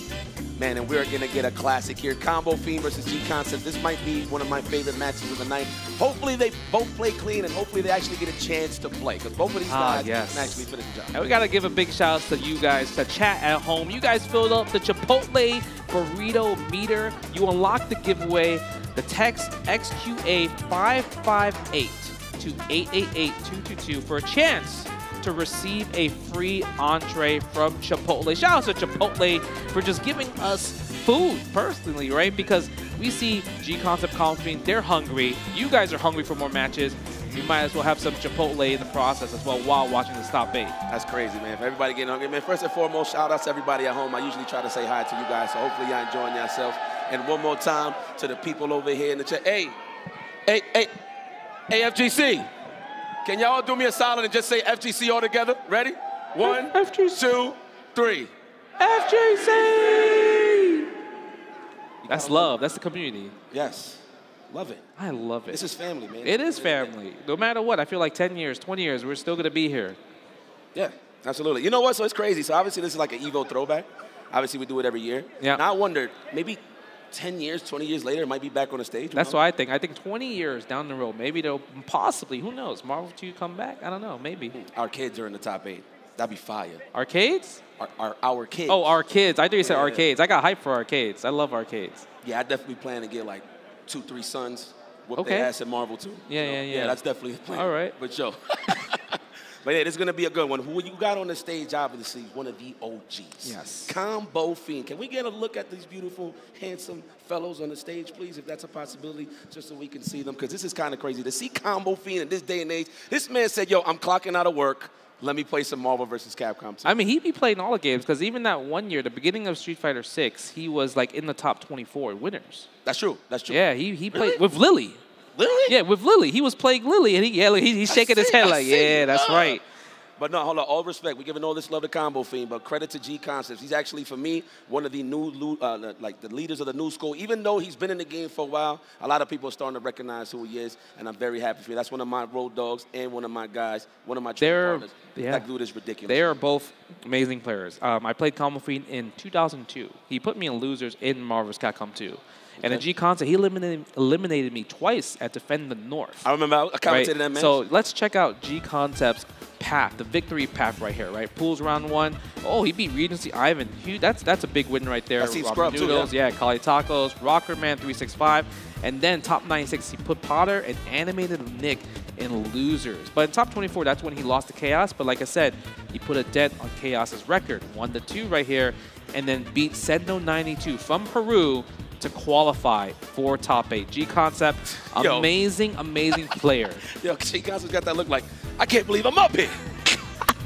Yo, do you mean with the eyes? Yeah. That's my guy, Combo Fiend. Oh my God, you're looking dusty but still young at the same time. That's the boy right there. As you can see, Pools round 1 went through MvC2 Roundhouse, and it's crazy because he told me he was going to watch him. Ooh. And then it comes Kenfinite, the 2-0, Joe Epstein 2-0, Maul Giamatti? Sounds like he's Italian. And then, of course, 2-1 against Vigor, 2-1. Oh, that's who send them to losers. Yeah. I didn't know that game. All right, so 2-1 against CYF, and then, of course, going into the top 24, bodied everybody 2-0 to make it to this path right here. Man, and the top 24 is like General Thriller, GLB, Block Bolt Laser. That was a path, especially if you go to losers bracket early.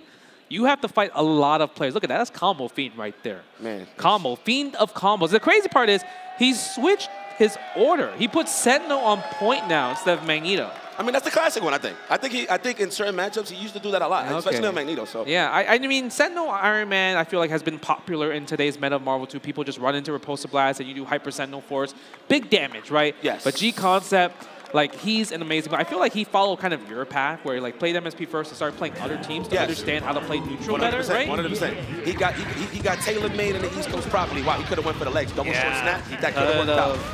Now, I like this from G-Concepts. Already rocking the Typhoon. That's what you want to use to snipe out to the assist and continue pressure accordingly. He's trying to go for the overhead. Ooh, the confirm! Hey, I'm not Iron Man, Tony! Hey, listen, he is making a Tony Stark's pizza right now. Okay. Now we're going for the guard break. Oh, Combo Feet's not getting to play. No, he's not. And he gets open up, gets the snap again. I feel like you should just kill Magneto, no? Nah, he got this. He got this. He want to break. He's got it. He break his guard, but look at the jump back, the up back. Combo Feet gets the play because of the execution error. No dashes on G-Concept side. He's good. He's good. He's good. He just got to kick back. Combo Feet could definitely make this comeback. However, he does have to finish off Magneto. He just got to fly back and wear it down little by little. There's the spit. Yeah. He's spitting balls. Spitting. Look at that crouch fierce right there. Tries to call Storm, but says doesn't really work out. Can we get a snipe on Magneto though? With maybe the Magneto Tempest Hailstorm possibly? We're gonna kick back and relax. That's it. Once he pins him down, there's another opportunity to open up. There it is, the overhead, instant. Okay, yeah, go to the 1, 2, 3, 4. Easy, normal jump, infinite, no execution errors here. We're gonna keep it simple. We don't even need hypergraph, but we're gonna go for it anyway. We want that timing for the guard break. This always sets up the meeting. Let's see, yeah, like you mentioned.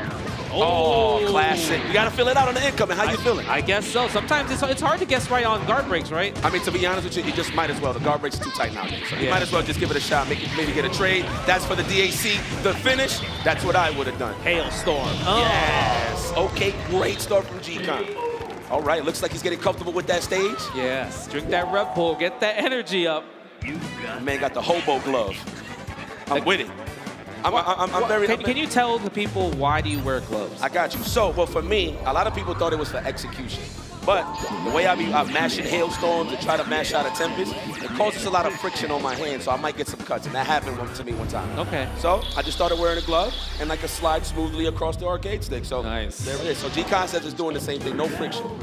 Okay, let's see what Combo Fiend can do right here. Game number 2, nice. Oh my God, that almost was a snap right there. Yo, Peter, your legs are exposed, my boy. Oh my God, the raw tag and a Psylocke? Yeah. That was obviously input error, so G-Concepts is probably gonna just build bar and just try to get Betsy out there as soon as possible. Dog, I know Combo Fiend is salivating right now. Is he? But look, you know the hailstorm is coming.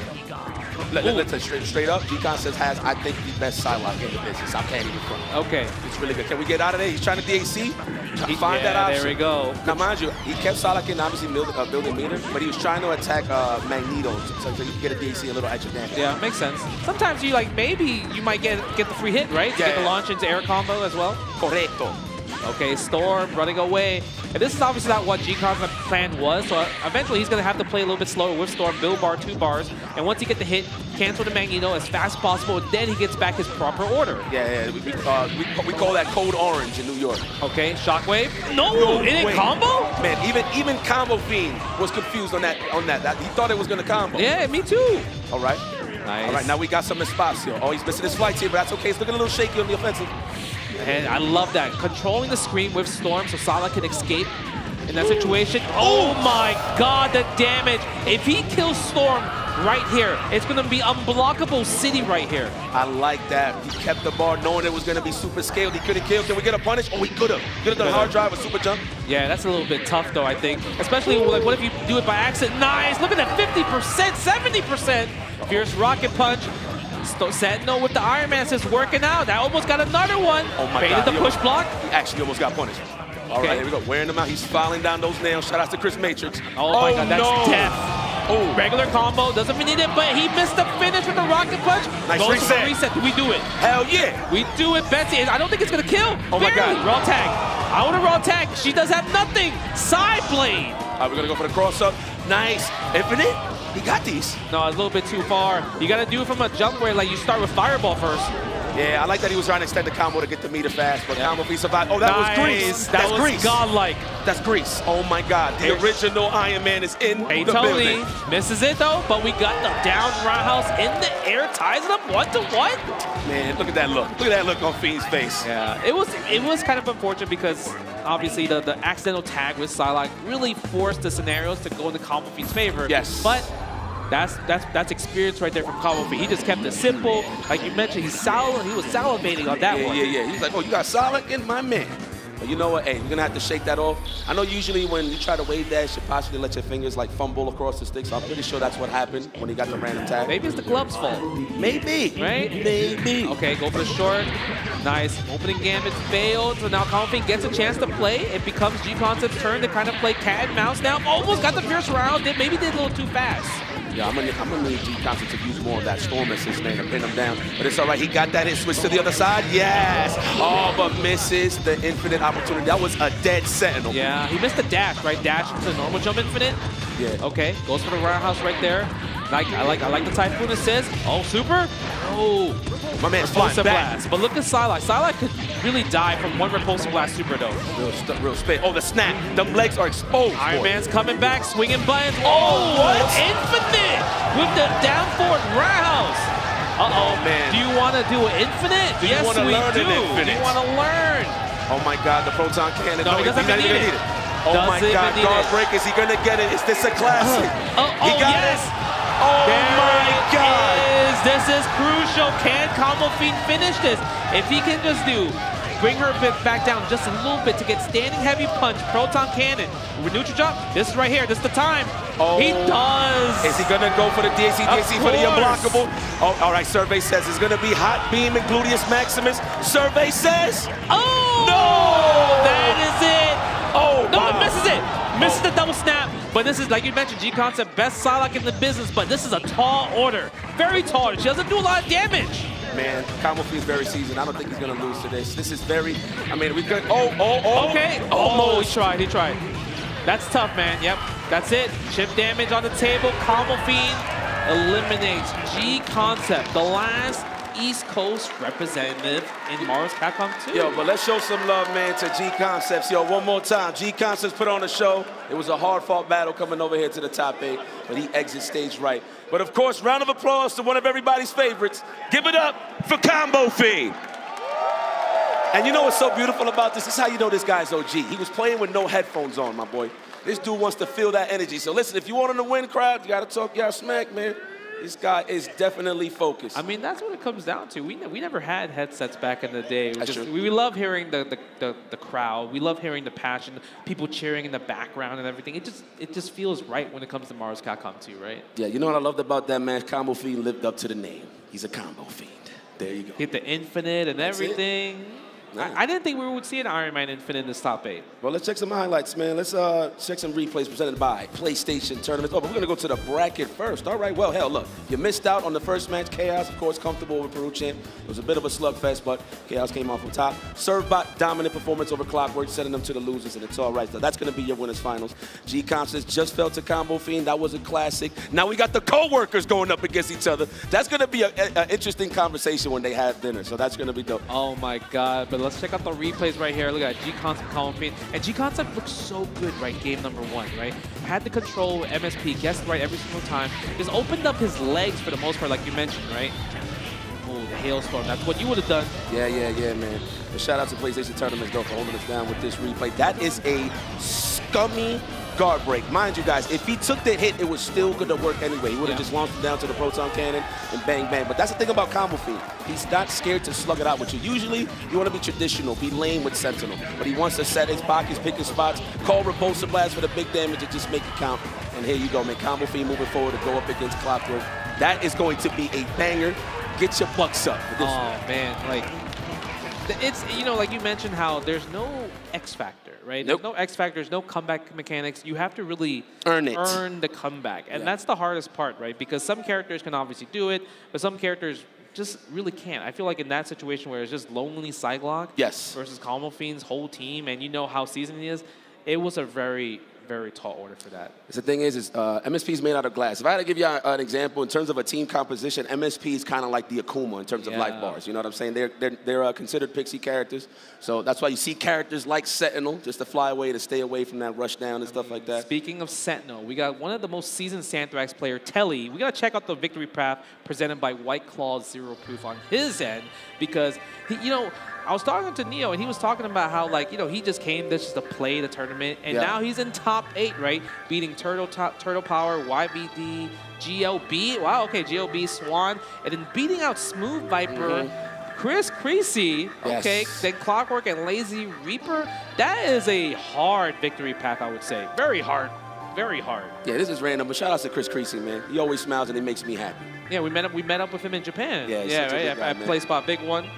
All right, let's take a look at Vigga. All right, beating. Well, he definitely had a smooth sailing in the pools round, excuse me, versus this guy RJ, AGM, Shin Fox, Meyer Park, all 2-0. Then get into the top 96. That's who sent Combo Fiend to the losers, and of course defeating Lazy Reaper, and then beating Duck Vader. So that's what happened. Yes. Okay, I was actually wondering, shout out to Duck Vader. I was actually wondering to see who beat him. And then, of course, Servbot is the one who beat V to end up in the top 8 winner side. So it's going to be interesting. I want to know the team competition. I do feel like it might be MSP and Santhrax match. Yeah, it's going to be Santhrax from Telly versus Vigga's MSP. Yes. Yeah, so it's one of those things, it's a classic matchup, right? 100%. One of those things where these are technically, possibly, most people's top 2 teams in Marvel's Capcom 2 in terms of the meta. Yep. Listen, let me tell you something. Yeah, just to piggyback on that. For years, that was the top 2 teams. And you know what? That created a lot of special moments because it was like the war of Storm Set versus like Mag Storm. Yeah. So you had to kind of pick your side. So, I mean, shout out to, you know what? Let me give him a shout. Shout out to Desmond, man. For he's probably watching. Leading the pathway, man. Shout out to my bro. I know you watching some Marvel right now. And I know all of you guys are watching Marvel. Are y'all enjoying this high-level action?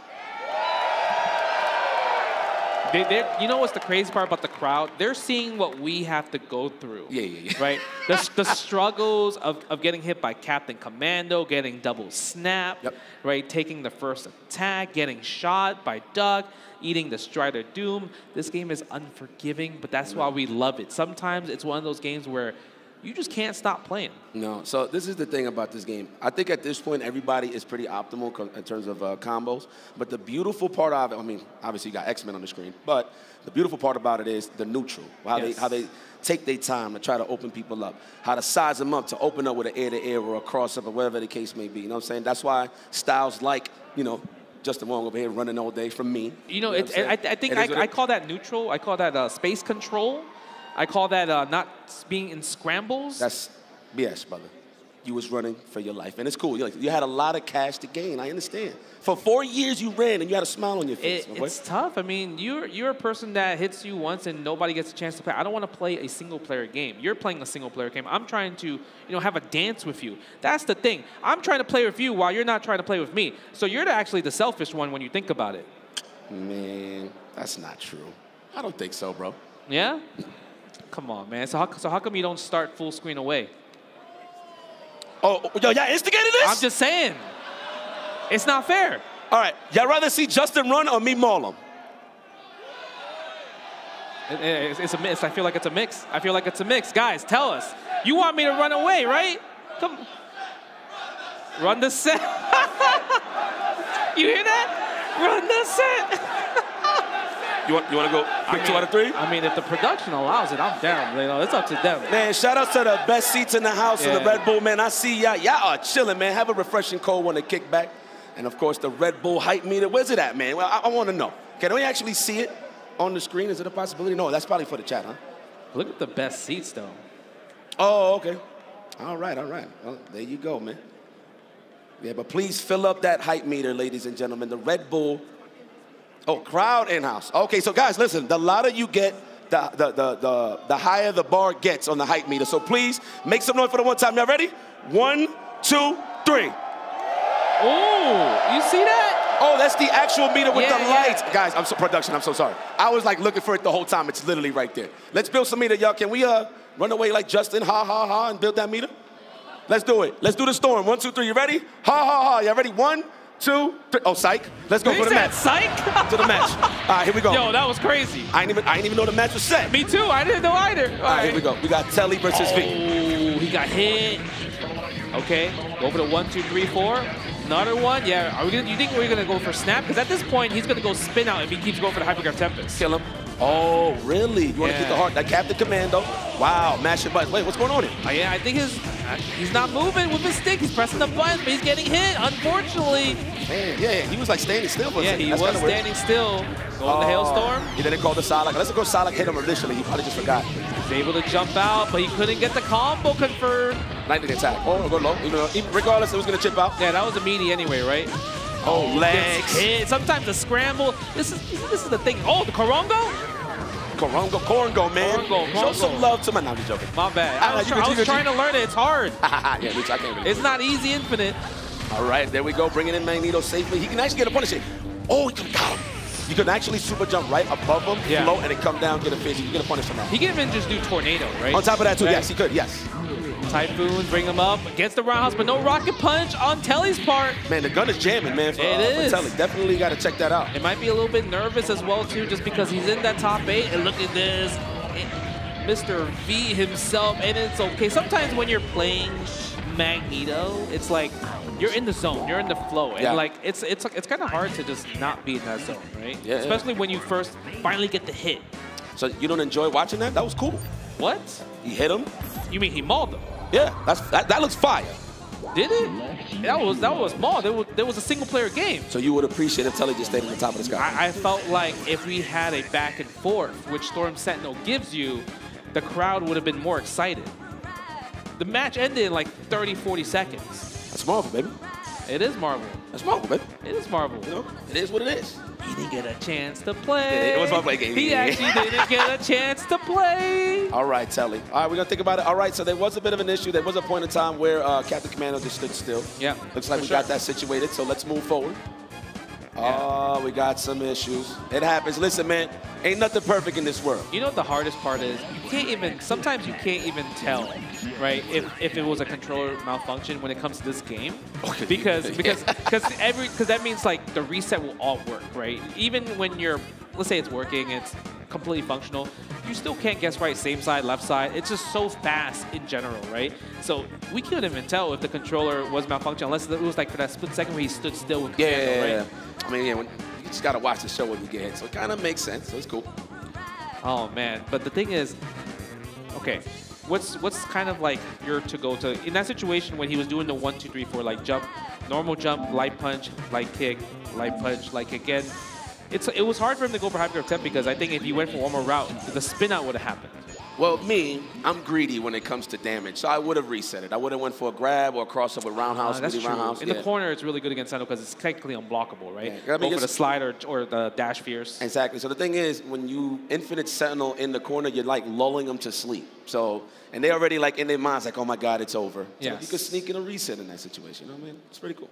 Yeah, I think that's pretty cool. And I feel like for Sentinel, in order for him to kind of like to keep out Magneto, he obviously has the backdash, movement, down, up, all that type of stuff. But the thing is, what makes it harder now is that it's harder for Sentinel to snipe out Magneto's air dash lately, right? Because now Magneto could go like super jump, air dash down, down forward, and because a lot of times Sentinels rely on just his super jump light kick to get that confirmed for a fly combo, right? Yeah, I mean that's just how it goes with Magneto. The legs, no snapback. I mean, but a snapback, we didn't get the combination of the characters. I understand. Yes. Trade with the launch. Goes for the neutral jump. But we don't have unfly. The lightning attack. I love lightning attack. Yeah, that is kind of like one of the choices now. You know, for years, everybody been rocking Storm, but you kind of see lightning attack mostly from the West Coast. Yeah, that's true. Oh, my God, almost got a hit there. He could have just come in with the super jump and did a magic series, but it's all good. We got real estate. That's a combo, almost. Yeah, the timing on that is a bit tough. It depends where you are on the screen, because sometimes if you're closer to the screen, like on the left side, it will work. But if you're on the right side, it won't work. Yo, these guys are whipping eggs. And if you don't know what that means, they're scrambling. They are scrambling right here. Telly looking a lot better this set right here. Nice trade, but no confirm right there. I feel like he could have went for a triangle jump there. Yeah. I mean, you got to respect that Psylocke so much, but the way these guys are slugging, and I don't think they care about getting hit with those assists, to be honest. Nice. Okay, no punish on that situation. Telly with a lightning storm into a hailstorm. Gets hit by triangle jump, light into Psylocke. Oh my God, lightning attack, snipe. No Not even a trade. Wow, that sucks. Overhead, of course. No, misses the dash, unfortunate. We might see a raw attack from Telly, right? I feel like he might have to take a risk on that situation because you don't want not even an opportunity. Misses the dash again. Yeah, that was the safer bet, right, to tag, but I feel like V was waiting for that. Yeah. Probably tag right back into Magneto, the smart stuff, you know? It's a possibility. Okay, now we're just going to kick back. Like, this is not bad. If anything, this is the matchup that Telly wants. Yes. The thing is, he has to win this match in particular, right? Yeah. If he's able to just wear Storm down, kill Storm, he would be in a huge winning position because Magneto and Celes is going to be taking some unblockables. But the thing is, he's probably going to DAC. No DAC, gets a hard knockdown instead. Wow, the dash to completely avoid the mix-up. I feel like that was the push, but it worked out. Nice unfly. Oh my God, Commando, where you are, you're still bleeding. You can't take another hailstorm. And Vega builds it, but the lightning storm takes out Telly. That was a good snipe. I ain't gonna front. That is one of the best tools to use against Sentinel to stop him from flying. Very nice. V moves forward, never backwards. Unfortunate for Telly. I know you had a little issue with the stick, but hey, that's how the story goes. But you know what? You made it this far. Round of applause for these individuals, y'all. Showing some love here for some Marvel vs. Capcom 2. They play in their backyard, I promise. Yeah, look at that. Showing off his hat. Okay, Seattle representative? I just see that. I'm not, maybe, I don't know. Yeah, I'm not sure. But, I mean, he's been showing off the hat, like, the whole entire tournament. Like, even at top 24, even his the picture that they have for the screen, he was showing off this hat as well, too. But, I mean, he's playing MSP. He's playing fast. He's playing clean. Oh, that's right. I forgot. He also has a one-button dash. Oh, V? Yeah. Wait, on a stick? He has a one-button. They said, like, he put one-button dash on the stick. Oh, wow. Yeah. So that's why he's moving as fast. Y'all don't like one-button dashes? I mean, it's part of the game, macros. It is what it is, yeah. You know, modern 2025, that is an option. You know, I think it's more for like the pad players, obviously. But there's, you know, now you can enhance your gameplay now. I mean, you get like 1,000 buttons now on sticks, so I'm not surprised. Yeah, he's playing really fast, right? But then obviously he's moving on. He's making it as far. He's guaranteed 5th place now, right? We're down. We lost 2 players. We lost G-Con and Telly. 6 players left. How do you feel about that? I think you're really excited for Clockwork versus Combo Fiend, right? I mean, to be honest, I'm just trying to see who takes it over Chaos. To be honest, like, Chaos is definitely the favorite to win this. But let's definitely take a look at the brackets, I believe. Highlights. Okay. Holla, man. Replays presented by PlayStation Tournament. So, okay, so as you see here, Sentinel is just trying to survive to get out the corner. This is when we realized that he had a button issue with this stuff, which is fine. But Magneto still looks cool. You don't like that. You don't appreciate that. It is what it is. Bro, he's doing a normal jump infinite. That's not cool. Iron Man looks cooler. He didn't know how to answer that question. Oh, look at that. That's why I know you hate that Magneto. snipe is cool, though. All right, but he didn't run for real. He just, like got him up here like, please, come and chase me. It's all right. It's all right. I get it. But now. But V did an excellent job, though, just keeping it clean. Because, you know, again, MSP is definitely weak. Got the Akuma life ball, pretty much, just to the glass cannon, yeah, right? The glass cannon, yeah. So definitely played it smart on the evasive side and won. Very nice. Yeah, I felt like his offense was really strong. And then even the times, let's say his offense wasn't there, he was still able to control the storm. It's kind of like the closeout, right? But if you look at the bracket right here, winners finals is set. We're not gonna. I don't think we're gonna go there yet. Chaos versus Surfbot, but we have Clockwork versus Combo Fiend, Peru Champ versus Vega. Man, look, bro. I want to see the co-workers go down. Clockwork versus Combo Fiend. Yeah, right? we don't see that every day because obviously, you know, the scene right now, you see a lot of the newer players, so you see some of the familiar faces. Clockwork, Combo Fiend, not so much. So I'm looking forward to that one. And of course, V earned that right to go up against Peru Champ in the losers quarters finals. So I feel like we're gonna finish out the losers side just to balance it out, get into losers semifinals, and then we probably go to winners finals. See Chaos and Surfbot. Yeah, it's gonna be interesting to see. Because, you know, because Combo Fiend still hosts sessions at his house when, like, in terms of, like, when they're watching a show or whatever. And they're playing Marvel, right? So because of that, they probably played each other way more often compared to here, right? They're, like you mentioned, they're co-workers. I'm excited to see, like, how Combo Fiend's going to open them up. And he's going to start Sentinel first. But the thing is, his team, he can't really beat Dr. Doomas's. He has to kind of be the one attacking. You know what I mean? So it's like one of those things that you have to worry about as Clockwork. Yeah, but listen, let's get some shout-outs to the EVO Connection Trivia Challenge presented by AT&T. Prizes include EVO Online Merch Store gift cards and even products for NatCon, like the Daija Fight Stick. I actually got that as fire. And, of course, the RIG headset. Use the display chat command to lock in your answer before the timer runs out, and check the prize page pin in chat if you guessed right. So shout-out to the EVO Connections Trivia Challenge presented by AT&T. Yeah, I mean, I think we're going to go to a quick break. Yeah, we're going to go to a quick break. So stay tuned. Check out the EVO Connection Trivia Challenge presented by AT&T. And after, you know, a few ads and stuff, we'll see you in a few. It's Marvel, all right? Don't go anywhere. Hello, everybody. Welcome back to EVO Connections Trivia presented by AT&T. I am here with the man, Rins. Rins, we are going to ask you some questions. You got 30 seconds to answer them. And you know what? We're getting right into it. Here it comes. Let me get 30 more seconds on the clock. Majin Obama. Who is the youngest EVO champion? Youngest? Don't you have to be 18 and older to be here? I was trying to get out of that by just saying like an age, random number. Youngest EVO champion. We're looking for the person. So that's really hard because I know there are a lot of young ones. Especially with the recent rise in some of the games and their competitors. He's actually Justin Wong in 2001, but that was B5. I like your logic. I like your logic. We're at Evo. You got. I think I will say I'm gonna go with Sonic Fox. My gut says Sonic Fox. Is it Sonic? Sonic Fox. It's gotta be them. Sonic Fox. Sonic Fox. I'm gonna go for Sonic Fox again. Ding, ding, ding, ding, ding. Oh, There we go. finally. One for Logan. It is, in fact, Sonic Fox. Good job, Logan. We got one on the board for him. Thank you, everyone, for playing Evo Connection Trivia presented by AT&T. Rince, thank you very much for helping everyone at home. Make sure you guys stay locked here because you have more trivia and more connections coming up very soon with some more chances to win some great prizes. See you guys soon.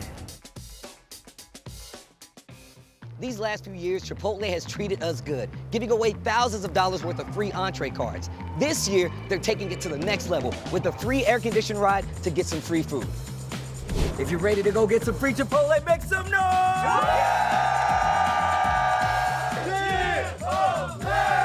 We're here. Let's go! I guess there is a silver foil lining to washing out of pools day one.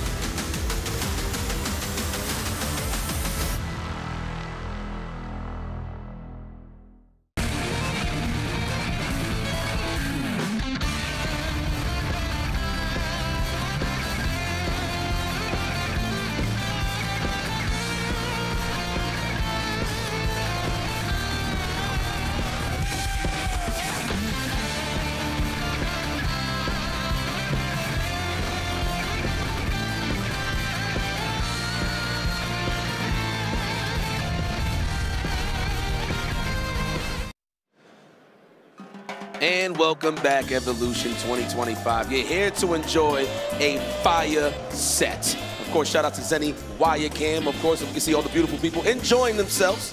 Of course, my name is IFC Yipes, and this is Justin Wong. If you just tuned in, we are at almost the end of the race for Marvel vs. Capcom 2's top 8.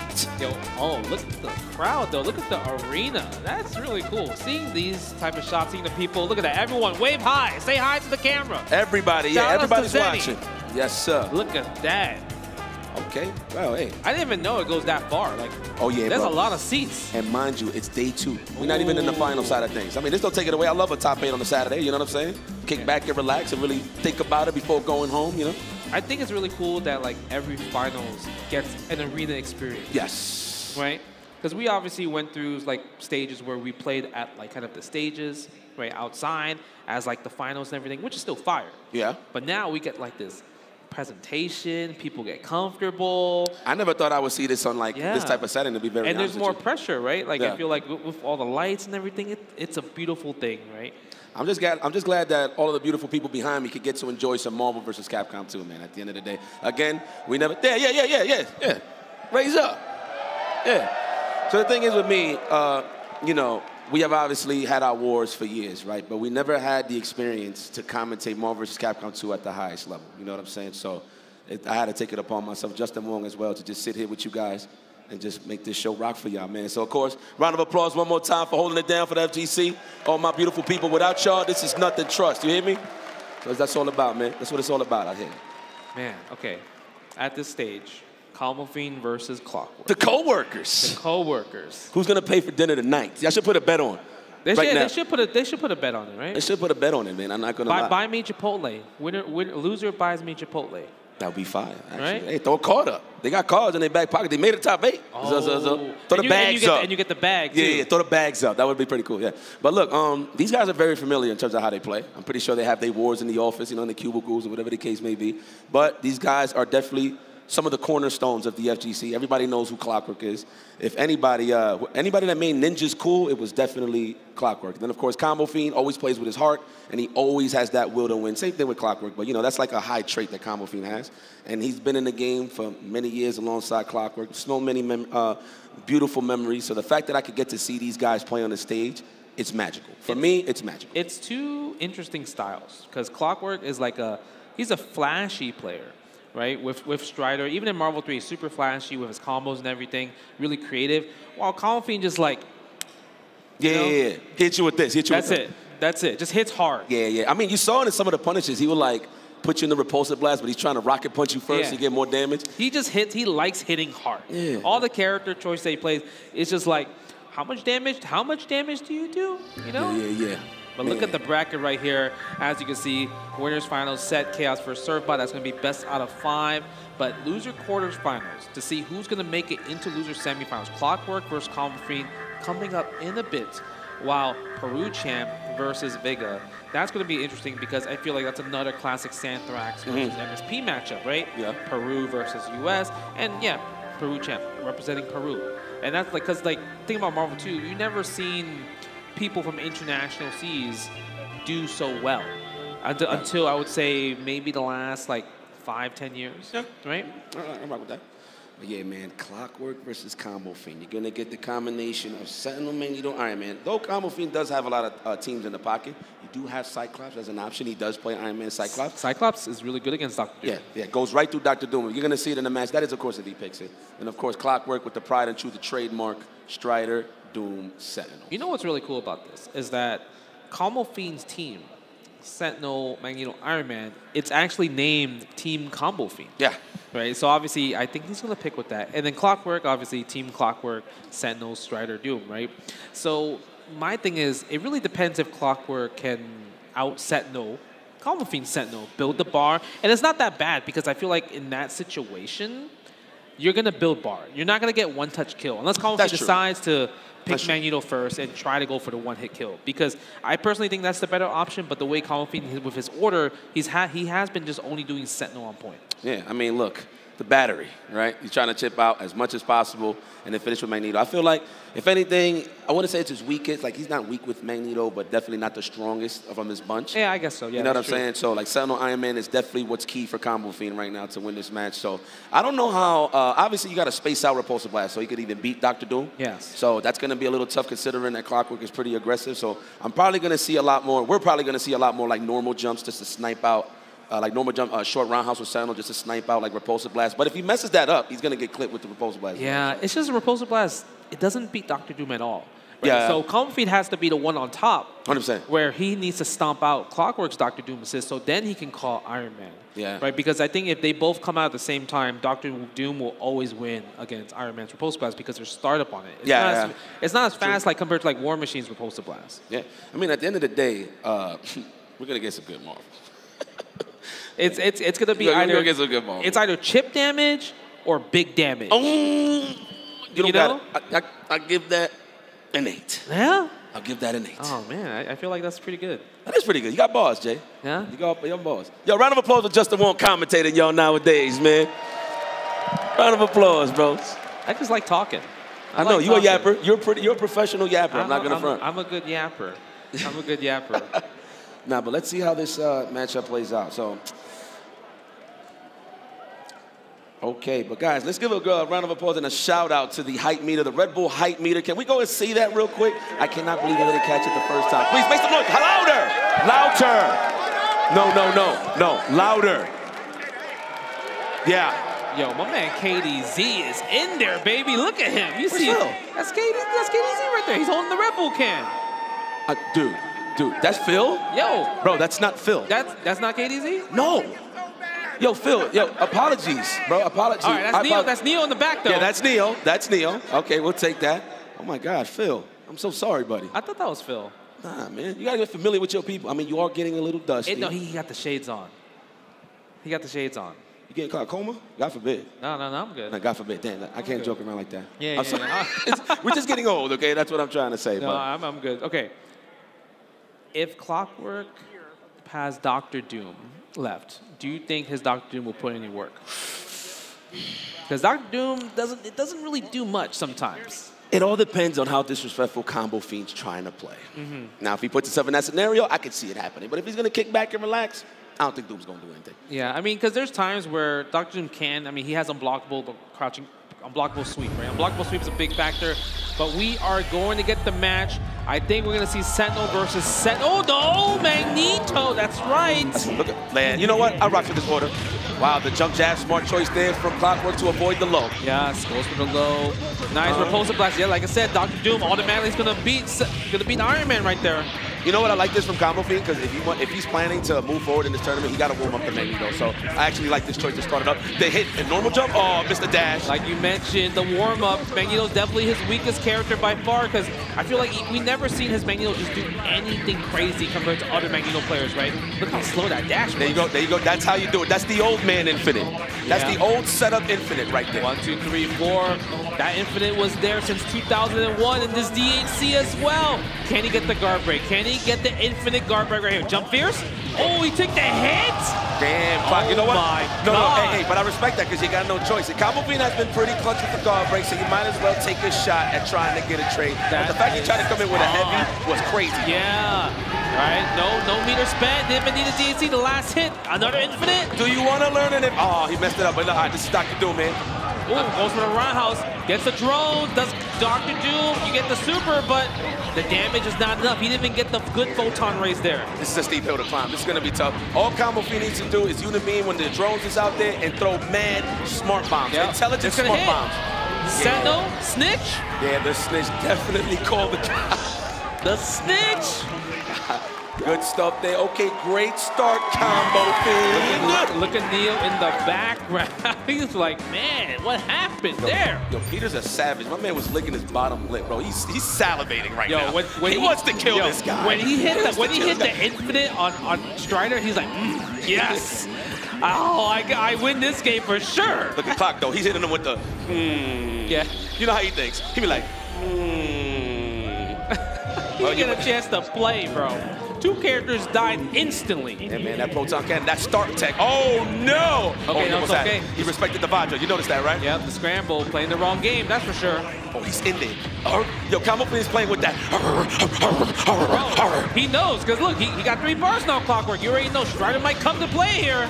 Oh my God, blocking the, whoa, nice push block with the guard cancel, love it. Oh, Strider, there we go. He actually get a DC to Iron Man. He wasn't ready for that though. Okay, good block, but can you get off the block strings? Oh, gets the my orb, goodness. tries to get the throw with a tech hit as well. Orbs in the rings, every time you press jab, the ring comes out. Let's go. Oh my God, no super? Hey, Tony. I love That's that gonna roll out. Oh. That's okay, gets the throw, grabs him out. Can we get the standing Infinite? Because you build a lot of bars, Strider can get it. Oh, that's a trade. Yeah. Oh man, I love Sega Master System and the Genesis, boy. Look at the the Ragnarok. Unfortunate execution error changes the whole momentum against Clockwork right here. What? Just a waste of a super there. Oh my God. Trying to fling the frying pan. Man, you see slugging it. That's what he's down for the trade. Yeah, blocking is not an option due to the fact that he's going to get chipped to death. So I like this approach from Combo Fiend, but Clockwork is looking strong. Are we going to get an alpha counter? There it is. Okay, we're going to build some bar here in this combo. Reset it to the ground. Yep. Try to attack right there. That's what you see in the whip fizz from Combo Fiend. He's traded. My God. He's traded. He's in there. He's down. Look at Dr. Doom. Even though Strider was completely involved, Dr. Doom has been bleeding because all the Combo Fiend. What a tag! These guys don't care. Somebody they definitely better than Definitely. They bet at Chipotle Bowl. Oh my God, there it is. Combo Fiend casually just jumping with the jump jab, up fierce for the job. Can he close out? We're gonna have to do stand jab, crouching strong for the finish. He doesn't need to. You know, he can kill without it. You think so? Just unibeam afterwards. If he needs to, he could just unibeam. Yeah, doesn't need oh my God, guard break, he's got. Oh, he got the guard break. Break, he's got. Oh no, Dr. Doom. He's gonna do it again, oh my God. He doesn't get a chance to play. Oh my God, break, he's got. Oh, not even. Just take the hit. Combo Fiend eliminates Clockwork. He didn't even get a chance to play. No, man, that's what happens. That's what you were talking about, right? That's when you think about Iron Man. He's like, a lot of people put him in the number 4 position now, right? In the top 4. I can't wait to see these guys at the ball. They're gonna have a conversation. Man, hell, y'all might instigate that like crazy. Woo, that was fire, man. Yo, give a round of applause for Clockwork, y'all. One of the legends of the game. Thank you so much for your services, man. We out of there. Wow. Yeah, look at that. Wow. All right. Wow, Peter, that's kind of savage, bro. Yo, he was in there. He did not. It's like, I don't want to see no Strider. I'm sorry. I know this is top 8, but I got to do it to you. Well, that's how the story goes, man. Somebody got to win, somebody got to lose. The beautiful part about the FGC, you're all by yourself when you're out there competing. Obviously, with the spirit of everybody in the back, but it all comes down to only one at the end of the day. So, good stuff there, Combo Fiend. Yeah, Combo Fiend and moving on to the top 4. I feel like you mentioned, like he needs to warm up the Magneto a bit more if he's planning to win the tournament. 100. Because when you think about it, his Iron Man, the infinites, the guard breaks, the timing, the meaties, they're all on point, right? Yeah. And obviously Sentinel, but let's check out the highlights so you can see what I'm talking about, because his infinites have been so good, like right here, consistent.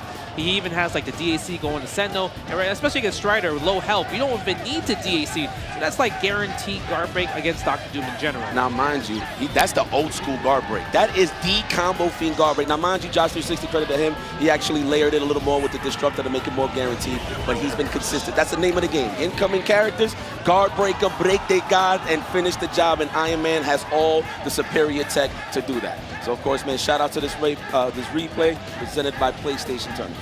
Look at this, man. That's crazy right here. The guard break again, and he took the hit. Unfortunate. He's super on point. I do think the Magneto needs to be a bit more warmed up. Even when he was doing the ROM, it was like a little slow, right? A little slow. But look at the bracket. You can see Combo Fiend moving on to the loser semifinals, and he's going to be fighting the winner against Peru champ versus Vega. Well, I know Combo Fiend got the biggest cheese on his face, man. He's going to be rocking that medal. I mean, Clockwork, too. He earned his medals of honor for sure, but that's good. Look at that loser semifinals. Combo Fiend. I never even thought I'd see that today, bro. I'm going to be honest. I thought he was going to be at work all day. And look at this guy. He just, clocked out, and there you go, top 8. That's pretty fine. Shout out to the 2XKO crew, of course. I'm pretty sure they somewhere in the arena just wilding out for the boys. Yeah, we're chilling for the boys. All right, go get back to work afterwards. Yeah. That's how you do it, man, at the end of the day. So, but up next, of course, Champ versus Vega. That's going to be interesting. I did not know about that one button dash thing, by the way. So that kind of changes things for me. Oh, it changes your perspective. Not necessarily perspective. It's more so I want to see now how well he executes navigating the stage. Like, obviously, you can have all the execution in the world, but at the end of the day, you need to back it with some neutral. So I want to see what he brings to the table against Peru Champ. My man Peru Champ is seasoned. I actually met him through MvC2. Yeah, so I never knew. I mean, I should have assumed that he played Marvel vs. Capcom before, but I thought that was like his main squeeze. And then one day I just turned on a tournament over at Super Arcade. So, you know what I'm saying? And he's literally playing MSS in Marvel 2. I was like, oh, you play this too? And he's very solid. He actually got multiple teams. He played the tournament teams that you need in order to make it foreign tournaments. And then here he is in the top 8. No, but Peru Champ is amazing. Okay, but can he escape? Oh, the standing jab. He didn't commit, but we're going to get the snap right away. Look how fast it's going to be. Misses the dash in that situation. Commando needs to build 2 bars to get him out safely. Oh, nice launch. I like that. I like when Magneto's use raw launch. Yeah. Especially if you could cross under, get the launch, get a big damage. Oh, no. Punish. Oh, he missed the dash? Missed it right there. Unfortunate. Gets for the Fierce. Can Peru Champ survive? To weather the storm here. This is the one thing. No commando assist for the short Fierce. Oh, my God. Looks like he missed the dash there, but it's all right. Peru Champ is going to play low altitudes. No trade. It went away. Yeah, it wasn't active enough.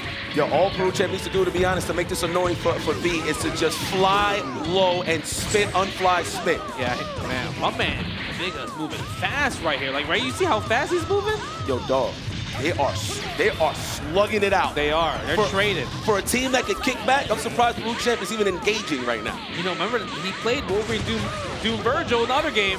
That's true. Yeah, he likes to play like Daywalker. Yeah. Block with his face. Trade with all the commandos. Cap all day. Oh, Storm, no, not like this, Betsy. Please survive. Oh, the nice. overhead. Okay. Oh, the reset. That was godlike. Yes. Not going to kill, but a big damage. Oh, my God. What a dash over cross-up. And the empty jump meaty low. Trying to hold up. Yes, we're going to do it.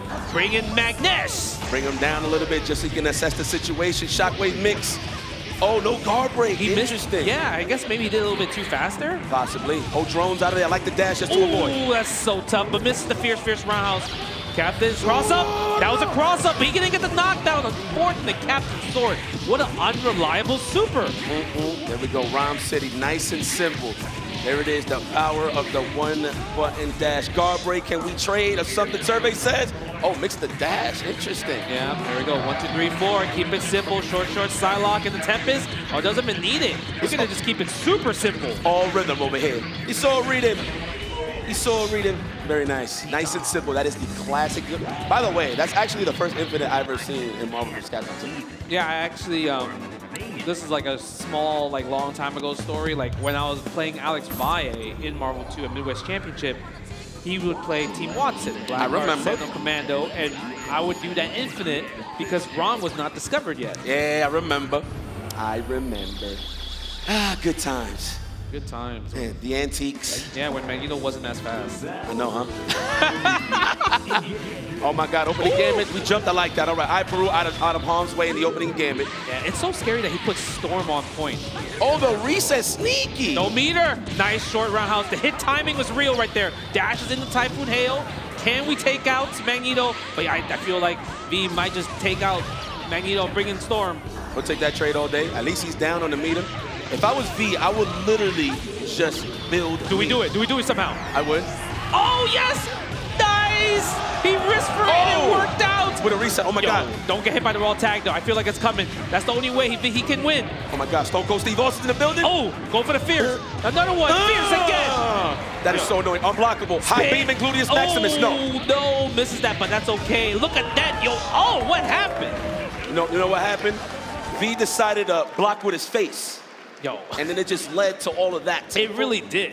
Yeah, it took control. Champ took full control of that match. I like that he's confident in his resets. I'm starting to believe, is it on purpose, or he's just dashing so fast, trying to catch up to the speed that he's just getting automatic cross. It feels like because a lot of times, like, you need to be a little bit slower to kind of like fix your character's like body, right, to hit the other character. Okay. So he's doing it too fast, and like you mentioned, that's why it's missing a lot. We'll take it though. Look like a reset. You can lie to your friends. You can be like, yo, it's a big sub. Oh, that's a big sub, but he didn't commit to the short stand short. All right, stayed behind it. Do the Justin Wong, the fun stuff. Oh my God. Oh, that's right. Holding up back with the flow of the roundhouse. But you're close to the corner. You got to get out. Nice hard knockdown, but you don't get the meaty there, so that's completely in Peru Champ's favor. Nice. All right, build that meter. He's trying to get that DAC. Magneto is very healthy. V is taking his sweet old time so he can land that hit and finish the job. There it is. Rom City, no. Nice and simple. Stay around house shockwave, and you still get a mix. Oh, the up back to avoid. We got 2 meters, though. Lightning attack, unfortunate Psylocke. Are you serious? It traded. Nice. Oh, the spit. Oh, the short reads. I thought he was actually out of range. He would have actually got the punish there on that dash. Hard knockdown. Empty jump a little bit too fast. Even Disruptor. We have to bring in. Don't do it. Oh my God, again he misses it! What is that? He gets stand jab, misses the dash again, works out in Peru Champ's favor, even drops the combo, so I think it's okay. Corridor, we're gonna get the trade. Yep, safely keep Magneto for another day. Block it. Now this is good right here for Peru. No meter on the side of V. We're gonna have to just kick back and relax. You can snipe him though. That's crazy that Peru Champ is engaging. You got the spit, my boy, and your limbs shit. Oh my God, the scramble! Look at that, Commando is all gone. It's down to just Lone Sentinel, and Storm could just run away so safely right now. Oh my goodness. Yeah, Sentinel by himself. He can win this. If he can find his solid hit, it's an unblockable on Storm. No. Oh, punish. Oh my God. Can he get it? Spin? No, he didn't go for it. You had to go for the blockable. Hold on. He's gonna tag. I swear to God, he's gonna tag. Oh, we out of there. He can get a punish hit. He can roll. Punish. What? Okay, it's okay. One more shot. Oh my God. Jump, hold on. Spin, unblockable. Misses it. No, the clutch. Hey, wait. He doesn't get it. Again. Do we go for the guard break? You can't take the hit. Jump in. You can't take the, whoa, with no button. No meter on the side. Lightning attack. Oh goodness. God. He had it. Yo, you could tell the adrenaline on both of these guys is on fleek. Man, that comeback was almost there. It's like when he jumped, the button didn't come out. He didn't press the button. He didn't press jump fierce because he can't take the jump fierce. It was either jump fierce, take the hit, or jump fierce guard break. And regardless, he would have got a good scenario. Yeah. He could have just chipped them, spit, unfly, spit, the whole 9 was settled. Yeah, that was definitely unfortunate. Tough. My man, give a round of applause, though, for Peru champ. For sure, put on an excellent show. This was a tough tournament to get into the top 8. And he got his medals of honor at the end of the day. So it's all good. He took a loss. Obviously, nobody want to lose. But he got something he could just leave with, and that's some memories. Nah, Peru is nasty at Marvel 2. They have a really great scene there. When I went there in like 2014, I went to like their arcade, and it's like, super rundown. Oh, in Peru? Yeah, in Peru. Oh, nice. Like super rundown arcade. But the thing is, they had a community, they had a cab there, and they were playing some Marvel vs. Capcom 2. It's a great place to play. Man. I know this is random, man. Shout out to Mexico. I know a lot of folks couldn't make it, even from the Philippines as well, to come and play some Marvel here. Yeah, right? But, you know what I mean? I hope you guys are enjoying the show. Yeah, Mexico, Philippines, Amir and everyone. And yeah, Mexico, they had a huge Marvel 2 tournament, I feel like, last week.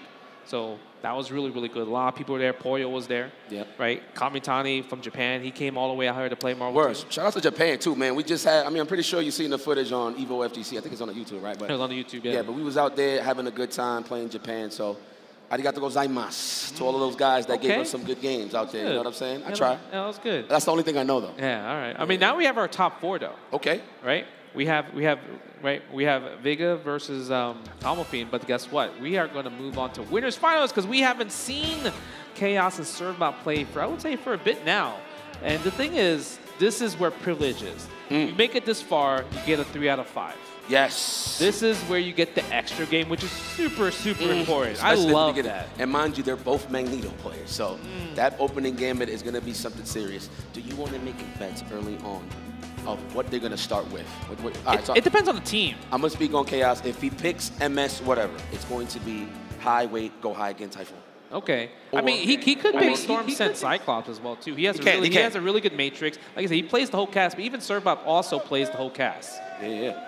So I think, personally, Servbot might go with MSP. Absolutely. Right? And then Chaos, I mean, even though he plays MSS, he's comfortable fighting MSP with MSS. I mean, he got MSP of his own, too, just in case. Just in case. Just in case if things get dire, when things get desperate.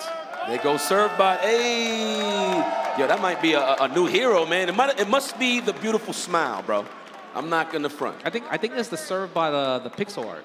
Yeah. Oh, yeah, that's right, huh? You got the pixel. Yo, Servbot, you going to pick Magneto Storm Servbot? Yeah, all right. I'll run up in there and reset the game myself. Let me see Magneto Storm Serv. Sumighty did it. Chill. That was the next... No, he did it in tournament? Nah, he be trolling people with it. Yeah, no, that was... Man, shout out to Sumighty. Oh! Yo, everybody is grown up. It's kind of crazy. But it's cool that I'm feeling like a child, though, seeing guys like Combo Fiend and Clockwork up there, so that's pretty dope. But this is going to be an experience. Right now, of course, Chaos is spoken of very highly. He is the best of this generation for sure. Dude, his combos is insane. Look, I want to see the craziest combo if you get the opportunity, Chaos. Like, you could, if you could do it online, you could definitely do it on the big stage. Offline? Well, maybe. I mean, he went for it. Yeah, that's what I'm saying. I like to call this the gun jam, you know what I'm saying? The gun jam. When you try to do fly, unfly, you got to be so precise. Yeah, that's true. So you can always tell that. But you know what? As the tournament goes on, you're probably warming up at the same time. Man, shout out to the crowd, man. Say hello to yourselves and the family at home and your family at home. Shout out to Zenny Wyatt came, of course, holding us down with the visuals. This is a packed crowd. Guys, it's only day 2. Just remember that. So please get some rest. And to all my competitors that's going to try to, you know what? There's a lot of tournament left, actually. There's 4 tournaments. Oh, there's 5. No. I'm saying like more so because you know what it is right now. We're doing the grand stage. I already feel like it's over. You know what I'm saying? Because we're so used to Marvel 2 being last back in the day. I keep thinking this is gonna be like the curtain call for sure. But no, everybody is still battling with their hearts in that other room to try to qualify for the respective games. So, man, round of applause for everybody that actually entered this tournament. Can y'all give me a round of applause? Just any tournament, don't even matter. Dude, and then any game. A lot of people also came for the official extended lineup for Evo, right? Boss just won CVS 2. Look at this, Servbot. Love it. Getting the crowd hyped up. It's winners finals, man. Somebody is going to be etched in Evo history.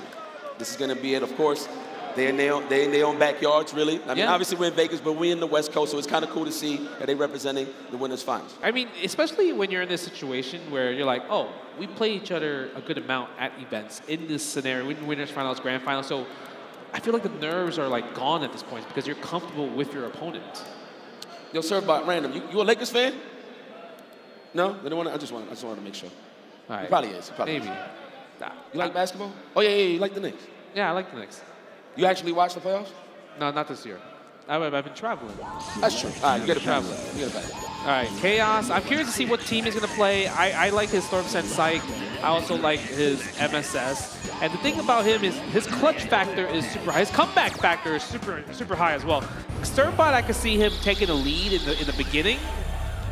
But Chaos comeback is so strong, so tough. Yes, I think we're gonna see Sentinel Storm Cyclops. I like that. Overstand jab, goes for the Fierce already. Keep away. Yes, I love that. Go for the spit again. Psylocke, you can't be calling her out from full screen like that. So you see how Chaos is playing? Yes. He's laying low, looking for a spot to cause some block stun for the mix-up, or just chipping them away as Cerbot is trying to get in. Look at that. Chip damage, trying to bait the alpha counter right here. Goes for the neutral jump. And I love the fact that Cerbot guard cancels right here. Gene Splice, the last Splice hit.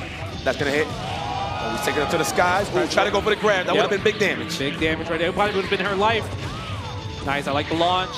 Chaos flying low, like you mentioned, keeping it safe. Going up, lightning attack. Oh, down, up forward, light the upwards would have worked out. Look at Sentinel trying to, dare I say, weather the storm. Okay, but now we're going to bring in Magnisto. There we go. Oh, unfortunate. At least he's close to the corner still. Oh, he is in the corner. Never mind. Nice block on that Hailstorm. Is that going to combo? It does. Oh! Wake up, crunch it, short. With a boot. The boots. Shoes. Okay. Man, that was such a huge double snap as well. So unfortunate. Look, see him digging in the crates? Yeah. Uh-oh. Goes for the stomp and stomp.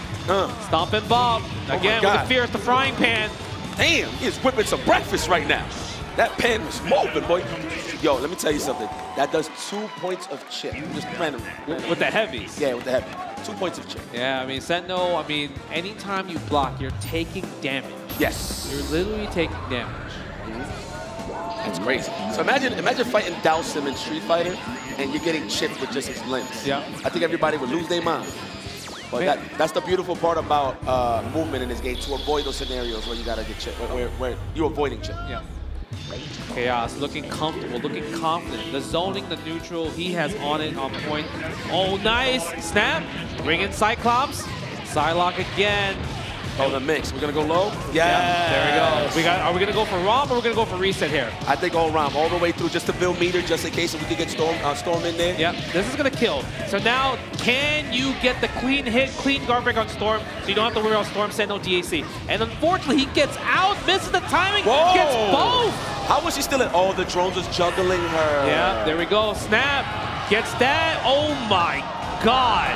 What? I told you, the comeback factor from Chaos is insane. Yeah, man. He just makes magic happen. Now, mind you, I think Cerbot made a grave mistake sniping in Cyclops. That's the character you really got to kill. It's Sentinel. Yeah. Nice.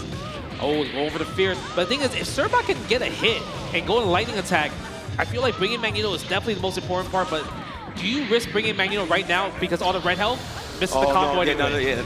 Oh my God, yo, you know what? If you would have called lightning attack first and did that first, that actually probably would have comboed. It would have. No, lightning attack again. We're all tagged.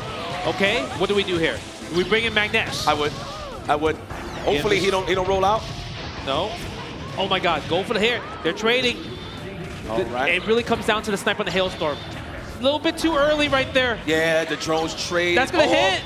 Didn't get the dash out, gets the juggle with the Hyper Sentinel Force. The clutch. He's almost home with some meter. The lightning attack into super, there it is. Okay. How you gonna make a block though? He's gonna come and swinging. Yeah, he's gonna come swinging. No meaty.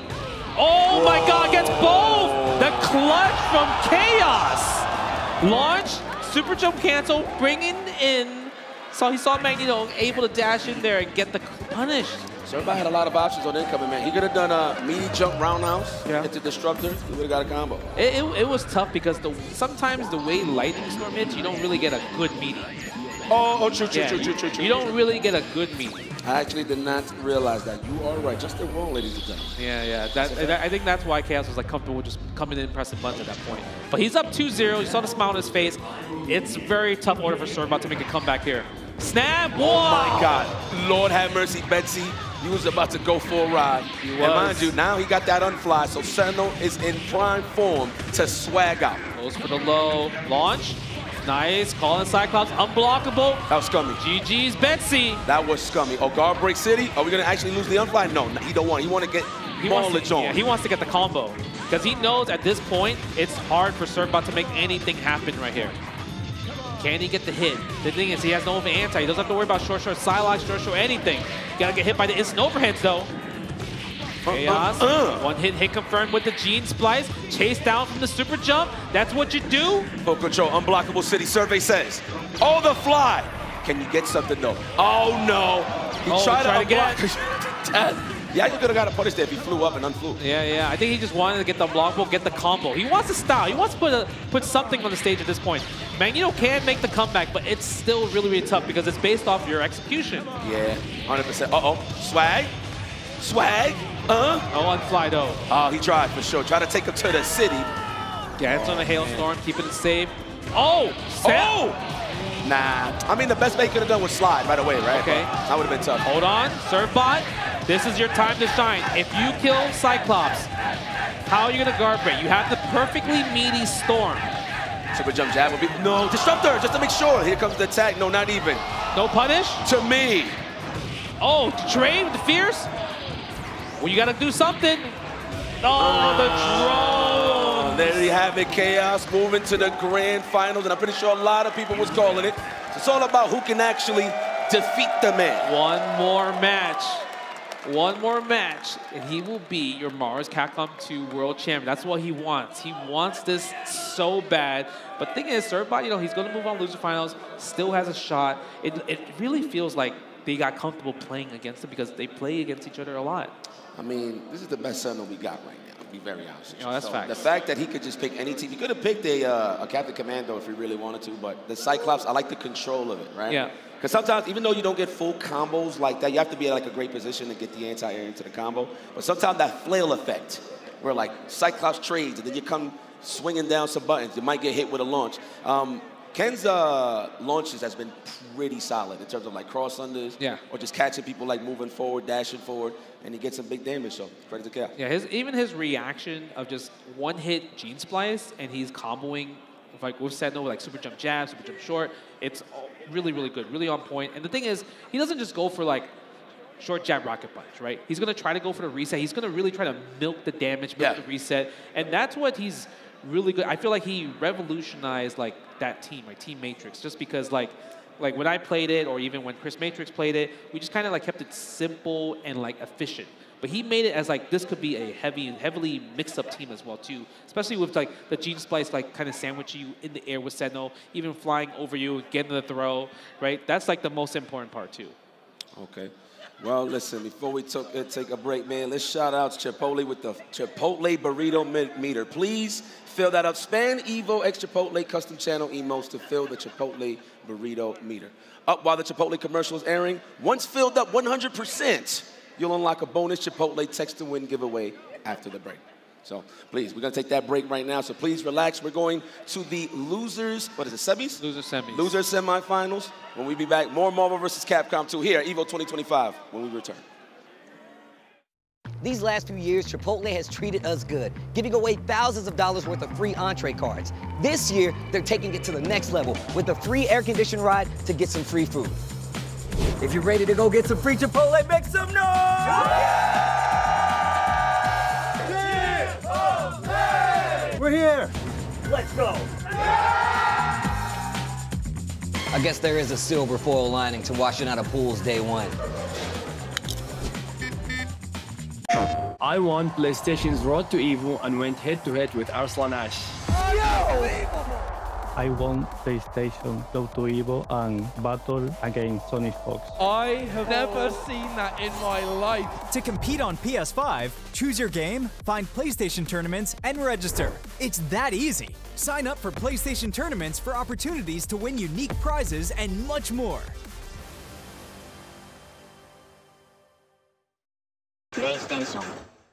Well, Vaya is laughing right now. Look at Vaya laughing right now. Oh, he's doing a dance. What is he doing? Man, he's too ready, you know. Not today, man. Oh my God!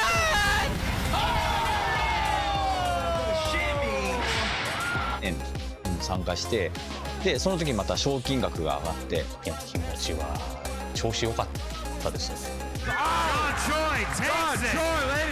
So it's much more than just playing. It's being a part of this community.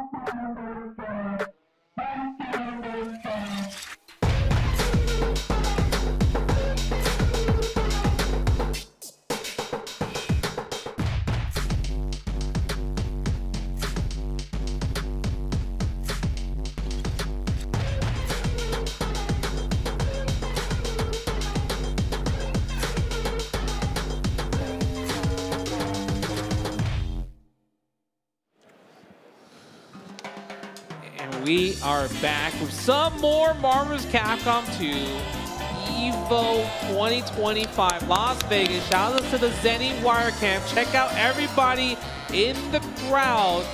We are in the top 4. Sit down, get your seats, because we're going to crown a new champion today for Marvel's Capcom 2.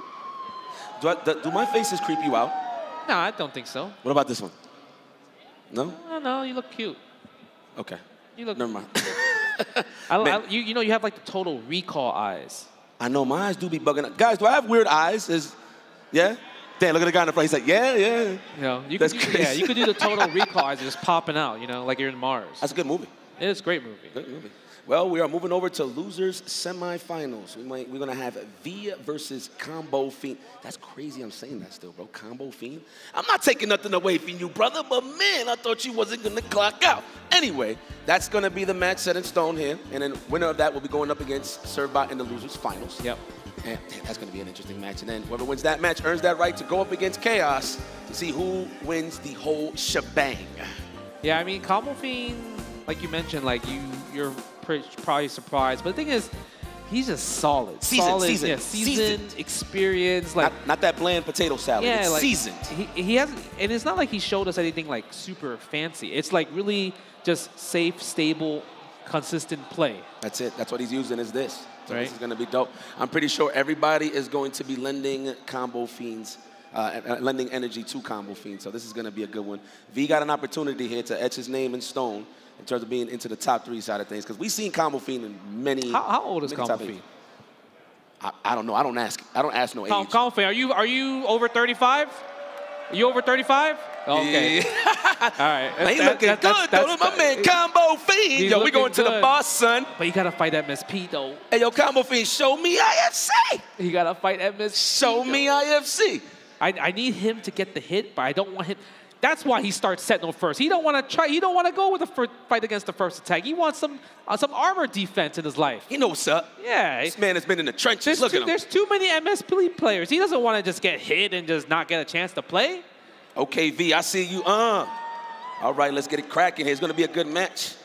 Now, again, like I said, Combo Fiend, he's etched his name in stone many times. So, you know, not surprised to see him in the top 8. But for V, this is a prime opportunity to have his name in history. So this is pretty cool. I mean, it's already there in terms of the top 8. For sure. But to say that you top 3 in the world is fire. So let's see who's going to earn that right. He's going to get that medal. I'm pretty sure he wants to really go all the way, because he has been, like, fighting. The way he's been playing with MSP, he feels like he's playing with, like, way more health than like Sentinel. That's true. That's right? true. Yeah. I mean, look, he's been here before. He ain't going to be surprised with anything. It's all about just staying clean and finishing the job. The fact of the matter is this. My highlight is, All right, Combo Fiend make a top 8 sure. You know what's my highlight? He got no headphones on, God. He has no headphones. He want to hear everything. He want to hear the screams of the characters dying. He wants to hear all the people just showing love, supporting. He loves this energy. You think this is a game? I'm going to be honest with you. This is throwback. I never seen Combo Fiend wear headphones. Look at his stick. Even his stick is throwback. Yeah. I never seen him wear headphones now that I'm looking back at it. Sometimes, you know, you just want to hear the crowd, the audience. I think that fuels kind of like your energy sometimes. Yeah. You know, because you want to play with the crowd. That's the heart, man. It's not heart. It's heart. Damn, you got, your biceps is crazy, homie. I see you. Wait, hold up. That's King Raichu. Oh, King Raichu. Oh, okay. Yeah, that's King Raichu. That man Justin knows his scene, baby. Yo, man, put your hands up, man. Oh, that's respect. Nah, I'm just joking. I'm just making it dramatic. All right. So, and I feel like with V, he's going to play MSP super fast, right? Sometimes he might not be able to control himself. Yeah. Combo Fiend, his whole game plan in this matchup is hopefully he runs into a Repulsive Blast, and then he's going to do the Hyper Sentinel Force and get pretty much 70% damage on that situation, forcing V to kind of like tag out and bring in Storm and then kind of wear down the rest of the team. I feel like that's kind of the game plan for Combo Fiend. While V's, he's probably going to do, okay, if I hit you, I'm going to snap, I'm going to mix you up, reset, standard MSP stuff, but on 2 times the speed. All I know is don't mess up on the dash, man, because that Repulsive Blast, wow. Yeah, it hurts. Pays dividends. The thing about Repulsive Blast assist is it's one of the greatest assist punishers in the game. So you really got to watch out how you just want to call Psylocke or Storm even in this situation. But here we go. Opening game time. Make some noise. This is top 4. Don't forget, this is also 2 out of 3 right here. We're back in that trenches. Whoever wins this gets the privilege to make a 3 out of 5 set. There we go, already respecting it, the double snap, of course. Nobody want to see this, and he's kind of killing the heart of the team. That is what packs the punch in terms of the damage, so this is pretty much like killing Spencer on Combo Fiend's team. It's so unfortunate. Combo Fiend presses a button, tries to get a snipe, moving with a stand heavy punch. Maybe snipe. Oh, no, don't confirm from the 3-hit drones. He was actually surprised he actually hit. Yeah, using the EM Disruptor, trying to wear down Magneto. Maybe if he can wear down Magneto, he can force a Storm. Nice, there it is, good call. Yep, now he's comfortable. He's like, okay, if I hit Storm, I can bring in the Magneto Sentinel DHC, but can he get a shot? Can he block the mix-up? Ah, sneaky. That covers mix-up. all layers. Oh! This is the dash right here. I'm pretty sure Combo Fiend's looking for more assist punishes than anything. Nice. Oh, nice. Is that gonna work? You know what, at least he gets him in safely, so it's all good. Yeah, if he did bubble, the bubble would have worked, but the thing is he wanted more. He wanted a big combo from there, right? Yep. Look at that kickback, fly low altitudes. You don't want to be up there with the canyons and the mountains. You want to be down here, low altitude. That's true. You gonna bring him in? Yeah, not yet. At least, I love the fact that Combo Fiend waits to see the lightning attack and then goes up. Oh my God. Misses the hit timing. Almost got the hit right there, but Storm's flow was able to save her life. Yep, gonna bring in Magneto. Roll out! That was actually genius. Oh no, he couldn't roll out there in that situation because if he rolled out, it would have been Meaty Tempest. Oh, nice block. The push block definitely saved him right there. But the side blade and Magneto, you gotta respect a little bit. Jab short, yep, go for the normal jump, infinite. Do we go for Hypergraph Tempest? It's harder for Sentinel to kind of escape in the corner for the Tempest. Nice and easy, slow and steady. V is doing what he needs to do to finish the job. Into the DAC to make it guaranteed. The cross up. Yeah, we keep making it safe, aren't we? Yeah. The runaway. Nice check. Whoa, okay. Oh, man, that looked like he checked Drive Rush. Yeah, right. That's what it looked like. You know, you can punish that. I mean, obviously, you see the animation of him dashing. You can throw him out there. I mean, that's how you landed those standing rounds, the championship roundhouse. See, but the standing rounds, that hitbox was beautiful. Yeah. My man, he did crouching short. That's true. That means close proximity. Close prox. That's dangerous. Yeah, that is dangerous. That is dangerous. Combo Fiend, what is your decision right here? I mean, it's hard to tell because he didn't get a chance to really play his team. Showcase his team, Iron Man just got double snap. He didn't even get a chance to do Repulsive Blast, so it's like, okay, I can't even gauge on what happened. Double snaps sometimes don't count. Well, nice block. Nice, he's respecting now.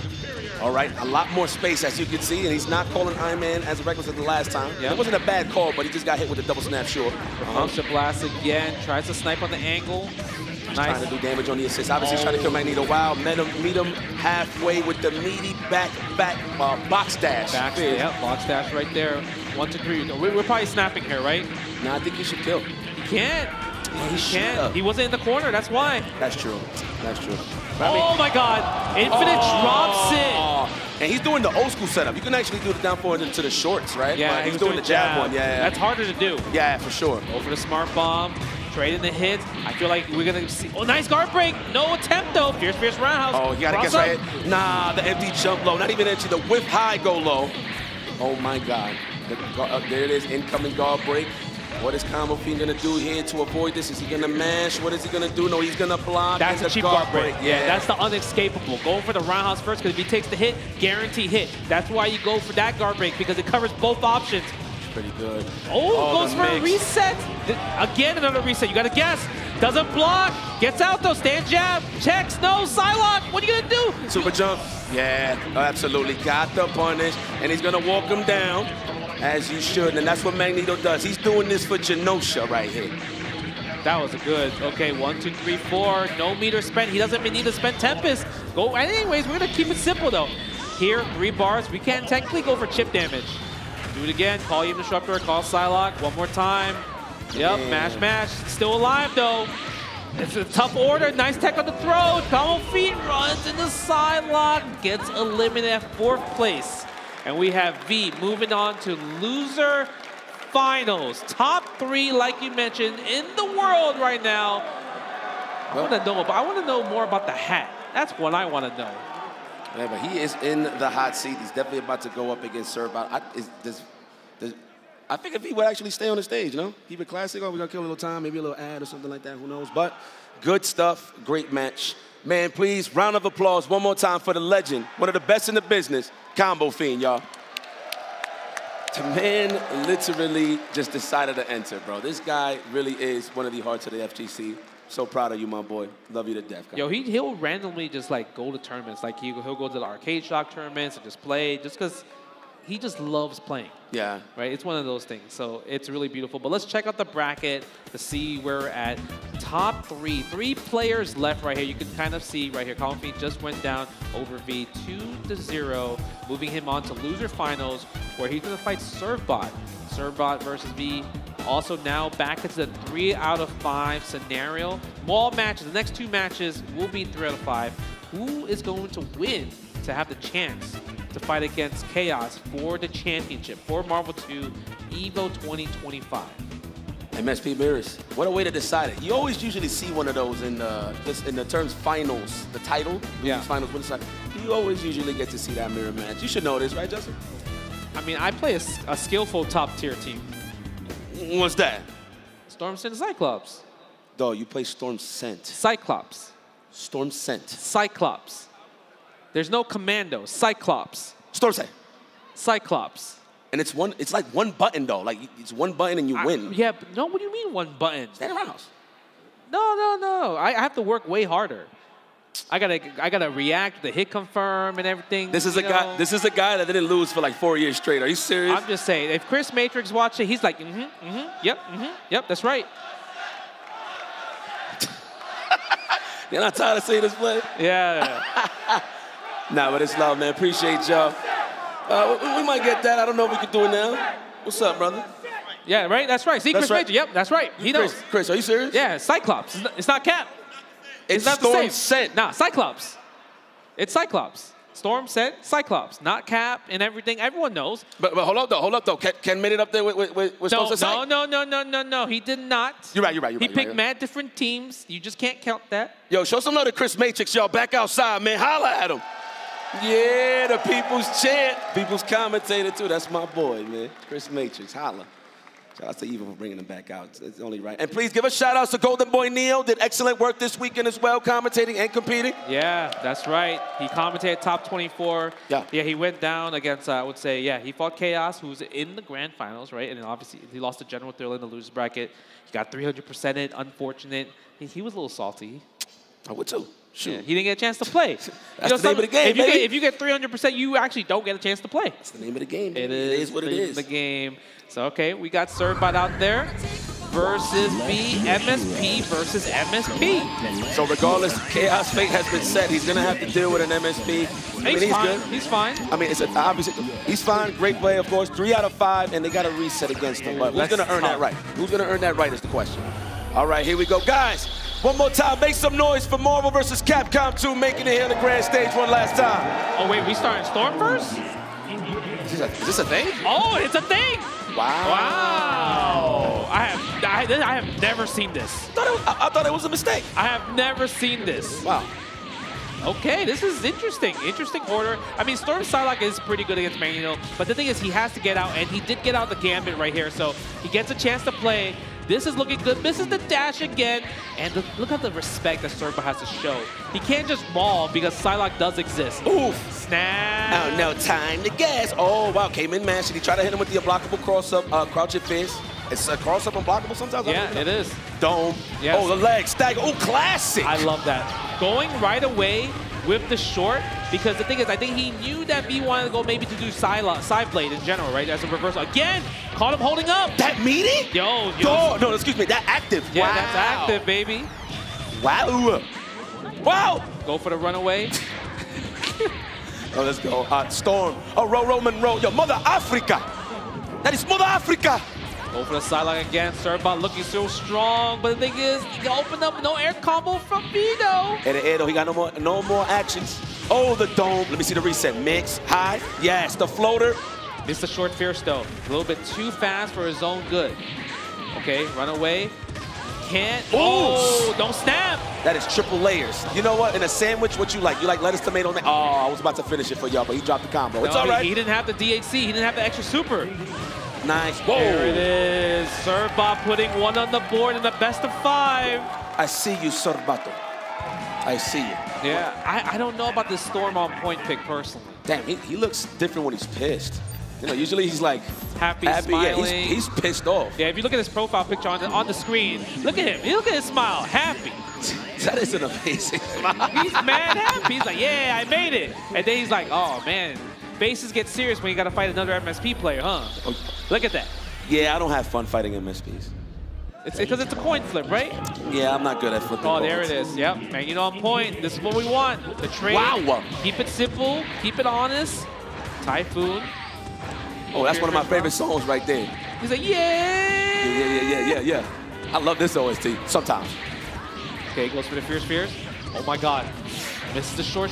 Go with the Fierce rounds. Trade. Oh, was that a double snap opportunity there? Dash jab snapback definitely would have worked out for V, for sure. All right, we're sizing them up. Who's gonna dash up launch? I feel like you should do it, man. You think so? Yeah, I like Psylocke might interrupt all that, just like that. But wait till it comes out first. You know? Nice. Okay. High-low, 50-50. Guard break. Nice block on the fake cross-up. Bring in Storm. Have another chance. We out. Oh, I like that. Juice. Oh, you should have DAC'd. You know he was trying to avoid it. Exactly. If you do super jump out, you're pretty much the assist goes away. So you have to kind of DAC the Storm right away to keep the character still in. 100%. Oh, that's a punish. Oh, no more air dash. Just go in there. No? No, he doesn't get anything. The flow is actually really good. Yeah, we have to do it. Yep, Shockwave, even though you don't get the hit. Wow, what a mask on the Shockwave. Yeah, that was sneaky. Definitely sneaky. We out of there. Psylocke Monroe is back in there. Psylocke is gone for V-side Serba. Do we rush down? I feel like we got a maul. There we go. We have the maul. Don't give him a chance to just kind of like scheme for a plan. Yeah, nah, seriously. Yeah, don't get sized up for sure. Oh, you get boxed in that corner. We're pretty sure. I like that's why he dashed out there. Beautiful stuff. Good snipe out there on the back dash. We're gonna DAC. Survey says hell yeah. Hit him with the control the pudding. I forgot about that. Yeah. Nice block on that. Raw tag, and it's okay. Storm still goes down. Trying to call Typhoon. Serba going getting his maul on. V, what are you gonna do? Nice block on the Psylocke. Gets the launch. No punish. Nice. Nice and clean, nice and easy. Hit him with the old school stuff. Fierce for the finish. No, it's a 3 out of 5. 3 out of 5, my boy. One more. 3 out of 5, my boy. Yeah, V, you got 3 out of 5, baby. One more. Yeah. Oh, man, he gave up now, man. You got to keep your heart in the game. You in the final side of things, baby. Let's go. I like that Serba still shook his hand like, yeah, but it's not over yet, though. Yeah, I know. Let's go. Serba, one more match away to try to get that run back against Chaos. Definitely sorry about that. There's definitely a storyline here for the fact that he actually picked Storm first game. That was kind of crazy. You know, sometimes you kind of want to catch people off guard. I mean, it was working in the beginning, right? But the problem is he couldn't execute kind of like, he missed the dash. Oh, there it is, the chance of a lifetime there for V to get some momentum on his side. Now he's going to get his guard broken. Are we going to land it is the question. Short roundhouse. Oh, the trade on the short. I love, the better button for me is the super jump jab. Okay. It's right above the head and you can always get a conversion. The same one. Nice. Go for the hard knockdown. Nice, that was so fast. Going for the up backs. What are you gonna do? Short, nice. He did, he blocked low, react high. That would have been a run-up launch. Oh, dome! The dome. Wow, that was mad high. That was very high. I'm surprised he went for that. I thought you could do 1, 2, 3, 4, 10 bits in the Hailstorm, right? He wanted to kill Magneto with Magneto. Yes. I respect that. Cross up, don't miss the dash, that's crazy. Yeah. Nope, no snap. Even the disruptor as a punish. Gets a hit, hyper grab. Oh my God. Nice. That was actually nice. Yeah, that was super sick. Go for a short. No, miss a snap. Sometimes you gotta duck that, right? Because you can even, if you duck, that's a high. Yo, let's go, y'all.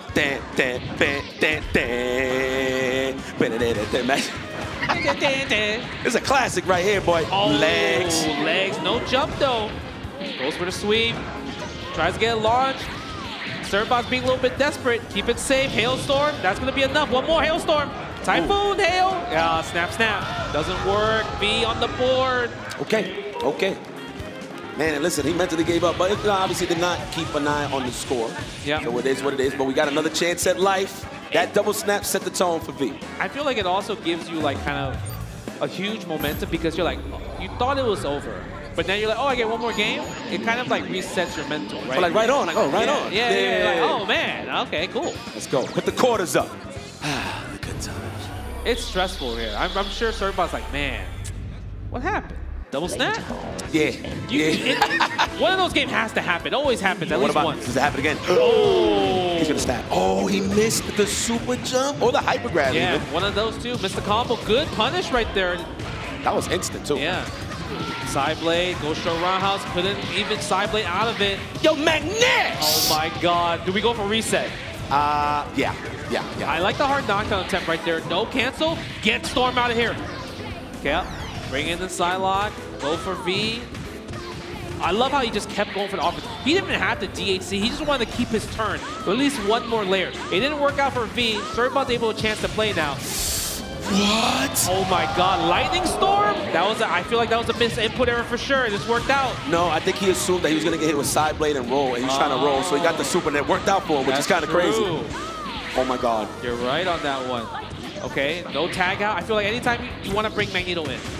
Psylocke, go for the snap. It did. Got him.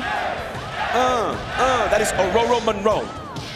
Oh, the trade. Oh my God. Fierce roundhouse. Not enough. Oof. Oh no.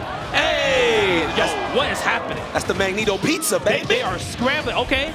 Go for the snap. Bring in Storm. Guard break. The trade again. No jump jab. All right. I was about to say weird choice, but hey, we still got the infinite. Oh my God, he's losing control. He is. It's too fast. I like that. Go for the boomerang. Oh. Don't even go for the throw. That man V is holding up for dear life. He's trying to get out the corner. He found the pocket. He found the pocket, but he can't cancel out. Nice block on the other switch side. Bring in the Hailstorm. Control. Get back to neutral. Trade. No. Launch again. Nope. No super jump. They're playing so nervous. Servbot wants to get back to the grand finals, but he's missing up so many opportunities. Oh my goodness. The shot. Missed the dash. Oh, the alpha counter there. But the disruptor smart stuff. Right. Oh, the tag? Oh, no risk. No risk. Not on the stage. Not on the stage. That's what I'm saying. Oh my God. Fierce rounds. Call even disruptor. Roundhouse. Hitbox. 2-2. Yo, that EM Destructo, man, is a landmine. If you space that out good, that is a great assist, I must admit. But V back in the game. It could be a reverse 3-0, but let's see if it actually happens. Servbot acknowledges. Yeah, you could tell that Servbot was really thirsty that last game. He was really going too hard. Every time he got a hit, he didn't capitalize, right? He got the launch, no super jump. He got the short, no super jump, short. And he just kept blocking with his face in that situation. Yeah. He wants to get close to he wants to get to the grand finals. He wants to run back to chaos. Overhead. I knew it. Oh, good job. But the up back, I love that. Nice. Oh, no! Do we get snap? Yes, we do. Bring in Betsy. Guard break again. That's so unescapable. Too much block stun. BT. Break. He's got it. Oh my God. All the way through? Reset. Missed it. Psylocke gets the hit. We get another snap. Why are we not doing the combo instead? Okay. Are you sure? Gets the Psylocke. That's gonna hit. Hailstorm. Nice. Oh my God. Get the angle. He should have backdashed first. He would have got that. Yep. All right, the Hailstorm, okay, the good old, we're straight in Wakanda. We're in the front doors of Wakanda right now. We're back at neutral. We're back in the stall right here, right? Bill Meter, yes. Bill Meter, size up. Don't have to go rush down. We obviously want to bring Magneto in with any hit from Psylocke. Hailstorm is sniping out Psylocke right there as well, too. Do we do it? Hell yeah, Tempest, do it. No, Tempest. Oh, he did it. DHC didn't get the hard knockdown for the mix. Maybe he was scared that he would have landed and rolled out. Okay. So probably just kept it simple, yeah. Oh, the roundhouse. V misses the guard break. He gets the guard break. Uh-oh. Yeah, run away, run away. You don't want to be close to the corner. Yo, my main focus right now would just be hitting Psylocke. Forget hitting Storm. That's what I'm saying. That's why V changed the Magneto EM Disruptor assist, right? Yep. Say keep it healthy. Yeah. Exactly. Oh, no. This is dead for Magneto if he gets it right. All the hits, and it does. Oh, my God. What the cross a comeback. 3-0. First beat. He's moving on. Look at that smart stuff. I want to know what the hat means. Does S mean smart? Is he a big Ken Griffey fan or something? I'm not too sure. Does F mean smart? It might be. It might be. But you know, hey man, yo, Servbot, we all love you, man. I'm pretty sure you earned the love from a lot of people across the world. Give it up for Servbot, y'all.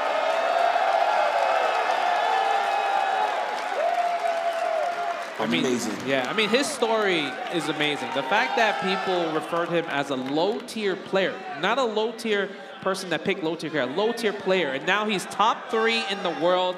That's a great story right there. Amazing story, Servbot. You did a great job. Phenomenal. Man, I feel like there should have been a lot more meter built there, no? You don't think so? The stage. I don't know if y'all wondering why I'm doing this. This is the ha-has from Storm. That's how you do it. He'd be like, yo, why don't you, shout out to Sanford Kelly. That's what he does. He'd be like, yo, why don't you build meter? He just starts doing it. Like, it looks crazy. But man, shout outs to V, man, for holding it down and bringing it all the way back, which is dope. Now we are going to get an amazing match. Grand finals to close out this saga. Chaos versus V. And of course, Chaos chilling in the winner's side of things. He only has to win 1 set, where V has to win 2 sets. Yeah. Of 3 out of 5. Yeah. I think it's gonna be a tough order for V personally. Okay. Just because, like, if you look at Chaos versus Servbot, it was 3-0, right? Using Sentinel on point. And every time he was able to capitalize off of a Gene Splice 1 hit, he got a combo. He also went into the reset. And he's able to kill Magneto super fast. Yeah. He's willing to take the risk of just going for like a reset, going for a throw into a Gene Splice, and finishing his plate in terms of that, right? So it's up to V not to be put in those positions, obviously able to block the refly mix-ups, and also teching the throw at the same time, thinking about that, but also making sure not to be put in a position where Sentinel gets the unblockable after Gene Splice assists. Damn, the fact that you got to worry about factor in the unblockable is crazy, man. So it's up to V to keep the Magneto alive. No, the Storm, actually, to be very honest with you. But Ken has some serious guard break potential. And he got layers, too. So, like, let's say if he does miss a guard break, you're going to be eating an assist into more layers, into more offense. So he definitely possibly got this in the bag. MSP in the grand finals. What you think about that, Justin? MSP in the grand finals? Yeah. I mean, he made it here. He pressed a lot of short Psylocke. You're not a fan of MSP? Yeah, I'm going to be honest with you. Look, you know what's crazy that you hating on this team? I love Storm and Cyclops.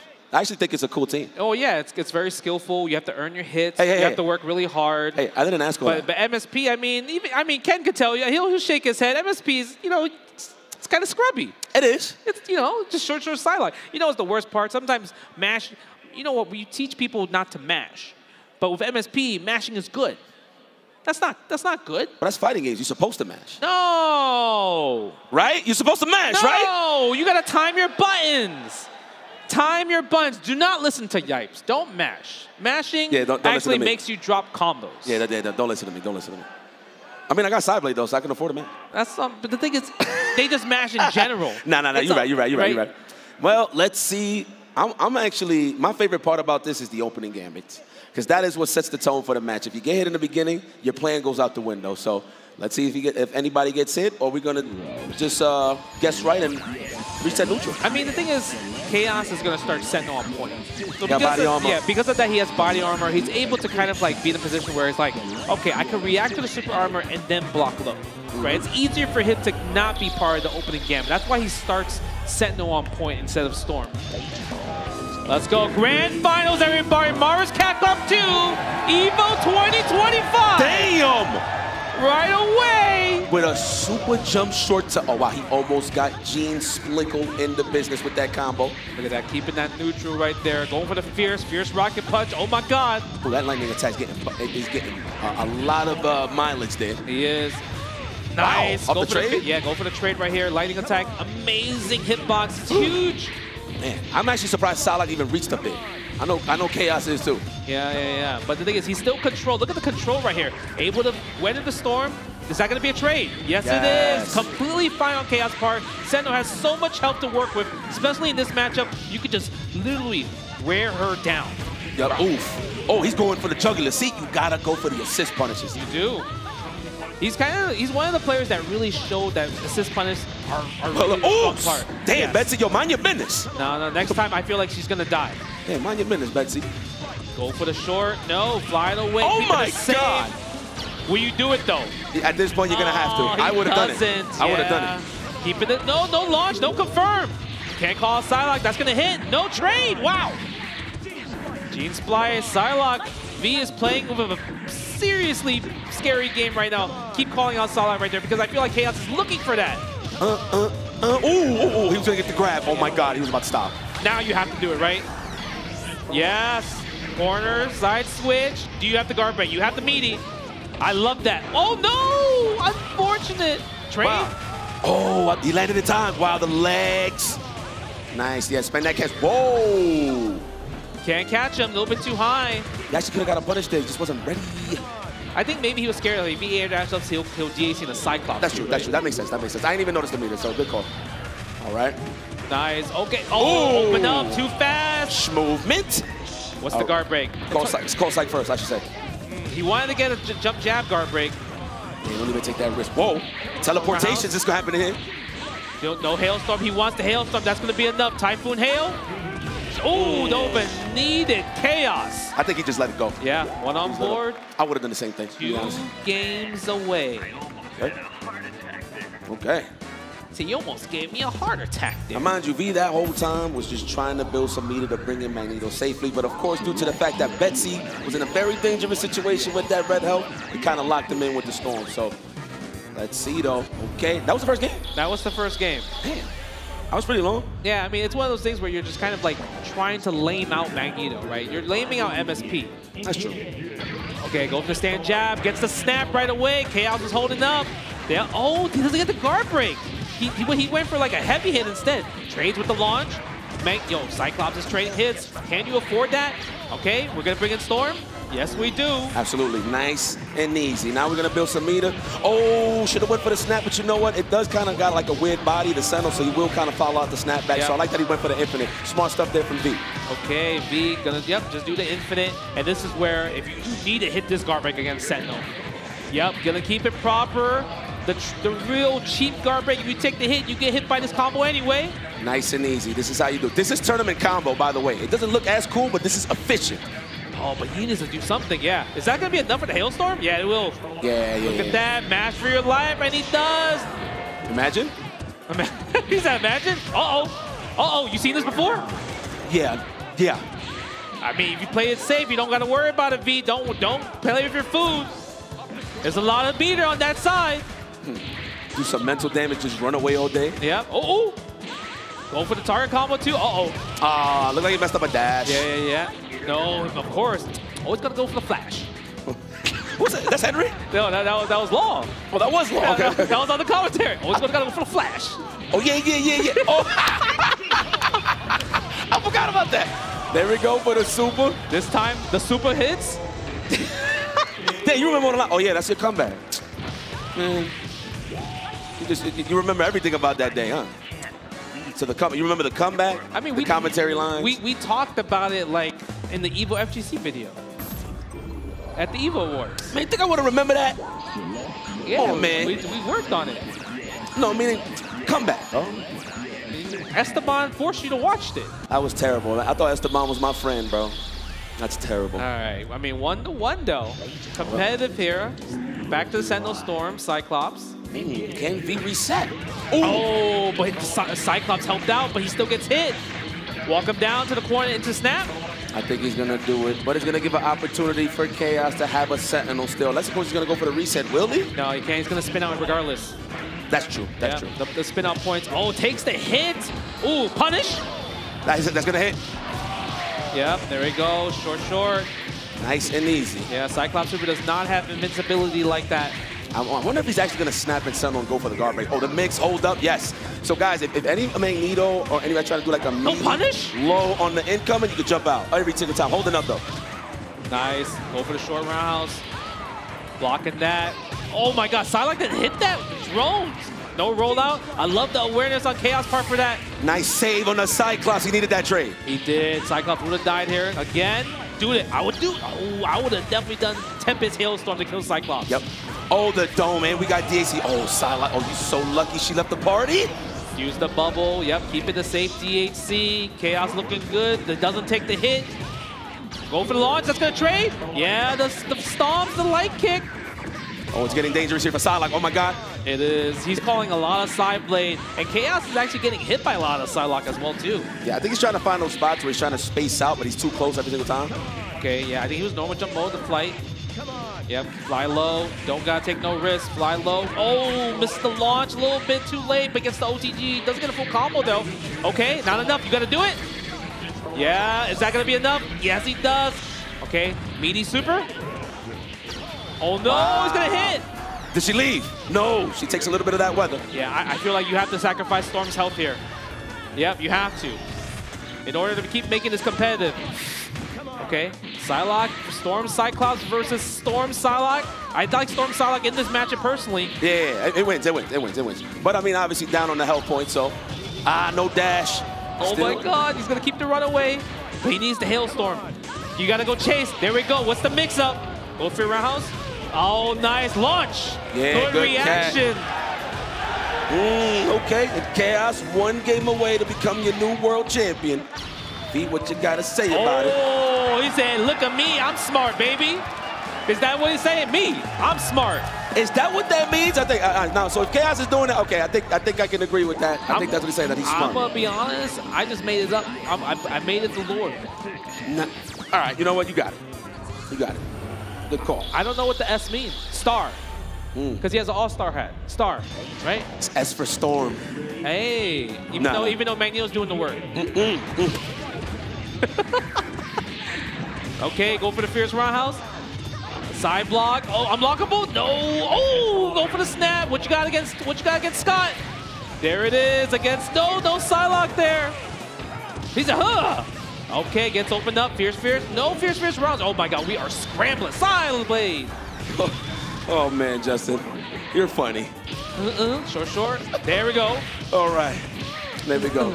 Okay. Now we're gonna go all the way through. Man, not one mix-up. But you know what? It's kind of risky on Storm due to the fact that she could float, right? She could hold up to go up. You gotta go for hard knockdown instead, right? Yes, absolutely. But he can do short. Yeah, this is gonna do. Ooh, it's close. Oh yeah, it's close. You have to do it again. The tag. That's so cool. Nice jumping out. Good block. Doesn't get hit by the instant overhead on the fly. Damn. Oh my God, no super? Oh, the cross-up. Wow, that was mad medium, but it drops it. He didn't get the medium on the short. All right, so he already knows that obviously Ken wants the straight hit on Storm. Yes. But he's looking for those pockets to body Psylocke on the assist call. So V has to be very careful. He's going for it. Oh my God, the launch. Ow! He wanted it. Oh my God. Yeah, you have to think about using aim disruptor a lot more as well too. Aim disruptor because he's looking for side blade. Nice. He got the hit. Looks like he caught Ken dashing forward. Yep. Oh wow, interesting guard break. Okay, that worked out. Layers. It looks like we're about to go in a 2-2 scenario. Imagine. No, I don't think so. Yeah, that's gonna be it. Yeah, finishing his play. V ties it up 2-2. Okay. Now you got a chance to reset. He said, look at me, I could point at my head too. Yeah, we'll see. We'll see if he can reset it, man. He's in a prime situation. I'm pretty sure their hearts are racing right now, though. Oh my God, I'm scared. One game for reset for MSP. It could be a coin flip because either MSP just dominates or MSP just gets steamrolled, but we're switching teams. We're going for MS Psych. Yeah, I like this. I like this. I know Matrix personally don't like this matchup, but in terms of offensive pressure, Cyclops is one of the best in the business if you know how to execute and control the pace of the match. Yeah, we'll see. I mean, I feel like a double snap will be in this set. Oh my God, he put himself in danger. Oh, the double snap! I thought the double snap was coming. Oh my God, they teleporting all over the place. It was definitely coming. Nice, nice. Jumping out, going back to neutral. Sometimes a little bit scrambling. Magneto, you gotta just chill back. Yeah, that's right. Chill back, chill back. Wait like for the opportunity. Let the assist do the work. Oh, the over. Wow. He couldn't get the crouch strong in time. Yeah. Goes for the Fierce. Look at that. They're all scared. Psylocke again. Fierce Rouse. What's the guess? Nice block. Damn, that was Storm. Clutch. That was clutch right there. Get another chance. Nice block of the empty jump. Good bait. Ooh, down. Ooh, 60. That's tough on Betsy. Okay, that's why he's calling Storm. Oh my God. Do we bring in Magnus or Cyclops? Not like this. This is a good choice. Oh, the dome. Couldn't get the conversion, but he got the legs. He caught him holding up. Hello. Open toe sandals on the side of V. Here we go. Guard break scenario. Can he get it? Oh, nice. Chaos gets the hit, gets the guard break. This might be enough. He might be able to kill the whole team from here if he gets reset. Oh, that is so hard to mash out. Oh, that is tough. And it's pretty much lingering. That is godlike. Oh, that was ridiculous. Okay, bring in Cyclops. Do you have to bring in Psylocke? Yep, you can't take the chip damage. But look at this, is fine actually. If you win this war, it depends on how good your assist characters are. Not like that. Yo, you know this is very fitting that this is in training stage. Yeah, right? Okay, the air for the combo. chip, meaty. Yeah, that's meaty. That's godlike. Are you gonna alpha counter? You do, you afford the life. Oh, Cyclops, Scott Summers. Just like that, Chaos. Your Marvel versus Capcom 2 EVO 2025 World Champion. He has won so many side tournaments during EVO when this game wasn't there. And he finally came when it became an official title. World Champion. Nobody can take it away from him. Chaos, the combo machine. Look at him, happy. Finally did it. Good stuff, man. I mean, this whole roundup on the top 8. Man, please, one more time, make some more noise for V. One more time. The fact made it. The man was a showman. Bring it all the way back to the grand finals. But Chaos is definitely your winner. Rightfully so. The best of this generation, 100%. You already know. Man, so, his execution, his clutch, his speed, everything about it. It's just so dangerous. Yeah, man. And the clutch factor. I feel like his clutch factor is amazing out of everybody in this tournament.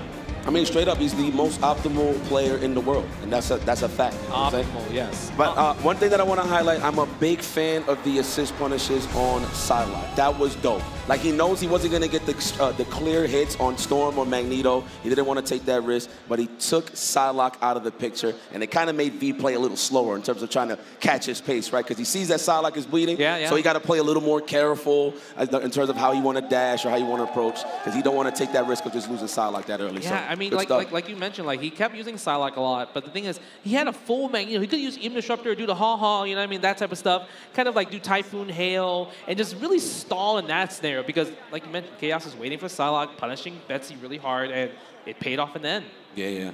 Definitely was a little scrambly on both ends, but man, I just want to give a big shout out to everyone that came to watch. I see you guys are leaving, but look, without you guys, this wouldn't be a show, so please, round of applause to everybody that's exiting out real quick. I love y'all, man. FGC forever. You already know the vibes as usual.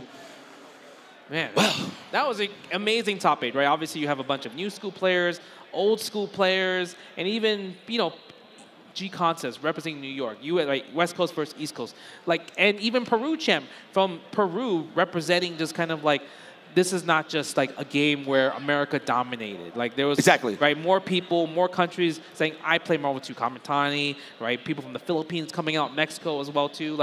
This is a game where everybody wants to play some Marvel's Capcom 2. So it hit all different storylines this top 8. Yeah, man, for sure. A lot of folks fell, but in this case, Ken rises. This is definitely the era of Chaos, so definitely want to see who could take it to him. Now, are we going to get this game back on the grand stage 10 years later? Rick, you got to let me know, bro. 20 years. 20 years? Maybe. Are you guys coming back 20 years for Marvel vs. Capcom 2? Make some noise. Man, hopefully, listen. I don't know, man. Do I got to start a petition? Come on, man. Do I got to start something? People love it, man. We need Marvel. I feel like I'm not going to say it's a bad thing, but it's an imbalance that we don't have a fire versus game consistently. And obviously, you know, around the corner, we got the 2 SKOs, we got Marvel Tokon, you know what I'm saying? So we're going to get that fixed, but ain't nothing like Marvel versus Capcom 2, man. No disrespect to all the versus games, but this game is beautiful. I feel like Marvel versus Capcom 2 ran so every game could walk here in Evolution. I mean, during the early days of Evo, I mean, Marvel 2 was the closeout game. Yeah. Right, every year. It's because the U.S. versus the East Coast versus West Coast rivalry, right? Like Duck versus Stanford, amazing match in 2006, right? You versus Duck, also amazing as well too. So it's just one of those things where you get to see a lot of cool storylines, a lot of rivalries between East Coast versus West Coast versus the world. But guess what? This is 2025, and we have our top 8 on stage. So let's see who are top 8 in the world for Mars Capcom 2 Evo 2025. No. We got to do better than that. We got to do better than that. Please, everybody, make some noise for Marvel vs. Capcom 2 top 8 in 2025. All right, let's get these awards out. Please give it up in 7th place for New York's own G Concept.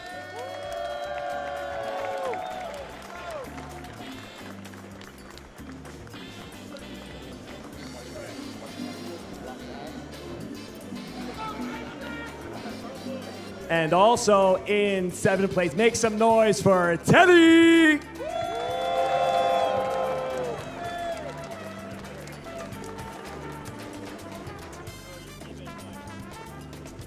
On to 5th place, please. First 5th place champ, Peru champ.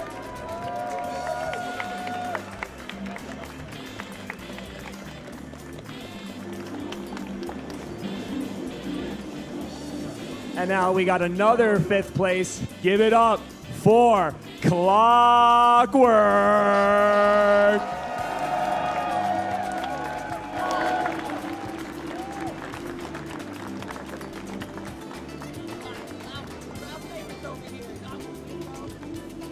And in 4th place, Combo Beat.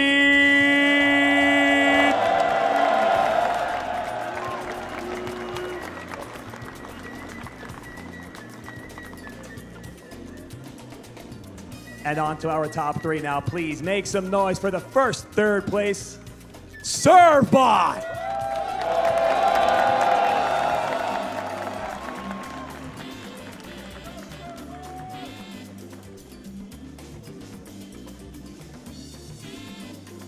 Second place, please make some noise to the MvC2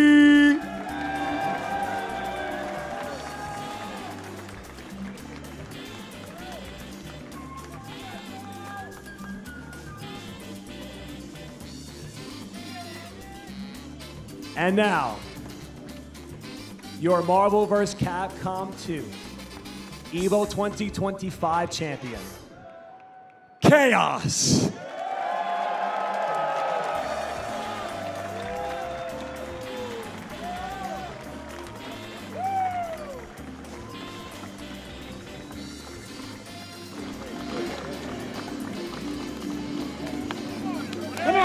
Give it up. And now also, thank you very much, Nikon, for presenting these 3rd, 2nd, and 1st place prize sticks. So, whoa. There you go, guys. Yo, yeah, hold them up. Hold them up. Thank you guys so much. Hold them up high.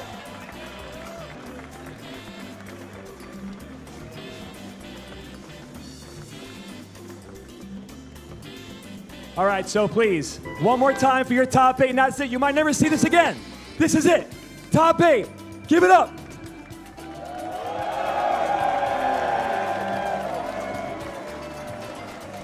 Mr. Chaos, I'm going to bother you real quick. If we can come center stage, please. Quick Evo interview presented by AT&T. Thank you very much. Chaos, I got a few questions for you, man. First, the easier one. Is there anyone that you were nervous about playing? We know that you are easily one of the best now, but was anyone like, oh, damn, I got to play this person? I think anybody who was maining MSP. I mean, MSP is kind of my kryptonite, but I did a little bit of homework, and I think I did pretty good. I think he did all right. And the last question, a little bit more meaning for you. What does this mean to you? This means everything to me, Joe. I've been playing this game for about 20 years now. It's 25 years old. We're still here. We're still bringing the noise. We're still bringing the moments. And I just want to say that this win is ours. It's not just mine. It's for everybody who continues to support the game from their local arcade, their basement, their Twitch channel, whatever it is that you do to contribute. This is our victory. With that said, please, Chris Lee, can I use some help? Chaos, this is yours, man. You earned it. You played for it. You won it. Show the people what hard work does. It pays off, brother. Congratulations. Give it up for your Marvel vs. Capcom 2 EVO 2025 champion, Chaos.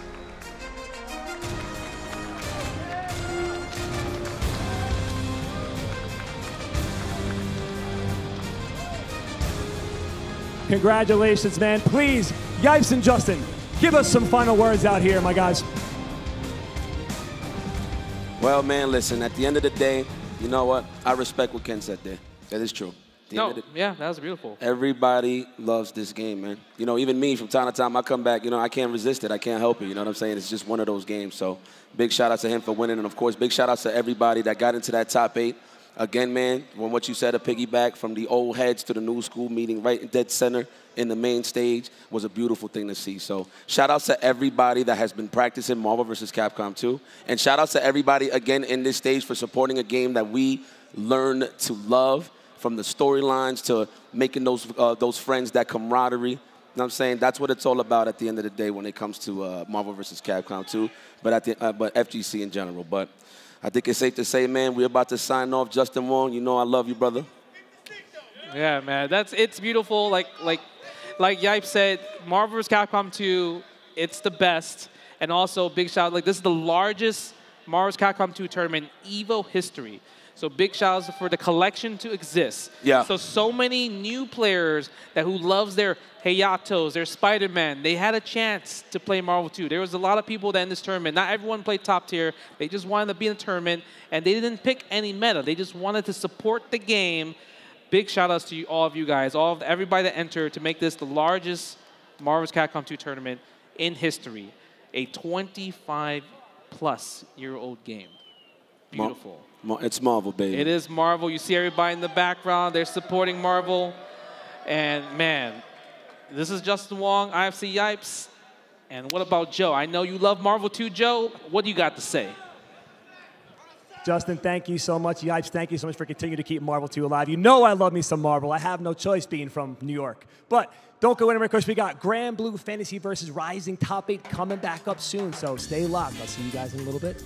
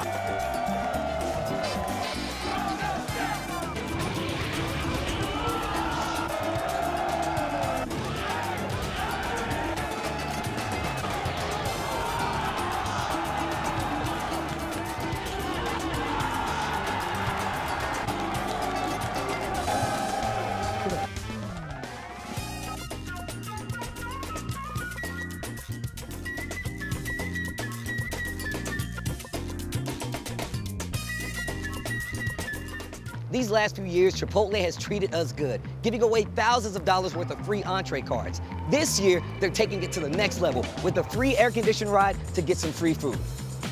If you're ready to go get some free Chipotle, make some noise!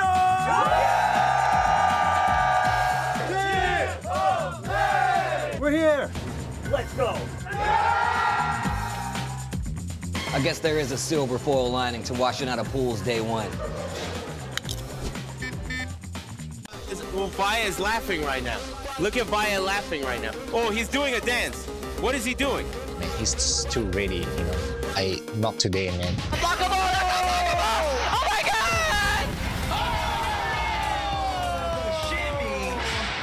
円参加して、でその時また賞金額が上がって、いや気持ちは調子良かったですね。So it's much more than just playing. It's being a part of this community.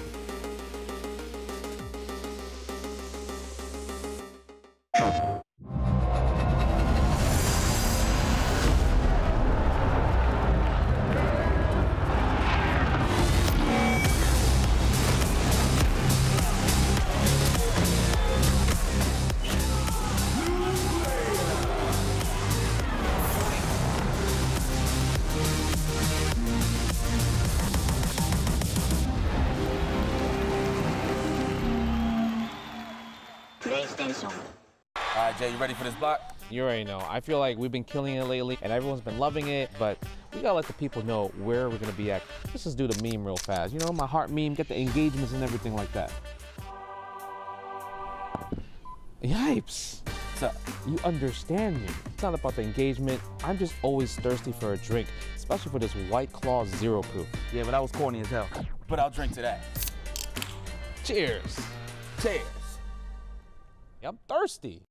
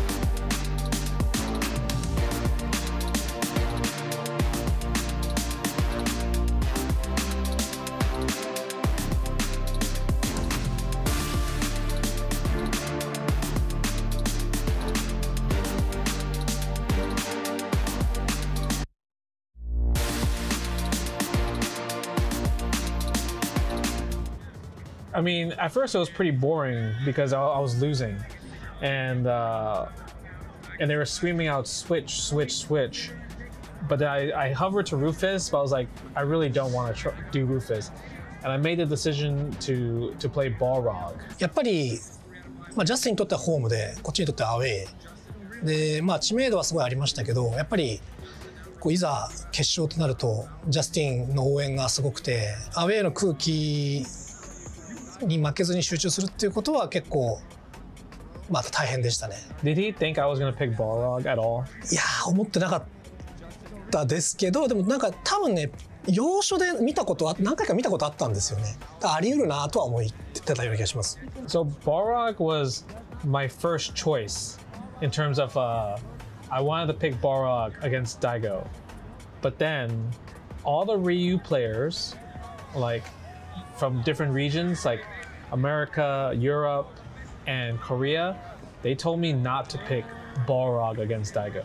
でもなんか日本とアメリカのなんかスタイルの違いみたいなのをなんかすごく感じた試合だったんですよね、この試合って。日本人っていうのは自分の練習してきたキャラクターで負けるならしょうがないっていう人たちが多いんですけど、ジャスティンは特にそうなんですけど、アメリカのプレイヤーっていうのは練習してきた得意なキャラクターよりも相手のキャラクターに勝ちやすいキャラクターを選んで、それで負けるのはしょうがないっていう、そこが日本のプレイヤーとなんか一番大きく違うところかなって特にこの試合で思いましたね。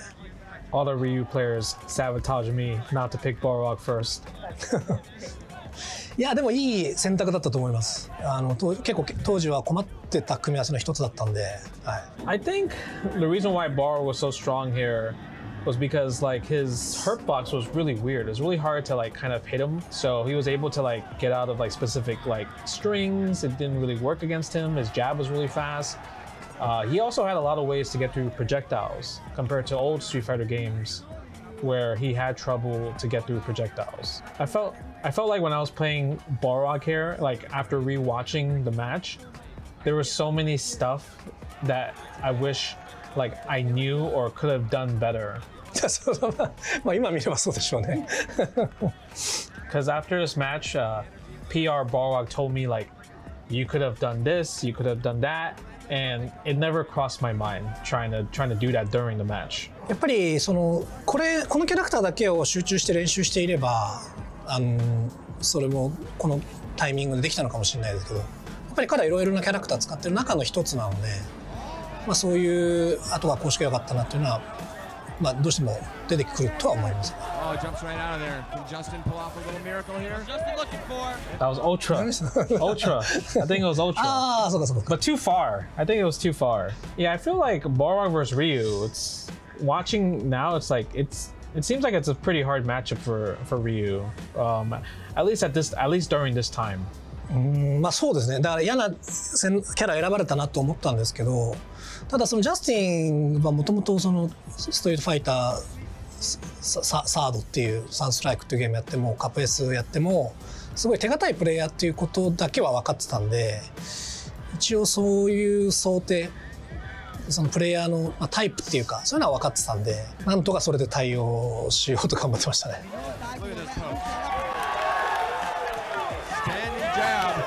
So this round I got up and I thought in my head that I won the game. I reset the bracket, but I didn't know there was a round 3.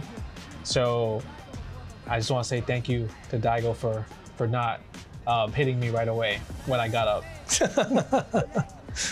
そうですね。なんで立ち上がったのかなって思ったんですけど、まあでもなんか日本のプレイヤーでもすごい1ラウンド取るだけでギャラリーにアピールするプレイヤーとかいたんで、まあそれなのかなって思ってましたね。When we first looked at this game, we were like, it's got to be Sonic Fox Goichi. And all these other players are winning all these events, right? Like CEO Kazunoko, Hook Gang God winning the Summon. It was like, all right, are we going to see someone else? Is this Evo going to be different? Exactly. We got the exact match that we expected. This is the one. Sonic Fox on the stage versus Goichi. The reason why the match versus Goichi is on my list is you all know about the rivalry between Goichi and I. It's like a story that has transcended the fighting game. All right, the esports between us. It's just he's the best in the East, I'm the best in the West, and it just two trains getting ready to collide with each other. Okay, it was the immovable object meets unstoppable force. Okay, he was winning all these events in Japan. I was winning all the events in the United States, and then he finally comes over and like he fucks me up bad. Take another single hit. And there it is. That may be curtains. And all she wrote as Goichi goes into the loops. Final flash incoming after this energy field. And this is going to be enough to do the job. Goichi is your final round champion. What a tremendous grand finals. The guaranteed, it's settled now. Goichi is without question the best in the world. Okay, but you know me, you know my personality. I'm not here to let that happen, okay? So I trained my ass off and, you know, I beat him at Combo Breaker. And then now it's like, it's the first time Goichi has been defeated by another player, straight up. It's never been seen before, especially by a US player. So our heads are now starting to gear up towards EVO, and I knew this was gonna be the biggest EVO event ever. It was the first EVO event to even surpass Street Fighter, and I haven't seen that in literally years. So seeing that there was a game that could surpass even Street Fighter was awesome. Goichi and I, like days prior, we were chilling in the hotel when we were playing hours, I mean hours. Everybody to EVO 2025 presented to you by Chipotle. We are going to continue some top 8 action here with Granblue Fantasy versus Rising. That's what we're here for, right? I have a question, but before we get started, you guys interested in seeing something from maybe some of the devs about this game? Is anyone interested in that? You got time? You got time for me? Okay, please make some noise. Help me bring out Motohiro Okubo.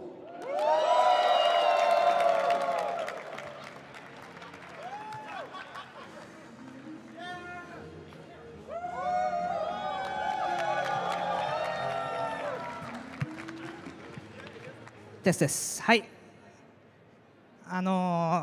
Actually, yesterday at the Evo panel, I done the presentation in English, and it was quite a disaster.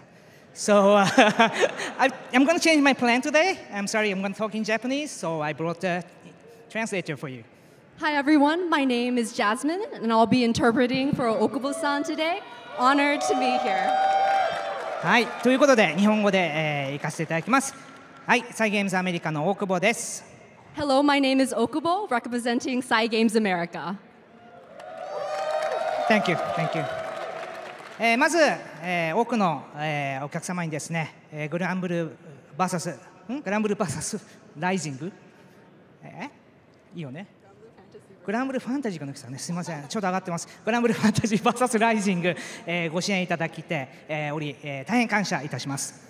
First, I'd like to express my gratitude for everyone who has supported Granblue Fantasy vs. Rising.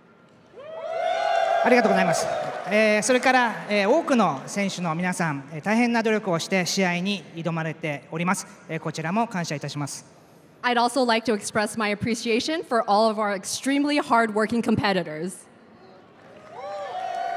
おかげさまで、今年もエボのメインタイトルに選出されまして、素晴らしい試合が、数々展開されております。大変光栄に思います。Thanks to you, Granblue Fantasy vs. Rising is once again a main title at EVO, and I'm honored to see all of the incredible battles that have unfolded. はい。で、本来ここにはですね、クリエイティブディレクターの福原が立っていた予定なんですけれども、残念ながらご家庭の事情ということでエボに来れなくなってしまいました。Normally, here is where our creative director Fukuhara-san would share a few words, but unfortunately, unforeseen circumstances have kept him from traveling. そこでですね、私の方で急遽このお面を作ったんですけど、はい、つけていただいている人いっぱいいますね。ありがとうございます。はい。Because of that, I rushed these masks very last minute, and I see that many of you are wearing them today. Thank you so much. Thank you. ということで、この福原さんの魂が宿っているですね、お面をつけて、福原さんからのトレーラーを皆さんと一緒に見たいと思うのですが、いかがでしょうか。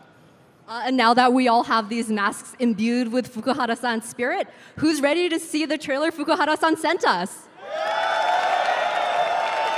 One more. Are you ready? Yeah! Okay, let's check it out. Please enjoy.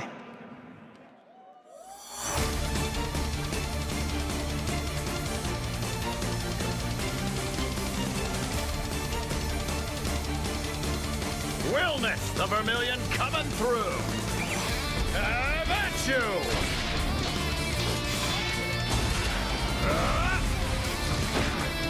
Restraint is not my strong suit. Delightful! Good! Now we're talking. Hope you like your finishers. Well done!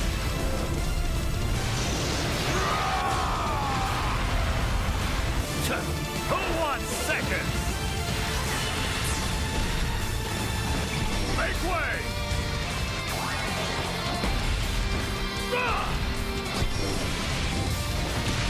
Hungry for more? Maximum heat! Now serving the last course!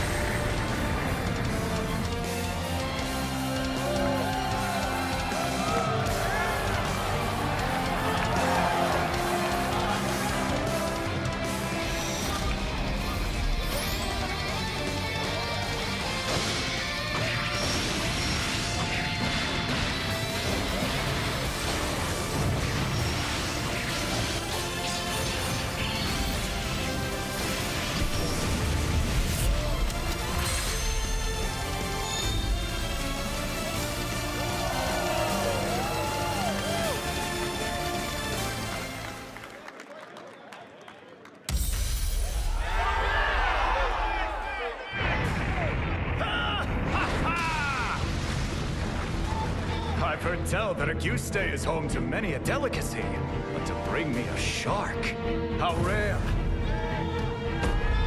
How curious! Ursula's not an ingredient to be cooked. She's family. Could this be my chance to get rid of her? Finally, I'll have Meg all to myself! Mari, help me. What? Convince him! Okay.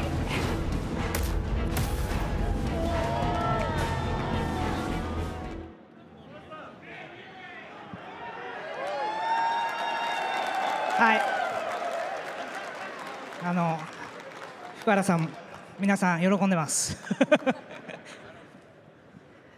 はい、ということで、新キャラクターウィルナスを含む、パッチバージョン 2.20 は8月の5日に配信になります。Wellness will join the fray as part of version 2.20, arriving August 5th. もうね、すぐですので、楽しみに待っててください。It's just around the corner, so please keep your eyes peeled. はい、next slide please。新要素となります EX キャラクター、こちらもですね、8月5日のパッチ 2.20 に実装となります。Version 2.20 will also feature EX characters, also dropping on August 5th. はい、こちらですね、グラン、ジータ、それからナルメアの新しい技の構成でバトルが楽しめる内容となっておりますので、ぜひ試してみてください。You'll be able to play Gran, Jita, and Narmaya with remixed movesets, allowing for new playstyles and strategies.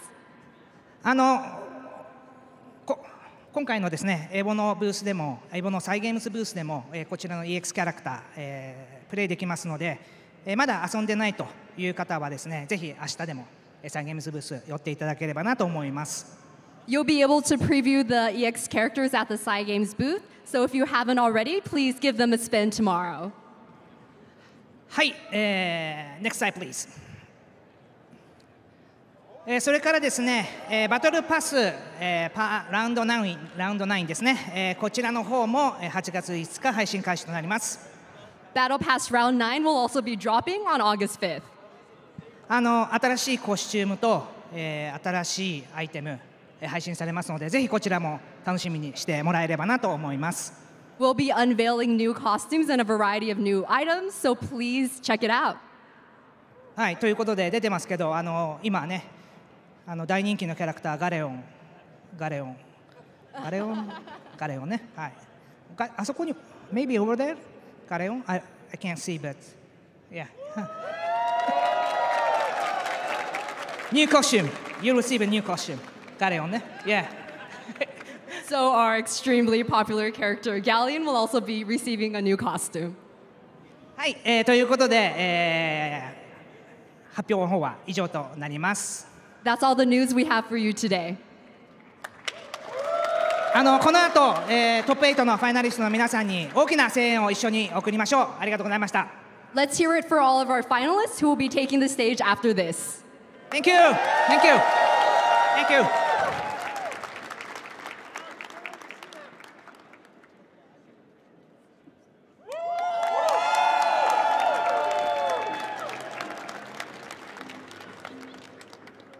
All right, it's finally time. Are we all ready for Granblue Fantasy vs. Rising Top 8? Let's get to the video.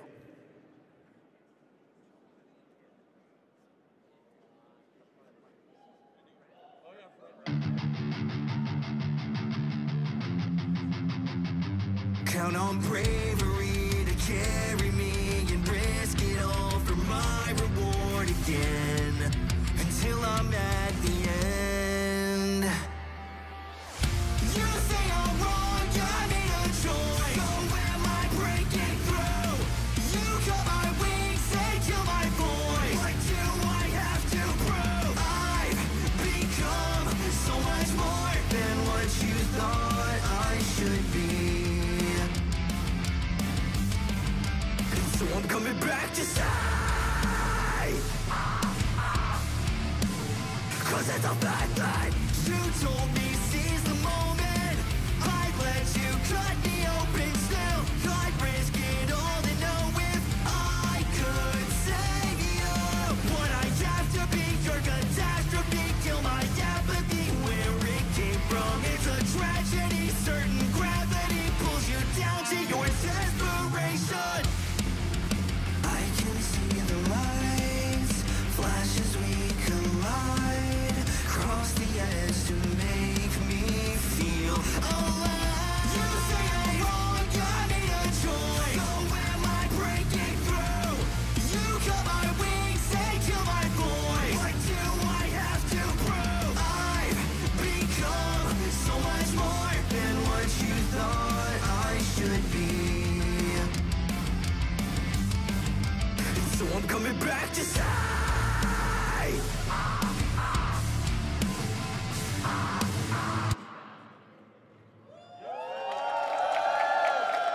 Let's go, let's go, let's go. Keep that energy up. Help me welcome these top 8 players. Up first, we got Monarch.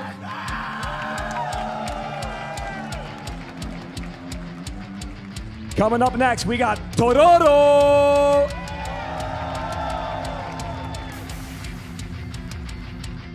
Keep it up and get a little louder for Zane.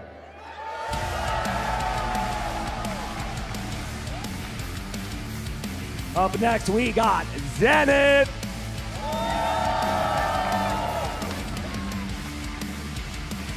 And also up, we got Koji Coco.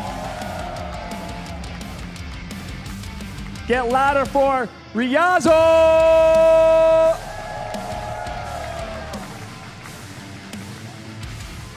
Let's go, Vermilion.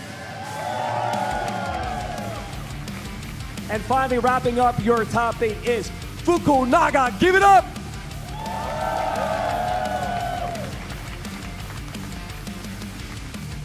All right, I'm not going to keep you any longer. Let's get this top 8 started. Commentators, please take it away. All right, what's good, what's poppin', gamers? It is a marvelous Saturday night here at EVO Las Vegas, and what a special weekend it's been. Guys, can we make some noise for Granblue Fantasy versus Rising Top 8? There we go. Loving it. Love this energy in the arena, and thank you so very much for hanging out with us for the Skyfaring adventure. This top 8 action is going to be absolutely spectacular. I feel re-energized. We got the new patch on the way. As soon as I get home, I have homework to do, and you know what?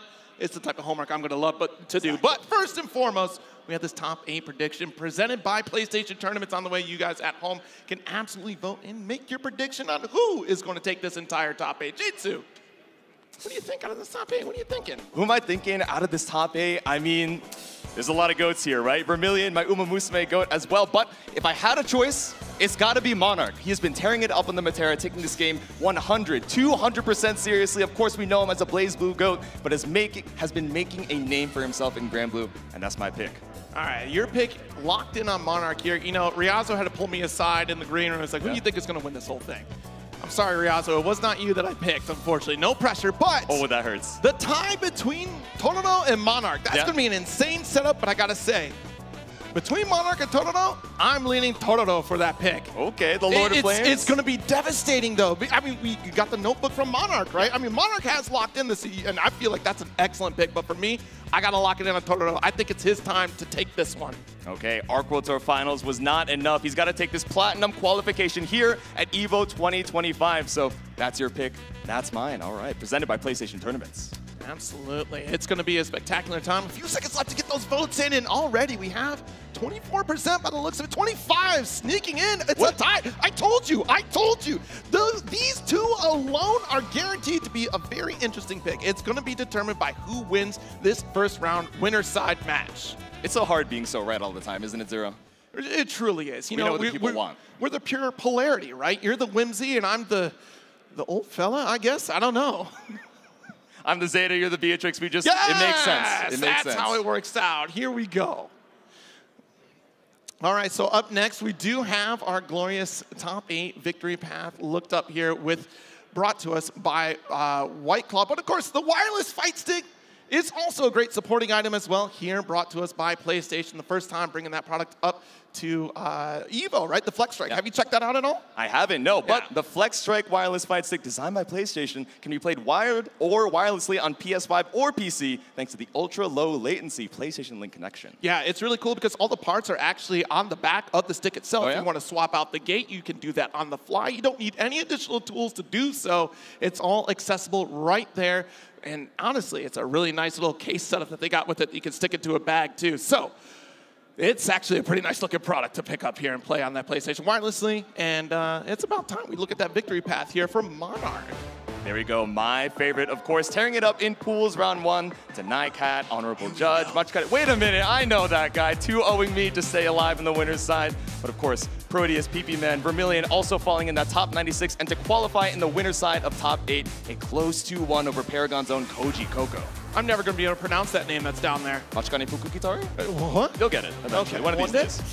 Notebook aside here, this path has been extraordinary for Tororo, right? Yeah. Look at this run, 2-0 over Guenos and Johnny Ullman. Whoa, but have a nice day. That was the shocking matchup here. And again, going up against Ryazo, the blind pick leading into that set was really extraordinary to see that storyline unfold, because we knew we had some counters on the side of Seox potentially, and we did not want to run into that, it seemed like. Yeah, it was terrifying. Seeing them both on their secondary picks going into that first game and eventually going back to Old Reliable on game number 3 was an absolute wonder. But Zero, walk me through, what do we got for this top 8 from top to bottom? All right, so from top to bottom, as I said, Monarch and Tororo is really going to set the tone of the rest of this top 8, and then followed by an interesting team kill. Oh, yeah? The Grimnir team kill here between Zane and Zenith, followed by on the loser side of things, Koji, Coco, and Ryazo, and then Vermilion up against Fukunaga with a surprise appearance on this for Susia, which is going to be really exciting to see. Yeah, of course. We know him as the GOAT of Lancelot. Took a little bit of a break during the 2024-2025 season, but is now back in full power, still fighting his way back out of that loser's side. So I'm excited to see it once we head back down. All right, and our competitors are locking in. How are we feeling about this first round game? Let's hear it in the arena, folks. We're kicking off Granblue Fantasy versus Rising. Platinum points on the line. Exactly, platinum points and that auto qualifier for that first place. You're trying to secure that spot in Seoul, South Korea for the ARC World Tour Finals later on in the year. Absolutely. I'm sure we've studied the notes. It's the same outfit. Honestly, I'm getting flashbacks to ARC World Tour Finals. Oh, yeah? Same outfit, same ready to go to war attire from Monarch here. The notebook locked in. What's changed in this matchup, though? How is Monarch going to approach up against Tororo? And is it going to be the Siegfried or Percy? I honestly feel like it's probably Percy we pull into this, but I could see an honest pick into Siegfried on this one. How about you? That's what I'm thinking. So one of the big things that you're thinking about when you're going into a matchup against Matera, right? You want to be able to challenge in case they're being a little bit too antsy about sending out the Ethereal Seal, right? That butterfly set in neutral, right? So you do have Lord Strike into the low as kind of a lariat function to check that if Monarch's being a little bit greedy, but that's not the kind of play style of Matera that we see, right? Goes for these guaranteed opportunities, whether it's off knockdown or once we've already been pressured with other old skills, 2-1-4U, 2-3-6U, to make sure that we have a guaranteed frame advantage to set that up and don't give Tororo the opportunity to advance. Yeah, I think that's going to be really ideal, right? I mean, we've seen that anti-get away from me type of play coming from Monarch. Yeah, you need to stay over there, but it's going to be really interesting to see how Tororo navigates around these butterfly setups here, whether we just try to remove the issue by sitting on top of it and goading Monarch into just activating early so we can make that slow approach forward, or, as you said, right, like if we get that quick pile bunker approach off of our stocks, even with the Lord Strike being available, I could honestly see if we end up going into the Siegfried, and I'm mainly leaning on this one because of just that damage potential. You have that reach. You don't have to run necessarily as far when you have your far heavy counter hit opportunities. Yep. And, Flame Wall is a pretty nice projectile.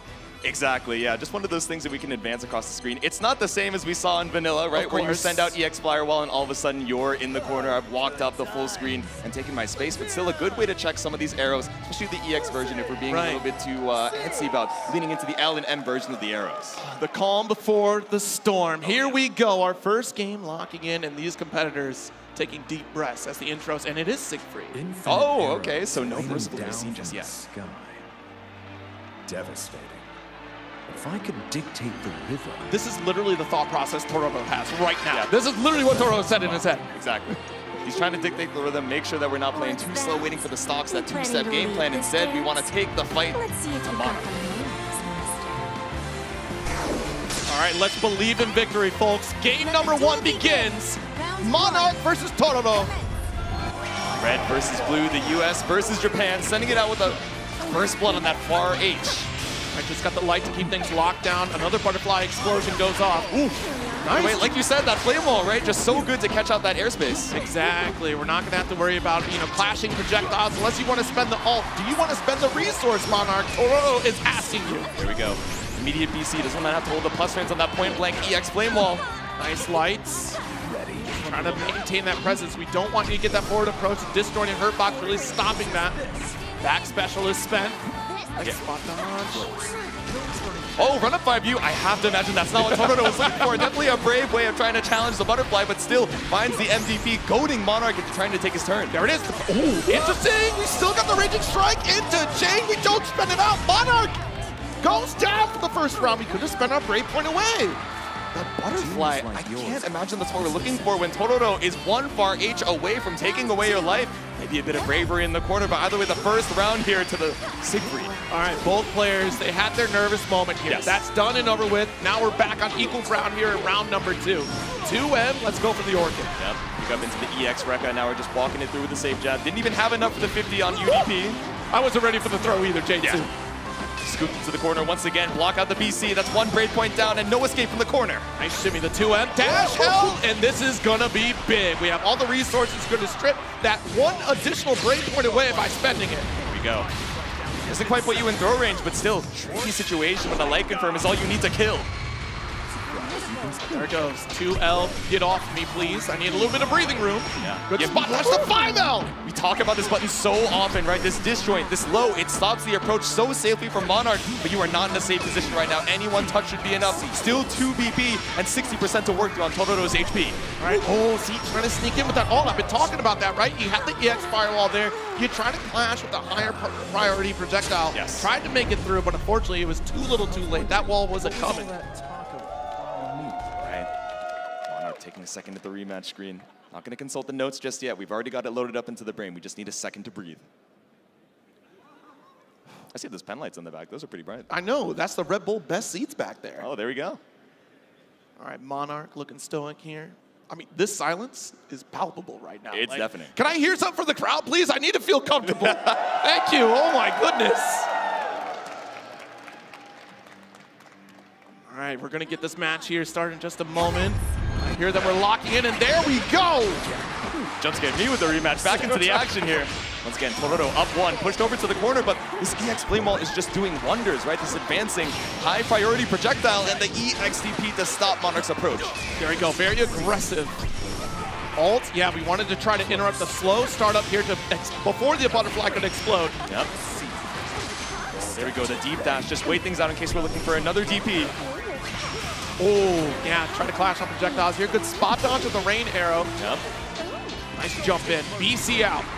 This is a strong life lead here from Monarch, but now the tables are turned. Your back's against the wall. We find a way with the Raging Chain. This should be a round for Monarch. Oh, but you just barely didn't have enough for the Raging Chain, so you can't spend the other Brave Point. Just barely living with the Sliver. Tororo a little bit outside of chip damage range and trying to make the most of it with this borrowed time. All right, there we go. Look, I already saw the future. I knew it was going to happen. I should have known it'd be 5L. Every time. Again, that quick disjoint low recovers so fast, we might as well use it to stop the approach here from Tororo. Dash up here, trying to deny that forward approach. Good spot dodge. The caution is here. Ooh, there it is. Yeah, I was gonna ask, we're showing a lot more of that, aerial arrow again, but what is the answer to EX Flame Wall? It covers the airspace, it allows us to advance on the ground. Yes, the cooldown's down, but you're already stuck in the corner again, it catches you out. Beautiful routing here. Not gonna go too much further. We're gonna spend our specialists just to get the damage out. Yeah. Next interaction though, we're definitely looking to kill now. 2 BC down. Oh yeah. Ultimate Butterfly goes for the Ultimate Flame Wall. Clean spot dodge and a clean block of the DP. Run up for the close H. We still got 50 meter. Raging Strike available. We're just gonna opt to end it. It will be you, Butterfly. Tries to go for the block pressure here off the alt Butterfly. Knock at the door. Final BC off the table. It doesn't matter though. The health, you wouldn't be able to keep up in the next combo situation. Thought that was gonna be a little early in the spot dodge, but beautiful timing from Monarch to stay alive and avoid that chip. That dash M, get that knockdown. Yeah. Checking with the low, perfect spacing from Tororo. Still a life lead even after the hard knockdown UDP. All right. There's that flame, and of course the EX back special. We're a roundup, tied in the second game. My sunset is not yet come. Sword back in the stone, going into round number 3. That notebook, that ever-trusting notebook sitting right there, arm's length away. Didn't consult it, and maybe we might regret that decision as far as this pace is going. Exactly. Detonate, try and catch the approach preemptively. Okay, that's EX Flame Wall down. One less thing to worry about. Monarch trying to take the most of this opportunity while the cooldown's spent. All right, there we go.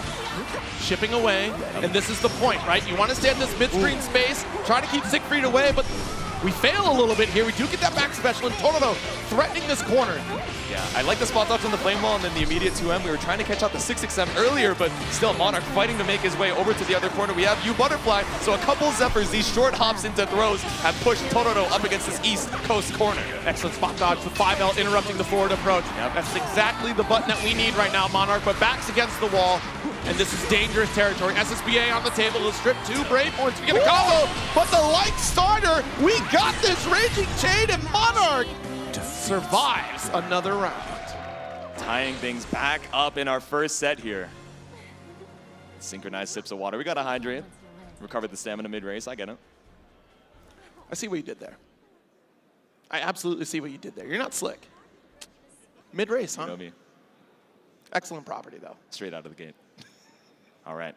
On tie point right now, heading into game number 3. Totoro reconsidering the notes that we got in the notes app, but Monarch just consulting the mental palace. Not going to go into the physical notebook just yet. That's like our limit break. We're saving that for grand finals. Right. I mean, honestly, what I really like out of this set so far, coming from Monarch, is the fact that we are really keeping Totoro at bay. I know I picked Totoro to take the whole thing, but honestly, this is the type of play I expect from Monarch, right? To be at that mid-screen range, denying it. But this firewall, this is going to be the crux of the situation. We're removing that jump back fireball from the game plan. We're trying to stay more grounded. Ooh, great to you.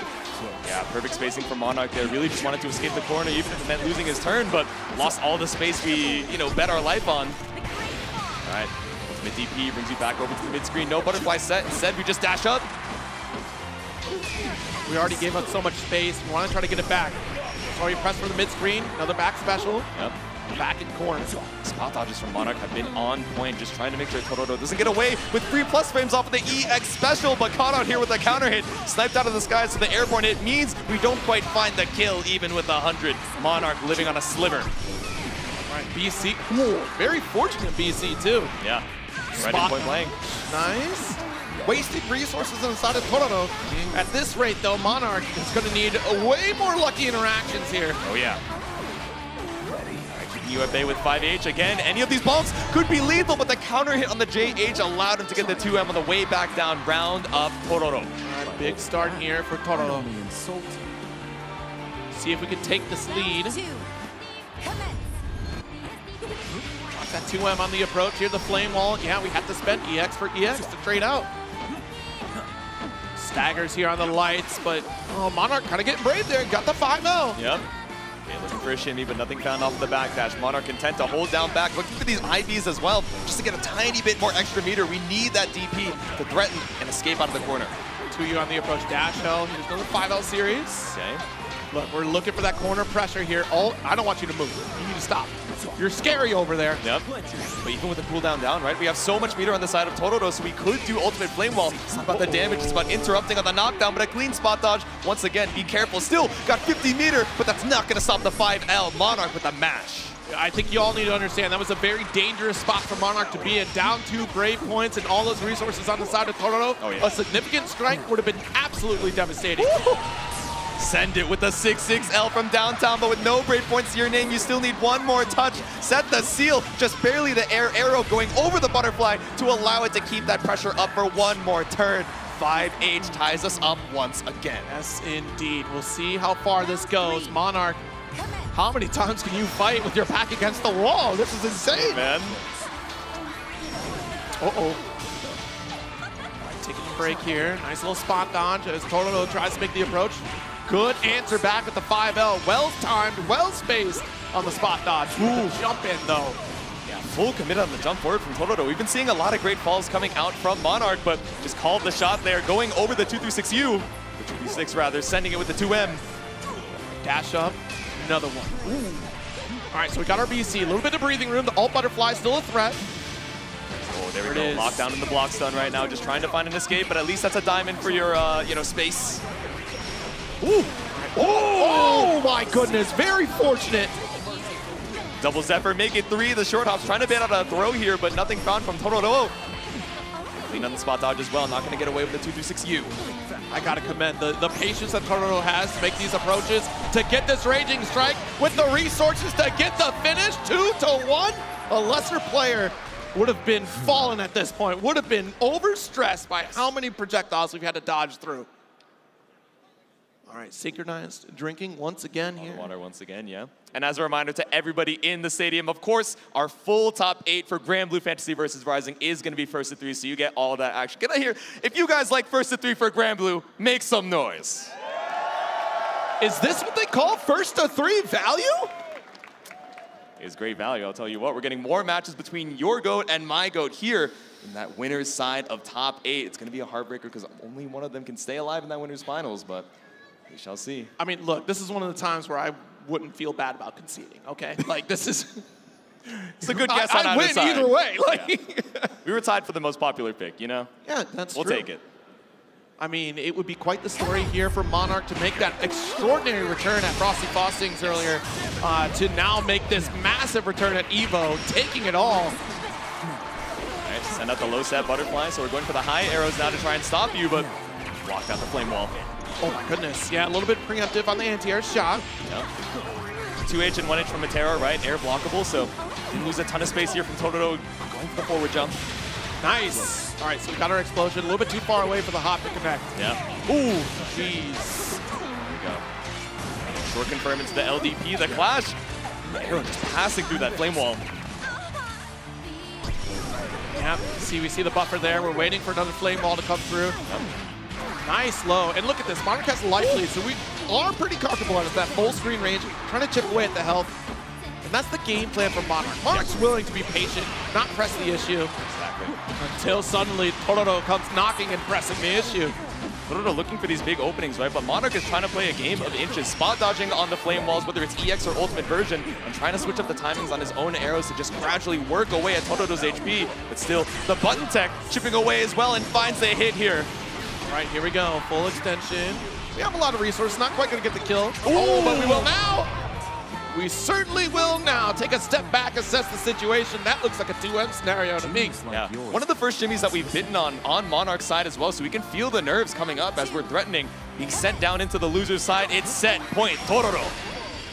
Deep jumping, goodness. Knock at the door here, late tech. All the better for Totoro right now.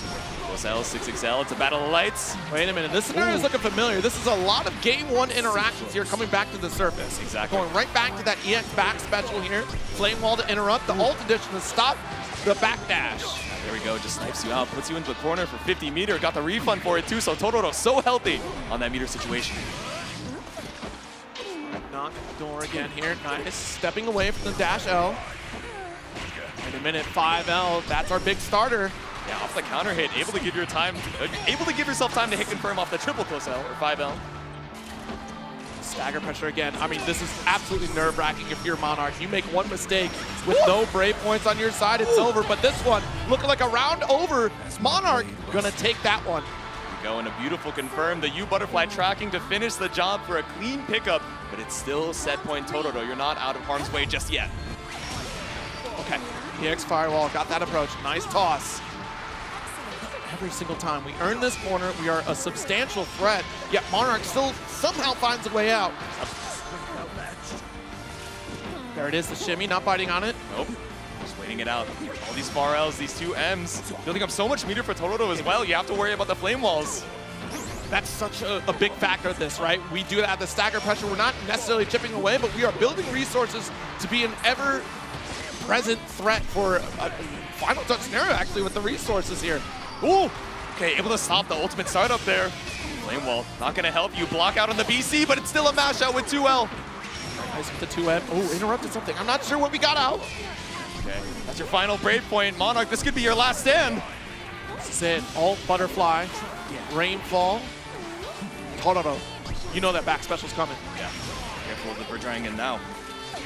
Yes, flame wall is down. One less thing to worry about for Monarch. There's so much health to work your way through.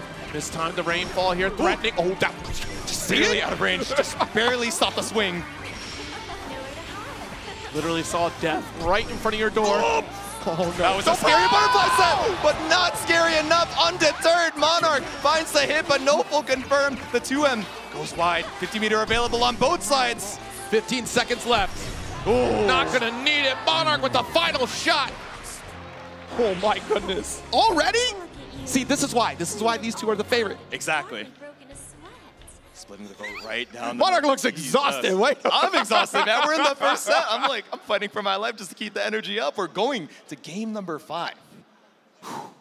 This is the way to start it off. This is why these two are favored to take it all. I mean, we're talking about the cold calculation of Monarch, and Tororo has the heart to try to take this one, try to come out on top. Let's see, a second to focus up before we hit that rematch button one more time. Who makes that qualification here at Arc World Tour Finals in Seoul, South Korea? It's on the line. It's a big stage. That energy, I'm telling you, when you are on this stage, it is like nothing else. The pressure is immense. Sure, you've been to your other events where you feel this pressure, but this is a full-size arena with a massive audience behind you. Exactly. All eyes on you, trying to stay alive on the winner's side. Game number 5, clean spot dodges coming out from Tororo immediately, and that far H hitting basically full screen on the extended hurt box. Nice stagger, but the late tech comes through. Nice little 5L pressure here. Block on the hump. Jeez, but the explosion can be locked down. I feel like Monarch is really trying to own this screen space right now, and great to run up with that alt butterfly right there. Yeah, big spend. There we go, another 50-meter available, but it's scary. Tororo trying to threaten that space so you don't feel comfortable setting out that ultimate ethereal seal. Oh my goodness. Wait a minute, when's the last time we saw that alt TP? I think game 1. It's been quite some time, just leaving it in the back pocket, but it's the threat of that UDP that puts that stagger in the pressure of Tororo. Dash up approach here. Oh, dash up came out, Tororo, yeah. Stagger got RBC away. Monarch being very liberal with those brave points. Yeah, exactly. Trying to make sure anything but our back to the wall. It's fine to take so much damage as long as we're still fighting out for this mid-screen positioning, but gradually backing ourselves up to that West Coast corner. Yeah, that back special is such a threat right now. BC away. The 5L, the bravery, the audacity of Monarch to take it. The mash out, again, that quick disjoint low. Now, swapping up the momentum, Monarch on set point. Jeez, very unfortunate. We tried the anti-air. The startup was there, but we were way too deep on the JH. Exactly. Tricky situation. 1H might have worked, but you had to be on point and quite a bit early off of the jump. Tororo, putting out on the mid-screen here, gets caught up in the late active frames of the Great Fall. Run up with the 5L here. More stagger, Orchid. Very interesting. We do the empty ender here. Yeah. And honestly, that's pretty characteristic of Tororo. If we don't get that initial hit, we're not committing. Yeah, exactly. Lots of follow-ups to see. A lot of them lose the crossover, so just trying to see if Monarch is going to be antsy about showing that early on. Okay. The 5L. That's one thing to note throughout this entire set. Tororo has not necessarily overcommitted on any scenario in this corner. Ooh. Yeah, the fadeaway on the jump arrow, but still ready for the spot dodge as soon as we spend the 50. But Monarch, worse for wear on the HP is an understatement. All right, trying to chip away. That's the light fireball, another one. Ooh. And that throws the kill. We're here. Final game, final round. What is this? Is this grand finals? What do you mean? I couldn't write the script better myself. The sword in the stone. It's our final round between these two to see who moves on to winners finals. All right, EX fireball through. Got that dash M. Hold, yeah, it's so tricky to try to navigate through Rainfall once it's active. Deceptively large. Yeah. Ooh, EX for EX. Decent trade on both sides, but the spacing is what Monarch wanted too. Tororo able to find the knockdown. A couple dash Ls here, BC away. Early spot dodge on that EX flame wall too, that was scary. All right, knocking at the door, great interrupt. We're trying to get used to that timing that Tororo is showing in these corner pressure situations. Woo! The hot, we got the throw bait, corner carry for this one. Yep, set to this East Coast corner once again. We set the butterfly, looking for a shimmy off the 5H. Butterfly dead, but nothing found. Tororo holding on for his life. And the jump out is clean. Poked on the toes with the 2L. Monarch just a tiny bit late. Yeah, not going to spend for the full raging chain. I mean, look at this. The extended leg of Siegfried. He's a tall individual. I can't even call it the little leggy. That 2M reaching basically half screen. The run up, the deep dash into the close cell. It's a counter hit starter up against the wall. We have the EX Orchid. We already spent the Raging Strike, but one more in the bank. Tororo secures his spot with a 3-2 to winners finals. Unbelievable way to start this off. And I was telling y'all on the top 24 block, if you saw the energy that Tororo puts into this game, like I'm telling you, player cams are a necessary thing because, man, the focus that Tororo has with each set, each round, it's intense. And, man, I know that Tororo is locked in for that. Let's give it up for Tororo's victory on this one here. It There we go, hands high in the sky, securing your spot. You get a little bit of time to rest. Watch the rest of the folks in the winners and losers side try and fight their way back up to you. Man, and honestly, Monarch, a great showcasing, right? Really showing how calculated they can be in those situations, especially with their back against the wall. Yeah. How often we got that push out, how liberal we were with BC, and yet still able to hold our own in the neutral in a very unfortunate situation, right? Especially with how, like, low on resources we were throughout that set. Of course, Monarch will see another set between either Vermilion or Fukunaga, but that's a little bit later. Yeah. This next one, though, you thought this first set was crazy. This one's about to get wild, too. This one we've been really excited for. So this is going to be the Grim Near Mirror coming up on the other side of winners semifinals, Zane versus Zenith. And I had a little bit of a opportunity in the green room. I was like, Zane, how are we feeling about the Grim Near Mirror? He was like, this mirror is deranged. It is insane. We set up seals and we're just praying we get the first knockdown. I'm like, okay, that sounds about right. And he's like, but Grim Near's defense, I wouldn't call it the best in the game. I'm like, okay. He's like, but offense, I would call it top 1. I'm like, I understand. So what you're saying is, first knockdown, it's going to be very difficult to try and swap up that momentum as, you know, you get pushed into the corner. You're waiting on meaty, spaced out tornado. You're waiting on all of these air dashes. It's a tricky situation to try and navigate. Yeah, Zane's had a very tricky navigation throughout this bracket here, going up against the likes of Neanderthal, Corius, and even Elsa. But look, a strong victory for each set. Nothing but 2-0s the entire way up until B-Paw, which is, that was a heartbreaker set for me, Jade. So I don't know how I did it. Like, that was absolutely terrifying for me. It hurt my heart, that Paragon team kill in top 24. So that's the victory path presented by White Claw Zero Proof on Zane's side. But we got to see how Zenith ended up making his way here into the winner's side as well. So a few wins and pulls against Greenor, Flame Master, Belfoy Boy, and then top 96. Only dropping a single game to paid actor, but Balgon Simp, Avegan taking it with 2-0s, and a 2-0 in top 24 against Fukunaga to make it into this winner's side. Yeah, I mean, look, tall individual, that for Susia. Maybe we get the run back a little bit later, but Zenith is going to be going up against Zane here. A fellow Gundam individual. We'll see how this plays out because it is a mirror match ahead of us here, and you're right. Like, these reversal opportunities on the defensive side, it's going to be a very tricky set to navigate because you have your ult resource. That's about it to try to get out of these corner situations or even knockdown setups. Yeah. How good are you going to be at being able to anti-air, control the airspace? Again, Zane says 2H, not so great for Grimnir. So the thing about it is, it's very vertical. Incredible vertical range, right? But if you're a few too many pixels out horizontally, it's going to be a big whiff. I'll tell you what. That is very true. It's a very specific type of anti-air. Air-to-air is kind of what we're looking for here. Look at the Red Bull Best Seats crowd looking fantastic with the energy of the light sticks. We got the wave in the back. I know. Shout out. And again, always the very consistent stickers of the chat that you'll see in lobby situations for Granblue Fantasy Versus, which, by the way, 61% off. I don't know if you guys know about that. Oh, yeah? Let you know you can play all the base characters for free right now this week. Oh, yeah, it's pretty good in celebration of EVO. Yeah. Damn, they really are killing it with the pen lights right now. Look at this, and the glow on that cosplay? Wait a minute. It's pretty sick. The LED, the glow in the dark, but we're going to be glowing with all of these seals, just setting them up. And it's going to be tricky to try and keep track of where both of these players are, especially as they're trying to find that first hit.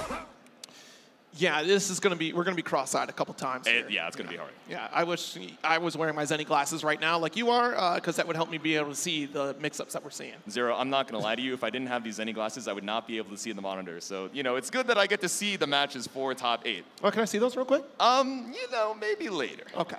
Maybe after this. I just want to see how your vision is, you know. It's pretty bad, as it turns out. Well, thank you, Zenny, for supporting Jade2 to help me see what's going on in this set. As we try to get this locked in here. Again, both these two have plenty of chats about the Grimnir setup here, and I see them trying to pick their colors out. Please pick colors that are not so. No, please. I can't see what their screen looks like. Please tell me they've chosen high contrast color. They both chose 8 and 8. It's rock, paper, scissors for this one. The set begins. Who gets color 8? Flip a coin. It's Pokemon versus Gundam. Who's going to get their color? Oh, man. That's crazy. Who's got the first pull on the move? Well, usually it's the speed stat that really tells you, unless, what is it, Choice Scarf that makes you go first? I think so. It's one of those held items, but which one of these gamers is a little faster on the draw? I think it's Quick Claw, now that I think about it. I haven't played Pokemon in quite some time. It's been a minute since I looked at my held items. I need to double check. I'm so sorry. I'm holding on strong. I actually am curious which palettes they ended up going with. I saw a little swap at the end there. Here we go, game number 2 about to kick off. The reveal is You're a cosplayer. Shout out cosplayers. We love cosplayers in this room. I've never seen this Grimnir skin in my life before. But I've seen this bright blue one quite a few many times. Yes, many, many times. Some Paragon runs indeed. I love for both of these gamers. Once again, the Grimnir on the other side of winner's semifinals. Zane in the blue, Zenith in the purple, and matching with the Celes as well. Who's going to be first to go for the Gale Dash? Right, Zane pulls the trigger first, but again, already stand blocking here. Great audible call from Zane to not press the issue. And already, that first corner situation going in favor for Zane. Ooh, the mash out though. Didn't believe in that 5U. Says, I've seen this setup before. I know what you're looking to bait out. All right, and perfectly on top of the Celes. Doesn't even need to give up tempo to set them. Oh, goes to the ult. Yeah, already interrupts right through that tornado. I heard so many EX skills just now. I can barely keep track of which seal is which two on the side of Zenith, but are we going to use them? I love the bait, right? We go for that neutral jump. We have the seal to go to the opposite side to get away from anti-air attempts. Jump away. Nice side swap, but we're holding that guard button, baby. All right, spin into disengage. Trying to be tricky. Hit behind the back, or was that same side? I can't even tell. All right, looking for the spot dodge here. Maybe trying to check an errant tornado, but goes right into it. Just a lingering hitbox. All right, BC away. Dash L. Let's get this interrupt going. Double seal. I don't think he'd be able to activate twice. Just walk forward a little bit. Install. Oh, never mind. Just the anti-air super. Of course, Zenith calling you out with the tall tornado. My soul cries out. It's a spear. Did he say soul? Oh, his soul. Okay, I was also like, confused for a second. I was like, sword. Really stretching the definition here, but send it with the Psycho Crusher off the round start. No EX seal set for you. Or no fireball, rather. Oh, nice 2L. Oh, but a very brave seal setup here for Zane. Yep. Coast to coast he goes, remaining grounded for this one. Exactly. Able to extend with those Gale Dashes. We had the seal set already. Another 5H. Dominant. Look at that. Going for the ult tornado. Going for the obtuse angle, the double dash. No challenge coming out from Zane. And not even an air-to-air, right? That was prime position for you to go JU in that situation. Now, already spent both of the seals, but maybe just not ready for it. Instead, caught out here with the little leggy, a little far L action with the wall bounce on the 2-1-4U. Now we set the seals. Right. Bold on the mash out, just looking for the jump back JL, but nothing. Found Zane just a little bit too high in the sky. Yeah, Zane out here. I've seen this mix before. I've done this many a time. All right, nice little spot dodge here. We're setting up two seals, a couple Gale Dashes to get this first hit, and we do! One. Go. Oh, but it's in the sky, so we're gonna have to end the combo a little short. With the SBA anyways, it may as well finish the job. Short is fine enough. We got the super to kill. Round up here for Zane, so now we tie it up in game number 1. Round 3. Fight. Right, already a pretty bombastic start here, all things considered. Up. Let's get the BC away though. Seal set up the EX edition. Very brave to go for a double dash there, and Zane already pressing. We've seen the active defense time and time again come out on top for Zane here. Now we're owning this corner. 60 self pressure. You don't have the meaty tornado set up, but just trying to keep you locked down. Knows you're looking for the 5U to escape to the seal, so the air throw brings you back down, but Zenith cannot be contained. Right, there we go. Tornado pick up, Gale Dash, go for the corner. Go! Okay. Sheesh. I'll try to chase down with the JL, but we got that extra hang time with the EX air special. Yeah, it's tricky. Able to go so high, but snipes you out with the ultimate tornado. The normal jump back, maybe just not high enough, but going for the super jump, potentially leaving yourself up in the air to be air-to-air is scary, but there we go with the cinematic. Zane sends the spear in the stone for game number 1. I'm telling you, let's not forget, Zane's story throughout this run would be spectacular, making it to this winner's finals position, trying to lock in a very early position in the Arc World Tour. Like I said in top 24 though, he's got the points. He's pretty well settled, but I want that guarantee. Yeah. I want that for sure spot saved, make the reservation, get my plane ticket, I'm headed to South Korea. It's a safety certificate, but it's also a matter of pride as well. It's not just about collecting second and third places. To be at the top of the leaderboard, you want to be number 1. One game on the board here, Zenith off to a strong start. This is a tense start, right? Got the seal set up, but again, Zane calculated, understanding the mixed potential of Grimnir. Late tech still working in favor of Zane right now. Yep. Look up with a couple of these lights, not trying to be too greedy, set the seals. There we go. Combo limit there. Oh my goodness. Run up throw bait, catches us all. Ends up catching out the attempt at the Brave counter, and now we send it with the super. 3 rounds in a row, the same ending. It's so fascinating to see the differing defensive styles because Zayton has found the correct answer on every single mix that Zenith has shown here. Is there anything else in the arsenal of Zenith that can really open up Zayton here? What I'm wondering, yeah, we're putting ourselves in close L range, so I wonder if Brave counter is something we're going to be seeing a little bit more. Looking for that counter hit to try and set up our own offense now. Mash out from Zenith. Let's get the tornado set up. There we go. Dash L. We got the Gale dashes available for a little extra grounded confirmed. Set the seals. And behind the back, the ultimate set. The meaty tornado behind the back. Oh, I thought for sure we were going to get blessed on the dome for that one, but Zane still able to stand block in the nick of time here. There we go. Dash L chasing, and look, there's a threat to the Gale. There we go, escapes the corner. Remember, it's that object permanence to escape. There we go. Great situational awareness from Zenith to get out of that corner. Very well played. Tying it up once again. Zenith, can you get around to tie up the set, though? Round 3. Fight. All right, Gale set up here. And we got the space. Not even gonna need it, right? The late tech here. It's gonna be in the background for now, just in case for a future setup. And at this point, ooh, there's a challenge, finally. The immediate mash out coming out from Zenith, maybe trying to go for a delay button on Zane to bait out a Brave counter, but instead loses his turn, and all this space, speaking of Brave counter, baited out here by Zenith on the jump in. Yeah, very tricky to try to go for a BC against Grimnir, no matter who's playing it. Nice, better back throw. We still have the escape options here. Zenith's not gonna find it. Throw attempt there, big counter hit, and this should be the game here. Indeed, Zane coming out on top, 2-0 over Zenith right now, establishing a very strong lead. SSBA putting that second on the board. Zenith, what is our answer? It's like you've been saying, Zero. Feels like a lot of these offensive sequences, Zenith, up until at least those last couple of rounds, has been having a lot of trouble trying to escape, but it seems like Zane is able to wiggle his way out somehow every time. Yeah. There's nothing more irritating than dealing with an individual where you're like, I've studied this matchup, I know how my character works, and then suddenly they just find every single loophole in your set play. Yeah. You don't have an answer back. Exactly. Empty jump throw, working out here and ready to bait out the Brave counter and full confirm with the spot dodge on the Raging Strike that came after. SBA availability, we are certainly going to spend because I want a round. Yep, let's link it to the tornado. Zenith with a perfect. What a great way to swap up the momentum. It's that last breath factor. We'll see if that carries throughout the next 3 games here. Round 2. Dash L here, a little bit too far. No whip punish from Zenith. Just walking it out, set the single seal here on the side of Zane. Gale dash with BCs immediately. Finds the gap to press. Looking for a throw bait, but it ends up crossing you up into the corner. This is so rough for Zenith. You've lost so much screen positioning now. Aerial EX special. Another setup. Also What's 50-50. the mix? Oh, it's the high. Nah, I guess wrong. I got hit. But Zenith is better. That's why he's staying alive, trying to escape the corner with the EX seal set.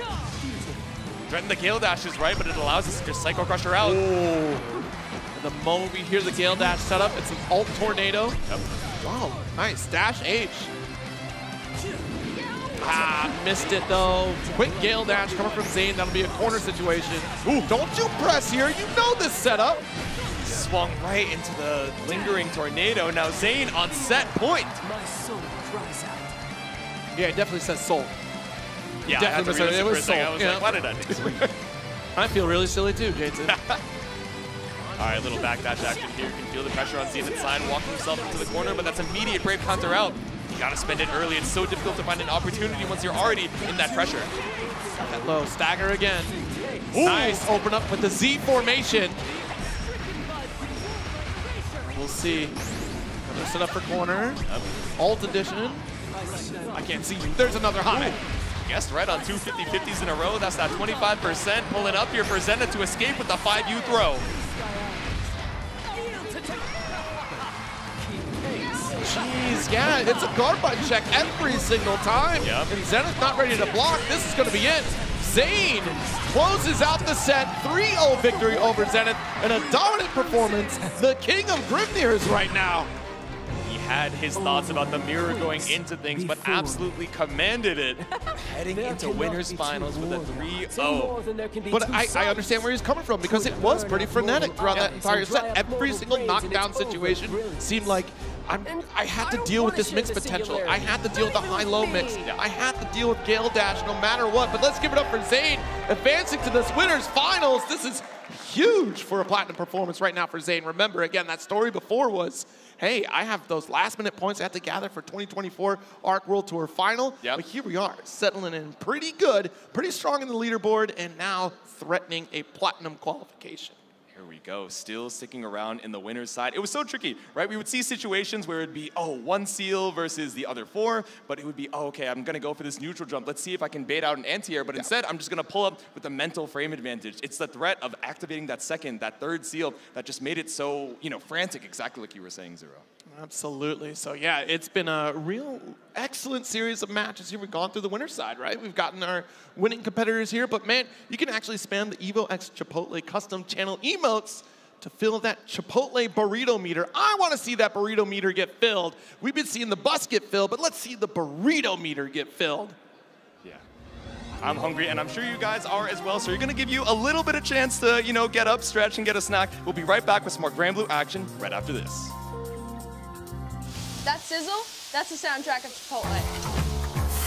Literally melt in your mouth tender. Let's see our chicken glistening, our fajita sizzling. It's magic happening. And this is gonna be in your bowl. This is it. I got my hands on my back. No, I don't want your man. You can't keep that. I make it pop like bubblegum. I'm hot now, wait till the summer come. Shake some. I won PlayStation's Road to Evo and went head-to-head with Arslan Ash. I won PlayStation Road to Evo and battled against Sonic Fox. I have never seen that in my life. To compete on PS5, choose your game, find PlayStation tournaments, and register. It's that easy. Sign up for PlayStation tournaments for opportunities to win unique prizes and much more. PlayStation. Whether it's sunglasses outside, blue light glasses inside, or night driving lenses in the dark, Zenni has affordable eyewear for everyone. Get 10% off at Zenni.com.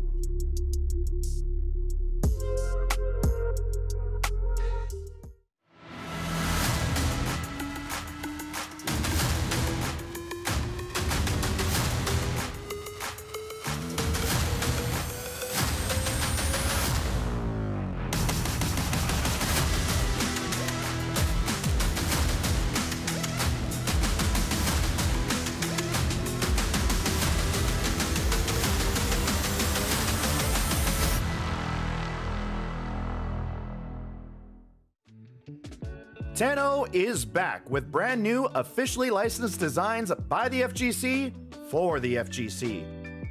Our vendor booth will be open across all 3 event days, and if you won't be at EVO in person, the full range of products will be available online at merch.10-o.gg. That is merch.10-o.gg. All right, everybody, thank you so very much for hanging out with us in this arena. You are all looking so spectacular, and guess what?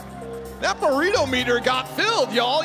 What'd you do, double meats for this one? This is crazy. I know you guys are hungry. Filling up that Chipotle burrito meter as soon as we cut the break. Thank you very much, and I know you guys are excited for some more Granblue Top 8 action. I see that Dash L shirt. I see the Fukuhara masks. I see all the love from the stickers as well in the crowd. Thank you guys so much for having fun during this Top 8. Absolutely. Fukuhara being here in spirit is greatly appreciated. Of course, Ukubo always having a good time out here with all of us and enjoying the experience. Hopefully all of you are enjoying the experience, whether you are here in the arena or at home. Let me hear it for here. Y'all good out here?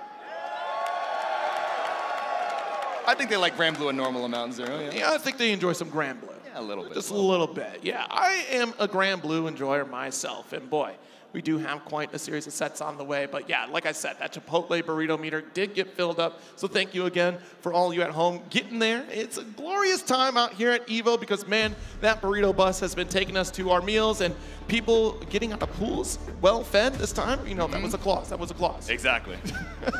But here we are. Koji Coco and Ryazo coming up. And of course, Vermilion and Fukunaga in the background as well. So I was talking a little bit with Ryazo in the back room, and I was like, how are you feeling going into Koji Koku? He's like, I feel terrible, bro. I'm not trying to play against Belial. I'm not trying to play against Beatrix. I was like, you play 6. He's like, what if I just explode? I'm like, you play Catalina. He's like, my footsies aren't that crazy. I'm like, you got to believe in yourself, King. Have a little faith. He's like, what is my answer against Beatrix? I'm like, I don't have that answer for you, dog. You got to figure that out between now and your losers match. Yeah, you know what? Let's check out this victory path presented by White Claw Zero Proof. Koji Coco, after an extended little holiday break, enjoying themselves, feeling refreshed and re-energized. You can see it in this victory path here. I mean, look at this. Coming out 2-0 over Jing and 0 Hour as well. That is a tough one. And look at this. Up against Monarch, though, that was a toughie matchup, right? Yeah. And then, of course, Elsa coming out on top of that one to advance into this top 8 path. Very close match, but made it by the skin of your teeth. But on Ryazo's side, let's check out this path. So Saint Smiley, Electric Boogaloo, Sandwich, and now in the top 96, Myoxer, Chris, Blue Sky Guy, DSG, and of course, in that top 24, it was Tororo and Abigen. So making it into this loser's side and trying to stay alive against Koji Coco himself. Both of these competitors have a little bit of run back potential. Maybe we do get to see that later on. Time will tell. But yeah, the fear is, do I run into Belial, do I run into Beatrix? And frankly, as I said earlier, Koji Coco kind of leaning on more consistency. That is a key factor that he likes to play into. And that consistency has been found in Beatrix for a lot of people out there, so we'll see how that goes. But Ryazo, you know, again, with another strong character, like you said, Seox, has a lot of great tools that can kind of contend against Beatrix. You're right, though, the explosivity from Beatrix, pretty devastating, but that is the risk, the gamble that you take with, look at this mask, the golden setup. This is how you look glamorous for your EVO appearance. The gold goblin mask, bro, holy. Going for the gold here, you're gonna have a long path ahead of you through that loser's side. And matching on the side of Koji Coco, of course, is the Beatrix. Seeing as I'm fighting an Eternal, I'm gonna be firing on all cylinders from the get-go. Destroy. All right, here we go. Opening gambit. Let's give it up here. Loser side, Koji Coco or Ryazo. Ooh, immediately jumping over. It's not the empty hand to go over the fireball, but instead it's that M dive kick.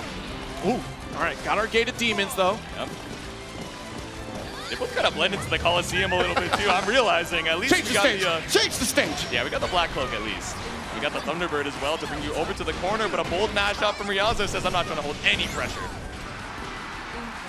All right, stagger with the dash L here. Let's not get in our own head about it, right? We don't want to beat ourselves up thinking about this path. You got a job to do. Exactly. So Alt Rekka comes out, blocks the ride free. Ooh. All right, clean tech coming out from Ryazo.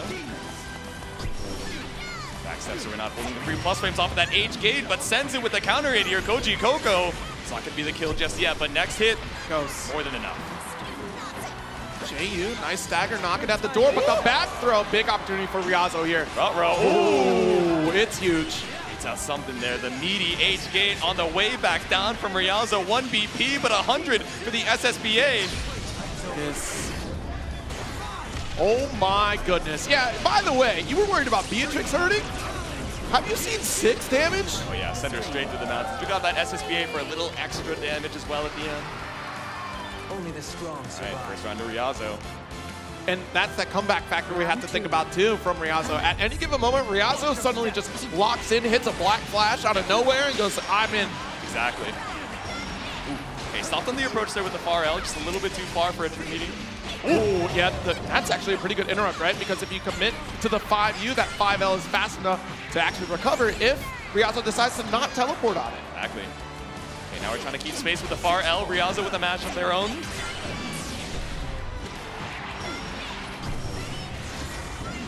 That's a launcher here. Yo, eye for an eye. Koji Coco coming out on top for this one. Just chewing through the HP. 1 round apiece.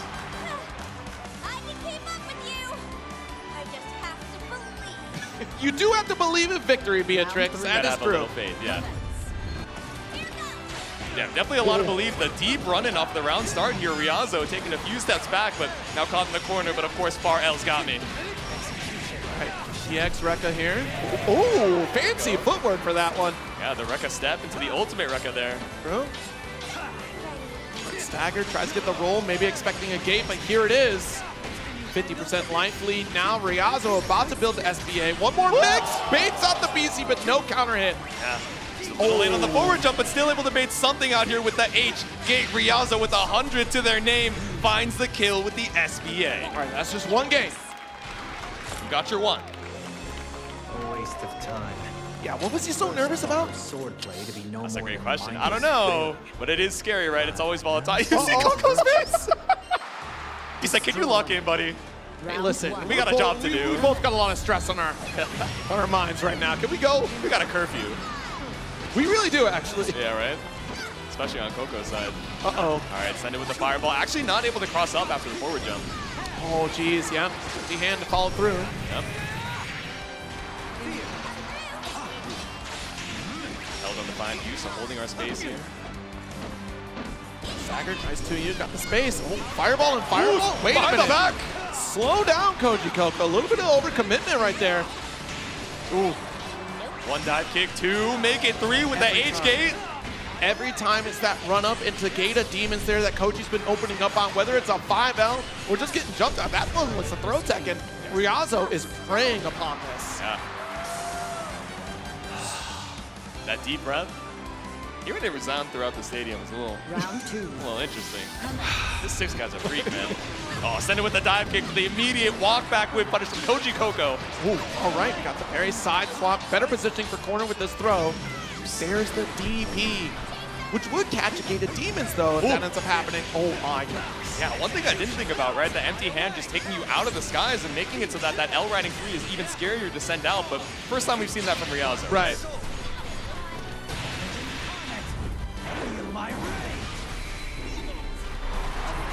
Oh my god. Whoa, I didn't realize there was that much bass in this. Hold on. That's what I said. Science is cooking with the sound design. Yeah. A spot dodge on the gate. Once again, Koji Coco finding his answers to this special that's been opening him up time and time again. Not that low. Get the stinger. Wait, the bass.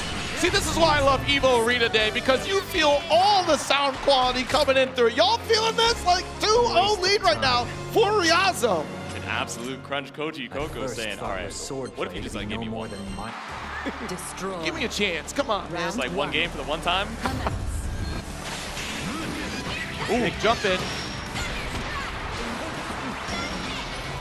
All right, nice run up with the throw, but the late tech. Good stroke. Another one, though. Ryazo's back against the wall. Got the 5U. That's the answer, though. All-star chaser. Put you right back to the corner. Uh-oh. Wait a minute. Koji, what did you say to Ryazo? Because I think you jinxed the set. That's what I'm saying, man. We pulled up the 2L. I was like, oh, it's surely scaled. I thought about 6 health. I thought about the health we had left. I was like, never mind. We build this 100 for the clean kill on Koji Coco's side. Round 2. Commence. Got the jump back. The dash L, though. Close the gap and still keep this pressure going. This is exactly where Beatrix wants to be. Yep. But you have to worry about the parry pressure or even a 2L in your come from Ryazo. Oh, there we go. And interrupting the attempt at the plus frames. That axe kick not going to go unpunished here by Koji Coco. Ooh, there we go. We're talking about throw baits that were opening up Koji. And now we got our run up and Thunderbird as well. The refund off of the ultimate version 2. Oh, no. Oh, yes. Oh! Oh no, I am a genius! Oh no!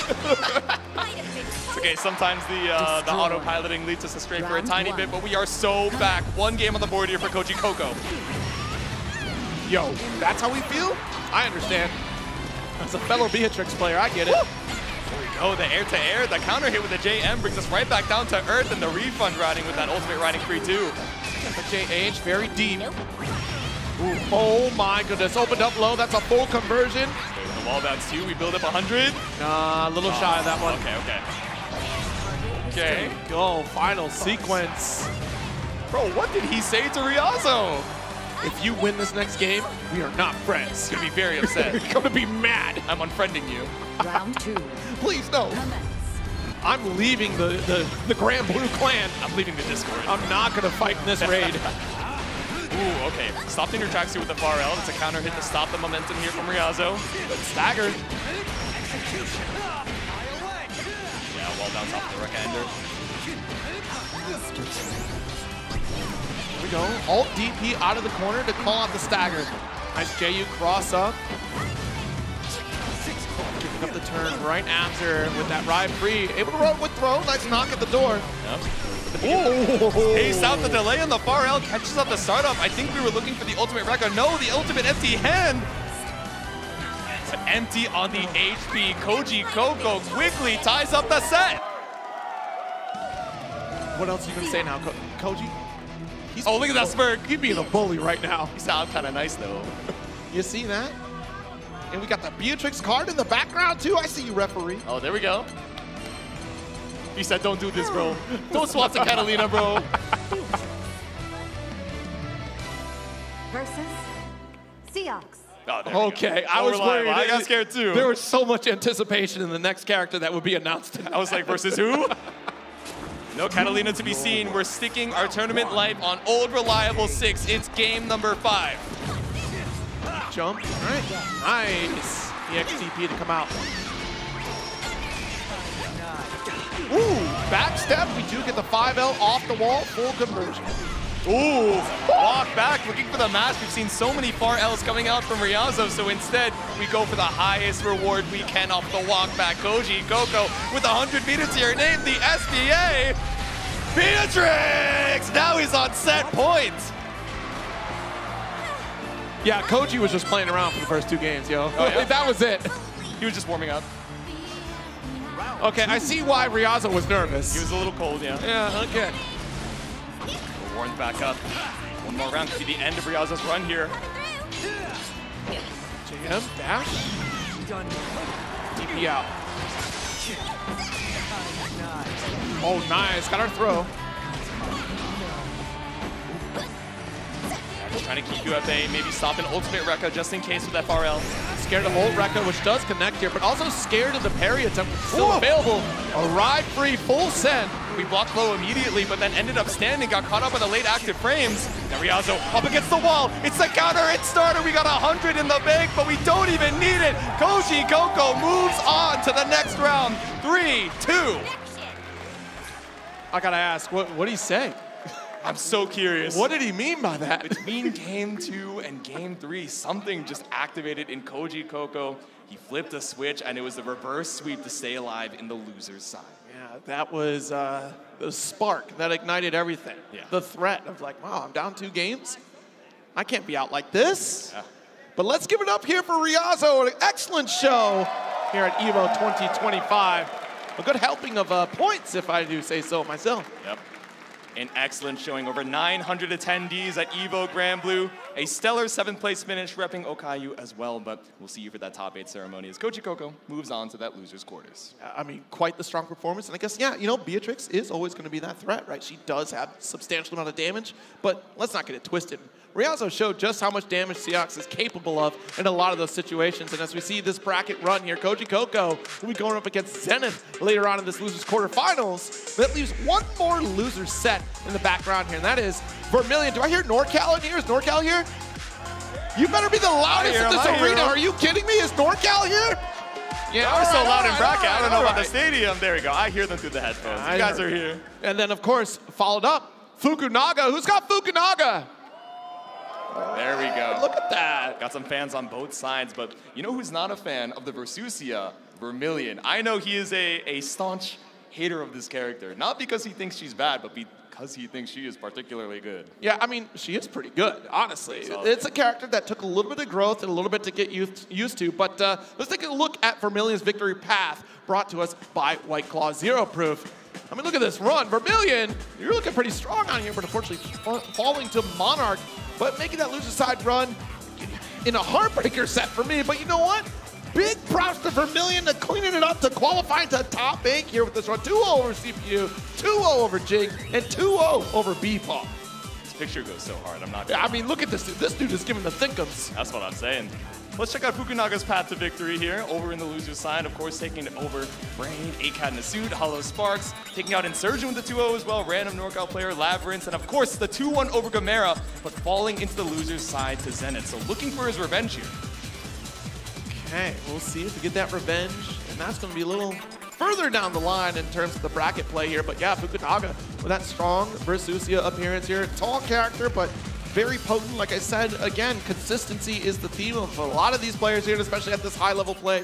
You want to have the most consistent routing, and Versusia, very capable of picking up off of darn near any stray hit that we can see on the screen, especially backed with install. She just needs that single hit, full corner carry, and it's back to a full set play here. Same could be said though for 2B, right? That constant pressure sitting just outside that 5H range. Big counter hit potential. Being able to JU is also a very unique scenario for 2B, baiting out a lot of anti-airs. Yeah, so thinking about this matchup, right? Of course, Vermilion going to be pulling up with the 2B. We have Fukunaga coming in with the Versusia. Both of them have, you know, massive buttons, right? Such big threats in the mid-screen and especially on the ground. But what 2B has in terms of air mobility and air dominance, right? We think of JH as this kind of aerial stop sign and our way of making your way in off of the jump-ins. Right. We have an incredible projectile game and that full screen presence off of Pillar, off of Orb, off of Nimbus as well to try and snipe the skies, you know, even if 2B is trying to stall out with pod stall, JU, double jump, or even just going for a single forward jump to mix things up. Okay, well, I see the Red Bull best seats are ready for our next set. So good, man. The rhythm is excellent. I'm glad y'all got it. This is huge. I see those Oh, Fukuhara's there. Fukuhara, welcome. You got the best seat in the house. They told me you were in here. I'm seeing quite a few Fukuharas, actually. Why are there so many Fukuharas out there? I've seen all of them in the same room, as it turns out. This is true. All right. The stage has been set. Man, I love that bass every single time. I need to adjust my sound system. I need to adjust my sound system at home. Yeah, we need the subwoofer real quick. We need the bravery like Vermilion, just a full dash on Fukunaga. Didn't believe in the check and the grappling hook to go right past the orb. Not ready for that check here on the side. All right, got the flip, stagger. Let's sneak it with the 2L. This is going to be an aggressive start. Does get the EX pillar to get out of the corner. Well, back to the mid screen though, and Vermilion has something to say about it. I want you back in the corner. Whoa, nice 2M. There we go, Raging Strike, Raging Chain. I see that 25%. It's all the damage we need, even through this Versusia HP. Vermilion takes round number 1. That was hardly an answer coming back from Fukunaga on this one. We got that one opportunity out of the corner, but Vermilion was very quick to correct the situations. Ooh, we saw this earlier. It's very interesting. The back special starter here for Vermilion. Right. So risky business, as you can see here, because that's a whip punish opportunity there, and Fukunaga capitalizing on top of it. But now, coast to coast you go. Grenade goes down the heavy series. Ooh, caught out here with a home run swing. Vermilion not even expecting the hit, but fine to take the corner situation. Didn't even look for the 2H. Instead, it's 5H to bring you right back down to earth. No 100 meter just yet. Ooh, we got the Volt set up though. Launcher, meter. Are you, yeah, you're not an SSBA. I know you, Vermilion. I see you. Up to the skies and back down to earth. Vermilion takes a clean game 1. Fukunaga not quite ready for the grappling hook just yet. Of course, the Crown of Thorns, right? That Volt, that gives you so much more reward on a successful throw too. And that's the scary thing. If you ever do down special from Versusia, that chain is always available here. That back medium coming from 2B. Just as long as we have the skill gauge suspended, it does get interrupted this time. Go. Orb set up, corner position, and you ran into it. It's your own fault, the heavies. You did it to yourself, and now we got the big bonk, that EX hammer to bring us all the way over to the other side. Vermilion once again sets the Volt, but no skill gauge. Look how slowly it comes back up here, so trying to slow things down as Fukunaga pulls up with the ultimate lariat. This is big opportunity here. If we deny neutral for 2B, that means less opportunity to build back skill gauge. Yep. Good spot dodge. Trying to predict a projectile toss coming from Fukunaga, who does not give him that. And look at the damage off of this one. Not quite going to get the 100. Next touch is not going to be needed. It's just a kill. There it is. The orb, but one more 2U does the job. Just swiping at the toes here to put a round on the board.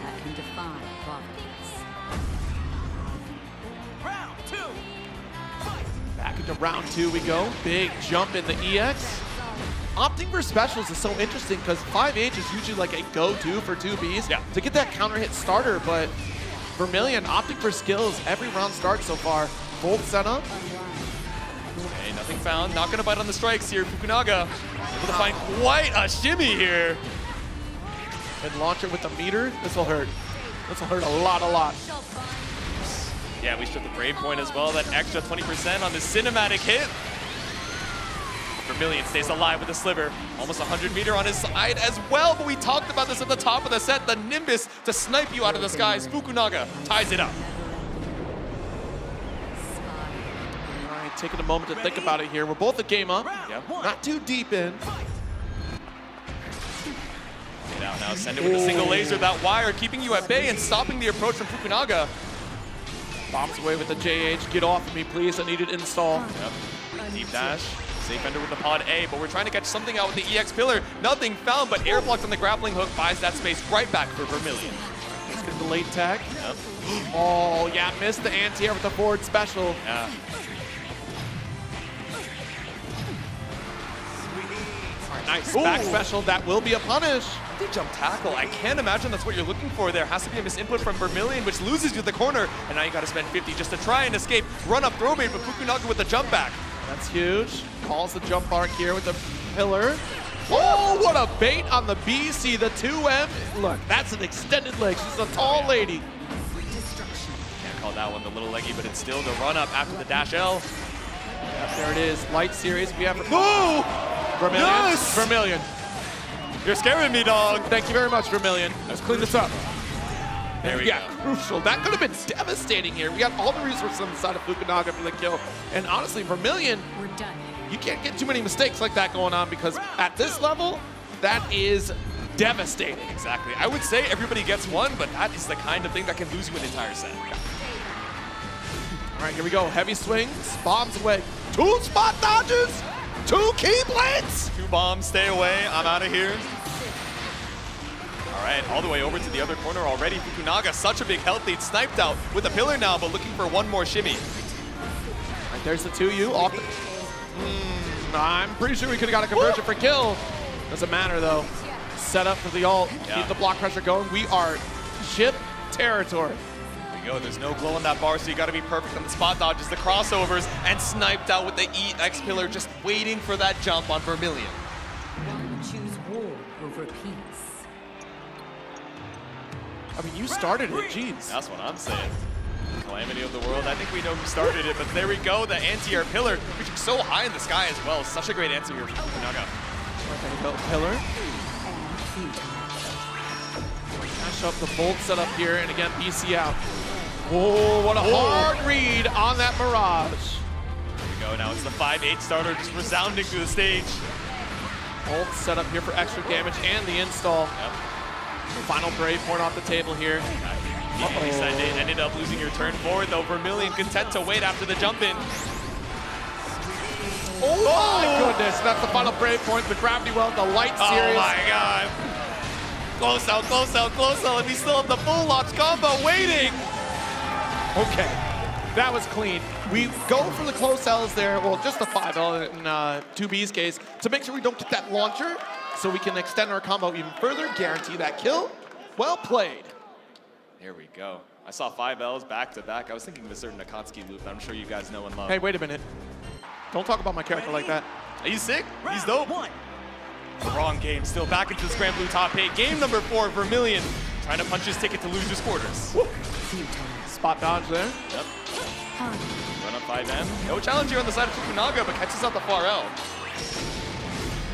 Heavy series. Nice roll through the gauntlet. Doesn't want to hold the plus frames. Yep. Pillar. Boom, nice. Lariat from downtown. The jump scare on the dash in. Ooh, the 2M. Bombs away. Big jump in. Calls the Mirage. Ooh, but on the walk back, yeah, the immediate challenge for Fukunaga on that 2M. All right. Doesn't grenade out here. Side swap with the JH though. Vermilion looking worse for wear. Crossed up with the JU. This is a round here for Fukunaga. We got all the raging strikes in tow, but don't even need it after the auto combo, the double ultimate orb to get that corner carry. Can Vermilion finish the job though? Can Fukunaga finish the job, really? Yeah. Ooh, see, that out here.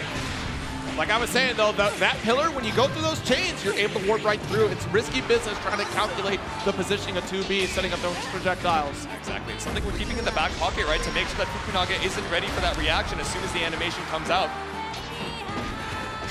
Oh, nice. Got that spot dodge.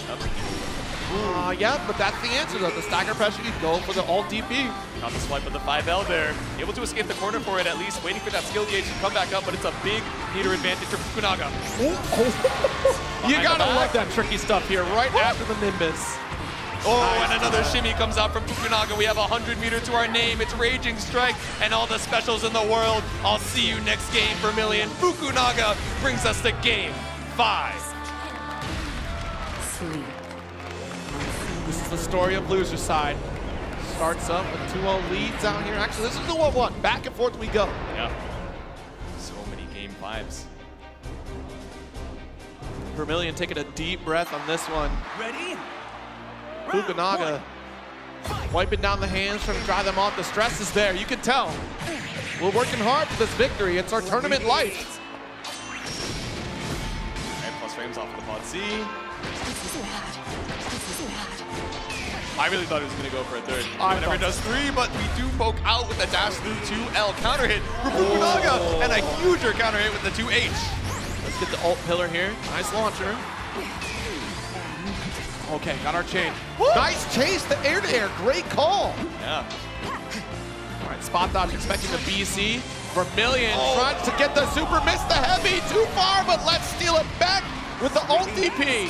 Scramble situation, saw the animation, but waiting for the Raging Strike. You don't get away with it twice. Fukunaga on set point.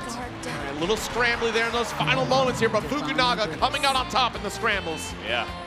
Round 2. Yeah, fortunate spend on the super there, Vermilion, just a little bit too far, and now we're ready for the grappling hook as well. No free entry. Here we go. Carry to the corner. Couple 2Ls. All right, Volt setup. There it is with the late tech. Yep. And great counter out. Fukunaga, big health lead right now, but trade the BP for BP. Yeah, and actually you spent the install on that. That's what got devoured by the BC, the 2H.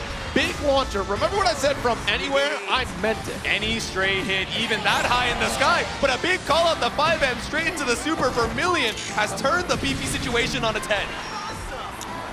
Volt setup here. BC is off. Yep. Trying to get away from the crown of thorns, but Fukunaga off of the Nimbus, the EX Lariat, does the job. Moving on to losers quarters, 3, 2. And you gotta recognize that was a sound cue. The moment we heard the skill activation, Fukunaga pulled the trigger on the alt pillar. Let's give it up for Fukunaga's victory, folks. That's huge.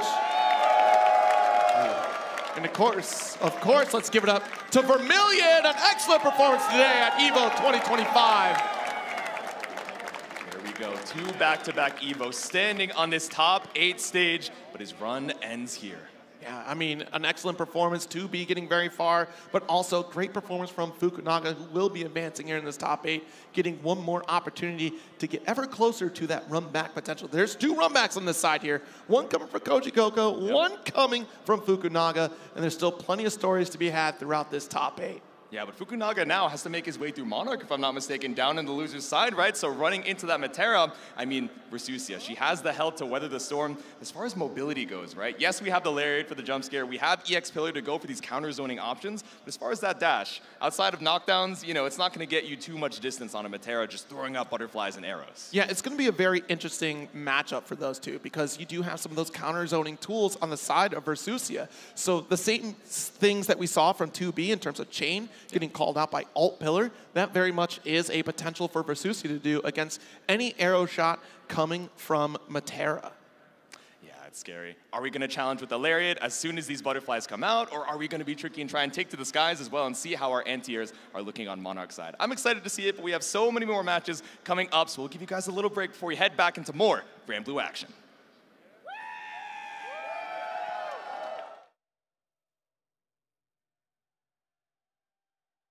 These last few years, Chipotle has treated us good, giving away thousands of dollars worth of free entree cards. This year, they're taking it to the next level with a free air-conditioned ride to get some free food. If you're ready to go get some free Chipotle, make some noise!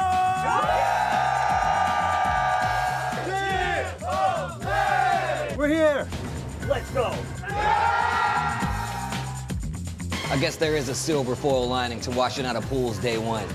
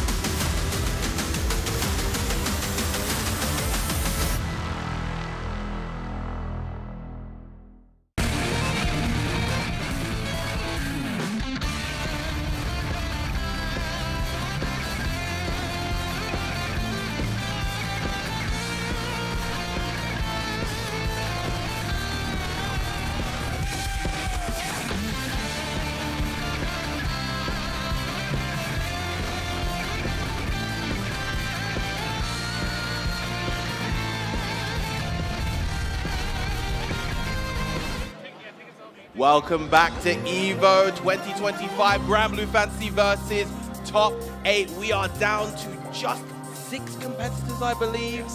And of course, it has been an absolutely incredible weekend so far. Over 900 entrants here for Granblue. And you might have noticed that Zero is not here. It is me, Viram. I have a little bit of explaining to do. So, previously, I was at an event of a friend's sister's engagement party, basically. Oh, there we go. It was very nice. It was a Congratulations. lovely time, lovely evening. And I was on my way back, and I was due to get here a good half an hour before we were supposed to get here. Journey was supposed to be 25 minutes, ended up being over an hour, got stuck in traffic. Our Uber driver went to the wrong entrance. It was all a bit of a faff, and so I ended up getting here late. Of course, big, huge, gigantic shout-outs to Zero for holding it down in the meantime. Can we get a round of applause for Zero, everybody? What an absolute legend. But once again, thank you guys for having me, and it is an absolute pleasure once again to be joined on the mic with J2. Absolutely. Can we make some noise for Viram as well, everyone? There we go. Glad to have you, and glad that you're here for our final 6 competitors. Now we're gonna check out our top 8. Let's see what you missed, Viram. So Monarch taking it, or Tororo taking it over Monarch, so moving on into winners finals, and Zane meeting him as his opponent over there in winners side. Now up next we have Zenith versus Koji Koko, and Monarch versus Fukunaga down in the losers side. So I was able to watch some of these sets backstage, and they were absolute nail bites. The Monarch Tororo set in particular was such a measured, methodical exchange between those two. Just seeing the defense in particular was absolutely incredible. And I'm incredibly looking forward to our next set, Zenith versus Koji Koko. Koji Koko, I like to think of him as like the prince of Granblue. He is such a student of the game, such a beautiful game style in the way that he approaches a lot of matchups, a lot of players. Zenith, meanwhile, of course, one of the best Grimnirs around. Yeah, was tearing it up, but interestingly enough, in the Grimnir Ditto, the only non-Game 5 match that we've seen. So Zenith has something to prove going down into this loser's side. He's like, I want that run back. I want to show that I'm the best Grimnir out here, not just in Japan, but globally. But I need that chance to get that honor right back. So you have to make it through Koji Koko first. That he does, that he does. Koji Koko most definitely not going to make it easy for him.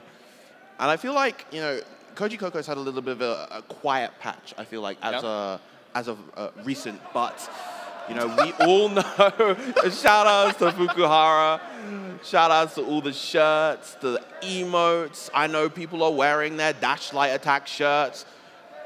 With the Galleon cosplay as Oh, well. I like the staff. I'm a that big is fan. a fantastic cosplay. Biram, have you seen the shirts that were like, I wasn't training in Granblue, I was training my horse in I have. 3D Derby? I have. I've seen them all throughout the stadium.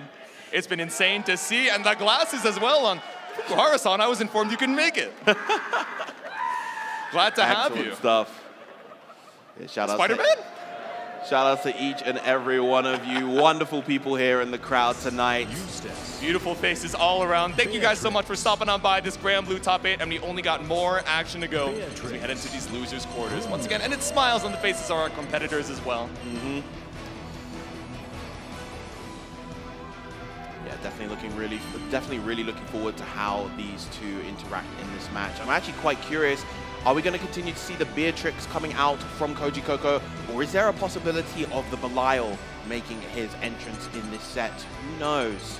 That's what I'm wondering. Do we kind of want to leverage, okay, Beatrix is this character that kills you, that is so tricky on actually nailing down how her approach is going to be between riding free on the ground, you know, low profiling, or taking to the skies with the Thunderbird, and maybe catching a stray, you know, Gale Dash in an air-to-air, or are we going to go with Belial, someone with this more Swiss Army knife toolkit, which maybe has had his overall power reduced, but has all the tools he needs in any given matchup? Well, I guess we found our answer. Yep, going for the Beatrix to start things off. And it was looking incredible in the previous set. You know, that incredible reverse 3-0. Just so locked in versus Riazo in the last half of that set. Getting all of those crucial frame traps, all of those big hits. I felt like you could really take your majesty to the next level.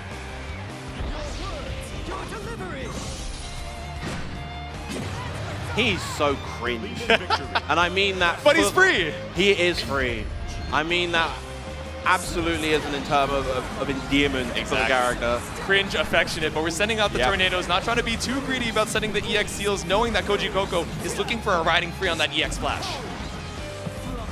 Wait things out, set out the lingering tornado. Koji Coco with incredible patience right now, fine to take the chip. The double apply on the seal, trying to bait out or goad any reaction, and finally that ultimate Star Chaser comes out. Koji Coco just kind of walking back and forth, steadily building out that meter so that he has more opportunities to use these U-skills now. Has Zenith in the corner. Looking to throw bait with the M Thunderbird, but it's a guaranteed BC point. We're brave countering our way back out of here, but the counter hit 2H off the wall bounce too. Magnificent 2H and optimizing the follow-up as far as possible, even ending with the LDP, but a huge hit coming out from Zenith, and look at all of this corner carry. Oh, Tricky ends up putting himself into the corner though. I can't imagine that was intentional, but still, just threatening the single dash, able to air slot with another seal set. Yeah, the control that players like Zane and Zenith have of these seals and the way to move around the screen is so strong, and really what defines them as the best of the best when it comes to Grimnir. But Koji Coco still the one to take that first round nonetheless. Coco going toe-to-toe, knocking you out of the Gale Dash. Able to stay alive even with all the tricks up Zenith's sleeve. Round number 2. Again, starting it off very slow, just walking forward, looking for an opportunity to challenge on these tornadoes, and the H riding free. But Zenith in the corner, but off the spot dodge. Still Koji Coco's turn. Ooh, missing the potential 2U right there, getting the 5U instead, but still Koji Coco very much in control. Gets the 6XL, and that's going to lead to a full sequence. Here we go, wall bounce time. I don't think we opt to spend the 100, so instead we just get the refund on Thunderbird. We're looking for the kill confirm. Koji Coco instead opting to maintain all of those cooldowns the best as he can, building back up to that 100 meter, but what a 623L from Zenith into the full conversion. Finds the escape. Gale Dash to be a little bit tricky, still standing on the seals. I love the use of L riding free right there, catching Zenith unawares. There's the Nothing Is Forever 5U. And what's the final hit? What a roll! But Koji Coco ready. What happened? Did we cross up the inputs, getting out the spin, or maybe just looking for an errant anti-air, ended up landing on the other side? Koji Coco taking the first game. If that was an intended easy input right there, and he tried to go for 214U, the Deathrite Tempest, that would have been unsafe on block at that distance. So I'm actually not quite sure what Zenith maybe wanted there. Maybe tried to catch the roll with the 63H? Maybe, yeah. The temptation, but... And no seals in the corner to continue afterwards, but I don't know, maybe a moment of hesitation, but we're pulling up, adjusting our position in the chair here. Something that tends to catch a lot of people off guard is that they don't tend to realize that the 63H, that Winds of Temptation from Grimnir, is actually unsafe, the H version. But Koji Coco is not one of those players that you're going to catch unawares with those matchup gimmicks. He's so studied. Yeah, especially with a trading partner on Paragon in Zane, right? These are one of these things that you're going to know at like the back of your hand. There we go, thrown back into the corner here and setting up the EX seals for Zenith. And Koji Coco, I think, doing the right thing here, just taking the throw until that moment, and he is probably going to die for this. Yeah, exactly. Don't even need to have any of those BP taken away. We have SBA in tow and the extra damage off the Gale Dash start. No, he's going to live on the sliver. Just about. There we go, but still in throw range. It's a terrifying situation for Koji Coco. No meter for Zenith, but we could start chipping away to threaten the chip damage kill as well. But Delta Clock, good start in trying to make up this health deficit. Huge start for Koji Coco right there. The meaty close heavy for the plus frames. Nice spot dodge. Go, not going to get away with chipping away with that EX Tornado, but standard Psycho Crusher catching out Koji Coco now. Yeah, that Death Right Tempest. And the thing is, Zenith was one hit away from death. And strong close heavy, like a frame trap right there, would have led all the way to a Delta Clock conversion into SPA. So had to be careful, willing to risk it right there. Exactly. Set the lingering tornado. Now we have our EX seals, but Koji Coco isn't going to get you the opportunity to utilize them. Brings us all the way to the West Coast corner, and we poke out with the 2L. An unfortunate mash on Zenith's side. Just guesses wrong. Very, very nice. Not going to go into the SPA right there. And the frame trap, we saw that earlier from Koji Coco. He uses the low triple attack ender and then gets the meaty close heavy. Players just not ready for it. It's not something you see all too often from other Beatrixes. Exactly, just a little bit of a switch up on the visual stimulus, maybe thinking, oh, it's a whip, it's my time to mash. It was a mess up on the setup, but instead it's a frame kill. Koji Coco ties up the rounds. Okay, clash on the EX fireballs. They're playing this very aggressive, doesn't want Zenith to play that fireball game, and a huge counter hit on the M Thunderbird right there. I have to imagine we were just a little bit too late on the 2H. Stuck in the corner here. Koji Coco caught up on the 2M. Yeah, love the option to mash the 2M there. Enough range to catch that backdash as well. Nice one dodge, but so many active frames, and it was meaty enough to lead into a combo. You gotta be careful of the shockwave as well. Scary to spot dodge. I know you're looking for that ultimate Star Chaser, that fireball when you're looking for the spot dodge, but Zenith, you got a lot of HP to try and recover here. Got the life lead somehow, blocks out the ultimate fireball, but Gale Dash down. Koji Coco ready to catch. It's 2-0 in losers quarters. And that was such a smart far medium right there, because had Zenith gone up and approached closer to Koji Coco, it would have been a close medium and potentially anti-aired him right there. Now 2-0, only one game away from advancing to the loser semis. Way to catch either way. Fine with letting you set up the seals. It's EXDP just to run you down outside of that effective range. No dashes to be seen. Oh, using the 2H extension this time, and going to end with the U Thunderbird hard knockdown. Go, we take to the skies, but Zenith content to hold down back, I say, as we finally catch the match with the walk back far end. Once again, going to end with that U Thunderbirds, and just the overall meter refund that Beatrix gets off of these setups is so solid. Yes. Ooh, big whiff on the far edge. Zenith just staying right out of range, but ultimate DP for Koji Coco. We want that hard knockdown. It's one more like confirmed to kill. Back to where we started. No anti-air attempt from Koji Coco. Fine to let you send the seals, but one last Gale Dash does the job behind the back. Yeah, you saw that Koji Coco try to anti-air right there. Gets clipped by the JL, but no conversion from Zenith. Okay, trying to bait up the anti-air once again. These 2Hs have been massive, and that would have been a kill confirm. Anything could be death for Zenith, but finds the hit on Koji Coco off of the Gale Dash, and now we have a round on the board. Magnificent delay right there, catching Koji Coco trying to act with that Gale Dash. Zenith keeping himself alive, doesn't want to fall just yet. Wants to eliminate the bronze medalist of EVO 2024 right here, right now if he can, and that is most certainly a fantastic start. Stop him in his tracks, and now we set the seals with the ultimate once again. No throw baited. Koji Coco content to wait until we have the opportunity to challenge with 2L, but one more dash. Finds another counter hit. It's not quite the kill for Zenith. Tried to be a bit cheeky with the JH feint into the throw. Koji ready for that. But this is still a hard round to come back from. Yeah, tried to cover that space with the far H, only to eat that ultimate tornado. Spot dodge on the Death Right Tempest. Gets the low. One solid hit from Koji can change the tide. A huge spot dodge right there. No! But doesn't get the hit with the Thunderbird. Just a little bit too far, but caught out the startup of the tornado and the SSBA. It's not enough for the cinematic, but it is a great way to put yourself in lethal range. Koji Coco on set point. Massive call out on the DP right there. Notice that Zenith was panicking in that situation and called it out beautifully. There we go, able to stay locked in and in charge. One more round could be it, but caught up by the EX Tornado. Doesn't matter, we still push on through with a 6-6L. Gets the extension with the 6-6H this time, ending with the DP. Once again, that meaty close heavy. Possum block not allowing Zenith to really act. Good BC though. Double dash to be found. We're still checking with the far L, but the backdash caught out here with the ultimate riding free. No pickup off of the EX Thunderbird, but still able to hold on pressure. Yeah, not quite in range to get that pickup. And you see the swings of the far heavy, just trying to prevent Zenith from getting anything started. Yep. Being preemptive in case we're looking for the Gale Dash, but now so far away from your seal. Careful with the shockwave. Throw tech.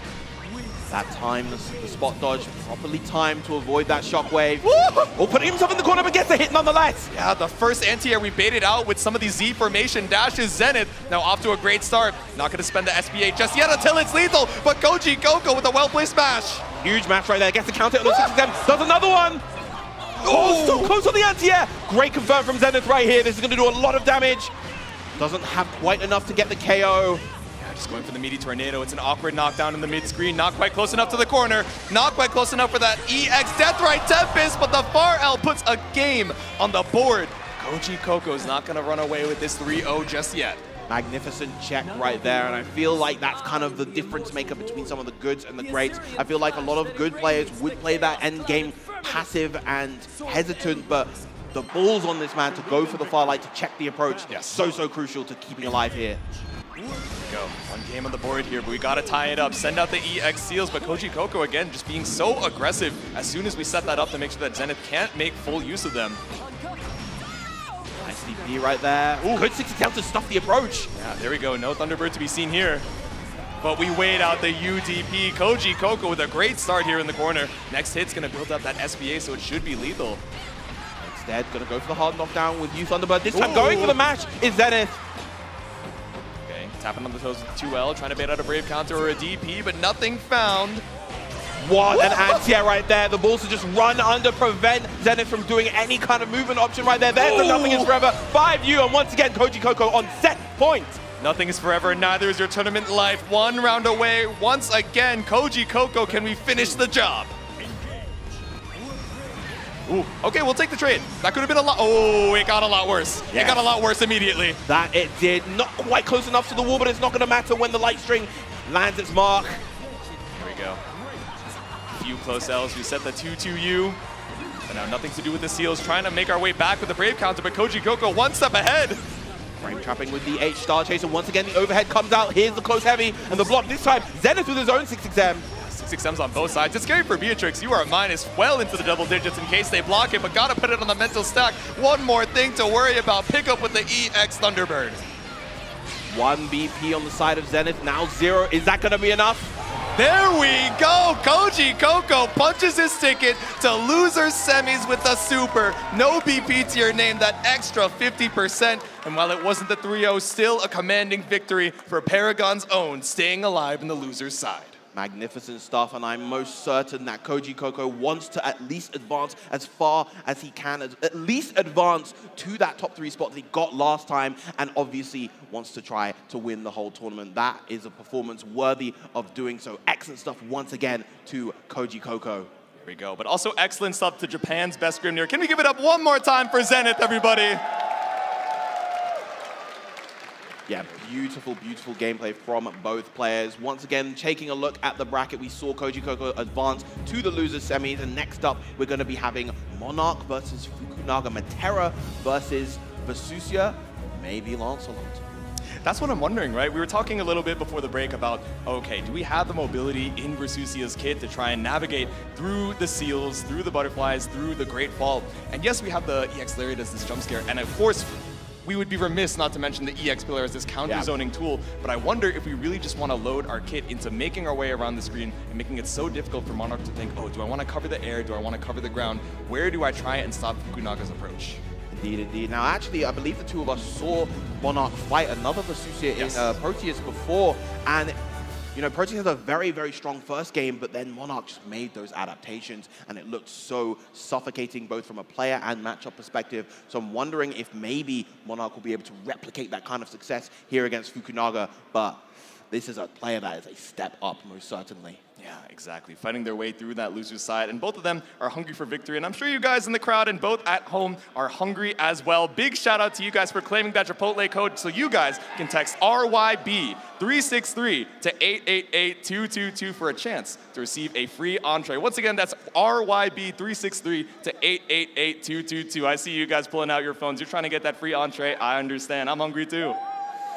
Hungry indeed. Once again, shout outs to Chipotle for constantly presenting and powering here at EVO 2025. They've been, of course, one of our biggest partners for the past few years, and it has been an absolute pleasure. I know everyone in the crowd always gets hyped up when they get those transitions to the Chipotle ads.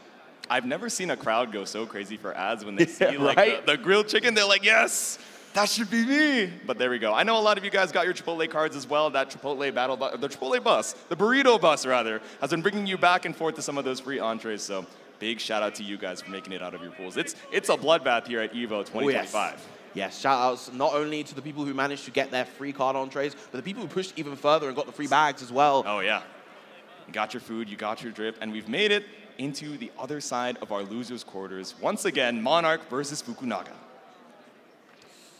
Yeah, Matera versus Vesusia. I'm definitely really curious to see the differences in Fukunaga's Vesusia in this particular matchup. Yeah. How does he tackle, how does he navigate the zoning of Monarch and just the discipline of that defense that we saw?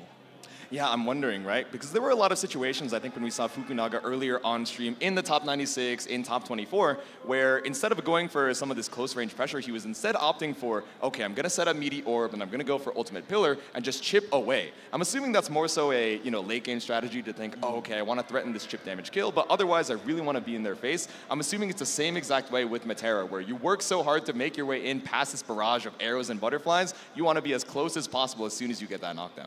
Absolutely, absolutely. Yeah, it's so necessary to just suffocate Matera once you're in that position. She doesn't have the best close-range scramble options. You know, she has 6-frame close light. She doesn't have a meterless reversal. She does have her share of evasive options. She has a good 2M as well on defense. Not the best, not a very good defensive 2U. Yeah. But, you know, if you're able to give her that inch, she can weasel her way out. She's got the hop as well to help out the corner. It can be tricky to keep her pinned. And of course, BC. Yeah. She's got a few ways to try and escape here, but let's see how Fukunaga tries to navigate the absolute minefield as we head into the other side of losers' quarters. Once again, Monarch versus Fukunaga. We're using both the EX Orb and the EX Pillar. Fukunaga now out of options to threaten that space. Never mind, of course, the Samsara, I believe, the 214H closing the gap. Little lariat action just bringing us over to this West Coast corner. Once again, feeling so comfortable just sending it with the 5U install. Triple attack, nothing else. Goes for the empty jump throw that time. Yep. Oh, just about missing on the H Nimbus. Can't go for the pressure with the safe jump even. Yep. Okay, we're just poking out with the 2 Ls. A little bit space, so we go for the 2M, but nothing found. Monarch backed up against the corner once again. No follow-up from the L Nimbus. It's going to be a huge amount of damage off of this. Yeah. Send it with the tail swipe. Run through our cooldowns. Not going to spend the 100. Oh, we are. Okay, SBA just to drain one more of those BPs, so you got one more Brave counter to your name, Monarch. One, the Brave counter, 50 meter for a DP, and there it is. Unleash the ultimate Great Fall. Tapping on the glass. That's one Brave counter down from Fukunaga, but still taking so much extra damage. The counter zoning of the EX pillar cannot be understated. Yeah, the H pillar are a little bit faster than the L and M pillars, so it is able to kind of create trade situations a lot of time.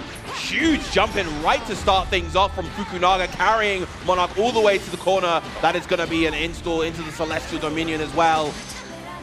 Go plus frames off of any of these specials to keep the block strings going. Not going to consume it off of the EX Orb, just fine to have ourselves spaced out. All right, there's the throw.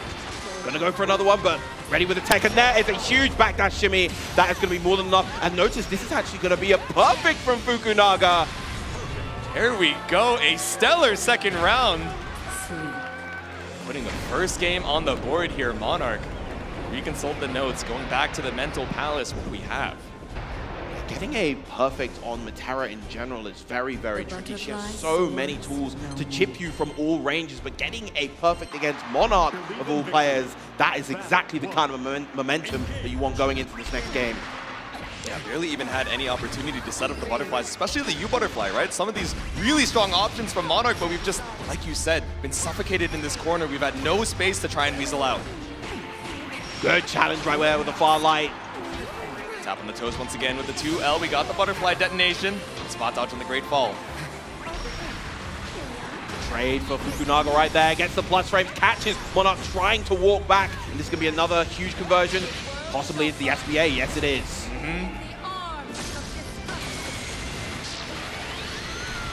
It's not the kill just yet. Throw is lethal, though. As is the H Deadly Flare. Very nice. Fukunaga in real control right now. Monarch, how do we stop this onslaught? Battle 2. Real difficult right now. You just have to be a little bit faster on the trigger, I think. Making sure that those arrows are able to hit their mark. Prevent Fukunaga from getting these pillars off, from getting these Anatia orbs off. Yep. So scary to commit to a dash. We're seeing the walk forward on top of the butterfly, but already so much space lost, and now the EX Lariat from downtown. Fukunaga has you up against the wall. It's deja vu once again. Empty jump throw again. Here's the meaty Anatia. Yep. Looking to catch the jump out or a Zephyr with that EX Nimbus, but Fukunaga still fine. Walking it back, give you a little bit of space. You think you have room to breathe, but Monarch fighting for his life with these 5 H's. And Monarch, the usual zoning game plan is just not working right now. Fukunaga navigating everything with the absolute perfection. There we go. The far M immediately with punish. Nothing to do on Monarch's side, but perhaps finally consulting the notebook. No, instead we're hydrating. Give ourselves a second to rematch screen. Yeah, take your time, compose yourself. It's very, very important as a Metera player to be the one to control the pace. Yeah. Right now, that's not quite happening. We'll have to see the adjustments that Monarch needs to make. Maybe even needs to integrate a little bit more aggression into the gameplay. You know, Monarch has done such a good job playing that longer distance game, but Fukunaga looks so comfortable playing around that right now. Exactly. Once we've started conditioning a little bit of that patience from the EX Pillar, even if we send the EX Lariat on block, there we go. We've already covered so much space. Yep. And again, look at the ranges where Fukunaga is playing. Noticing that he's playing at that full screen range, as soon as he sees Monarch throw out a far heavy, he just 5Us knowing it's not going to hit him. Exactly.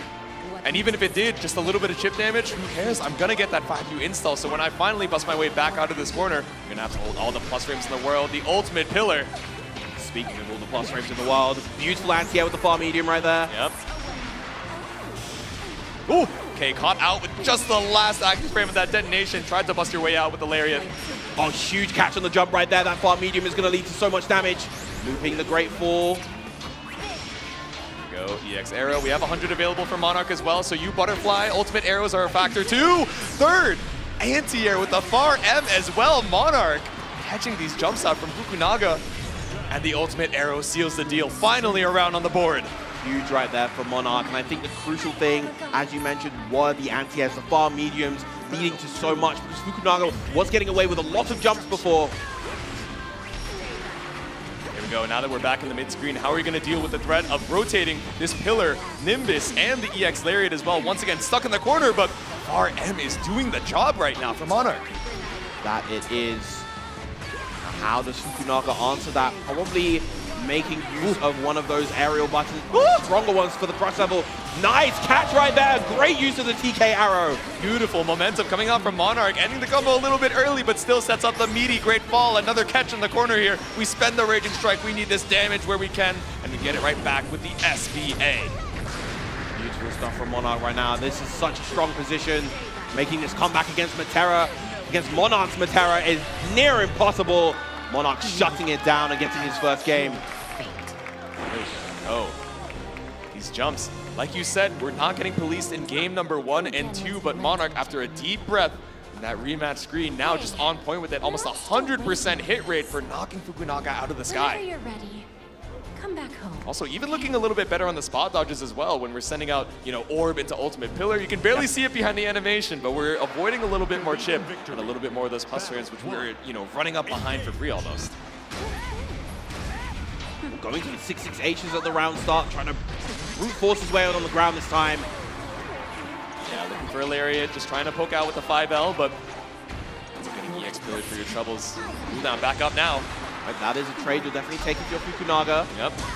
Ooh, okay, traded with the far end, but not the worst thing in the world here for Monarch. Still keeps the corner positioning and pushes you back into the U butterfly. Now we have so much space to set up some of our best moves. The Corona handshake coming out, and this is a lot of corner carry, a lot of damage as well. Ultimate lariat, say with your chest, Fukunaga from downtown with the dash H. Just gonna sit, take that chip damage, and get the BC. Choosing not to get the Celestial Dominion up right now. Whoa! Trying to be tricky, double downing on the UDP, 50 meter down the drain, 40% down on the HP. One more touch with this ultimate butterfly could be enough. So we BC out, but we still try and run up for a deep dash only to get instant mashed by Monarch. Yeah, beautiful challenge right there from Monarch, knowing that there was nothing really in that position that Fukunaga to present to get the KO. No Celestial Dominion on his side. Ooh, but the slide just a little bit too far out. The walk back from Fukunaga, just barely putting him out of range. Yeah, superb with punish and positioning from Fukunaga. Ooh. Finally gets that big 2H anti-air that he's been looking for this whole time. Fukunaga going for the empty jumps quite a lot to block those. Now with that ultimate butterfly in the string, again, we get to spend our meter on things that aren't UDP, just keeping the pressure up. And this chip is really piling on, even with the high HP of Vasusia, it is making that difference. Attack on the throw once again. Oh, but there we go. The micro dash into the counter hit. Fukunaga has you up against the wall. He hasn't built up the 100 yet, so we still need one more hit. Or a throw could be enough as well, especially after that Nimbus, so we mash for our life. Ooh, pops out the pillar. Very, very nice from Monarch right there. The patience! The double shimmy? Not biting on either of those. It doesn't get clipped by the butterfly, the arrow even. So scary. Just a little bit too far away to get the detonation. Waiting for the Eularian, but the ultimate DP right behind Fukunaga on set point. Yeah, great job to go for the UDP right there. If Monarch was off on the timing of that throw punish, as he was, that was going to be a punish every time. Fukunaga now at set point. Okay, EX arrow, yeah, to just clash with that orb and make sure we're not getting away with some free pillars. Still has the cooldown up here for the EX version on Fukunaga's side and stops your approach. Here comes the pressure, tries to challenge after the 6XL. He's going to eat a full corner combo as a result. Celestial Dominion, once again, the 5U buff. This block string going to be long as hell, but still able to escape the low arrows, giving the U Butterfly the amount of time we need to catch with the tracking. All of that able to return back to the middle of the screen as well. Fukunaga blocking this all out, but again, that chip is piling up bit by bit, and now Monarch the one with the screen control. There we go, now looking for another pillar on the Butterfly set. The U Butterfly recovers so fast, but the LNM version just a little bit slower. Oh, the trade right there, not going to get the full hits right there. That was a scary U Butterfly set, and now caught here by the Lariat. Fukunaga finishes the job with a 3-1. Incredible backdash right there. Found the exact opportunity where Monarch cracked and was able to capitalize in emphatic fashion. Gonna advance on to losers semis where he will meet against Koji Coco. And Monarch was fighting for his life to find the answers he needed and was able to take a game. These far M's were absolutely on point, but it wasn't quite enough to stay alive. But everyone, can we give it up one more time for the Matera Master, Monarch?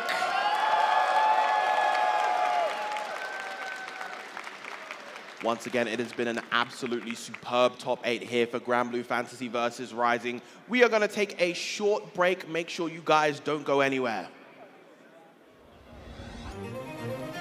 This is the best Chipotle order. I would like a bowl. Triple wrap. Mild, medium, hot. Then dip it in here. Sour cream inside the vinaigrette. 2 tortillas. If you know, you know. Lettuce, cheese, waffle. Yes.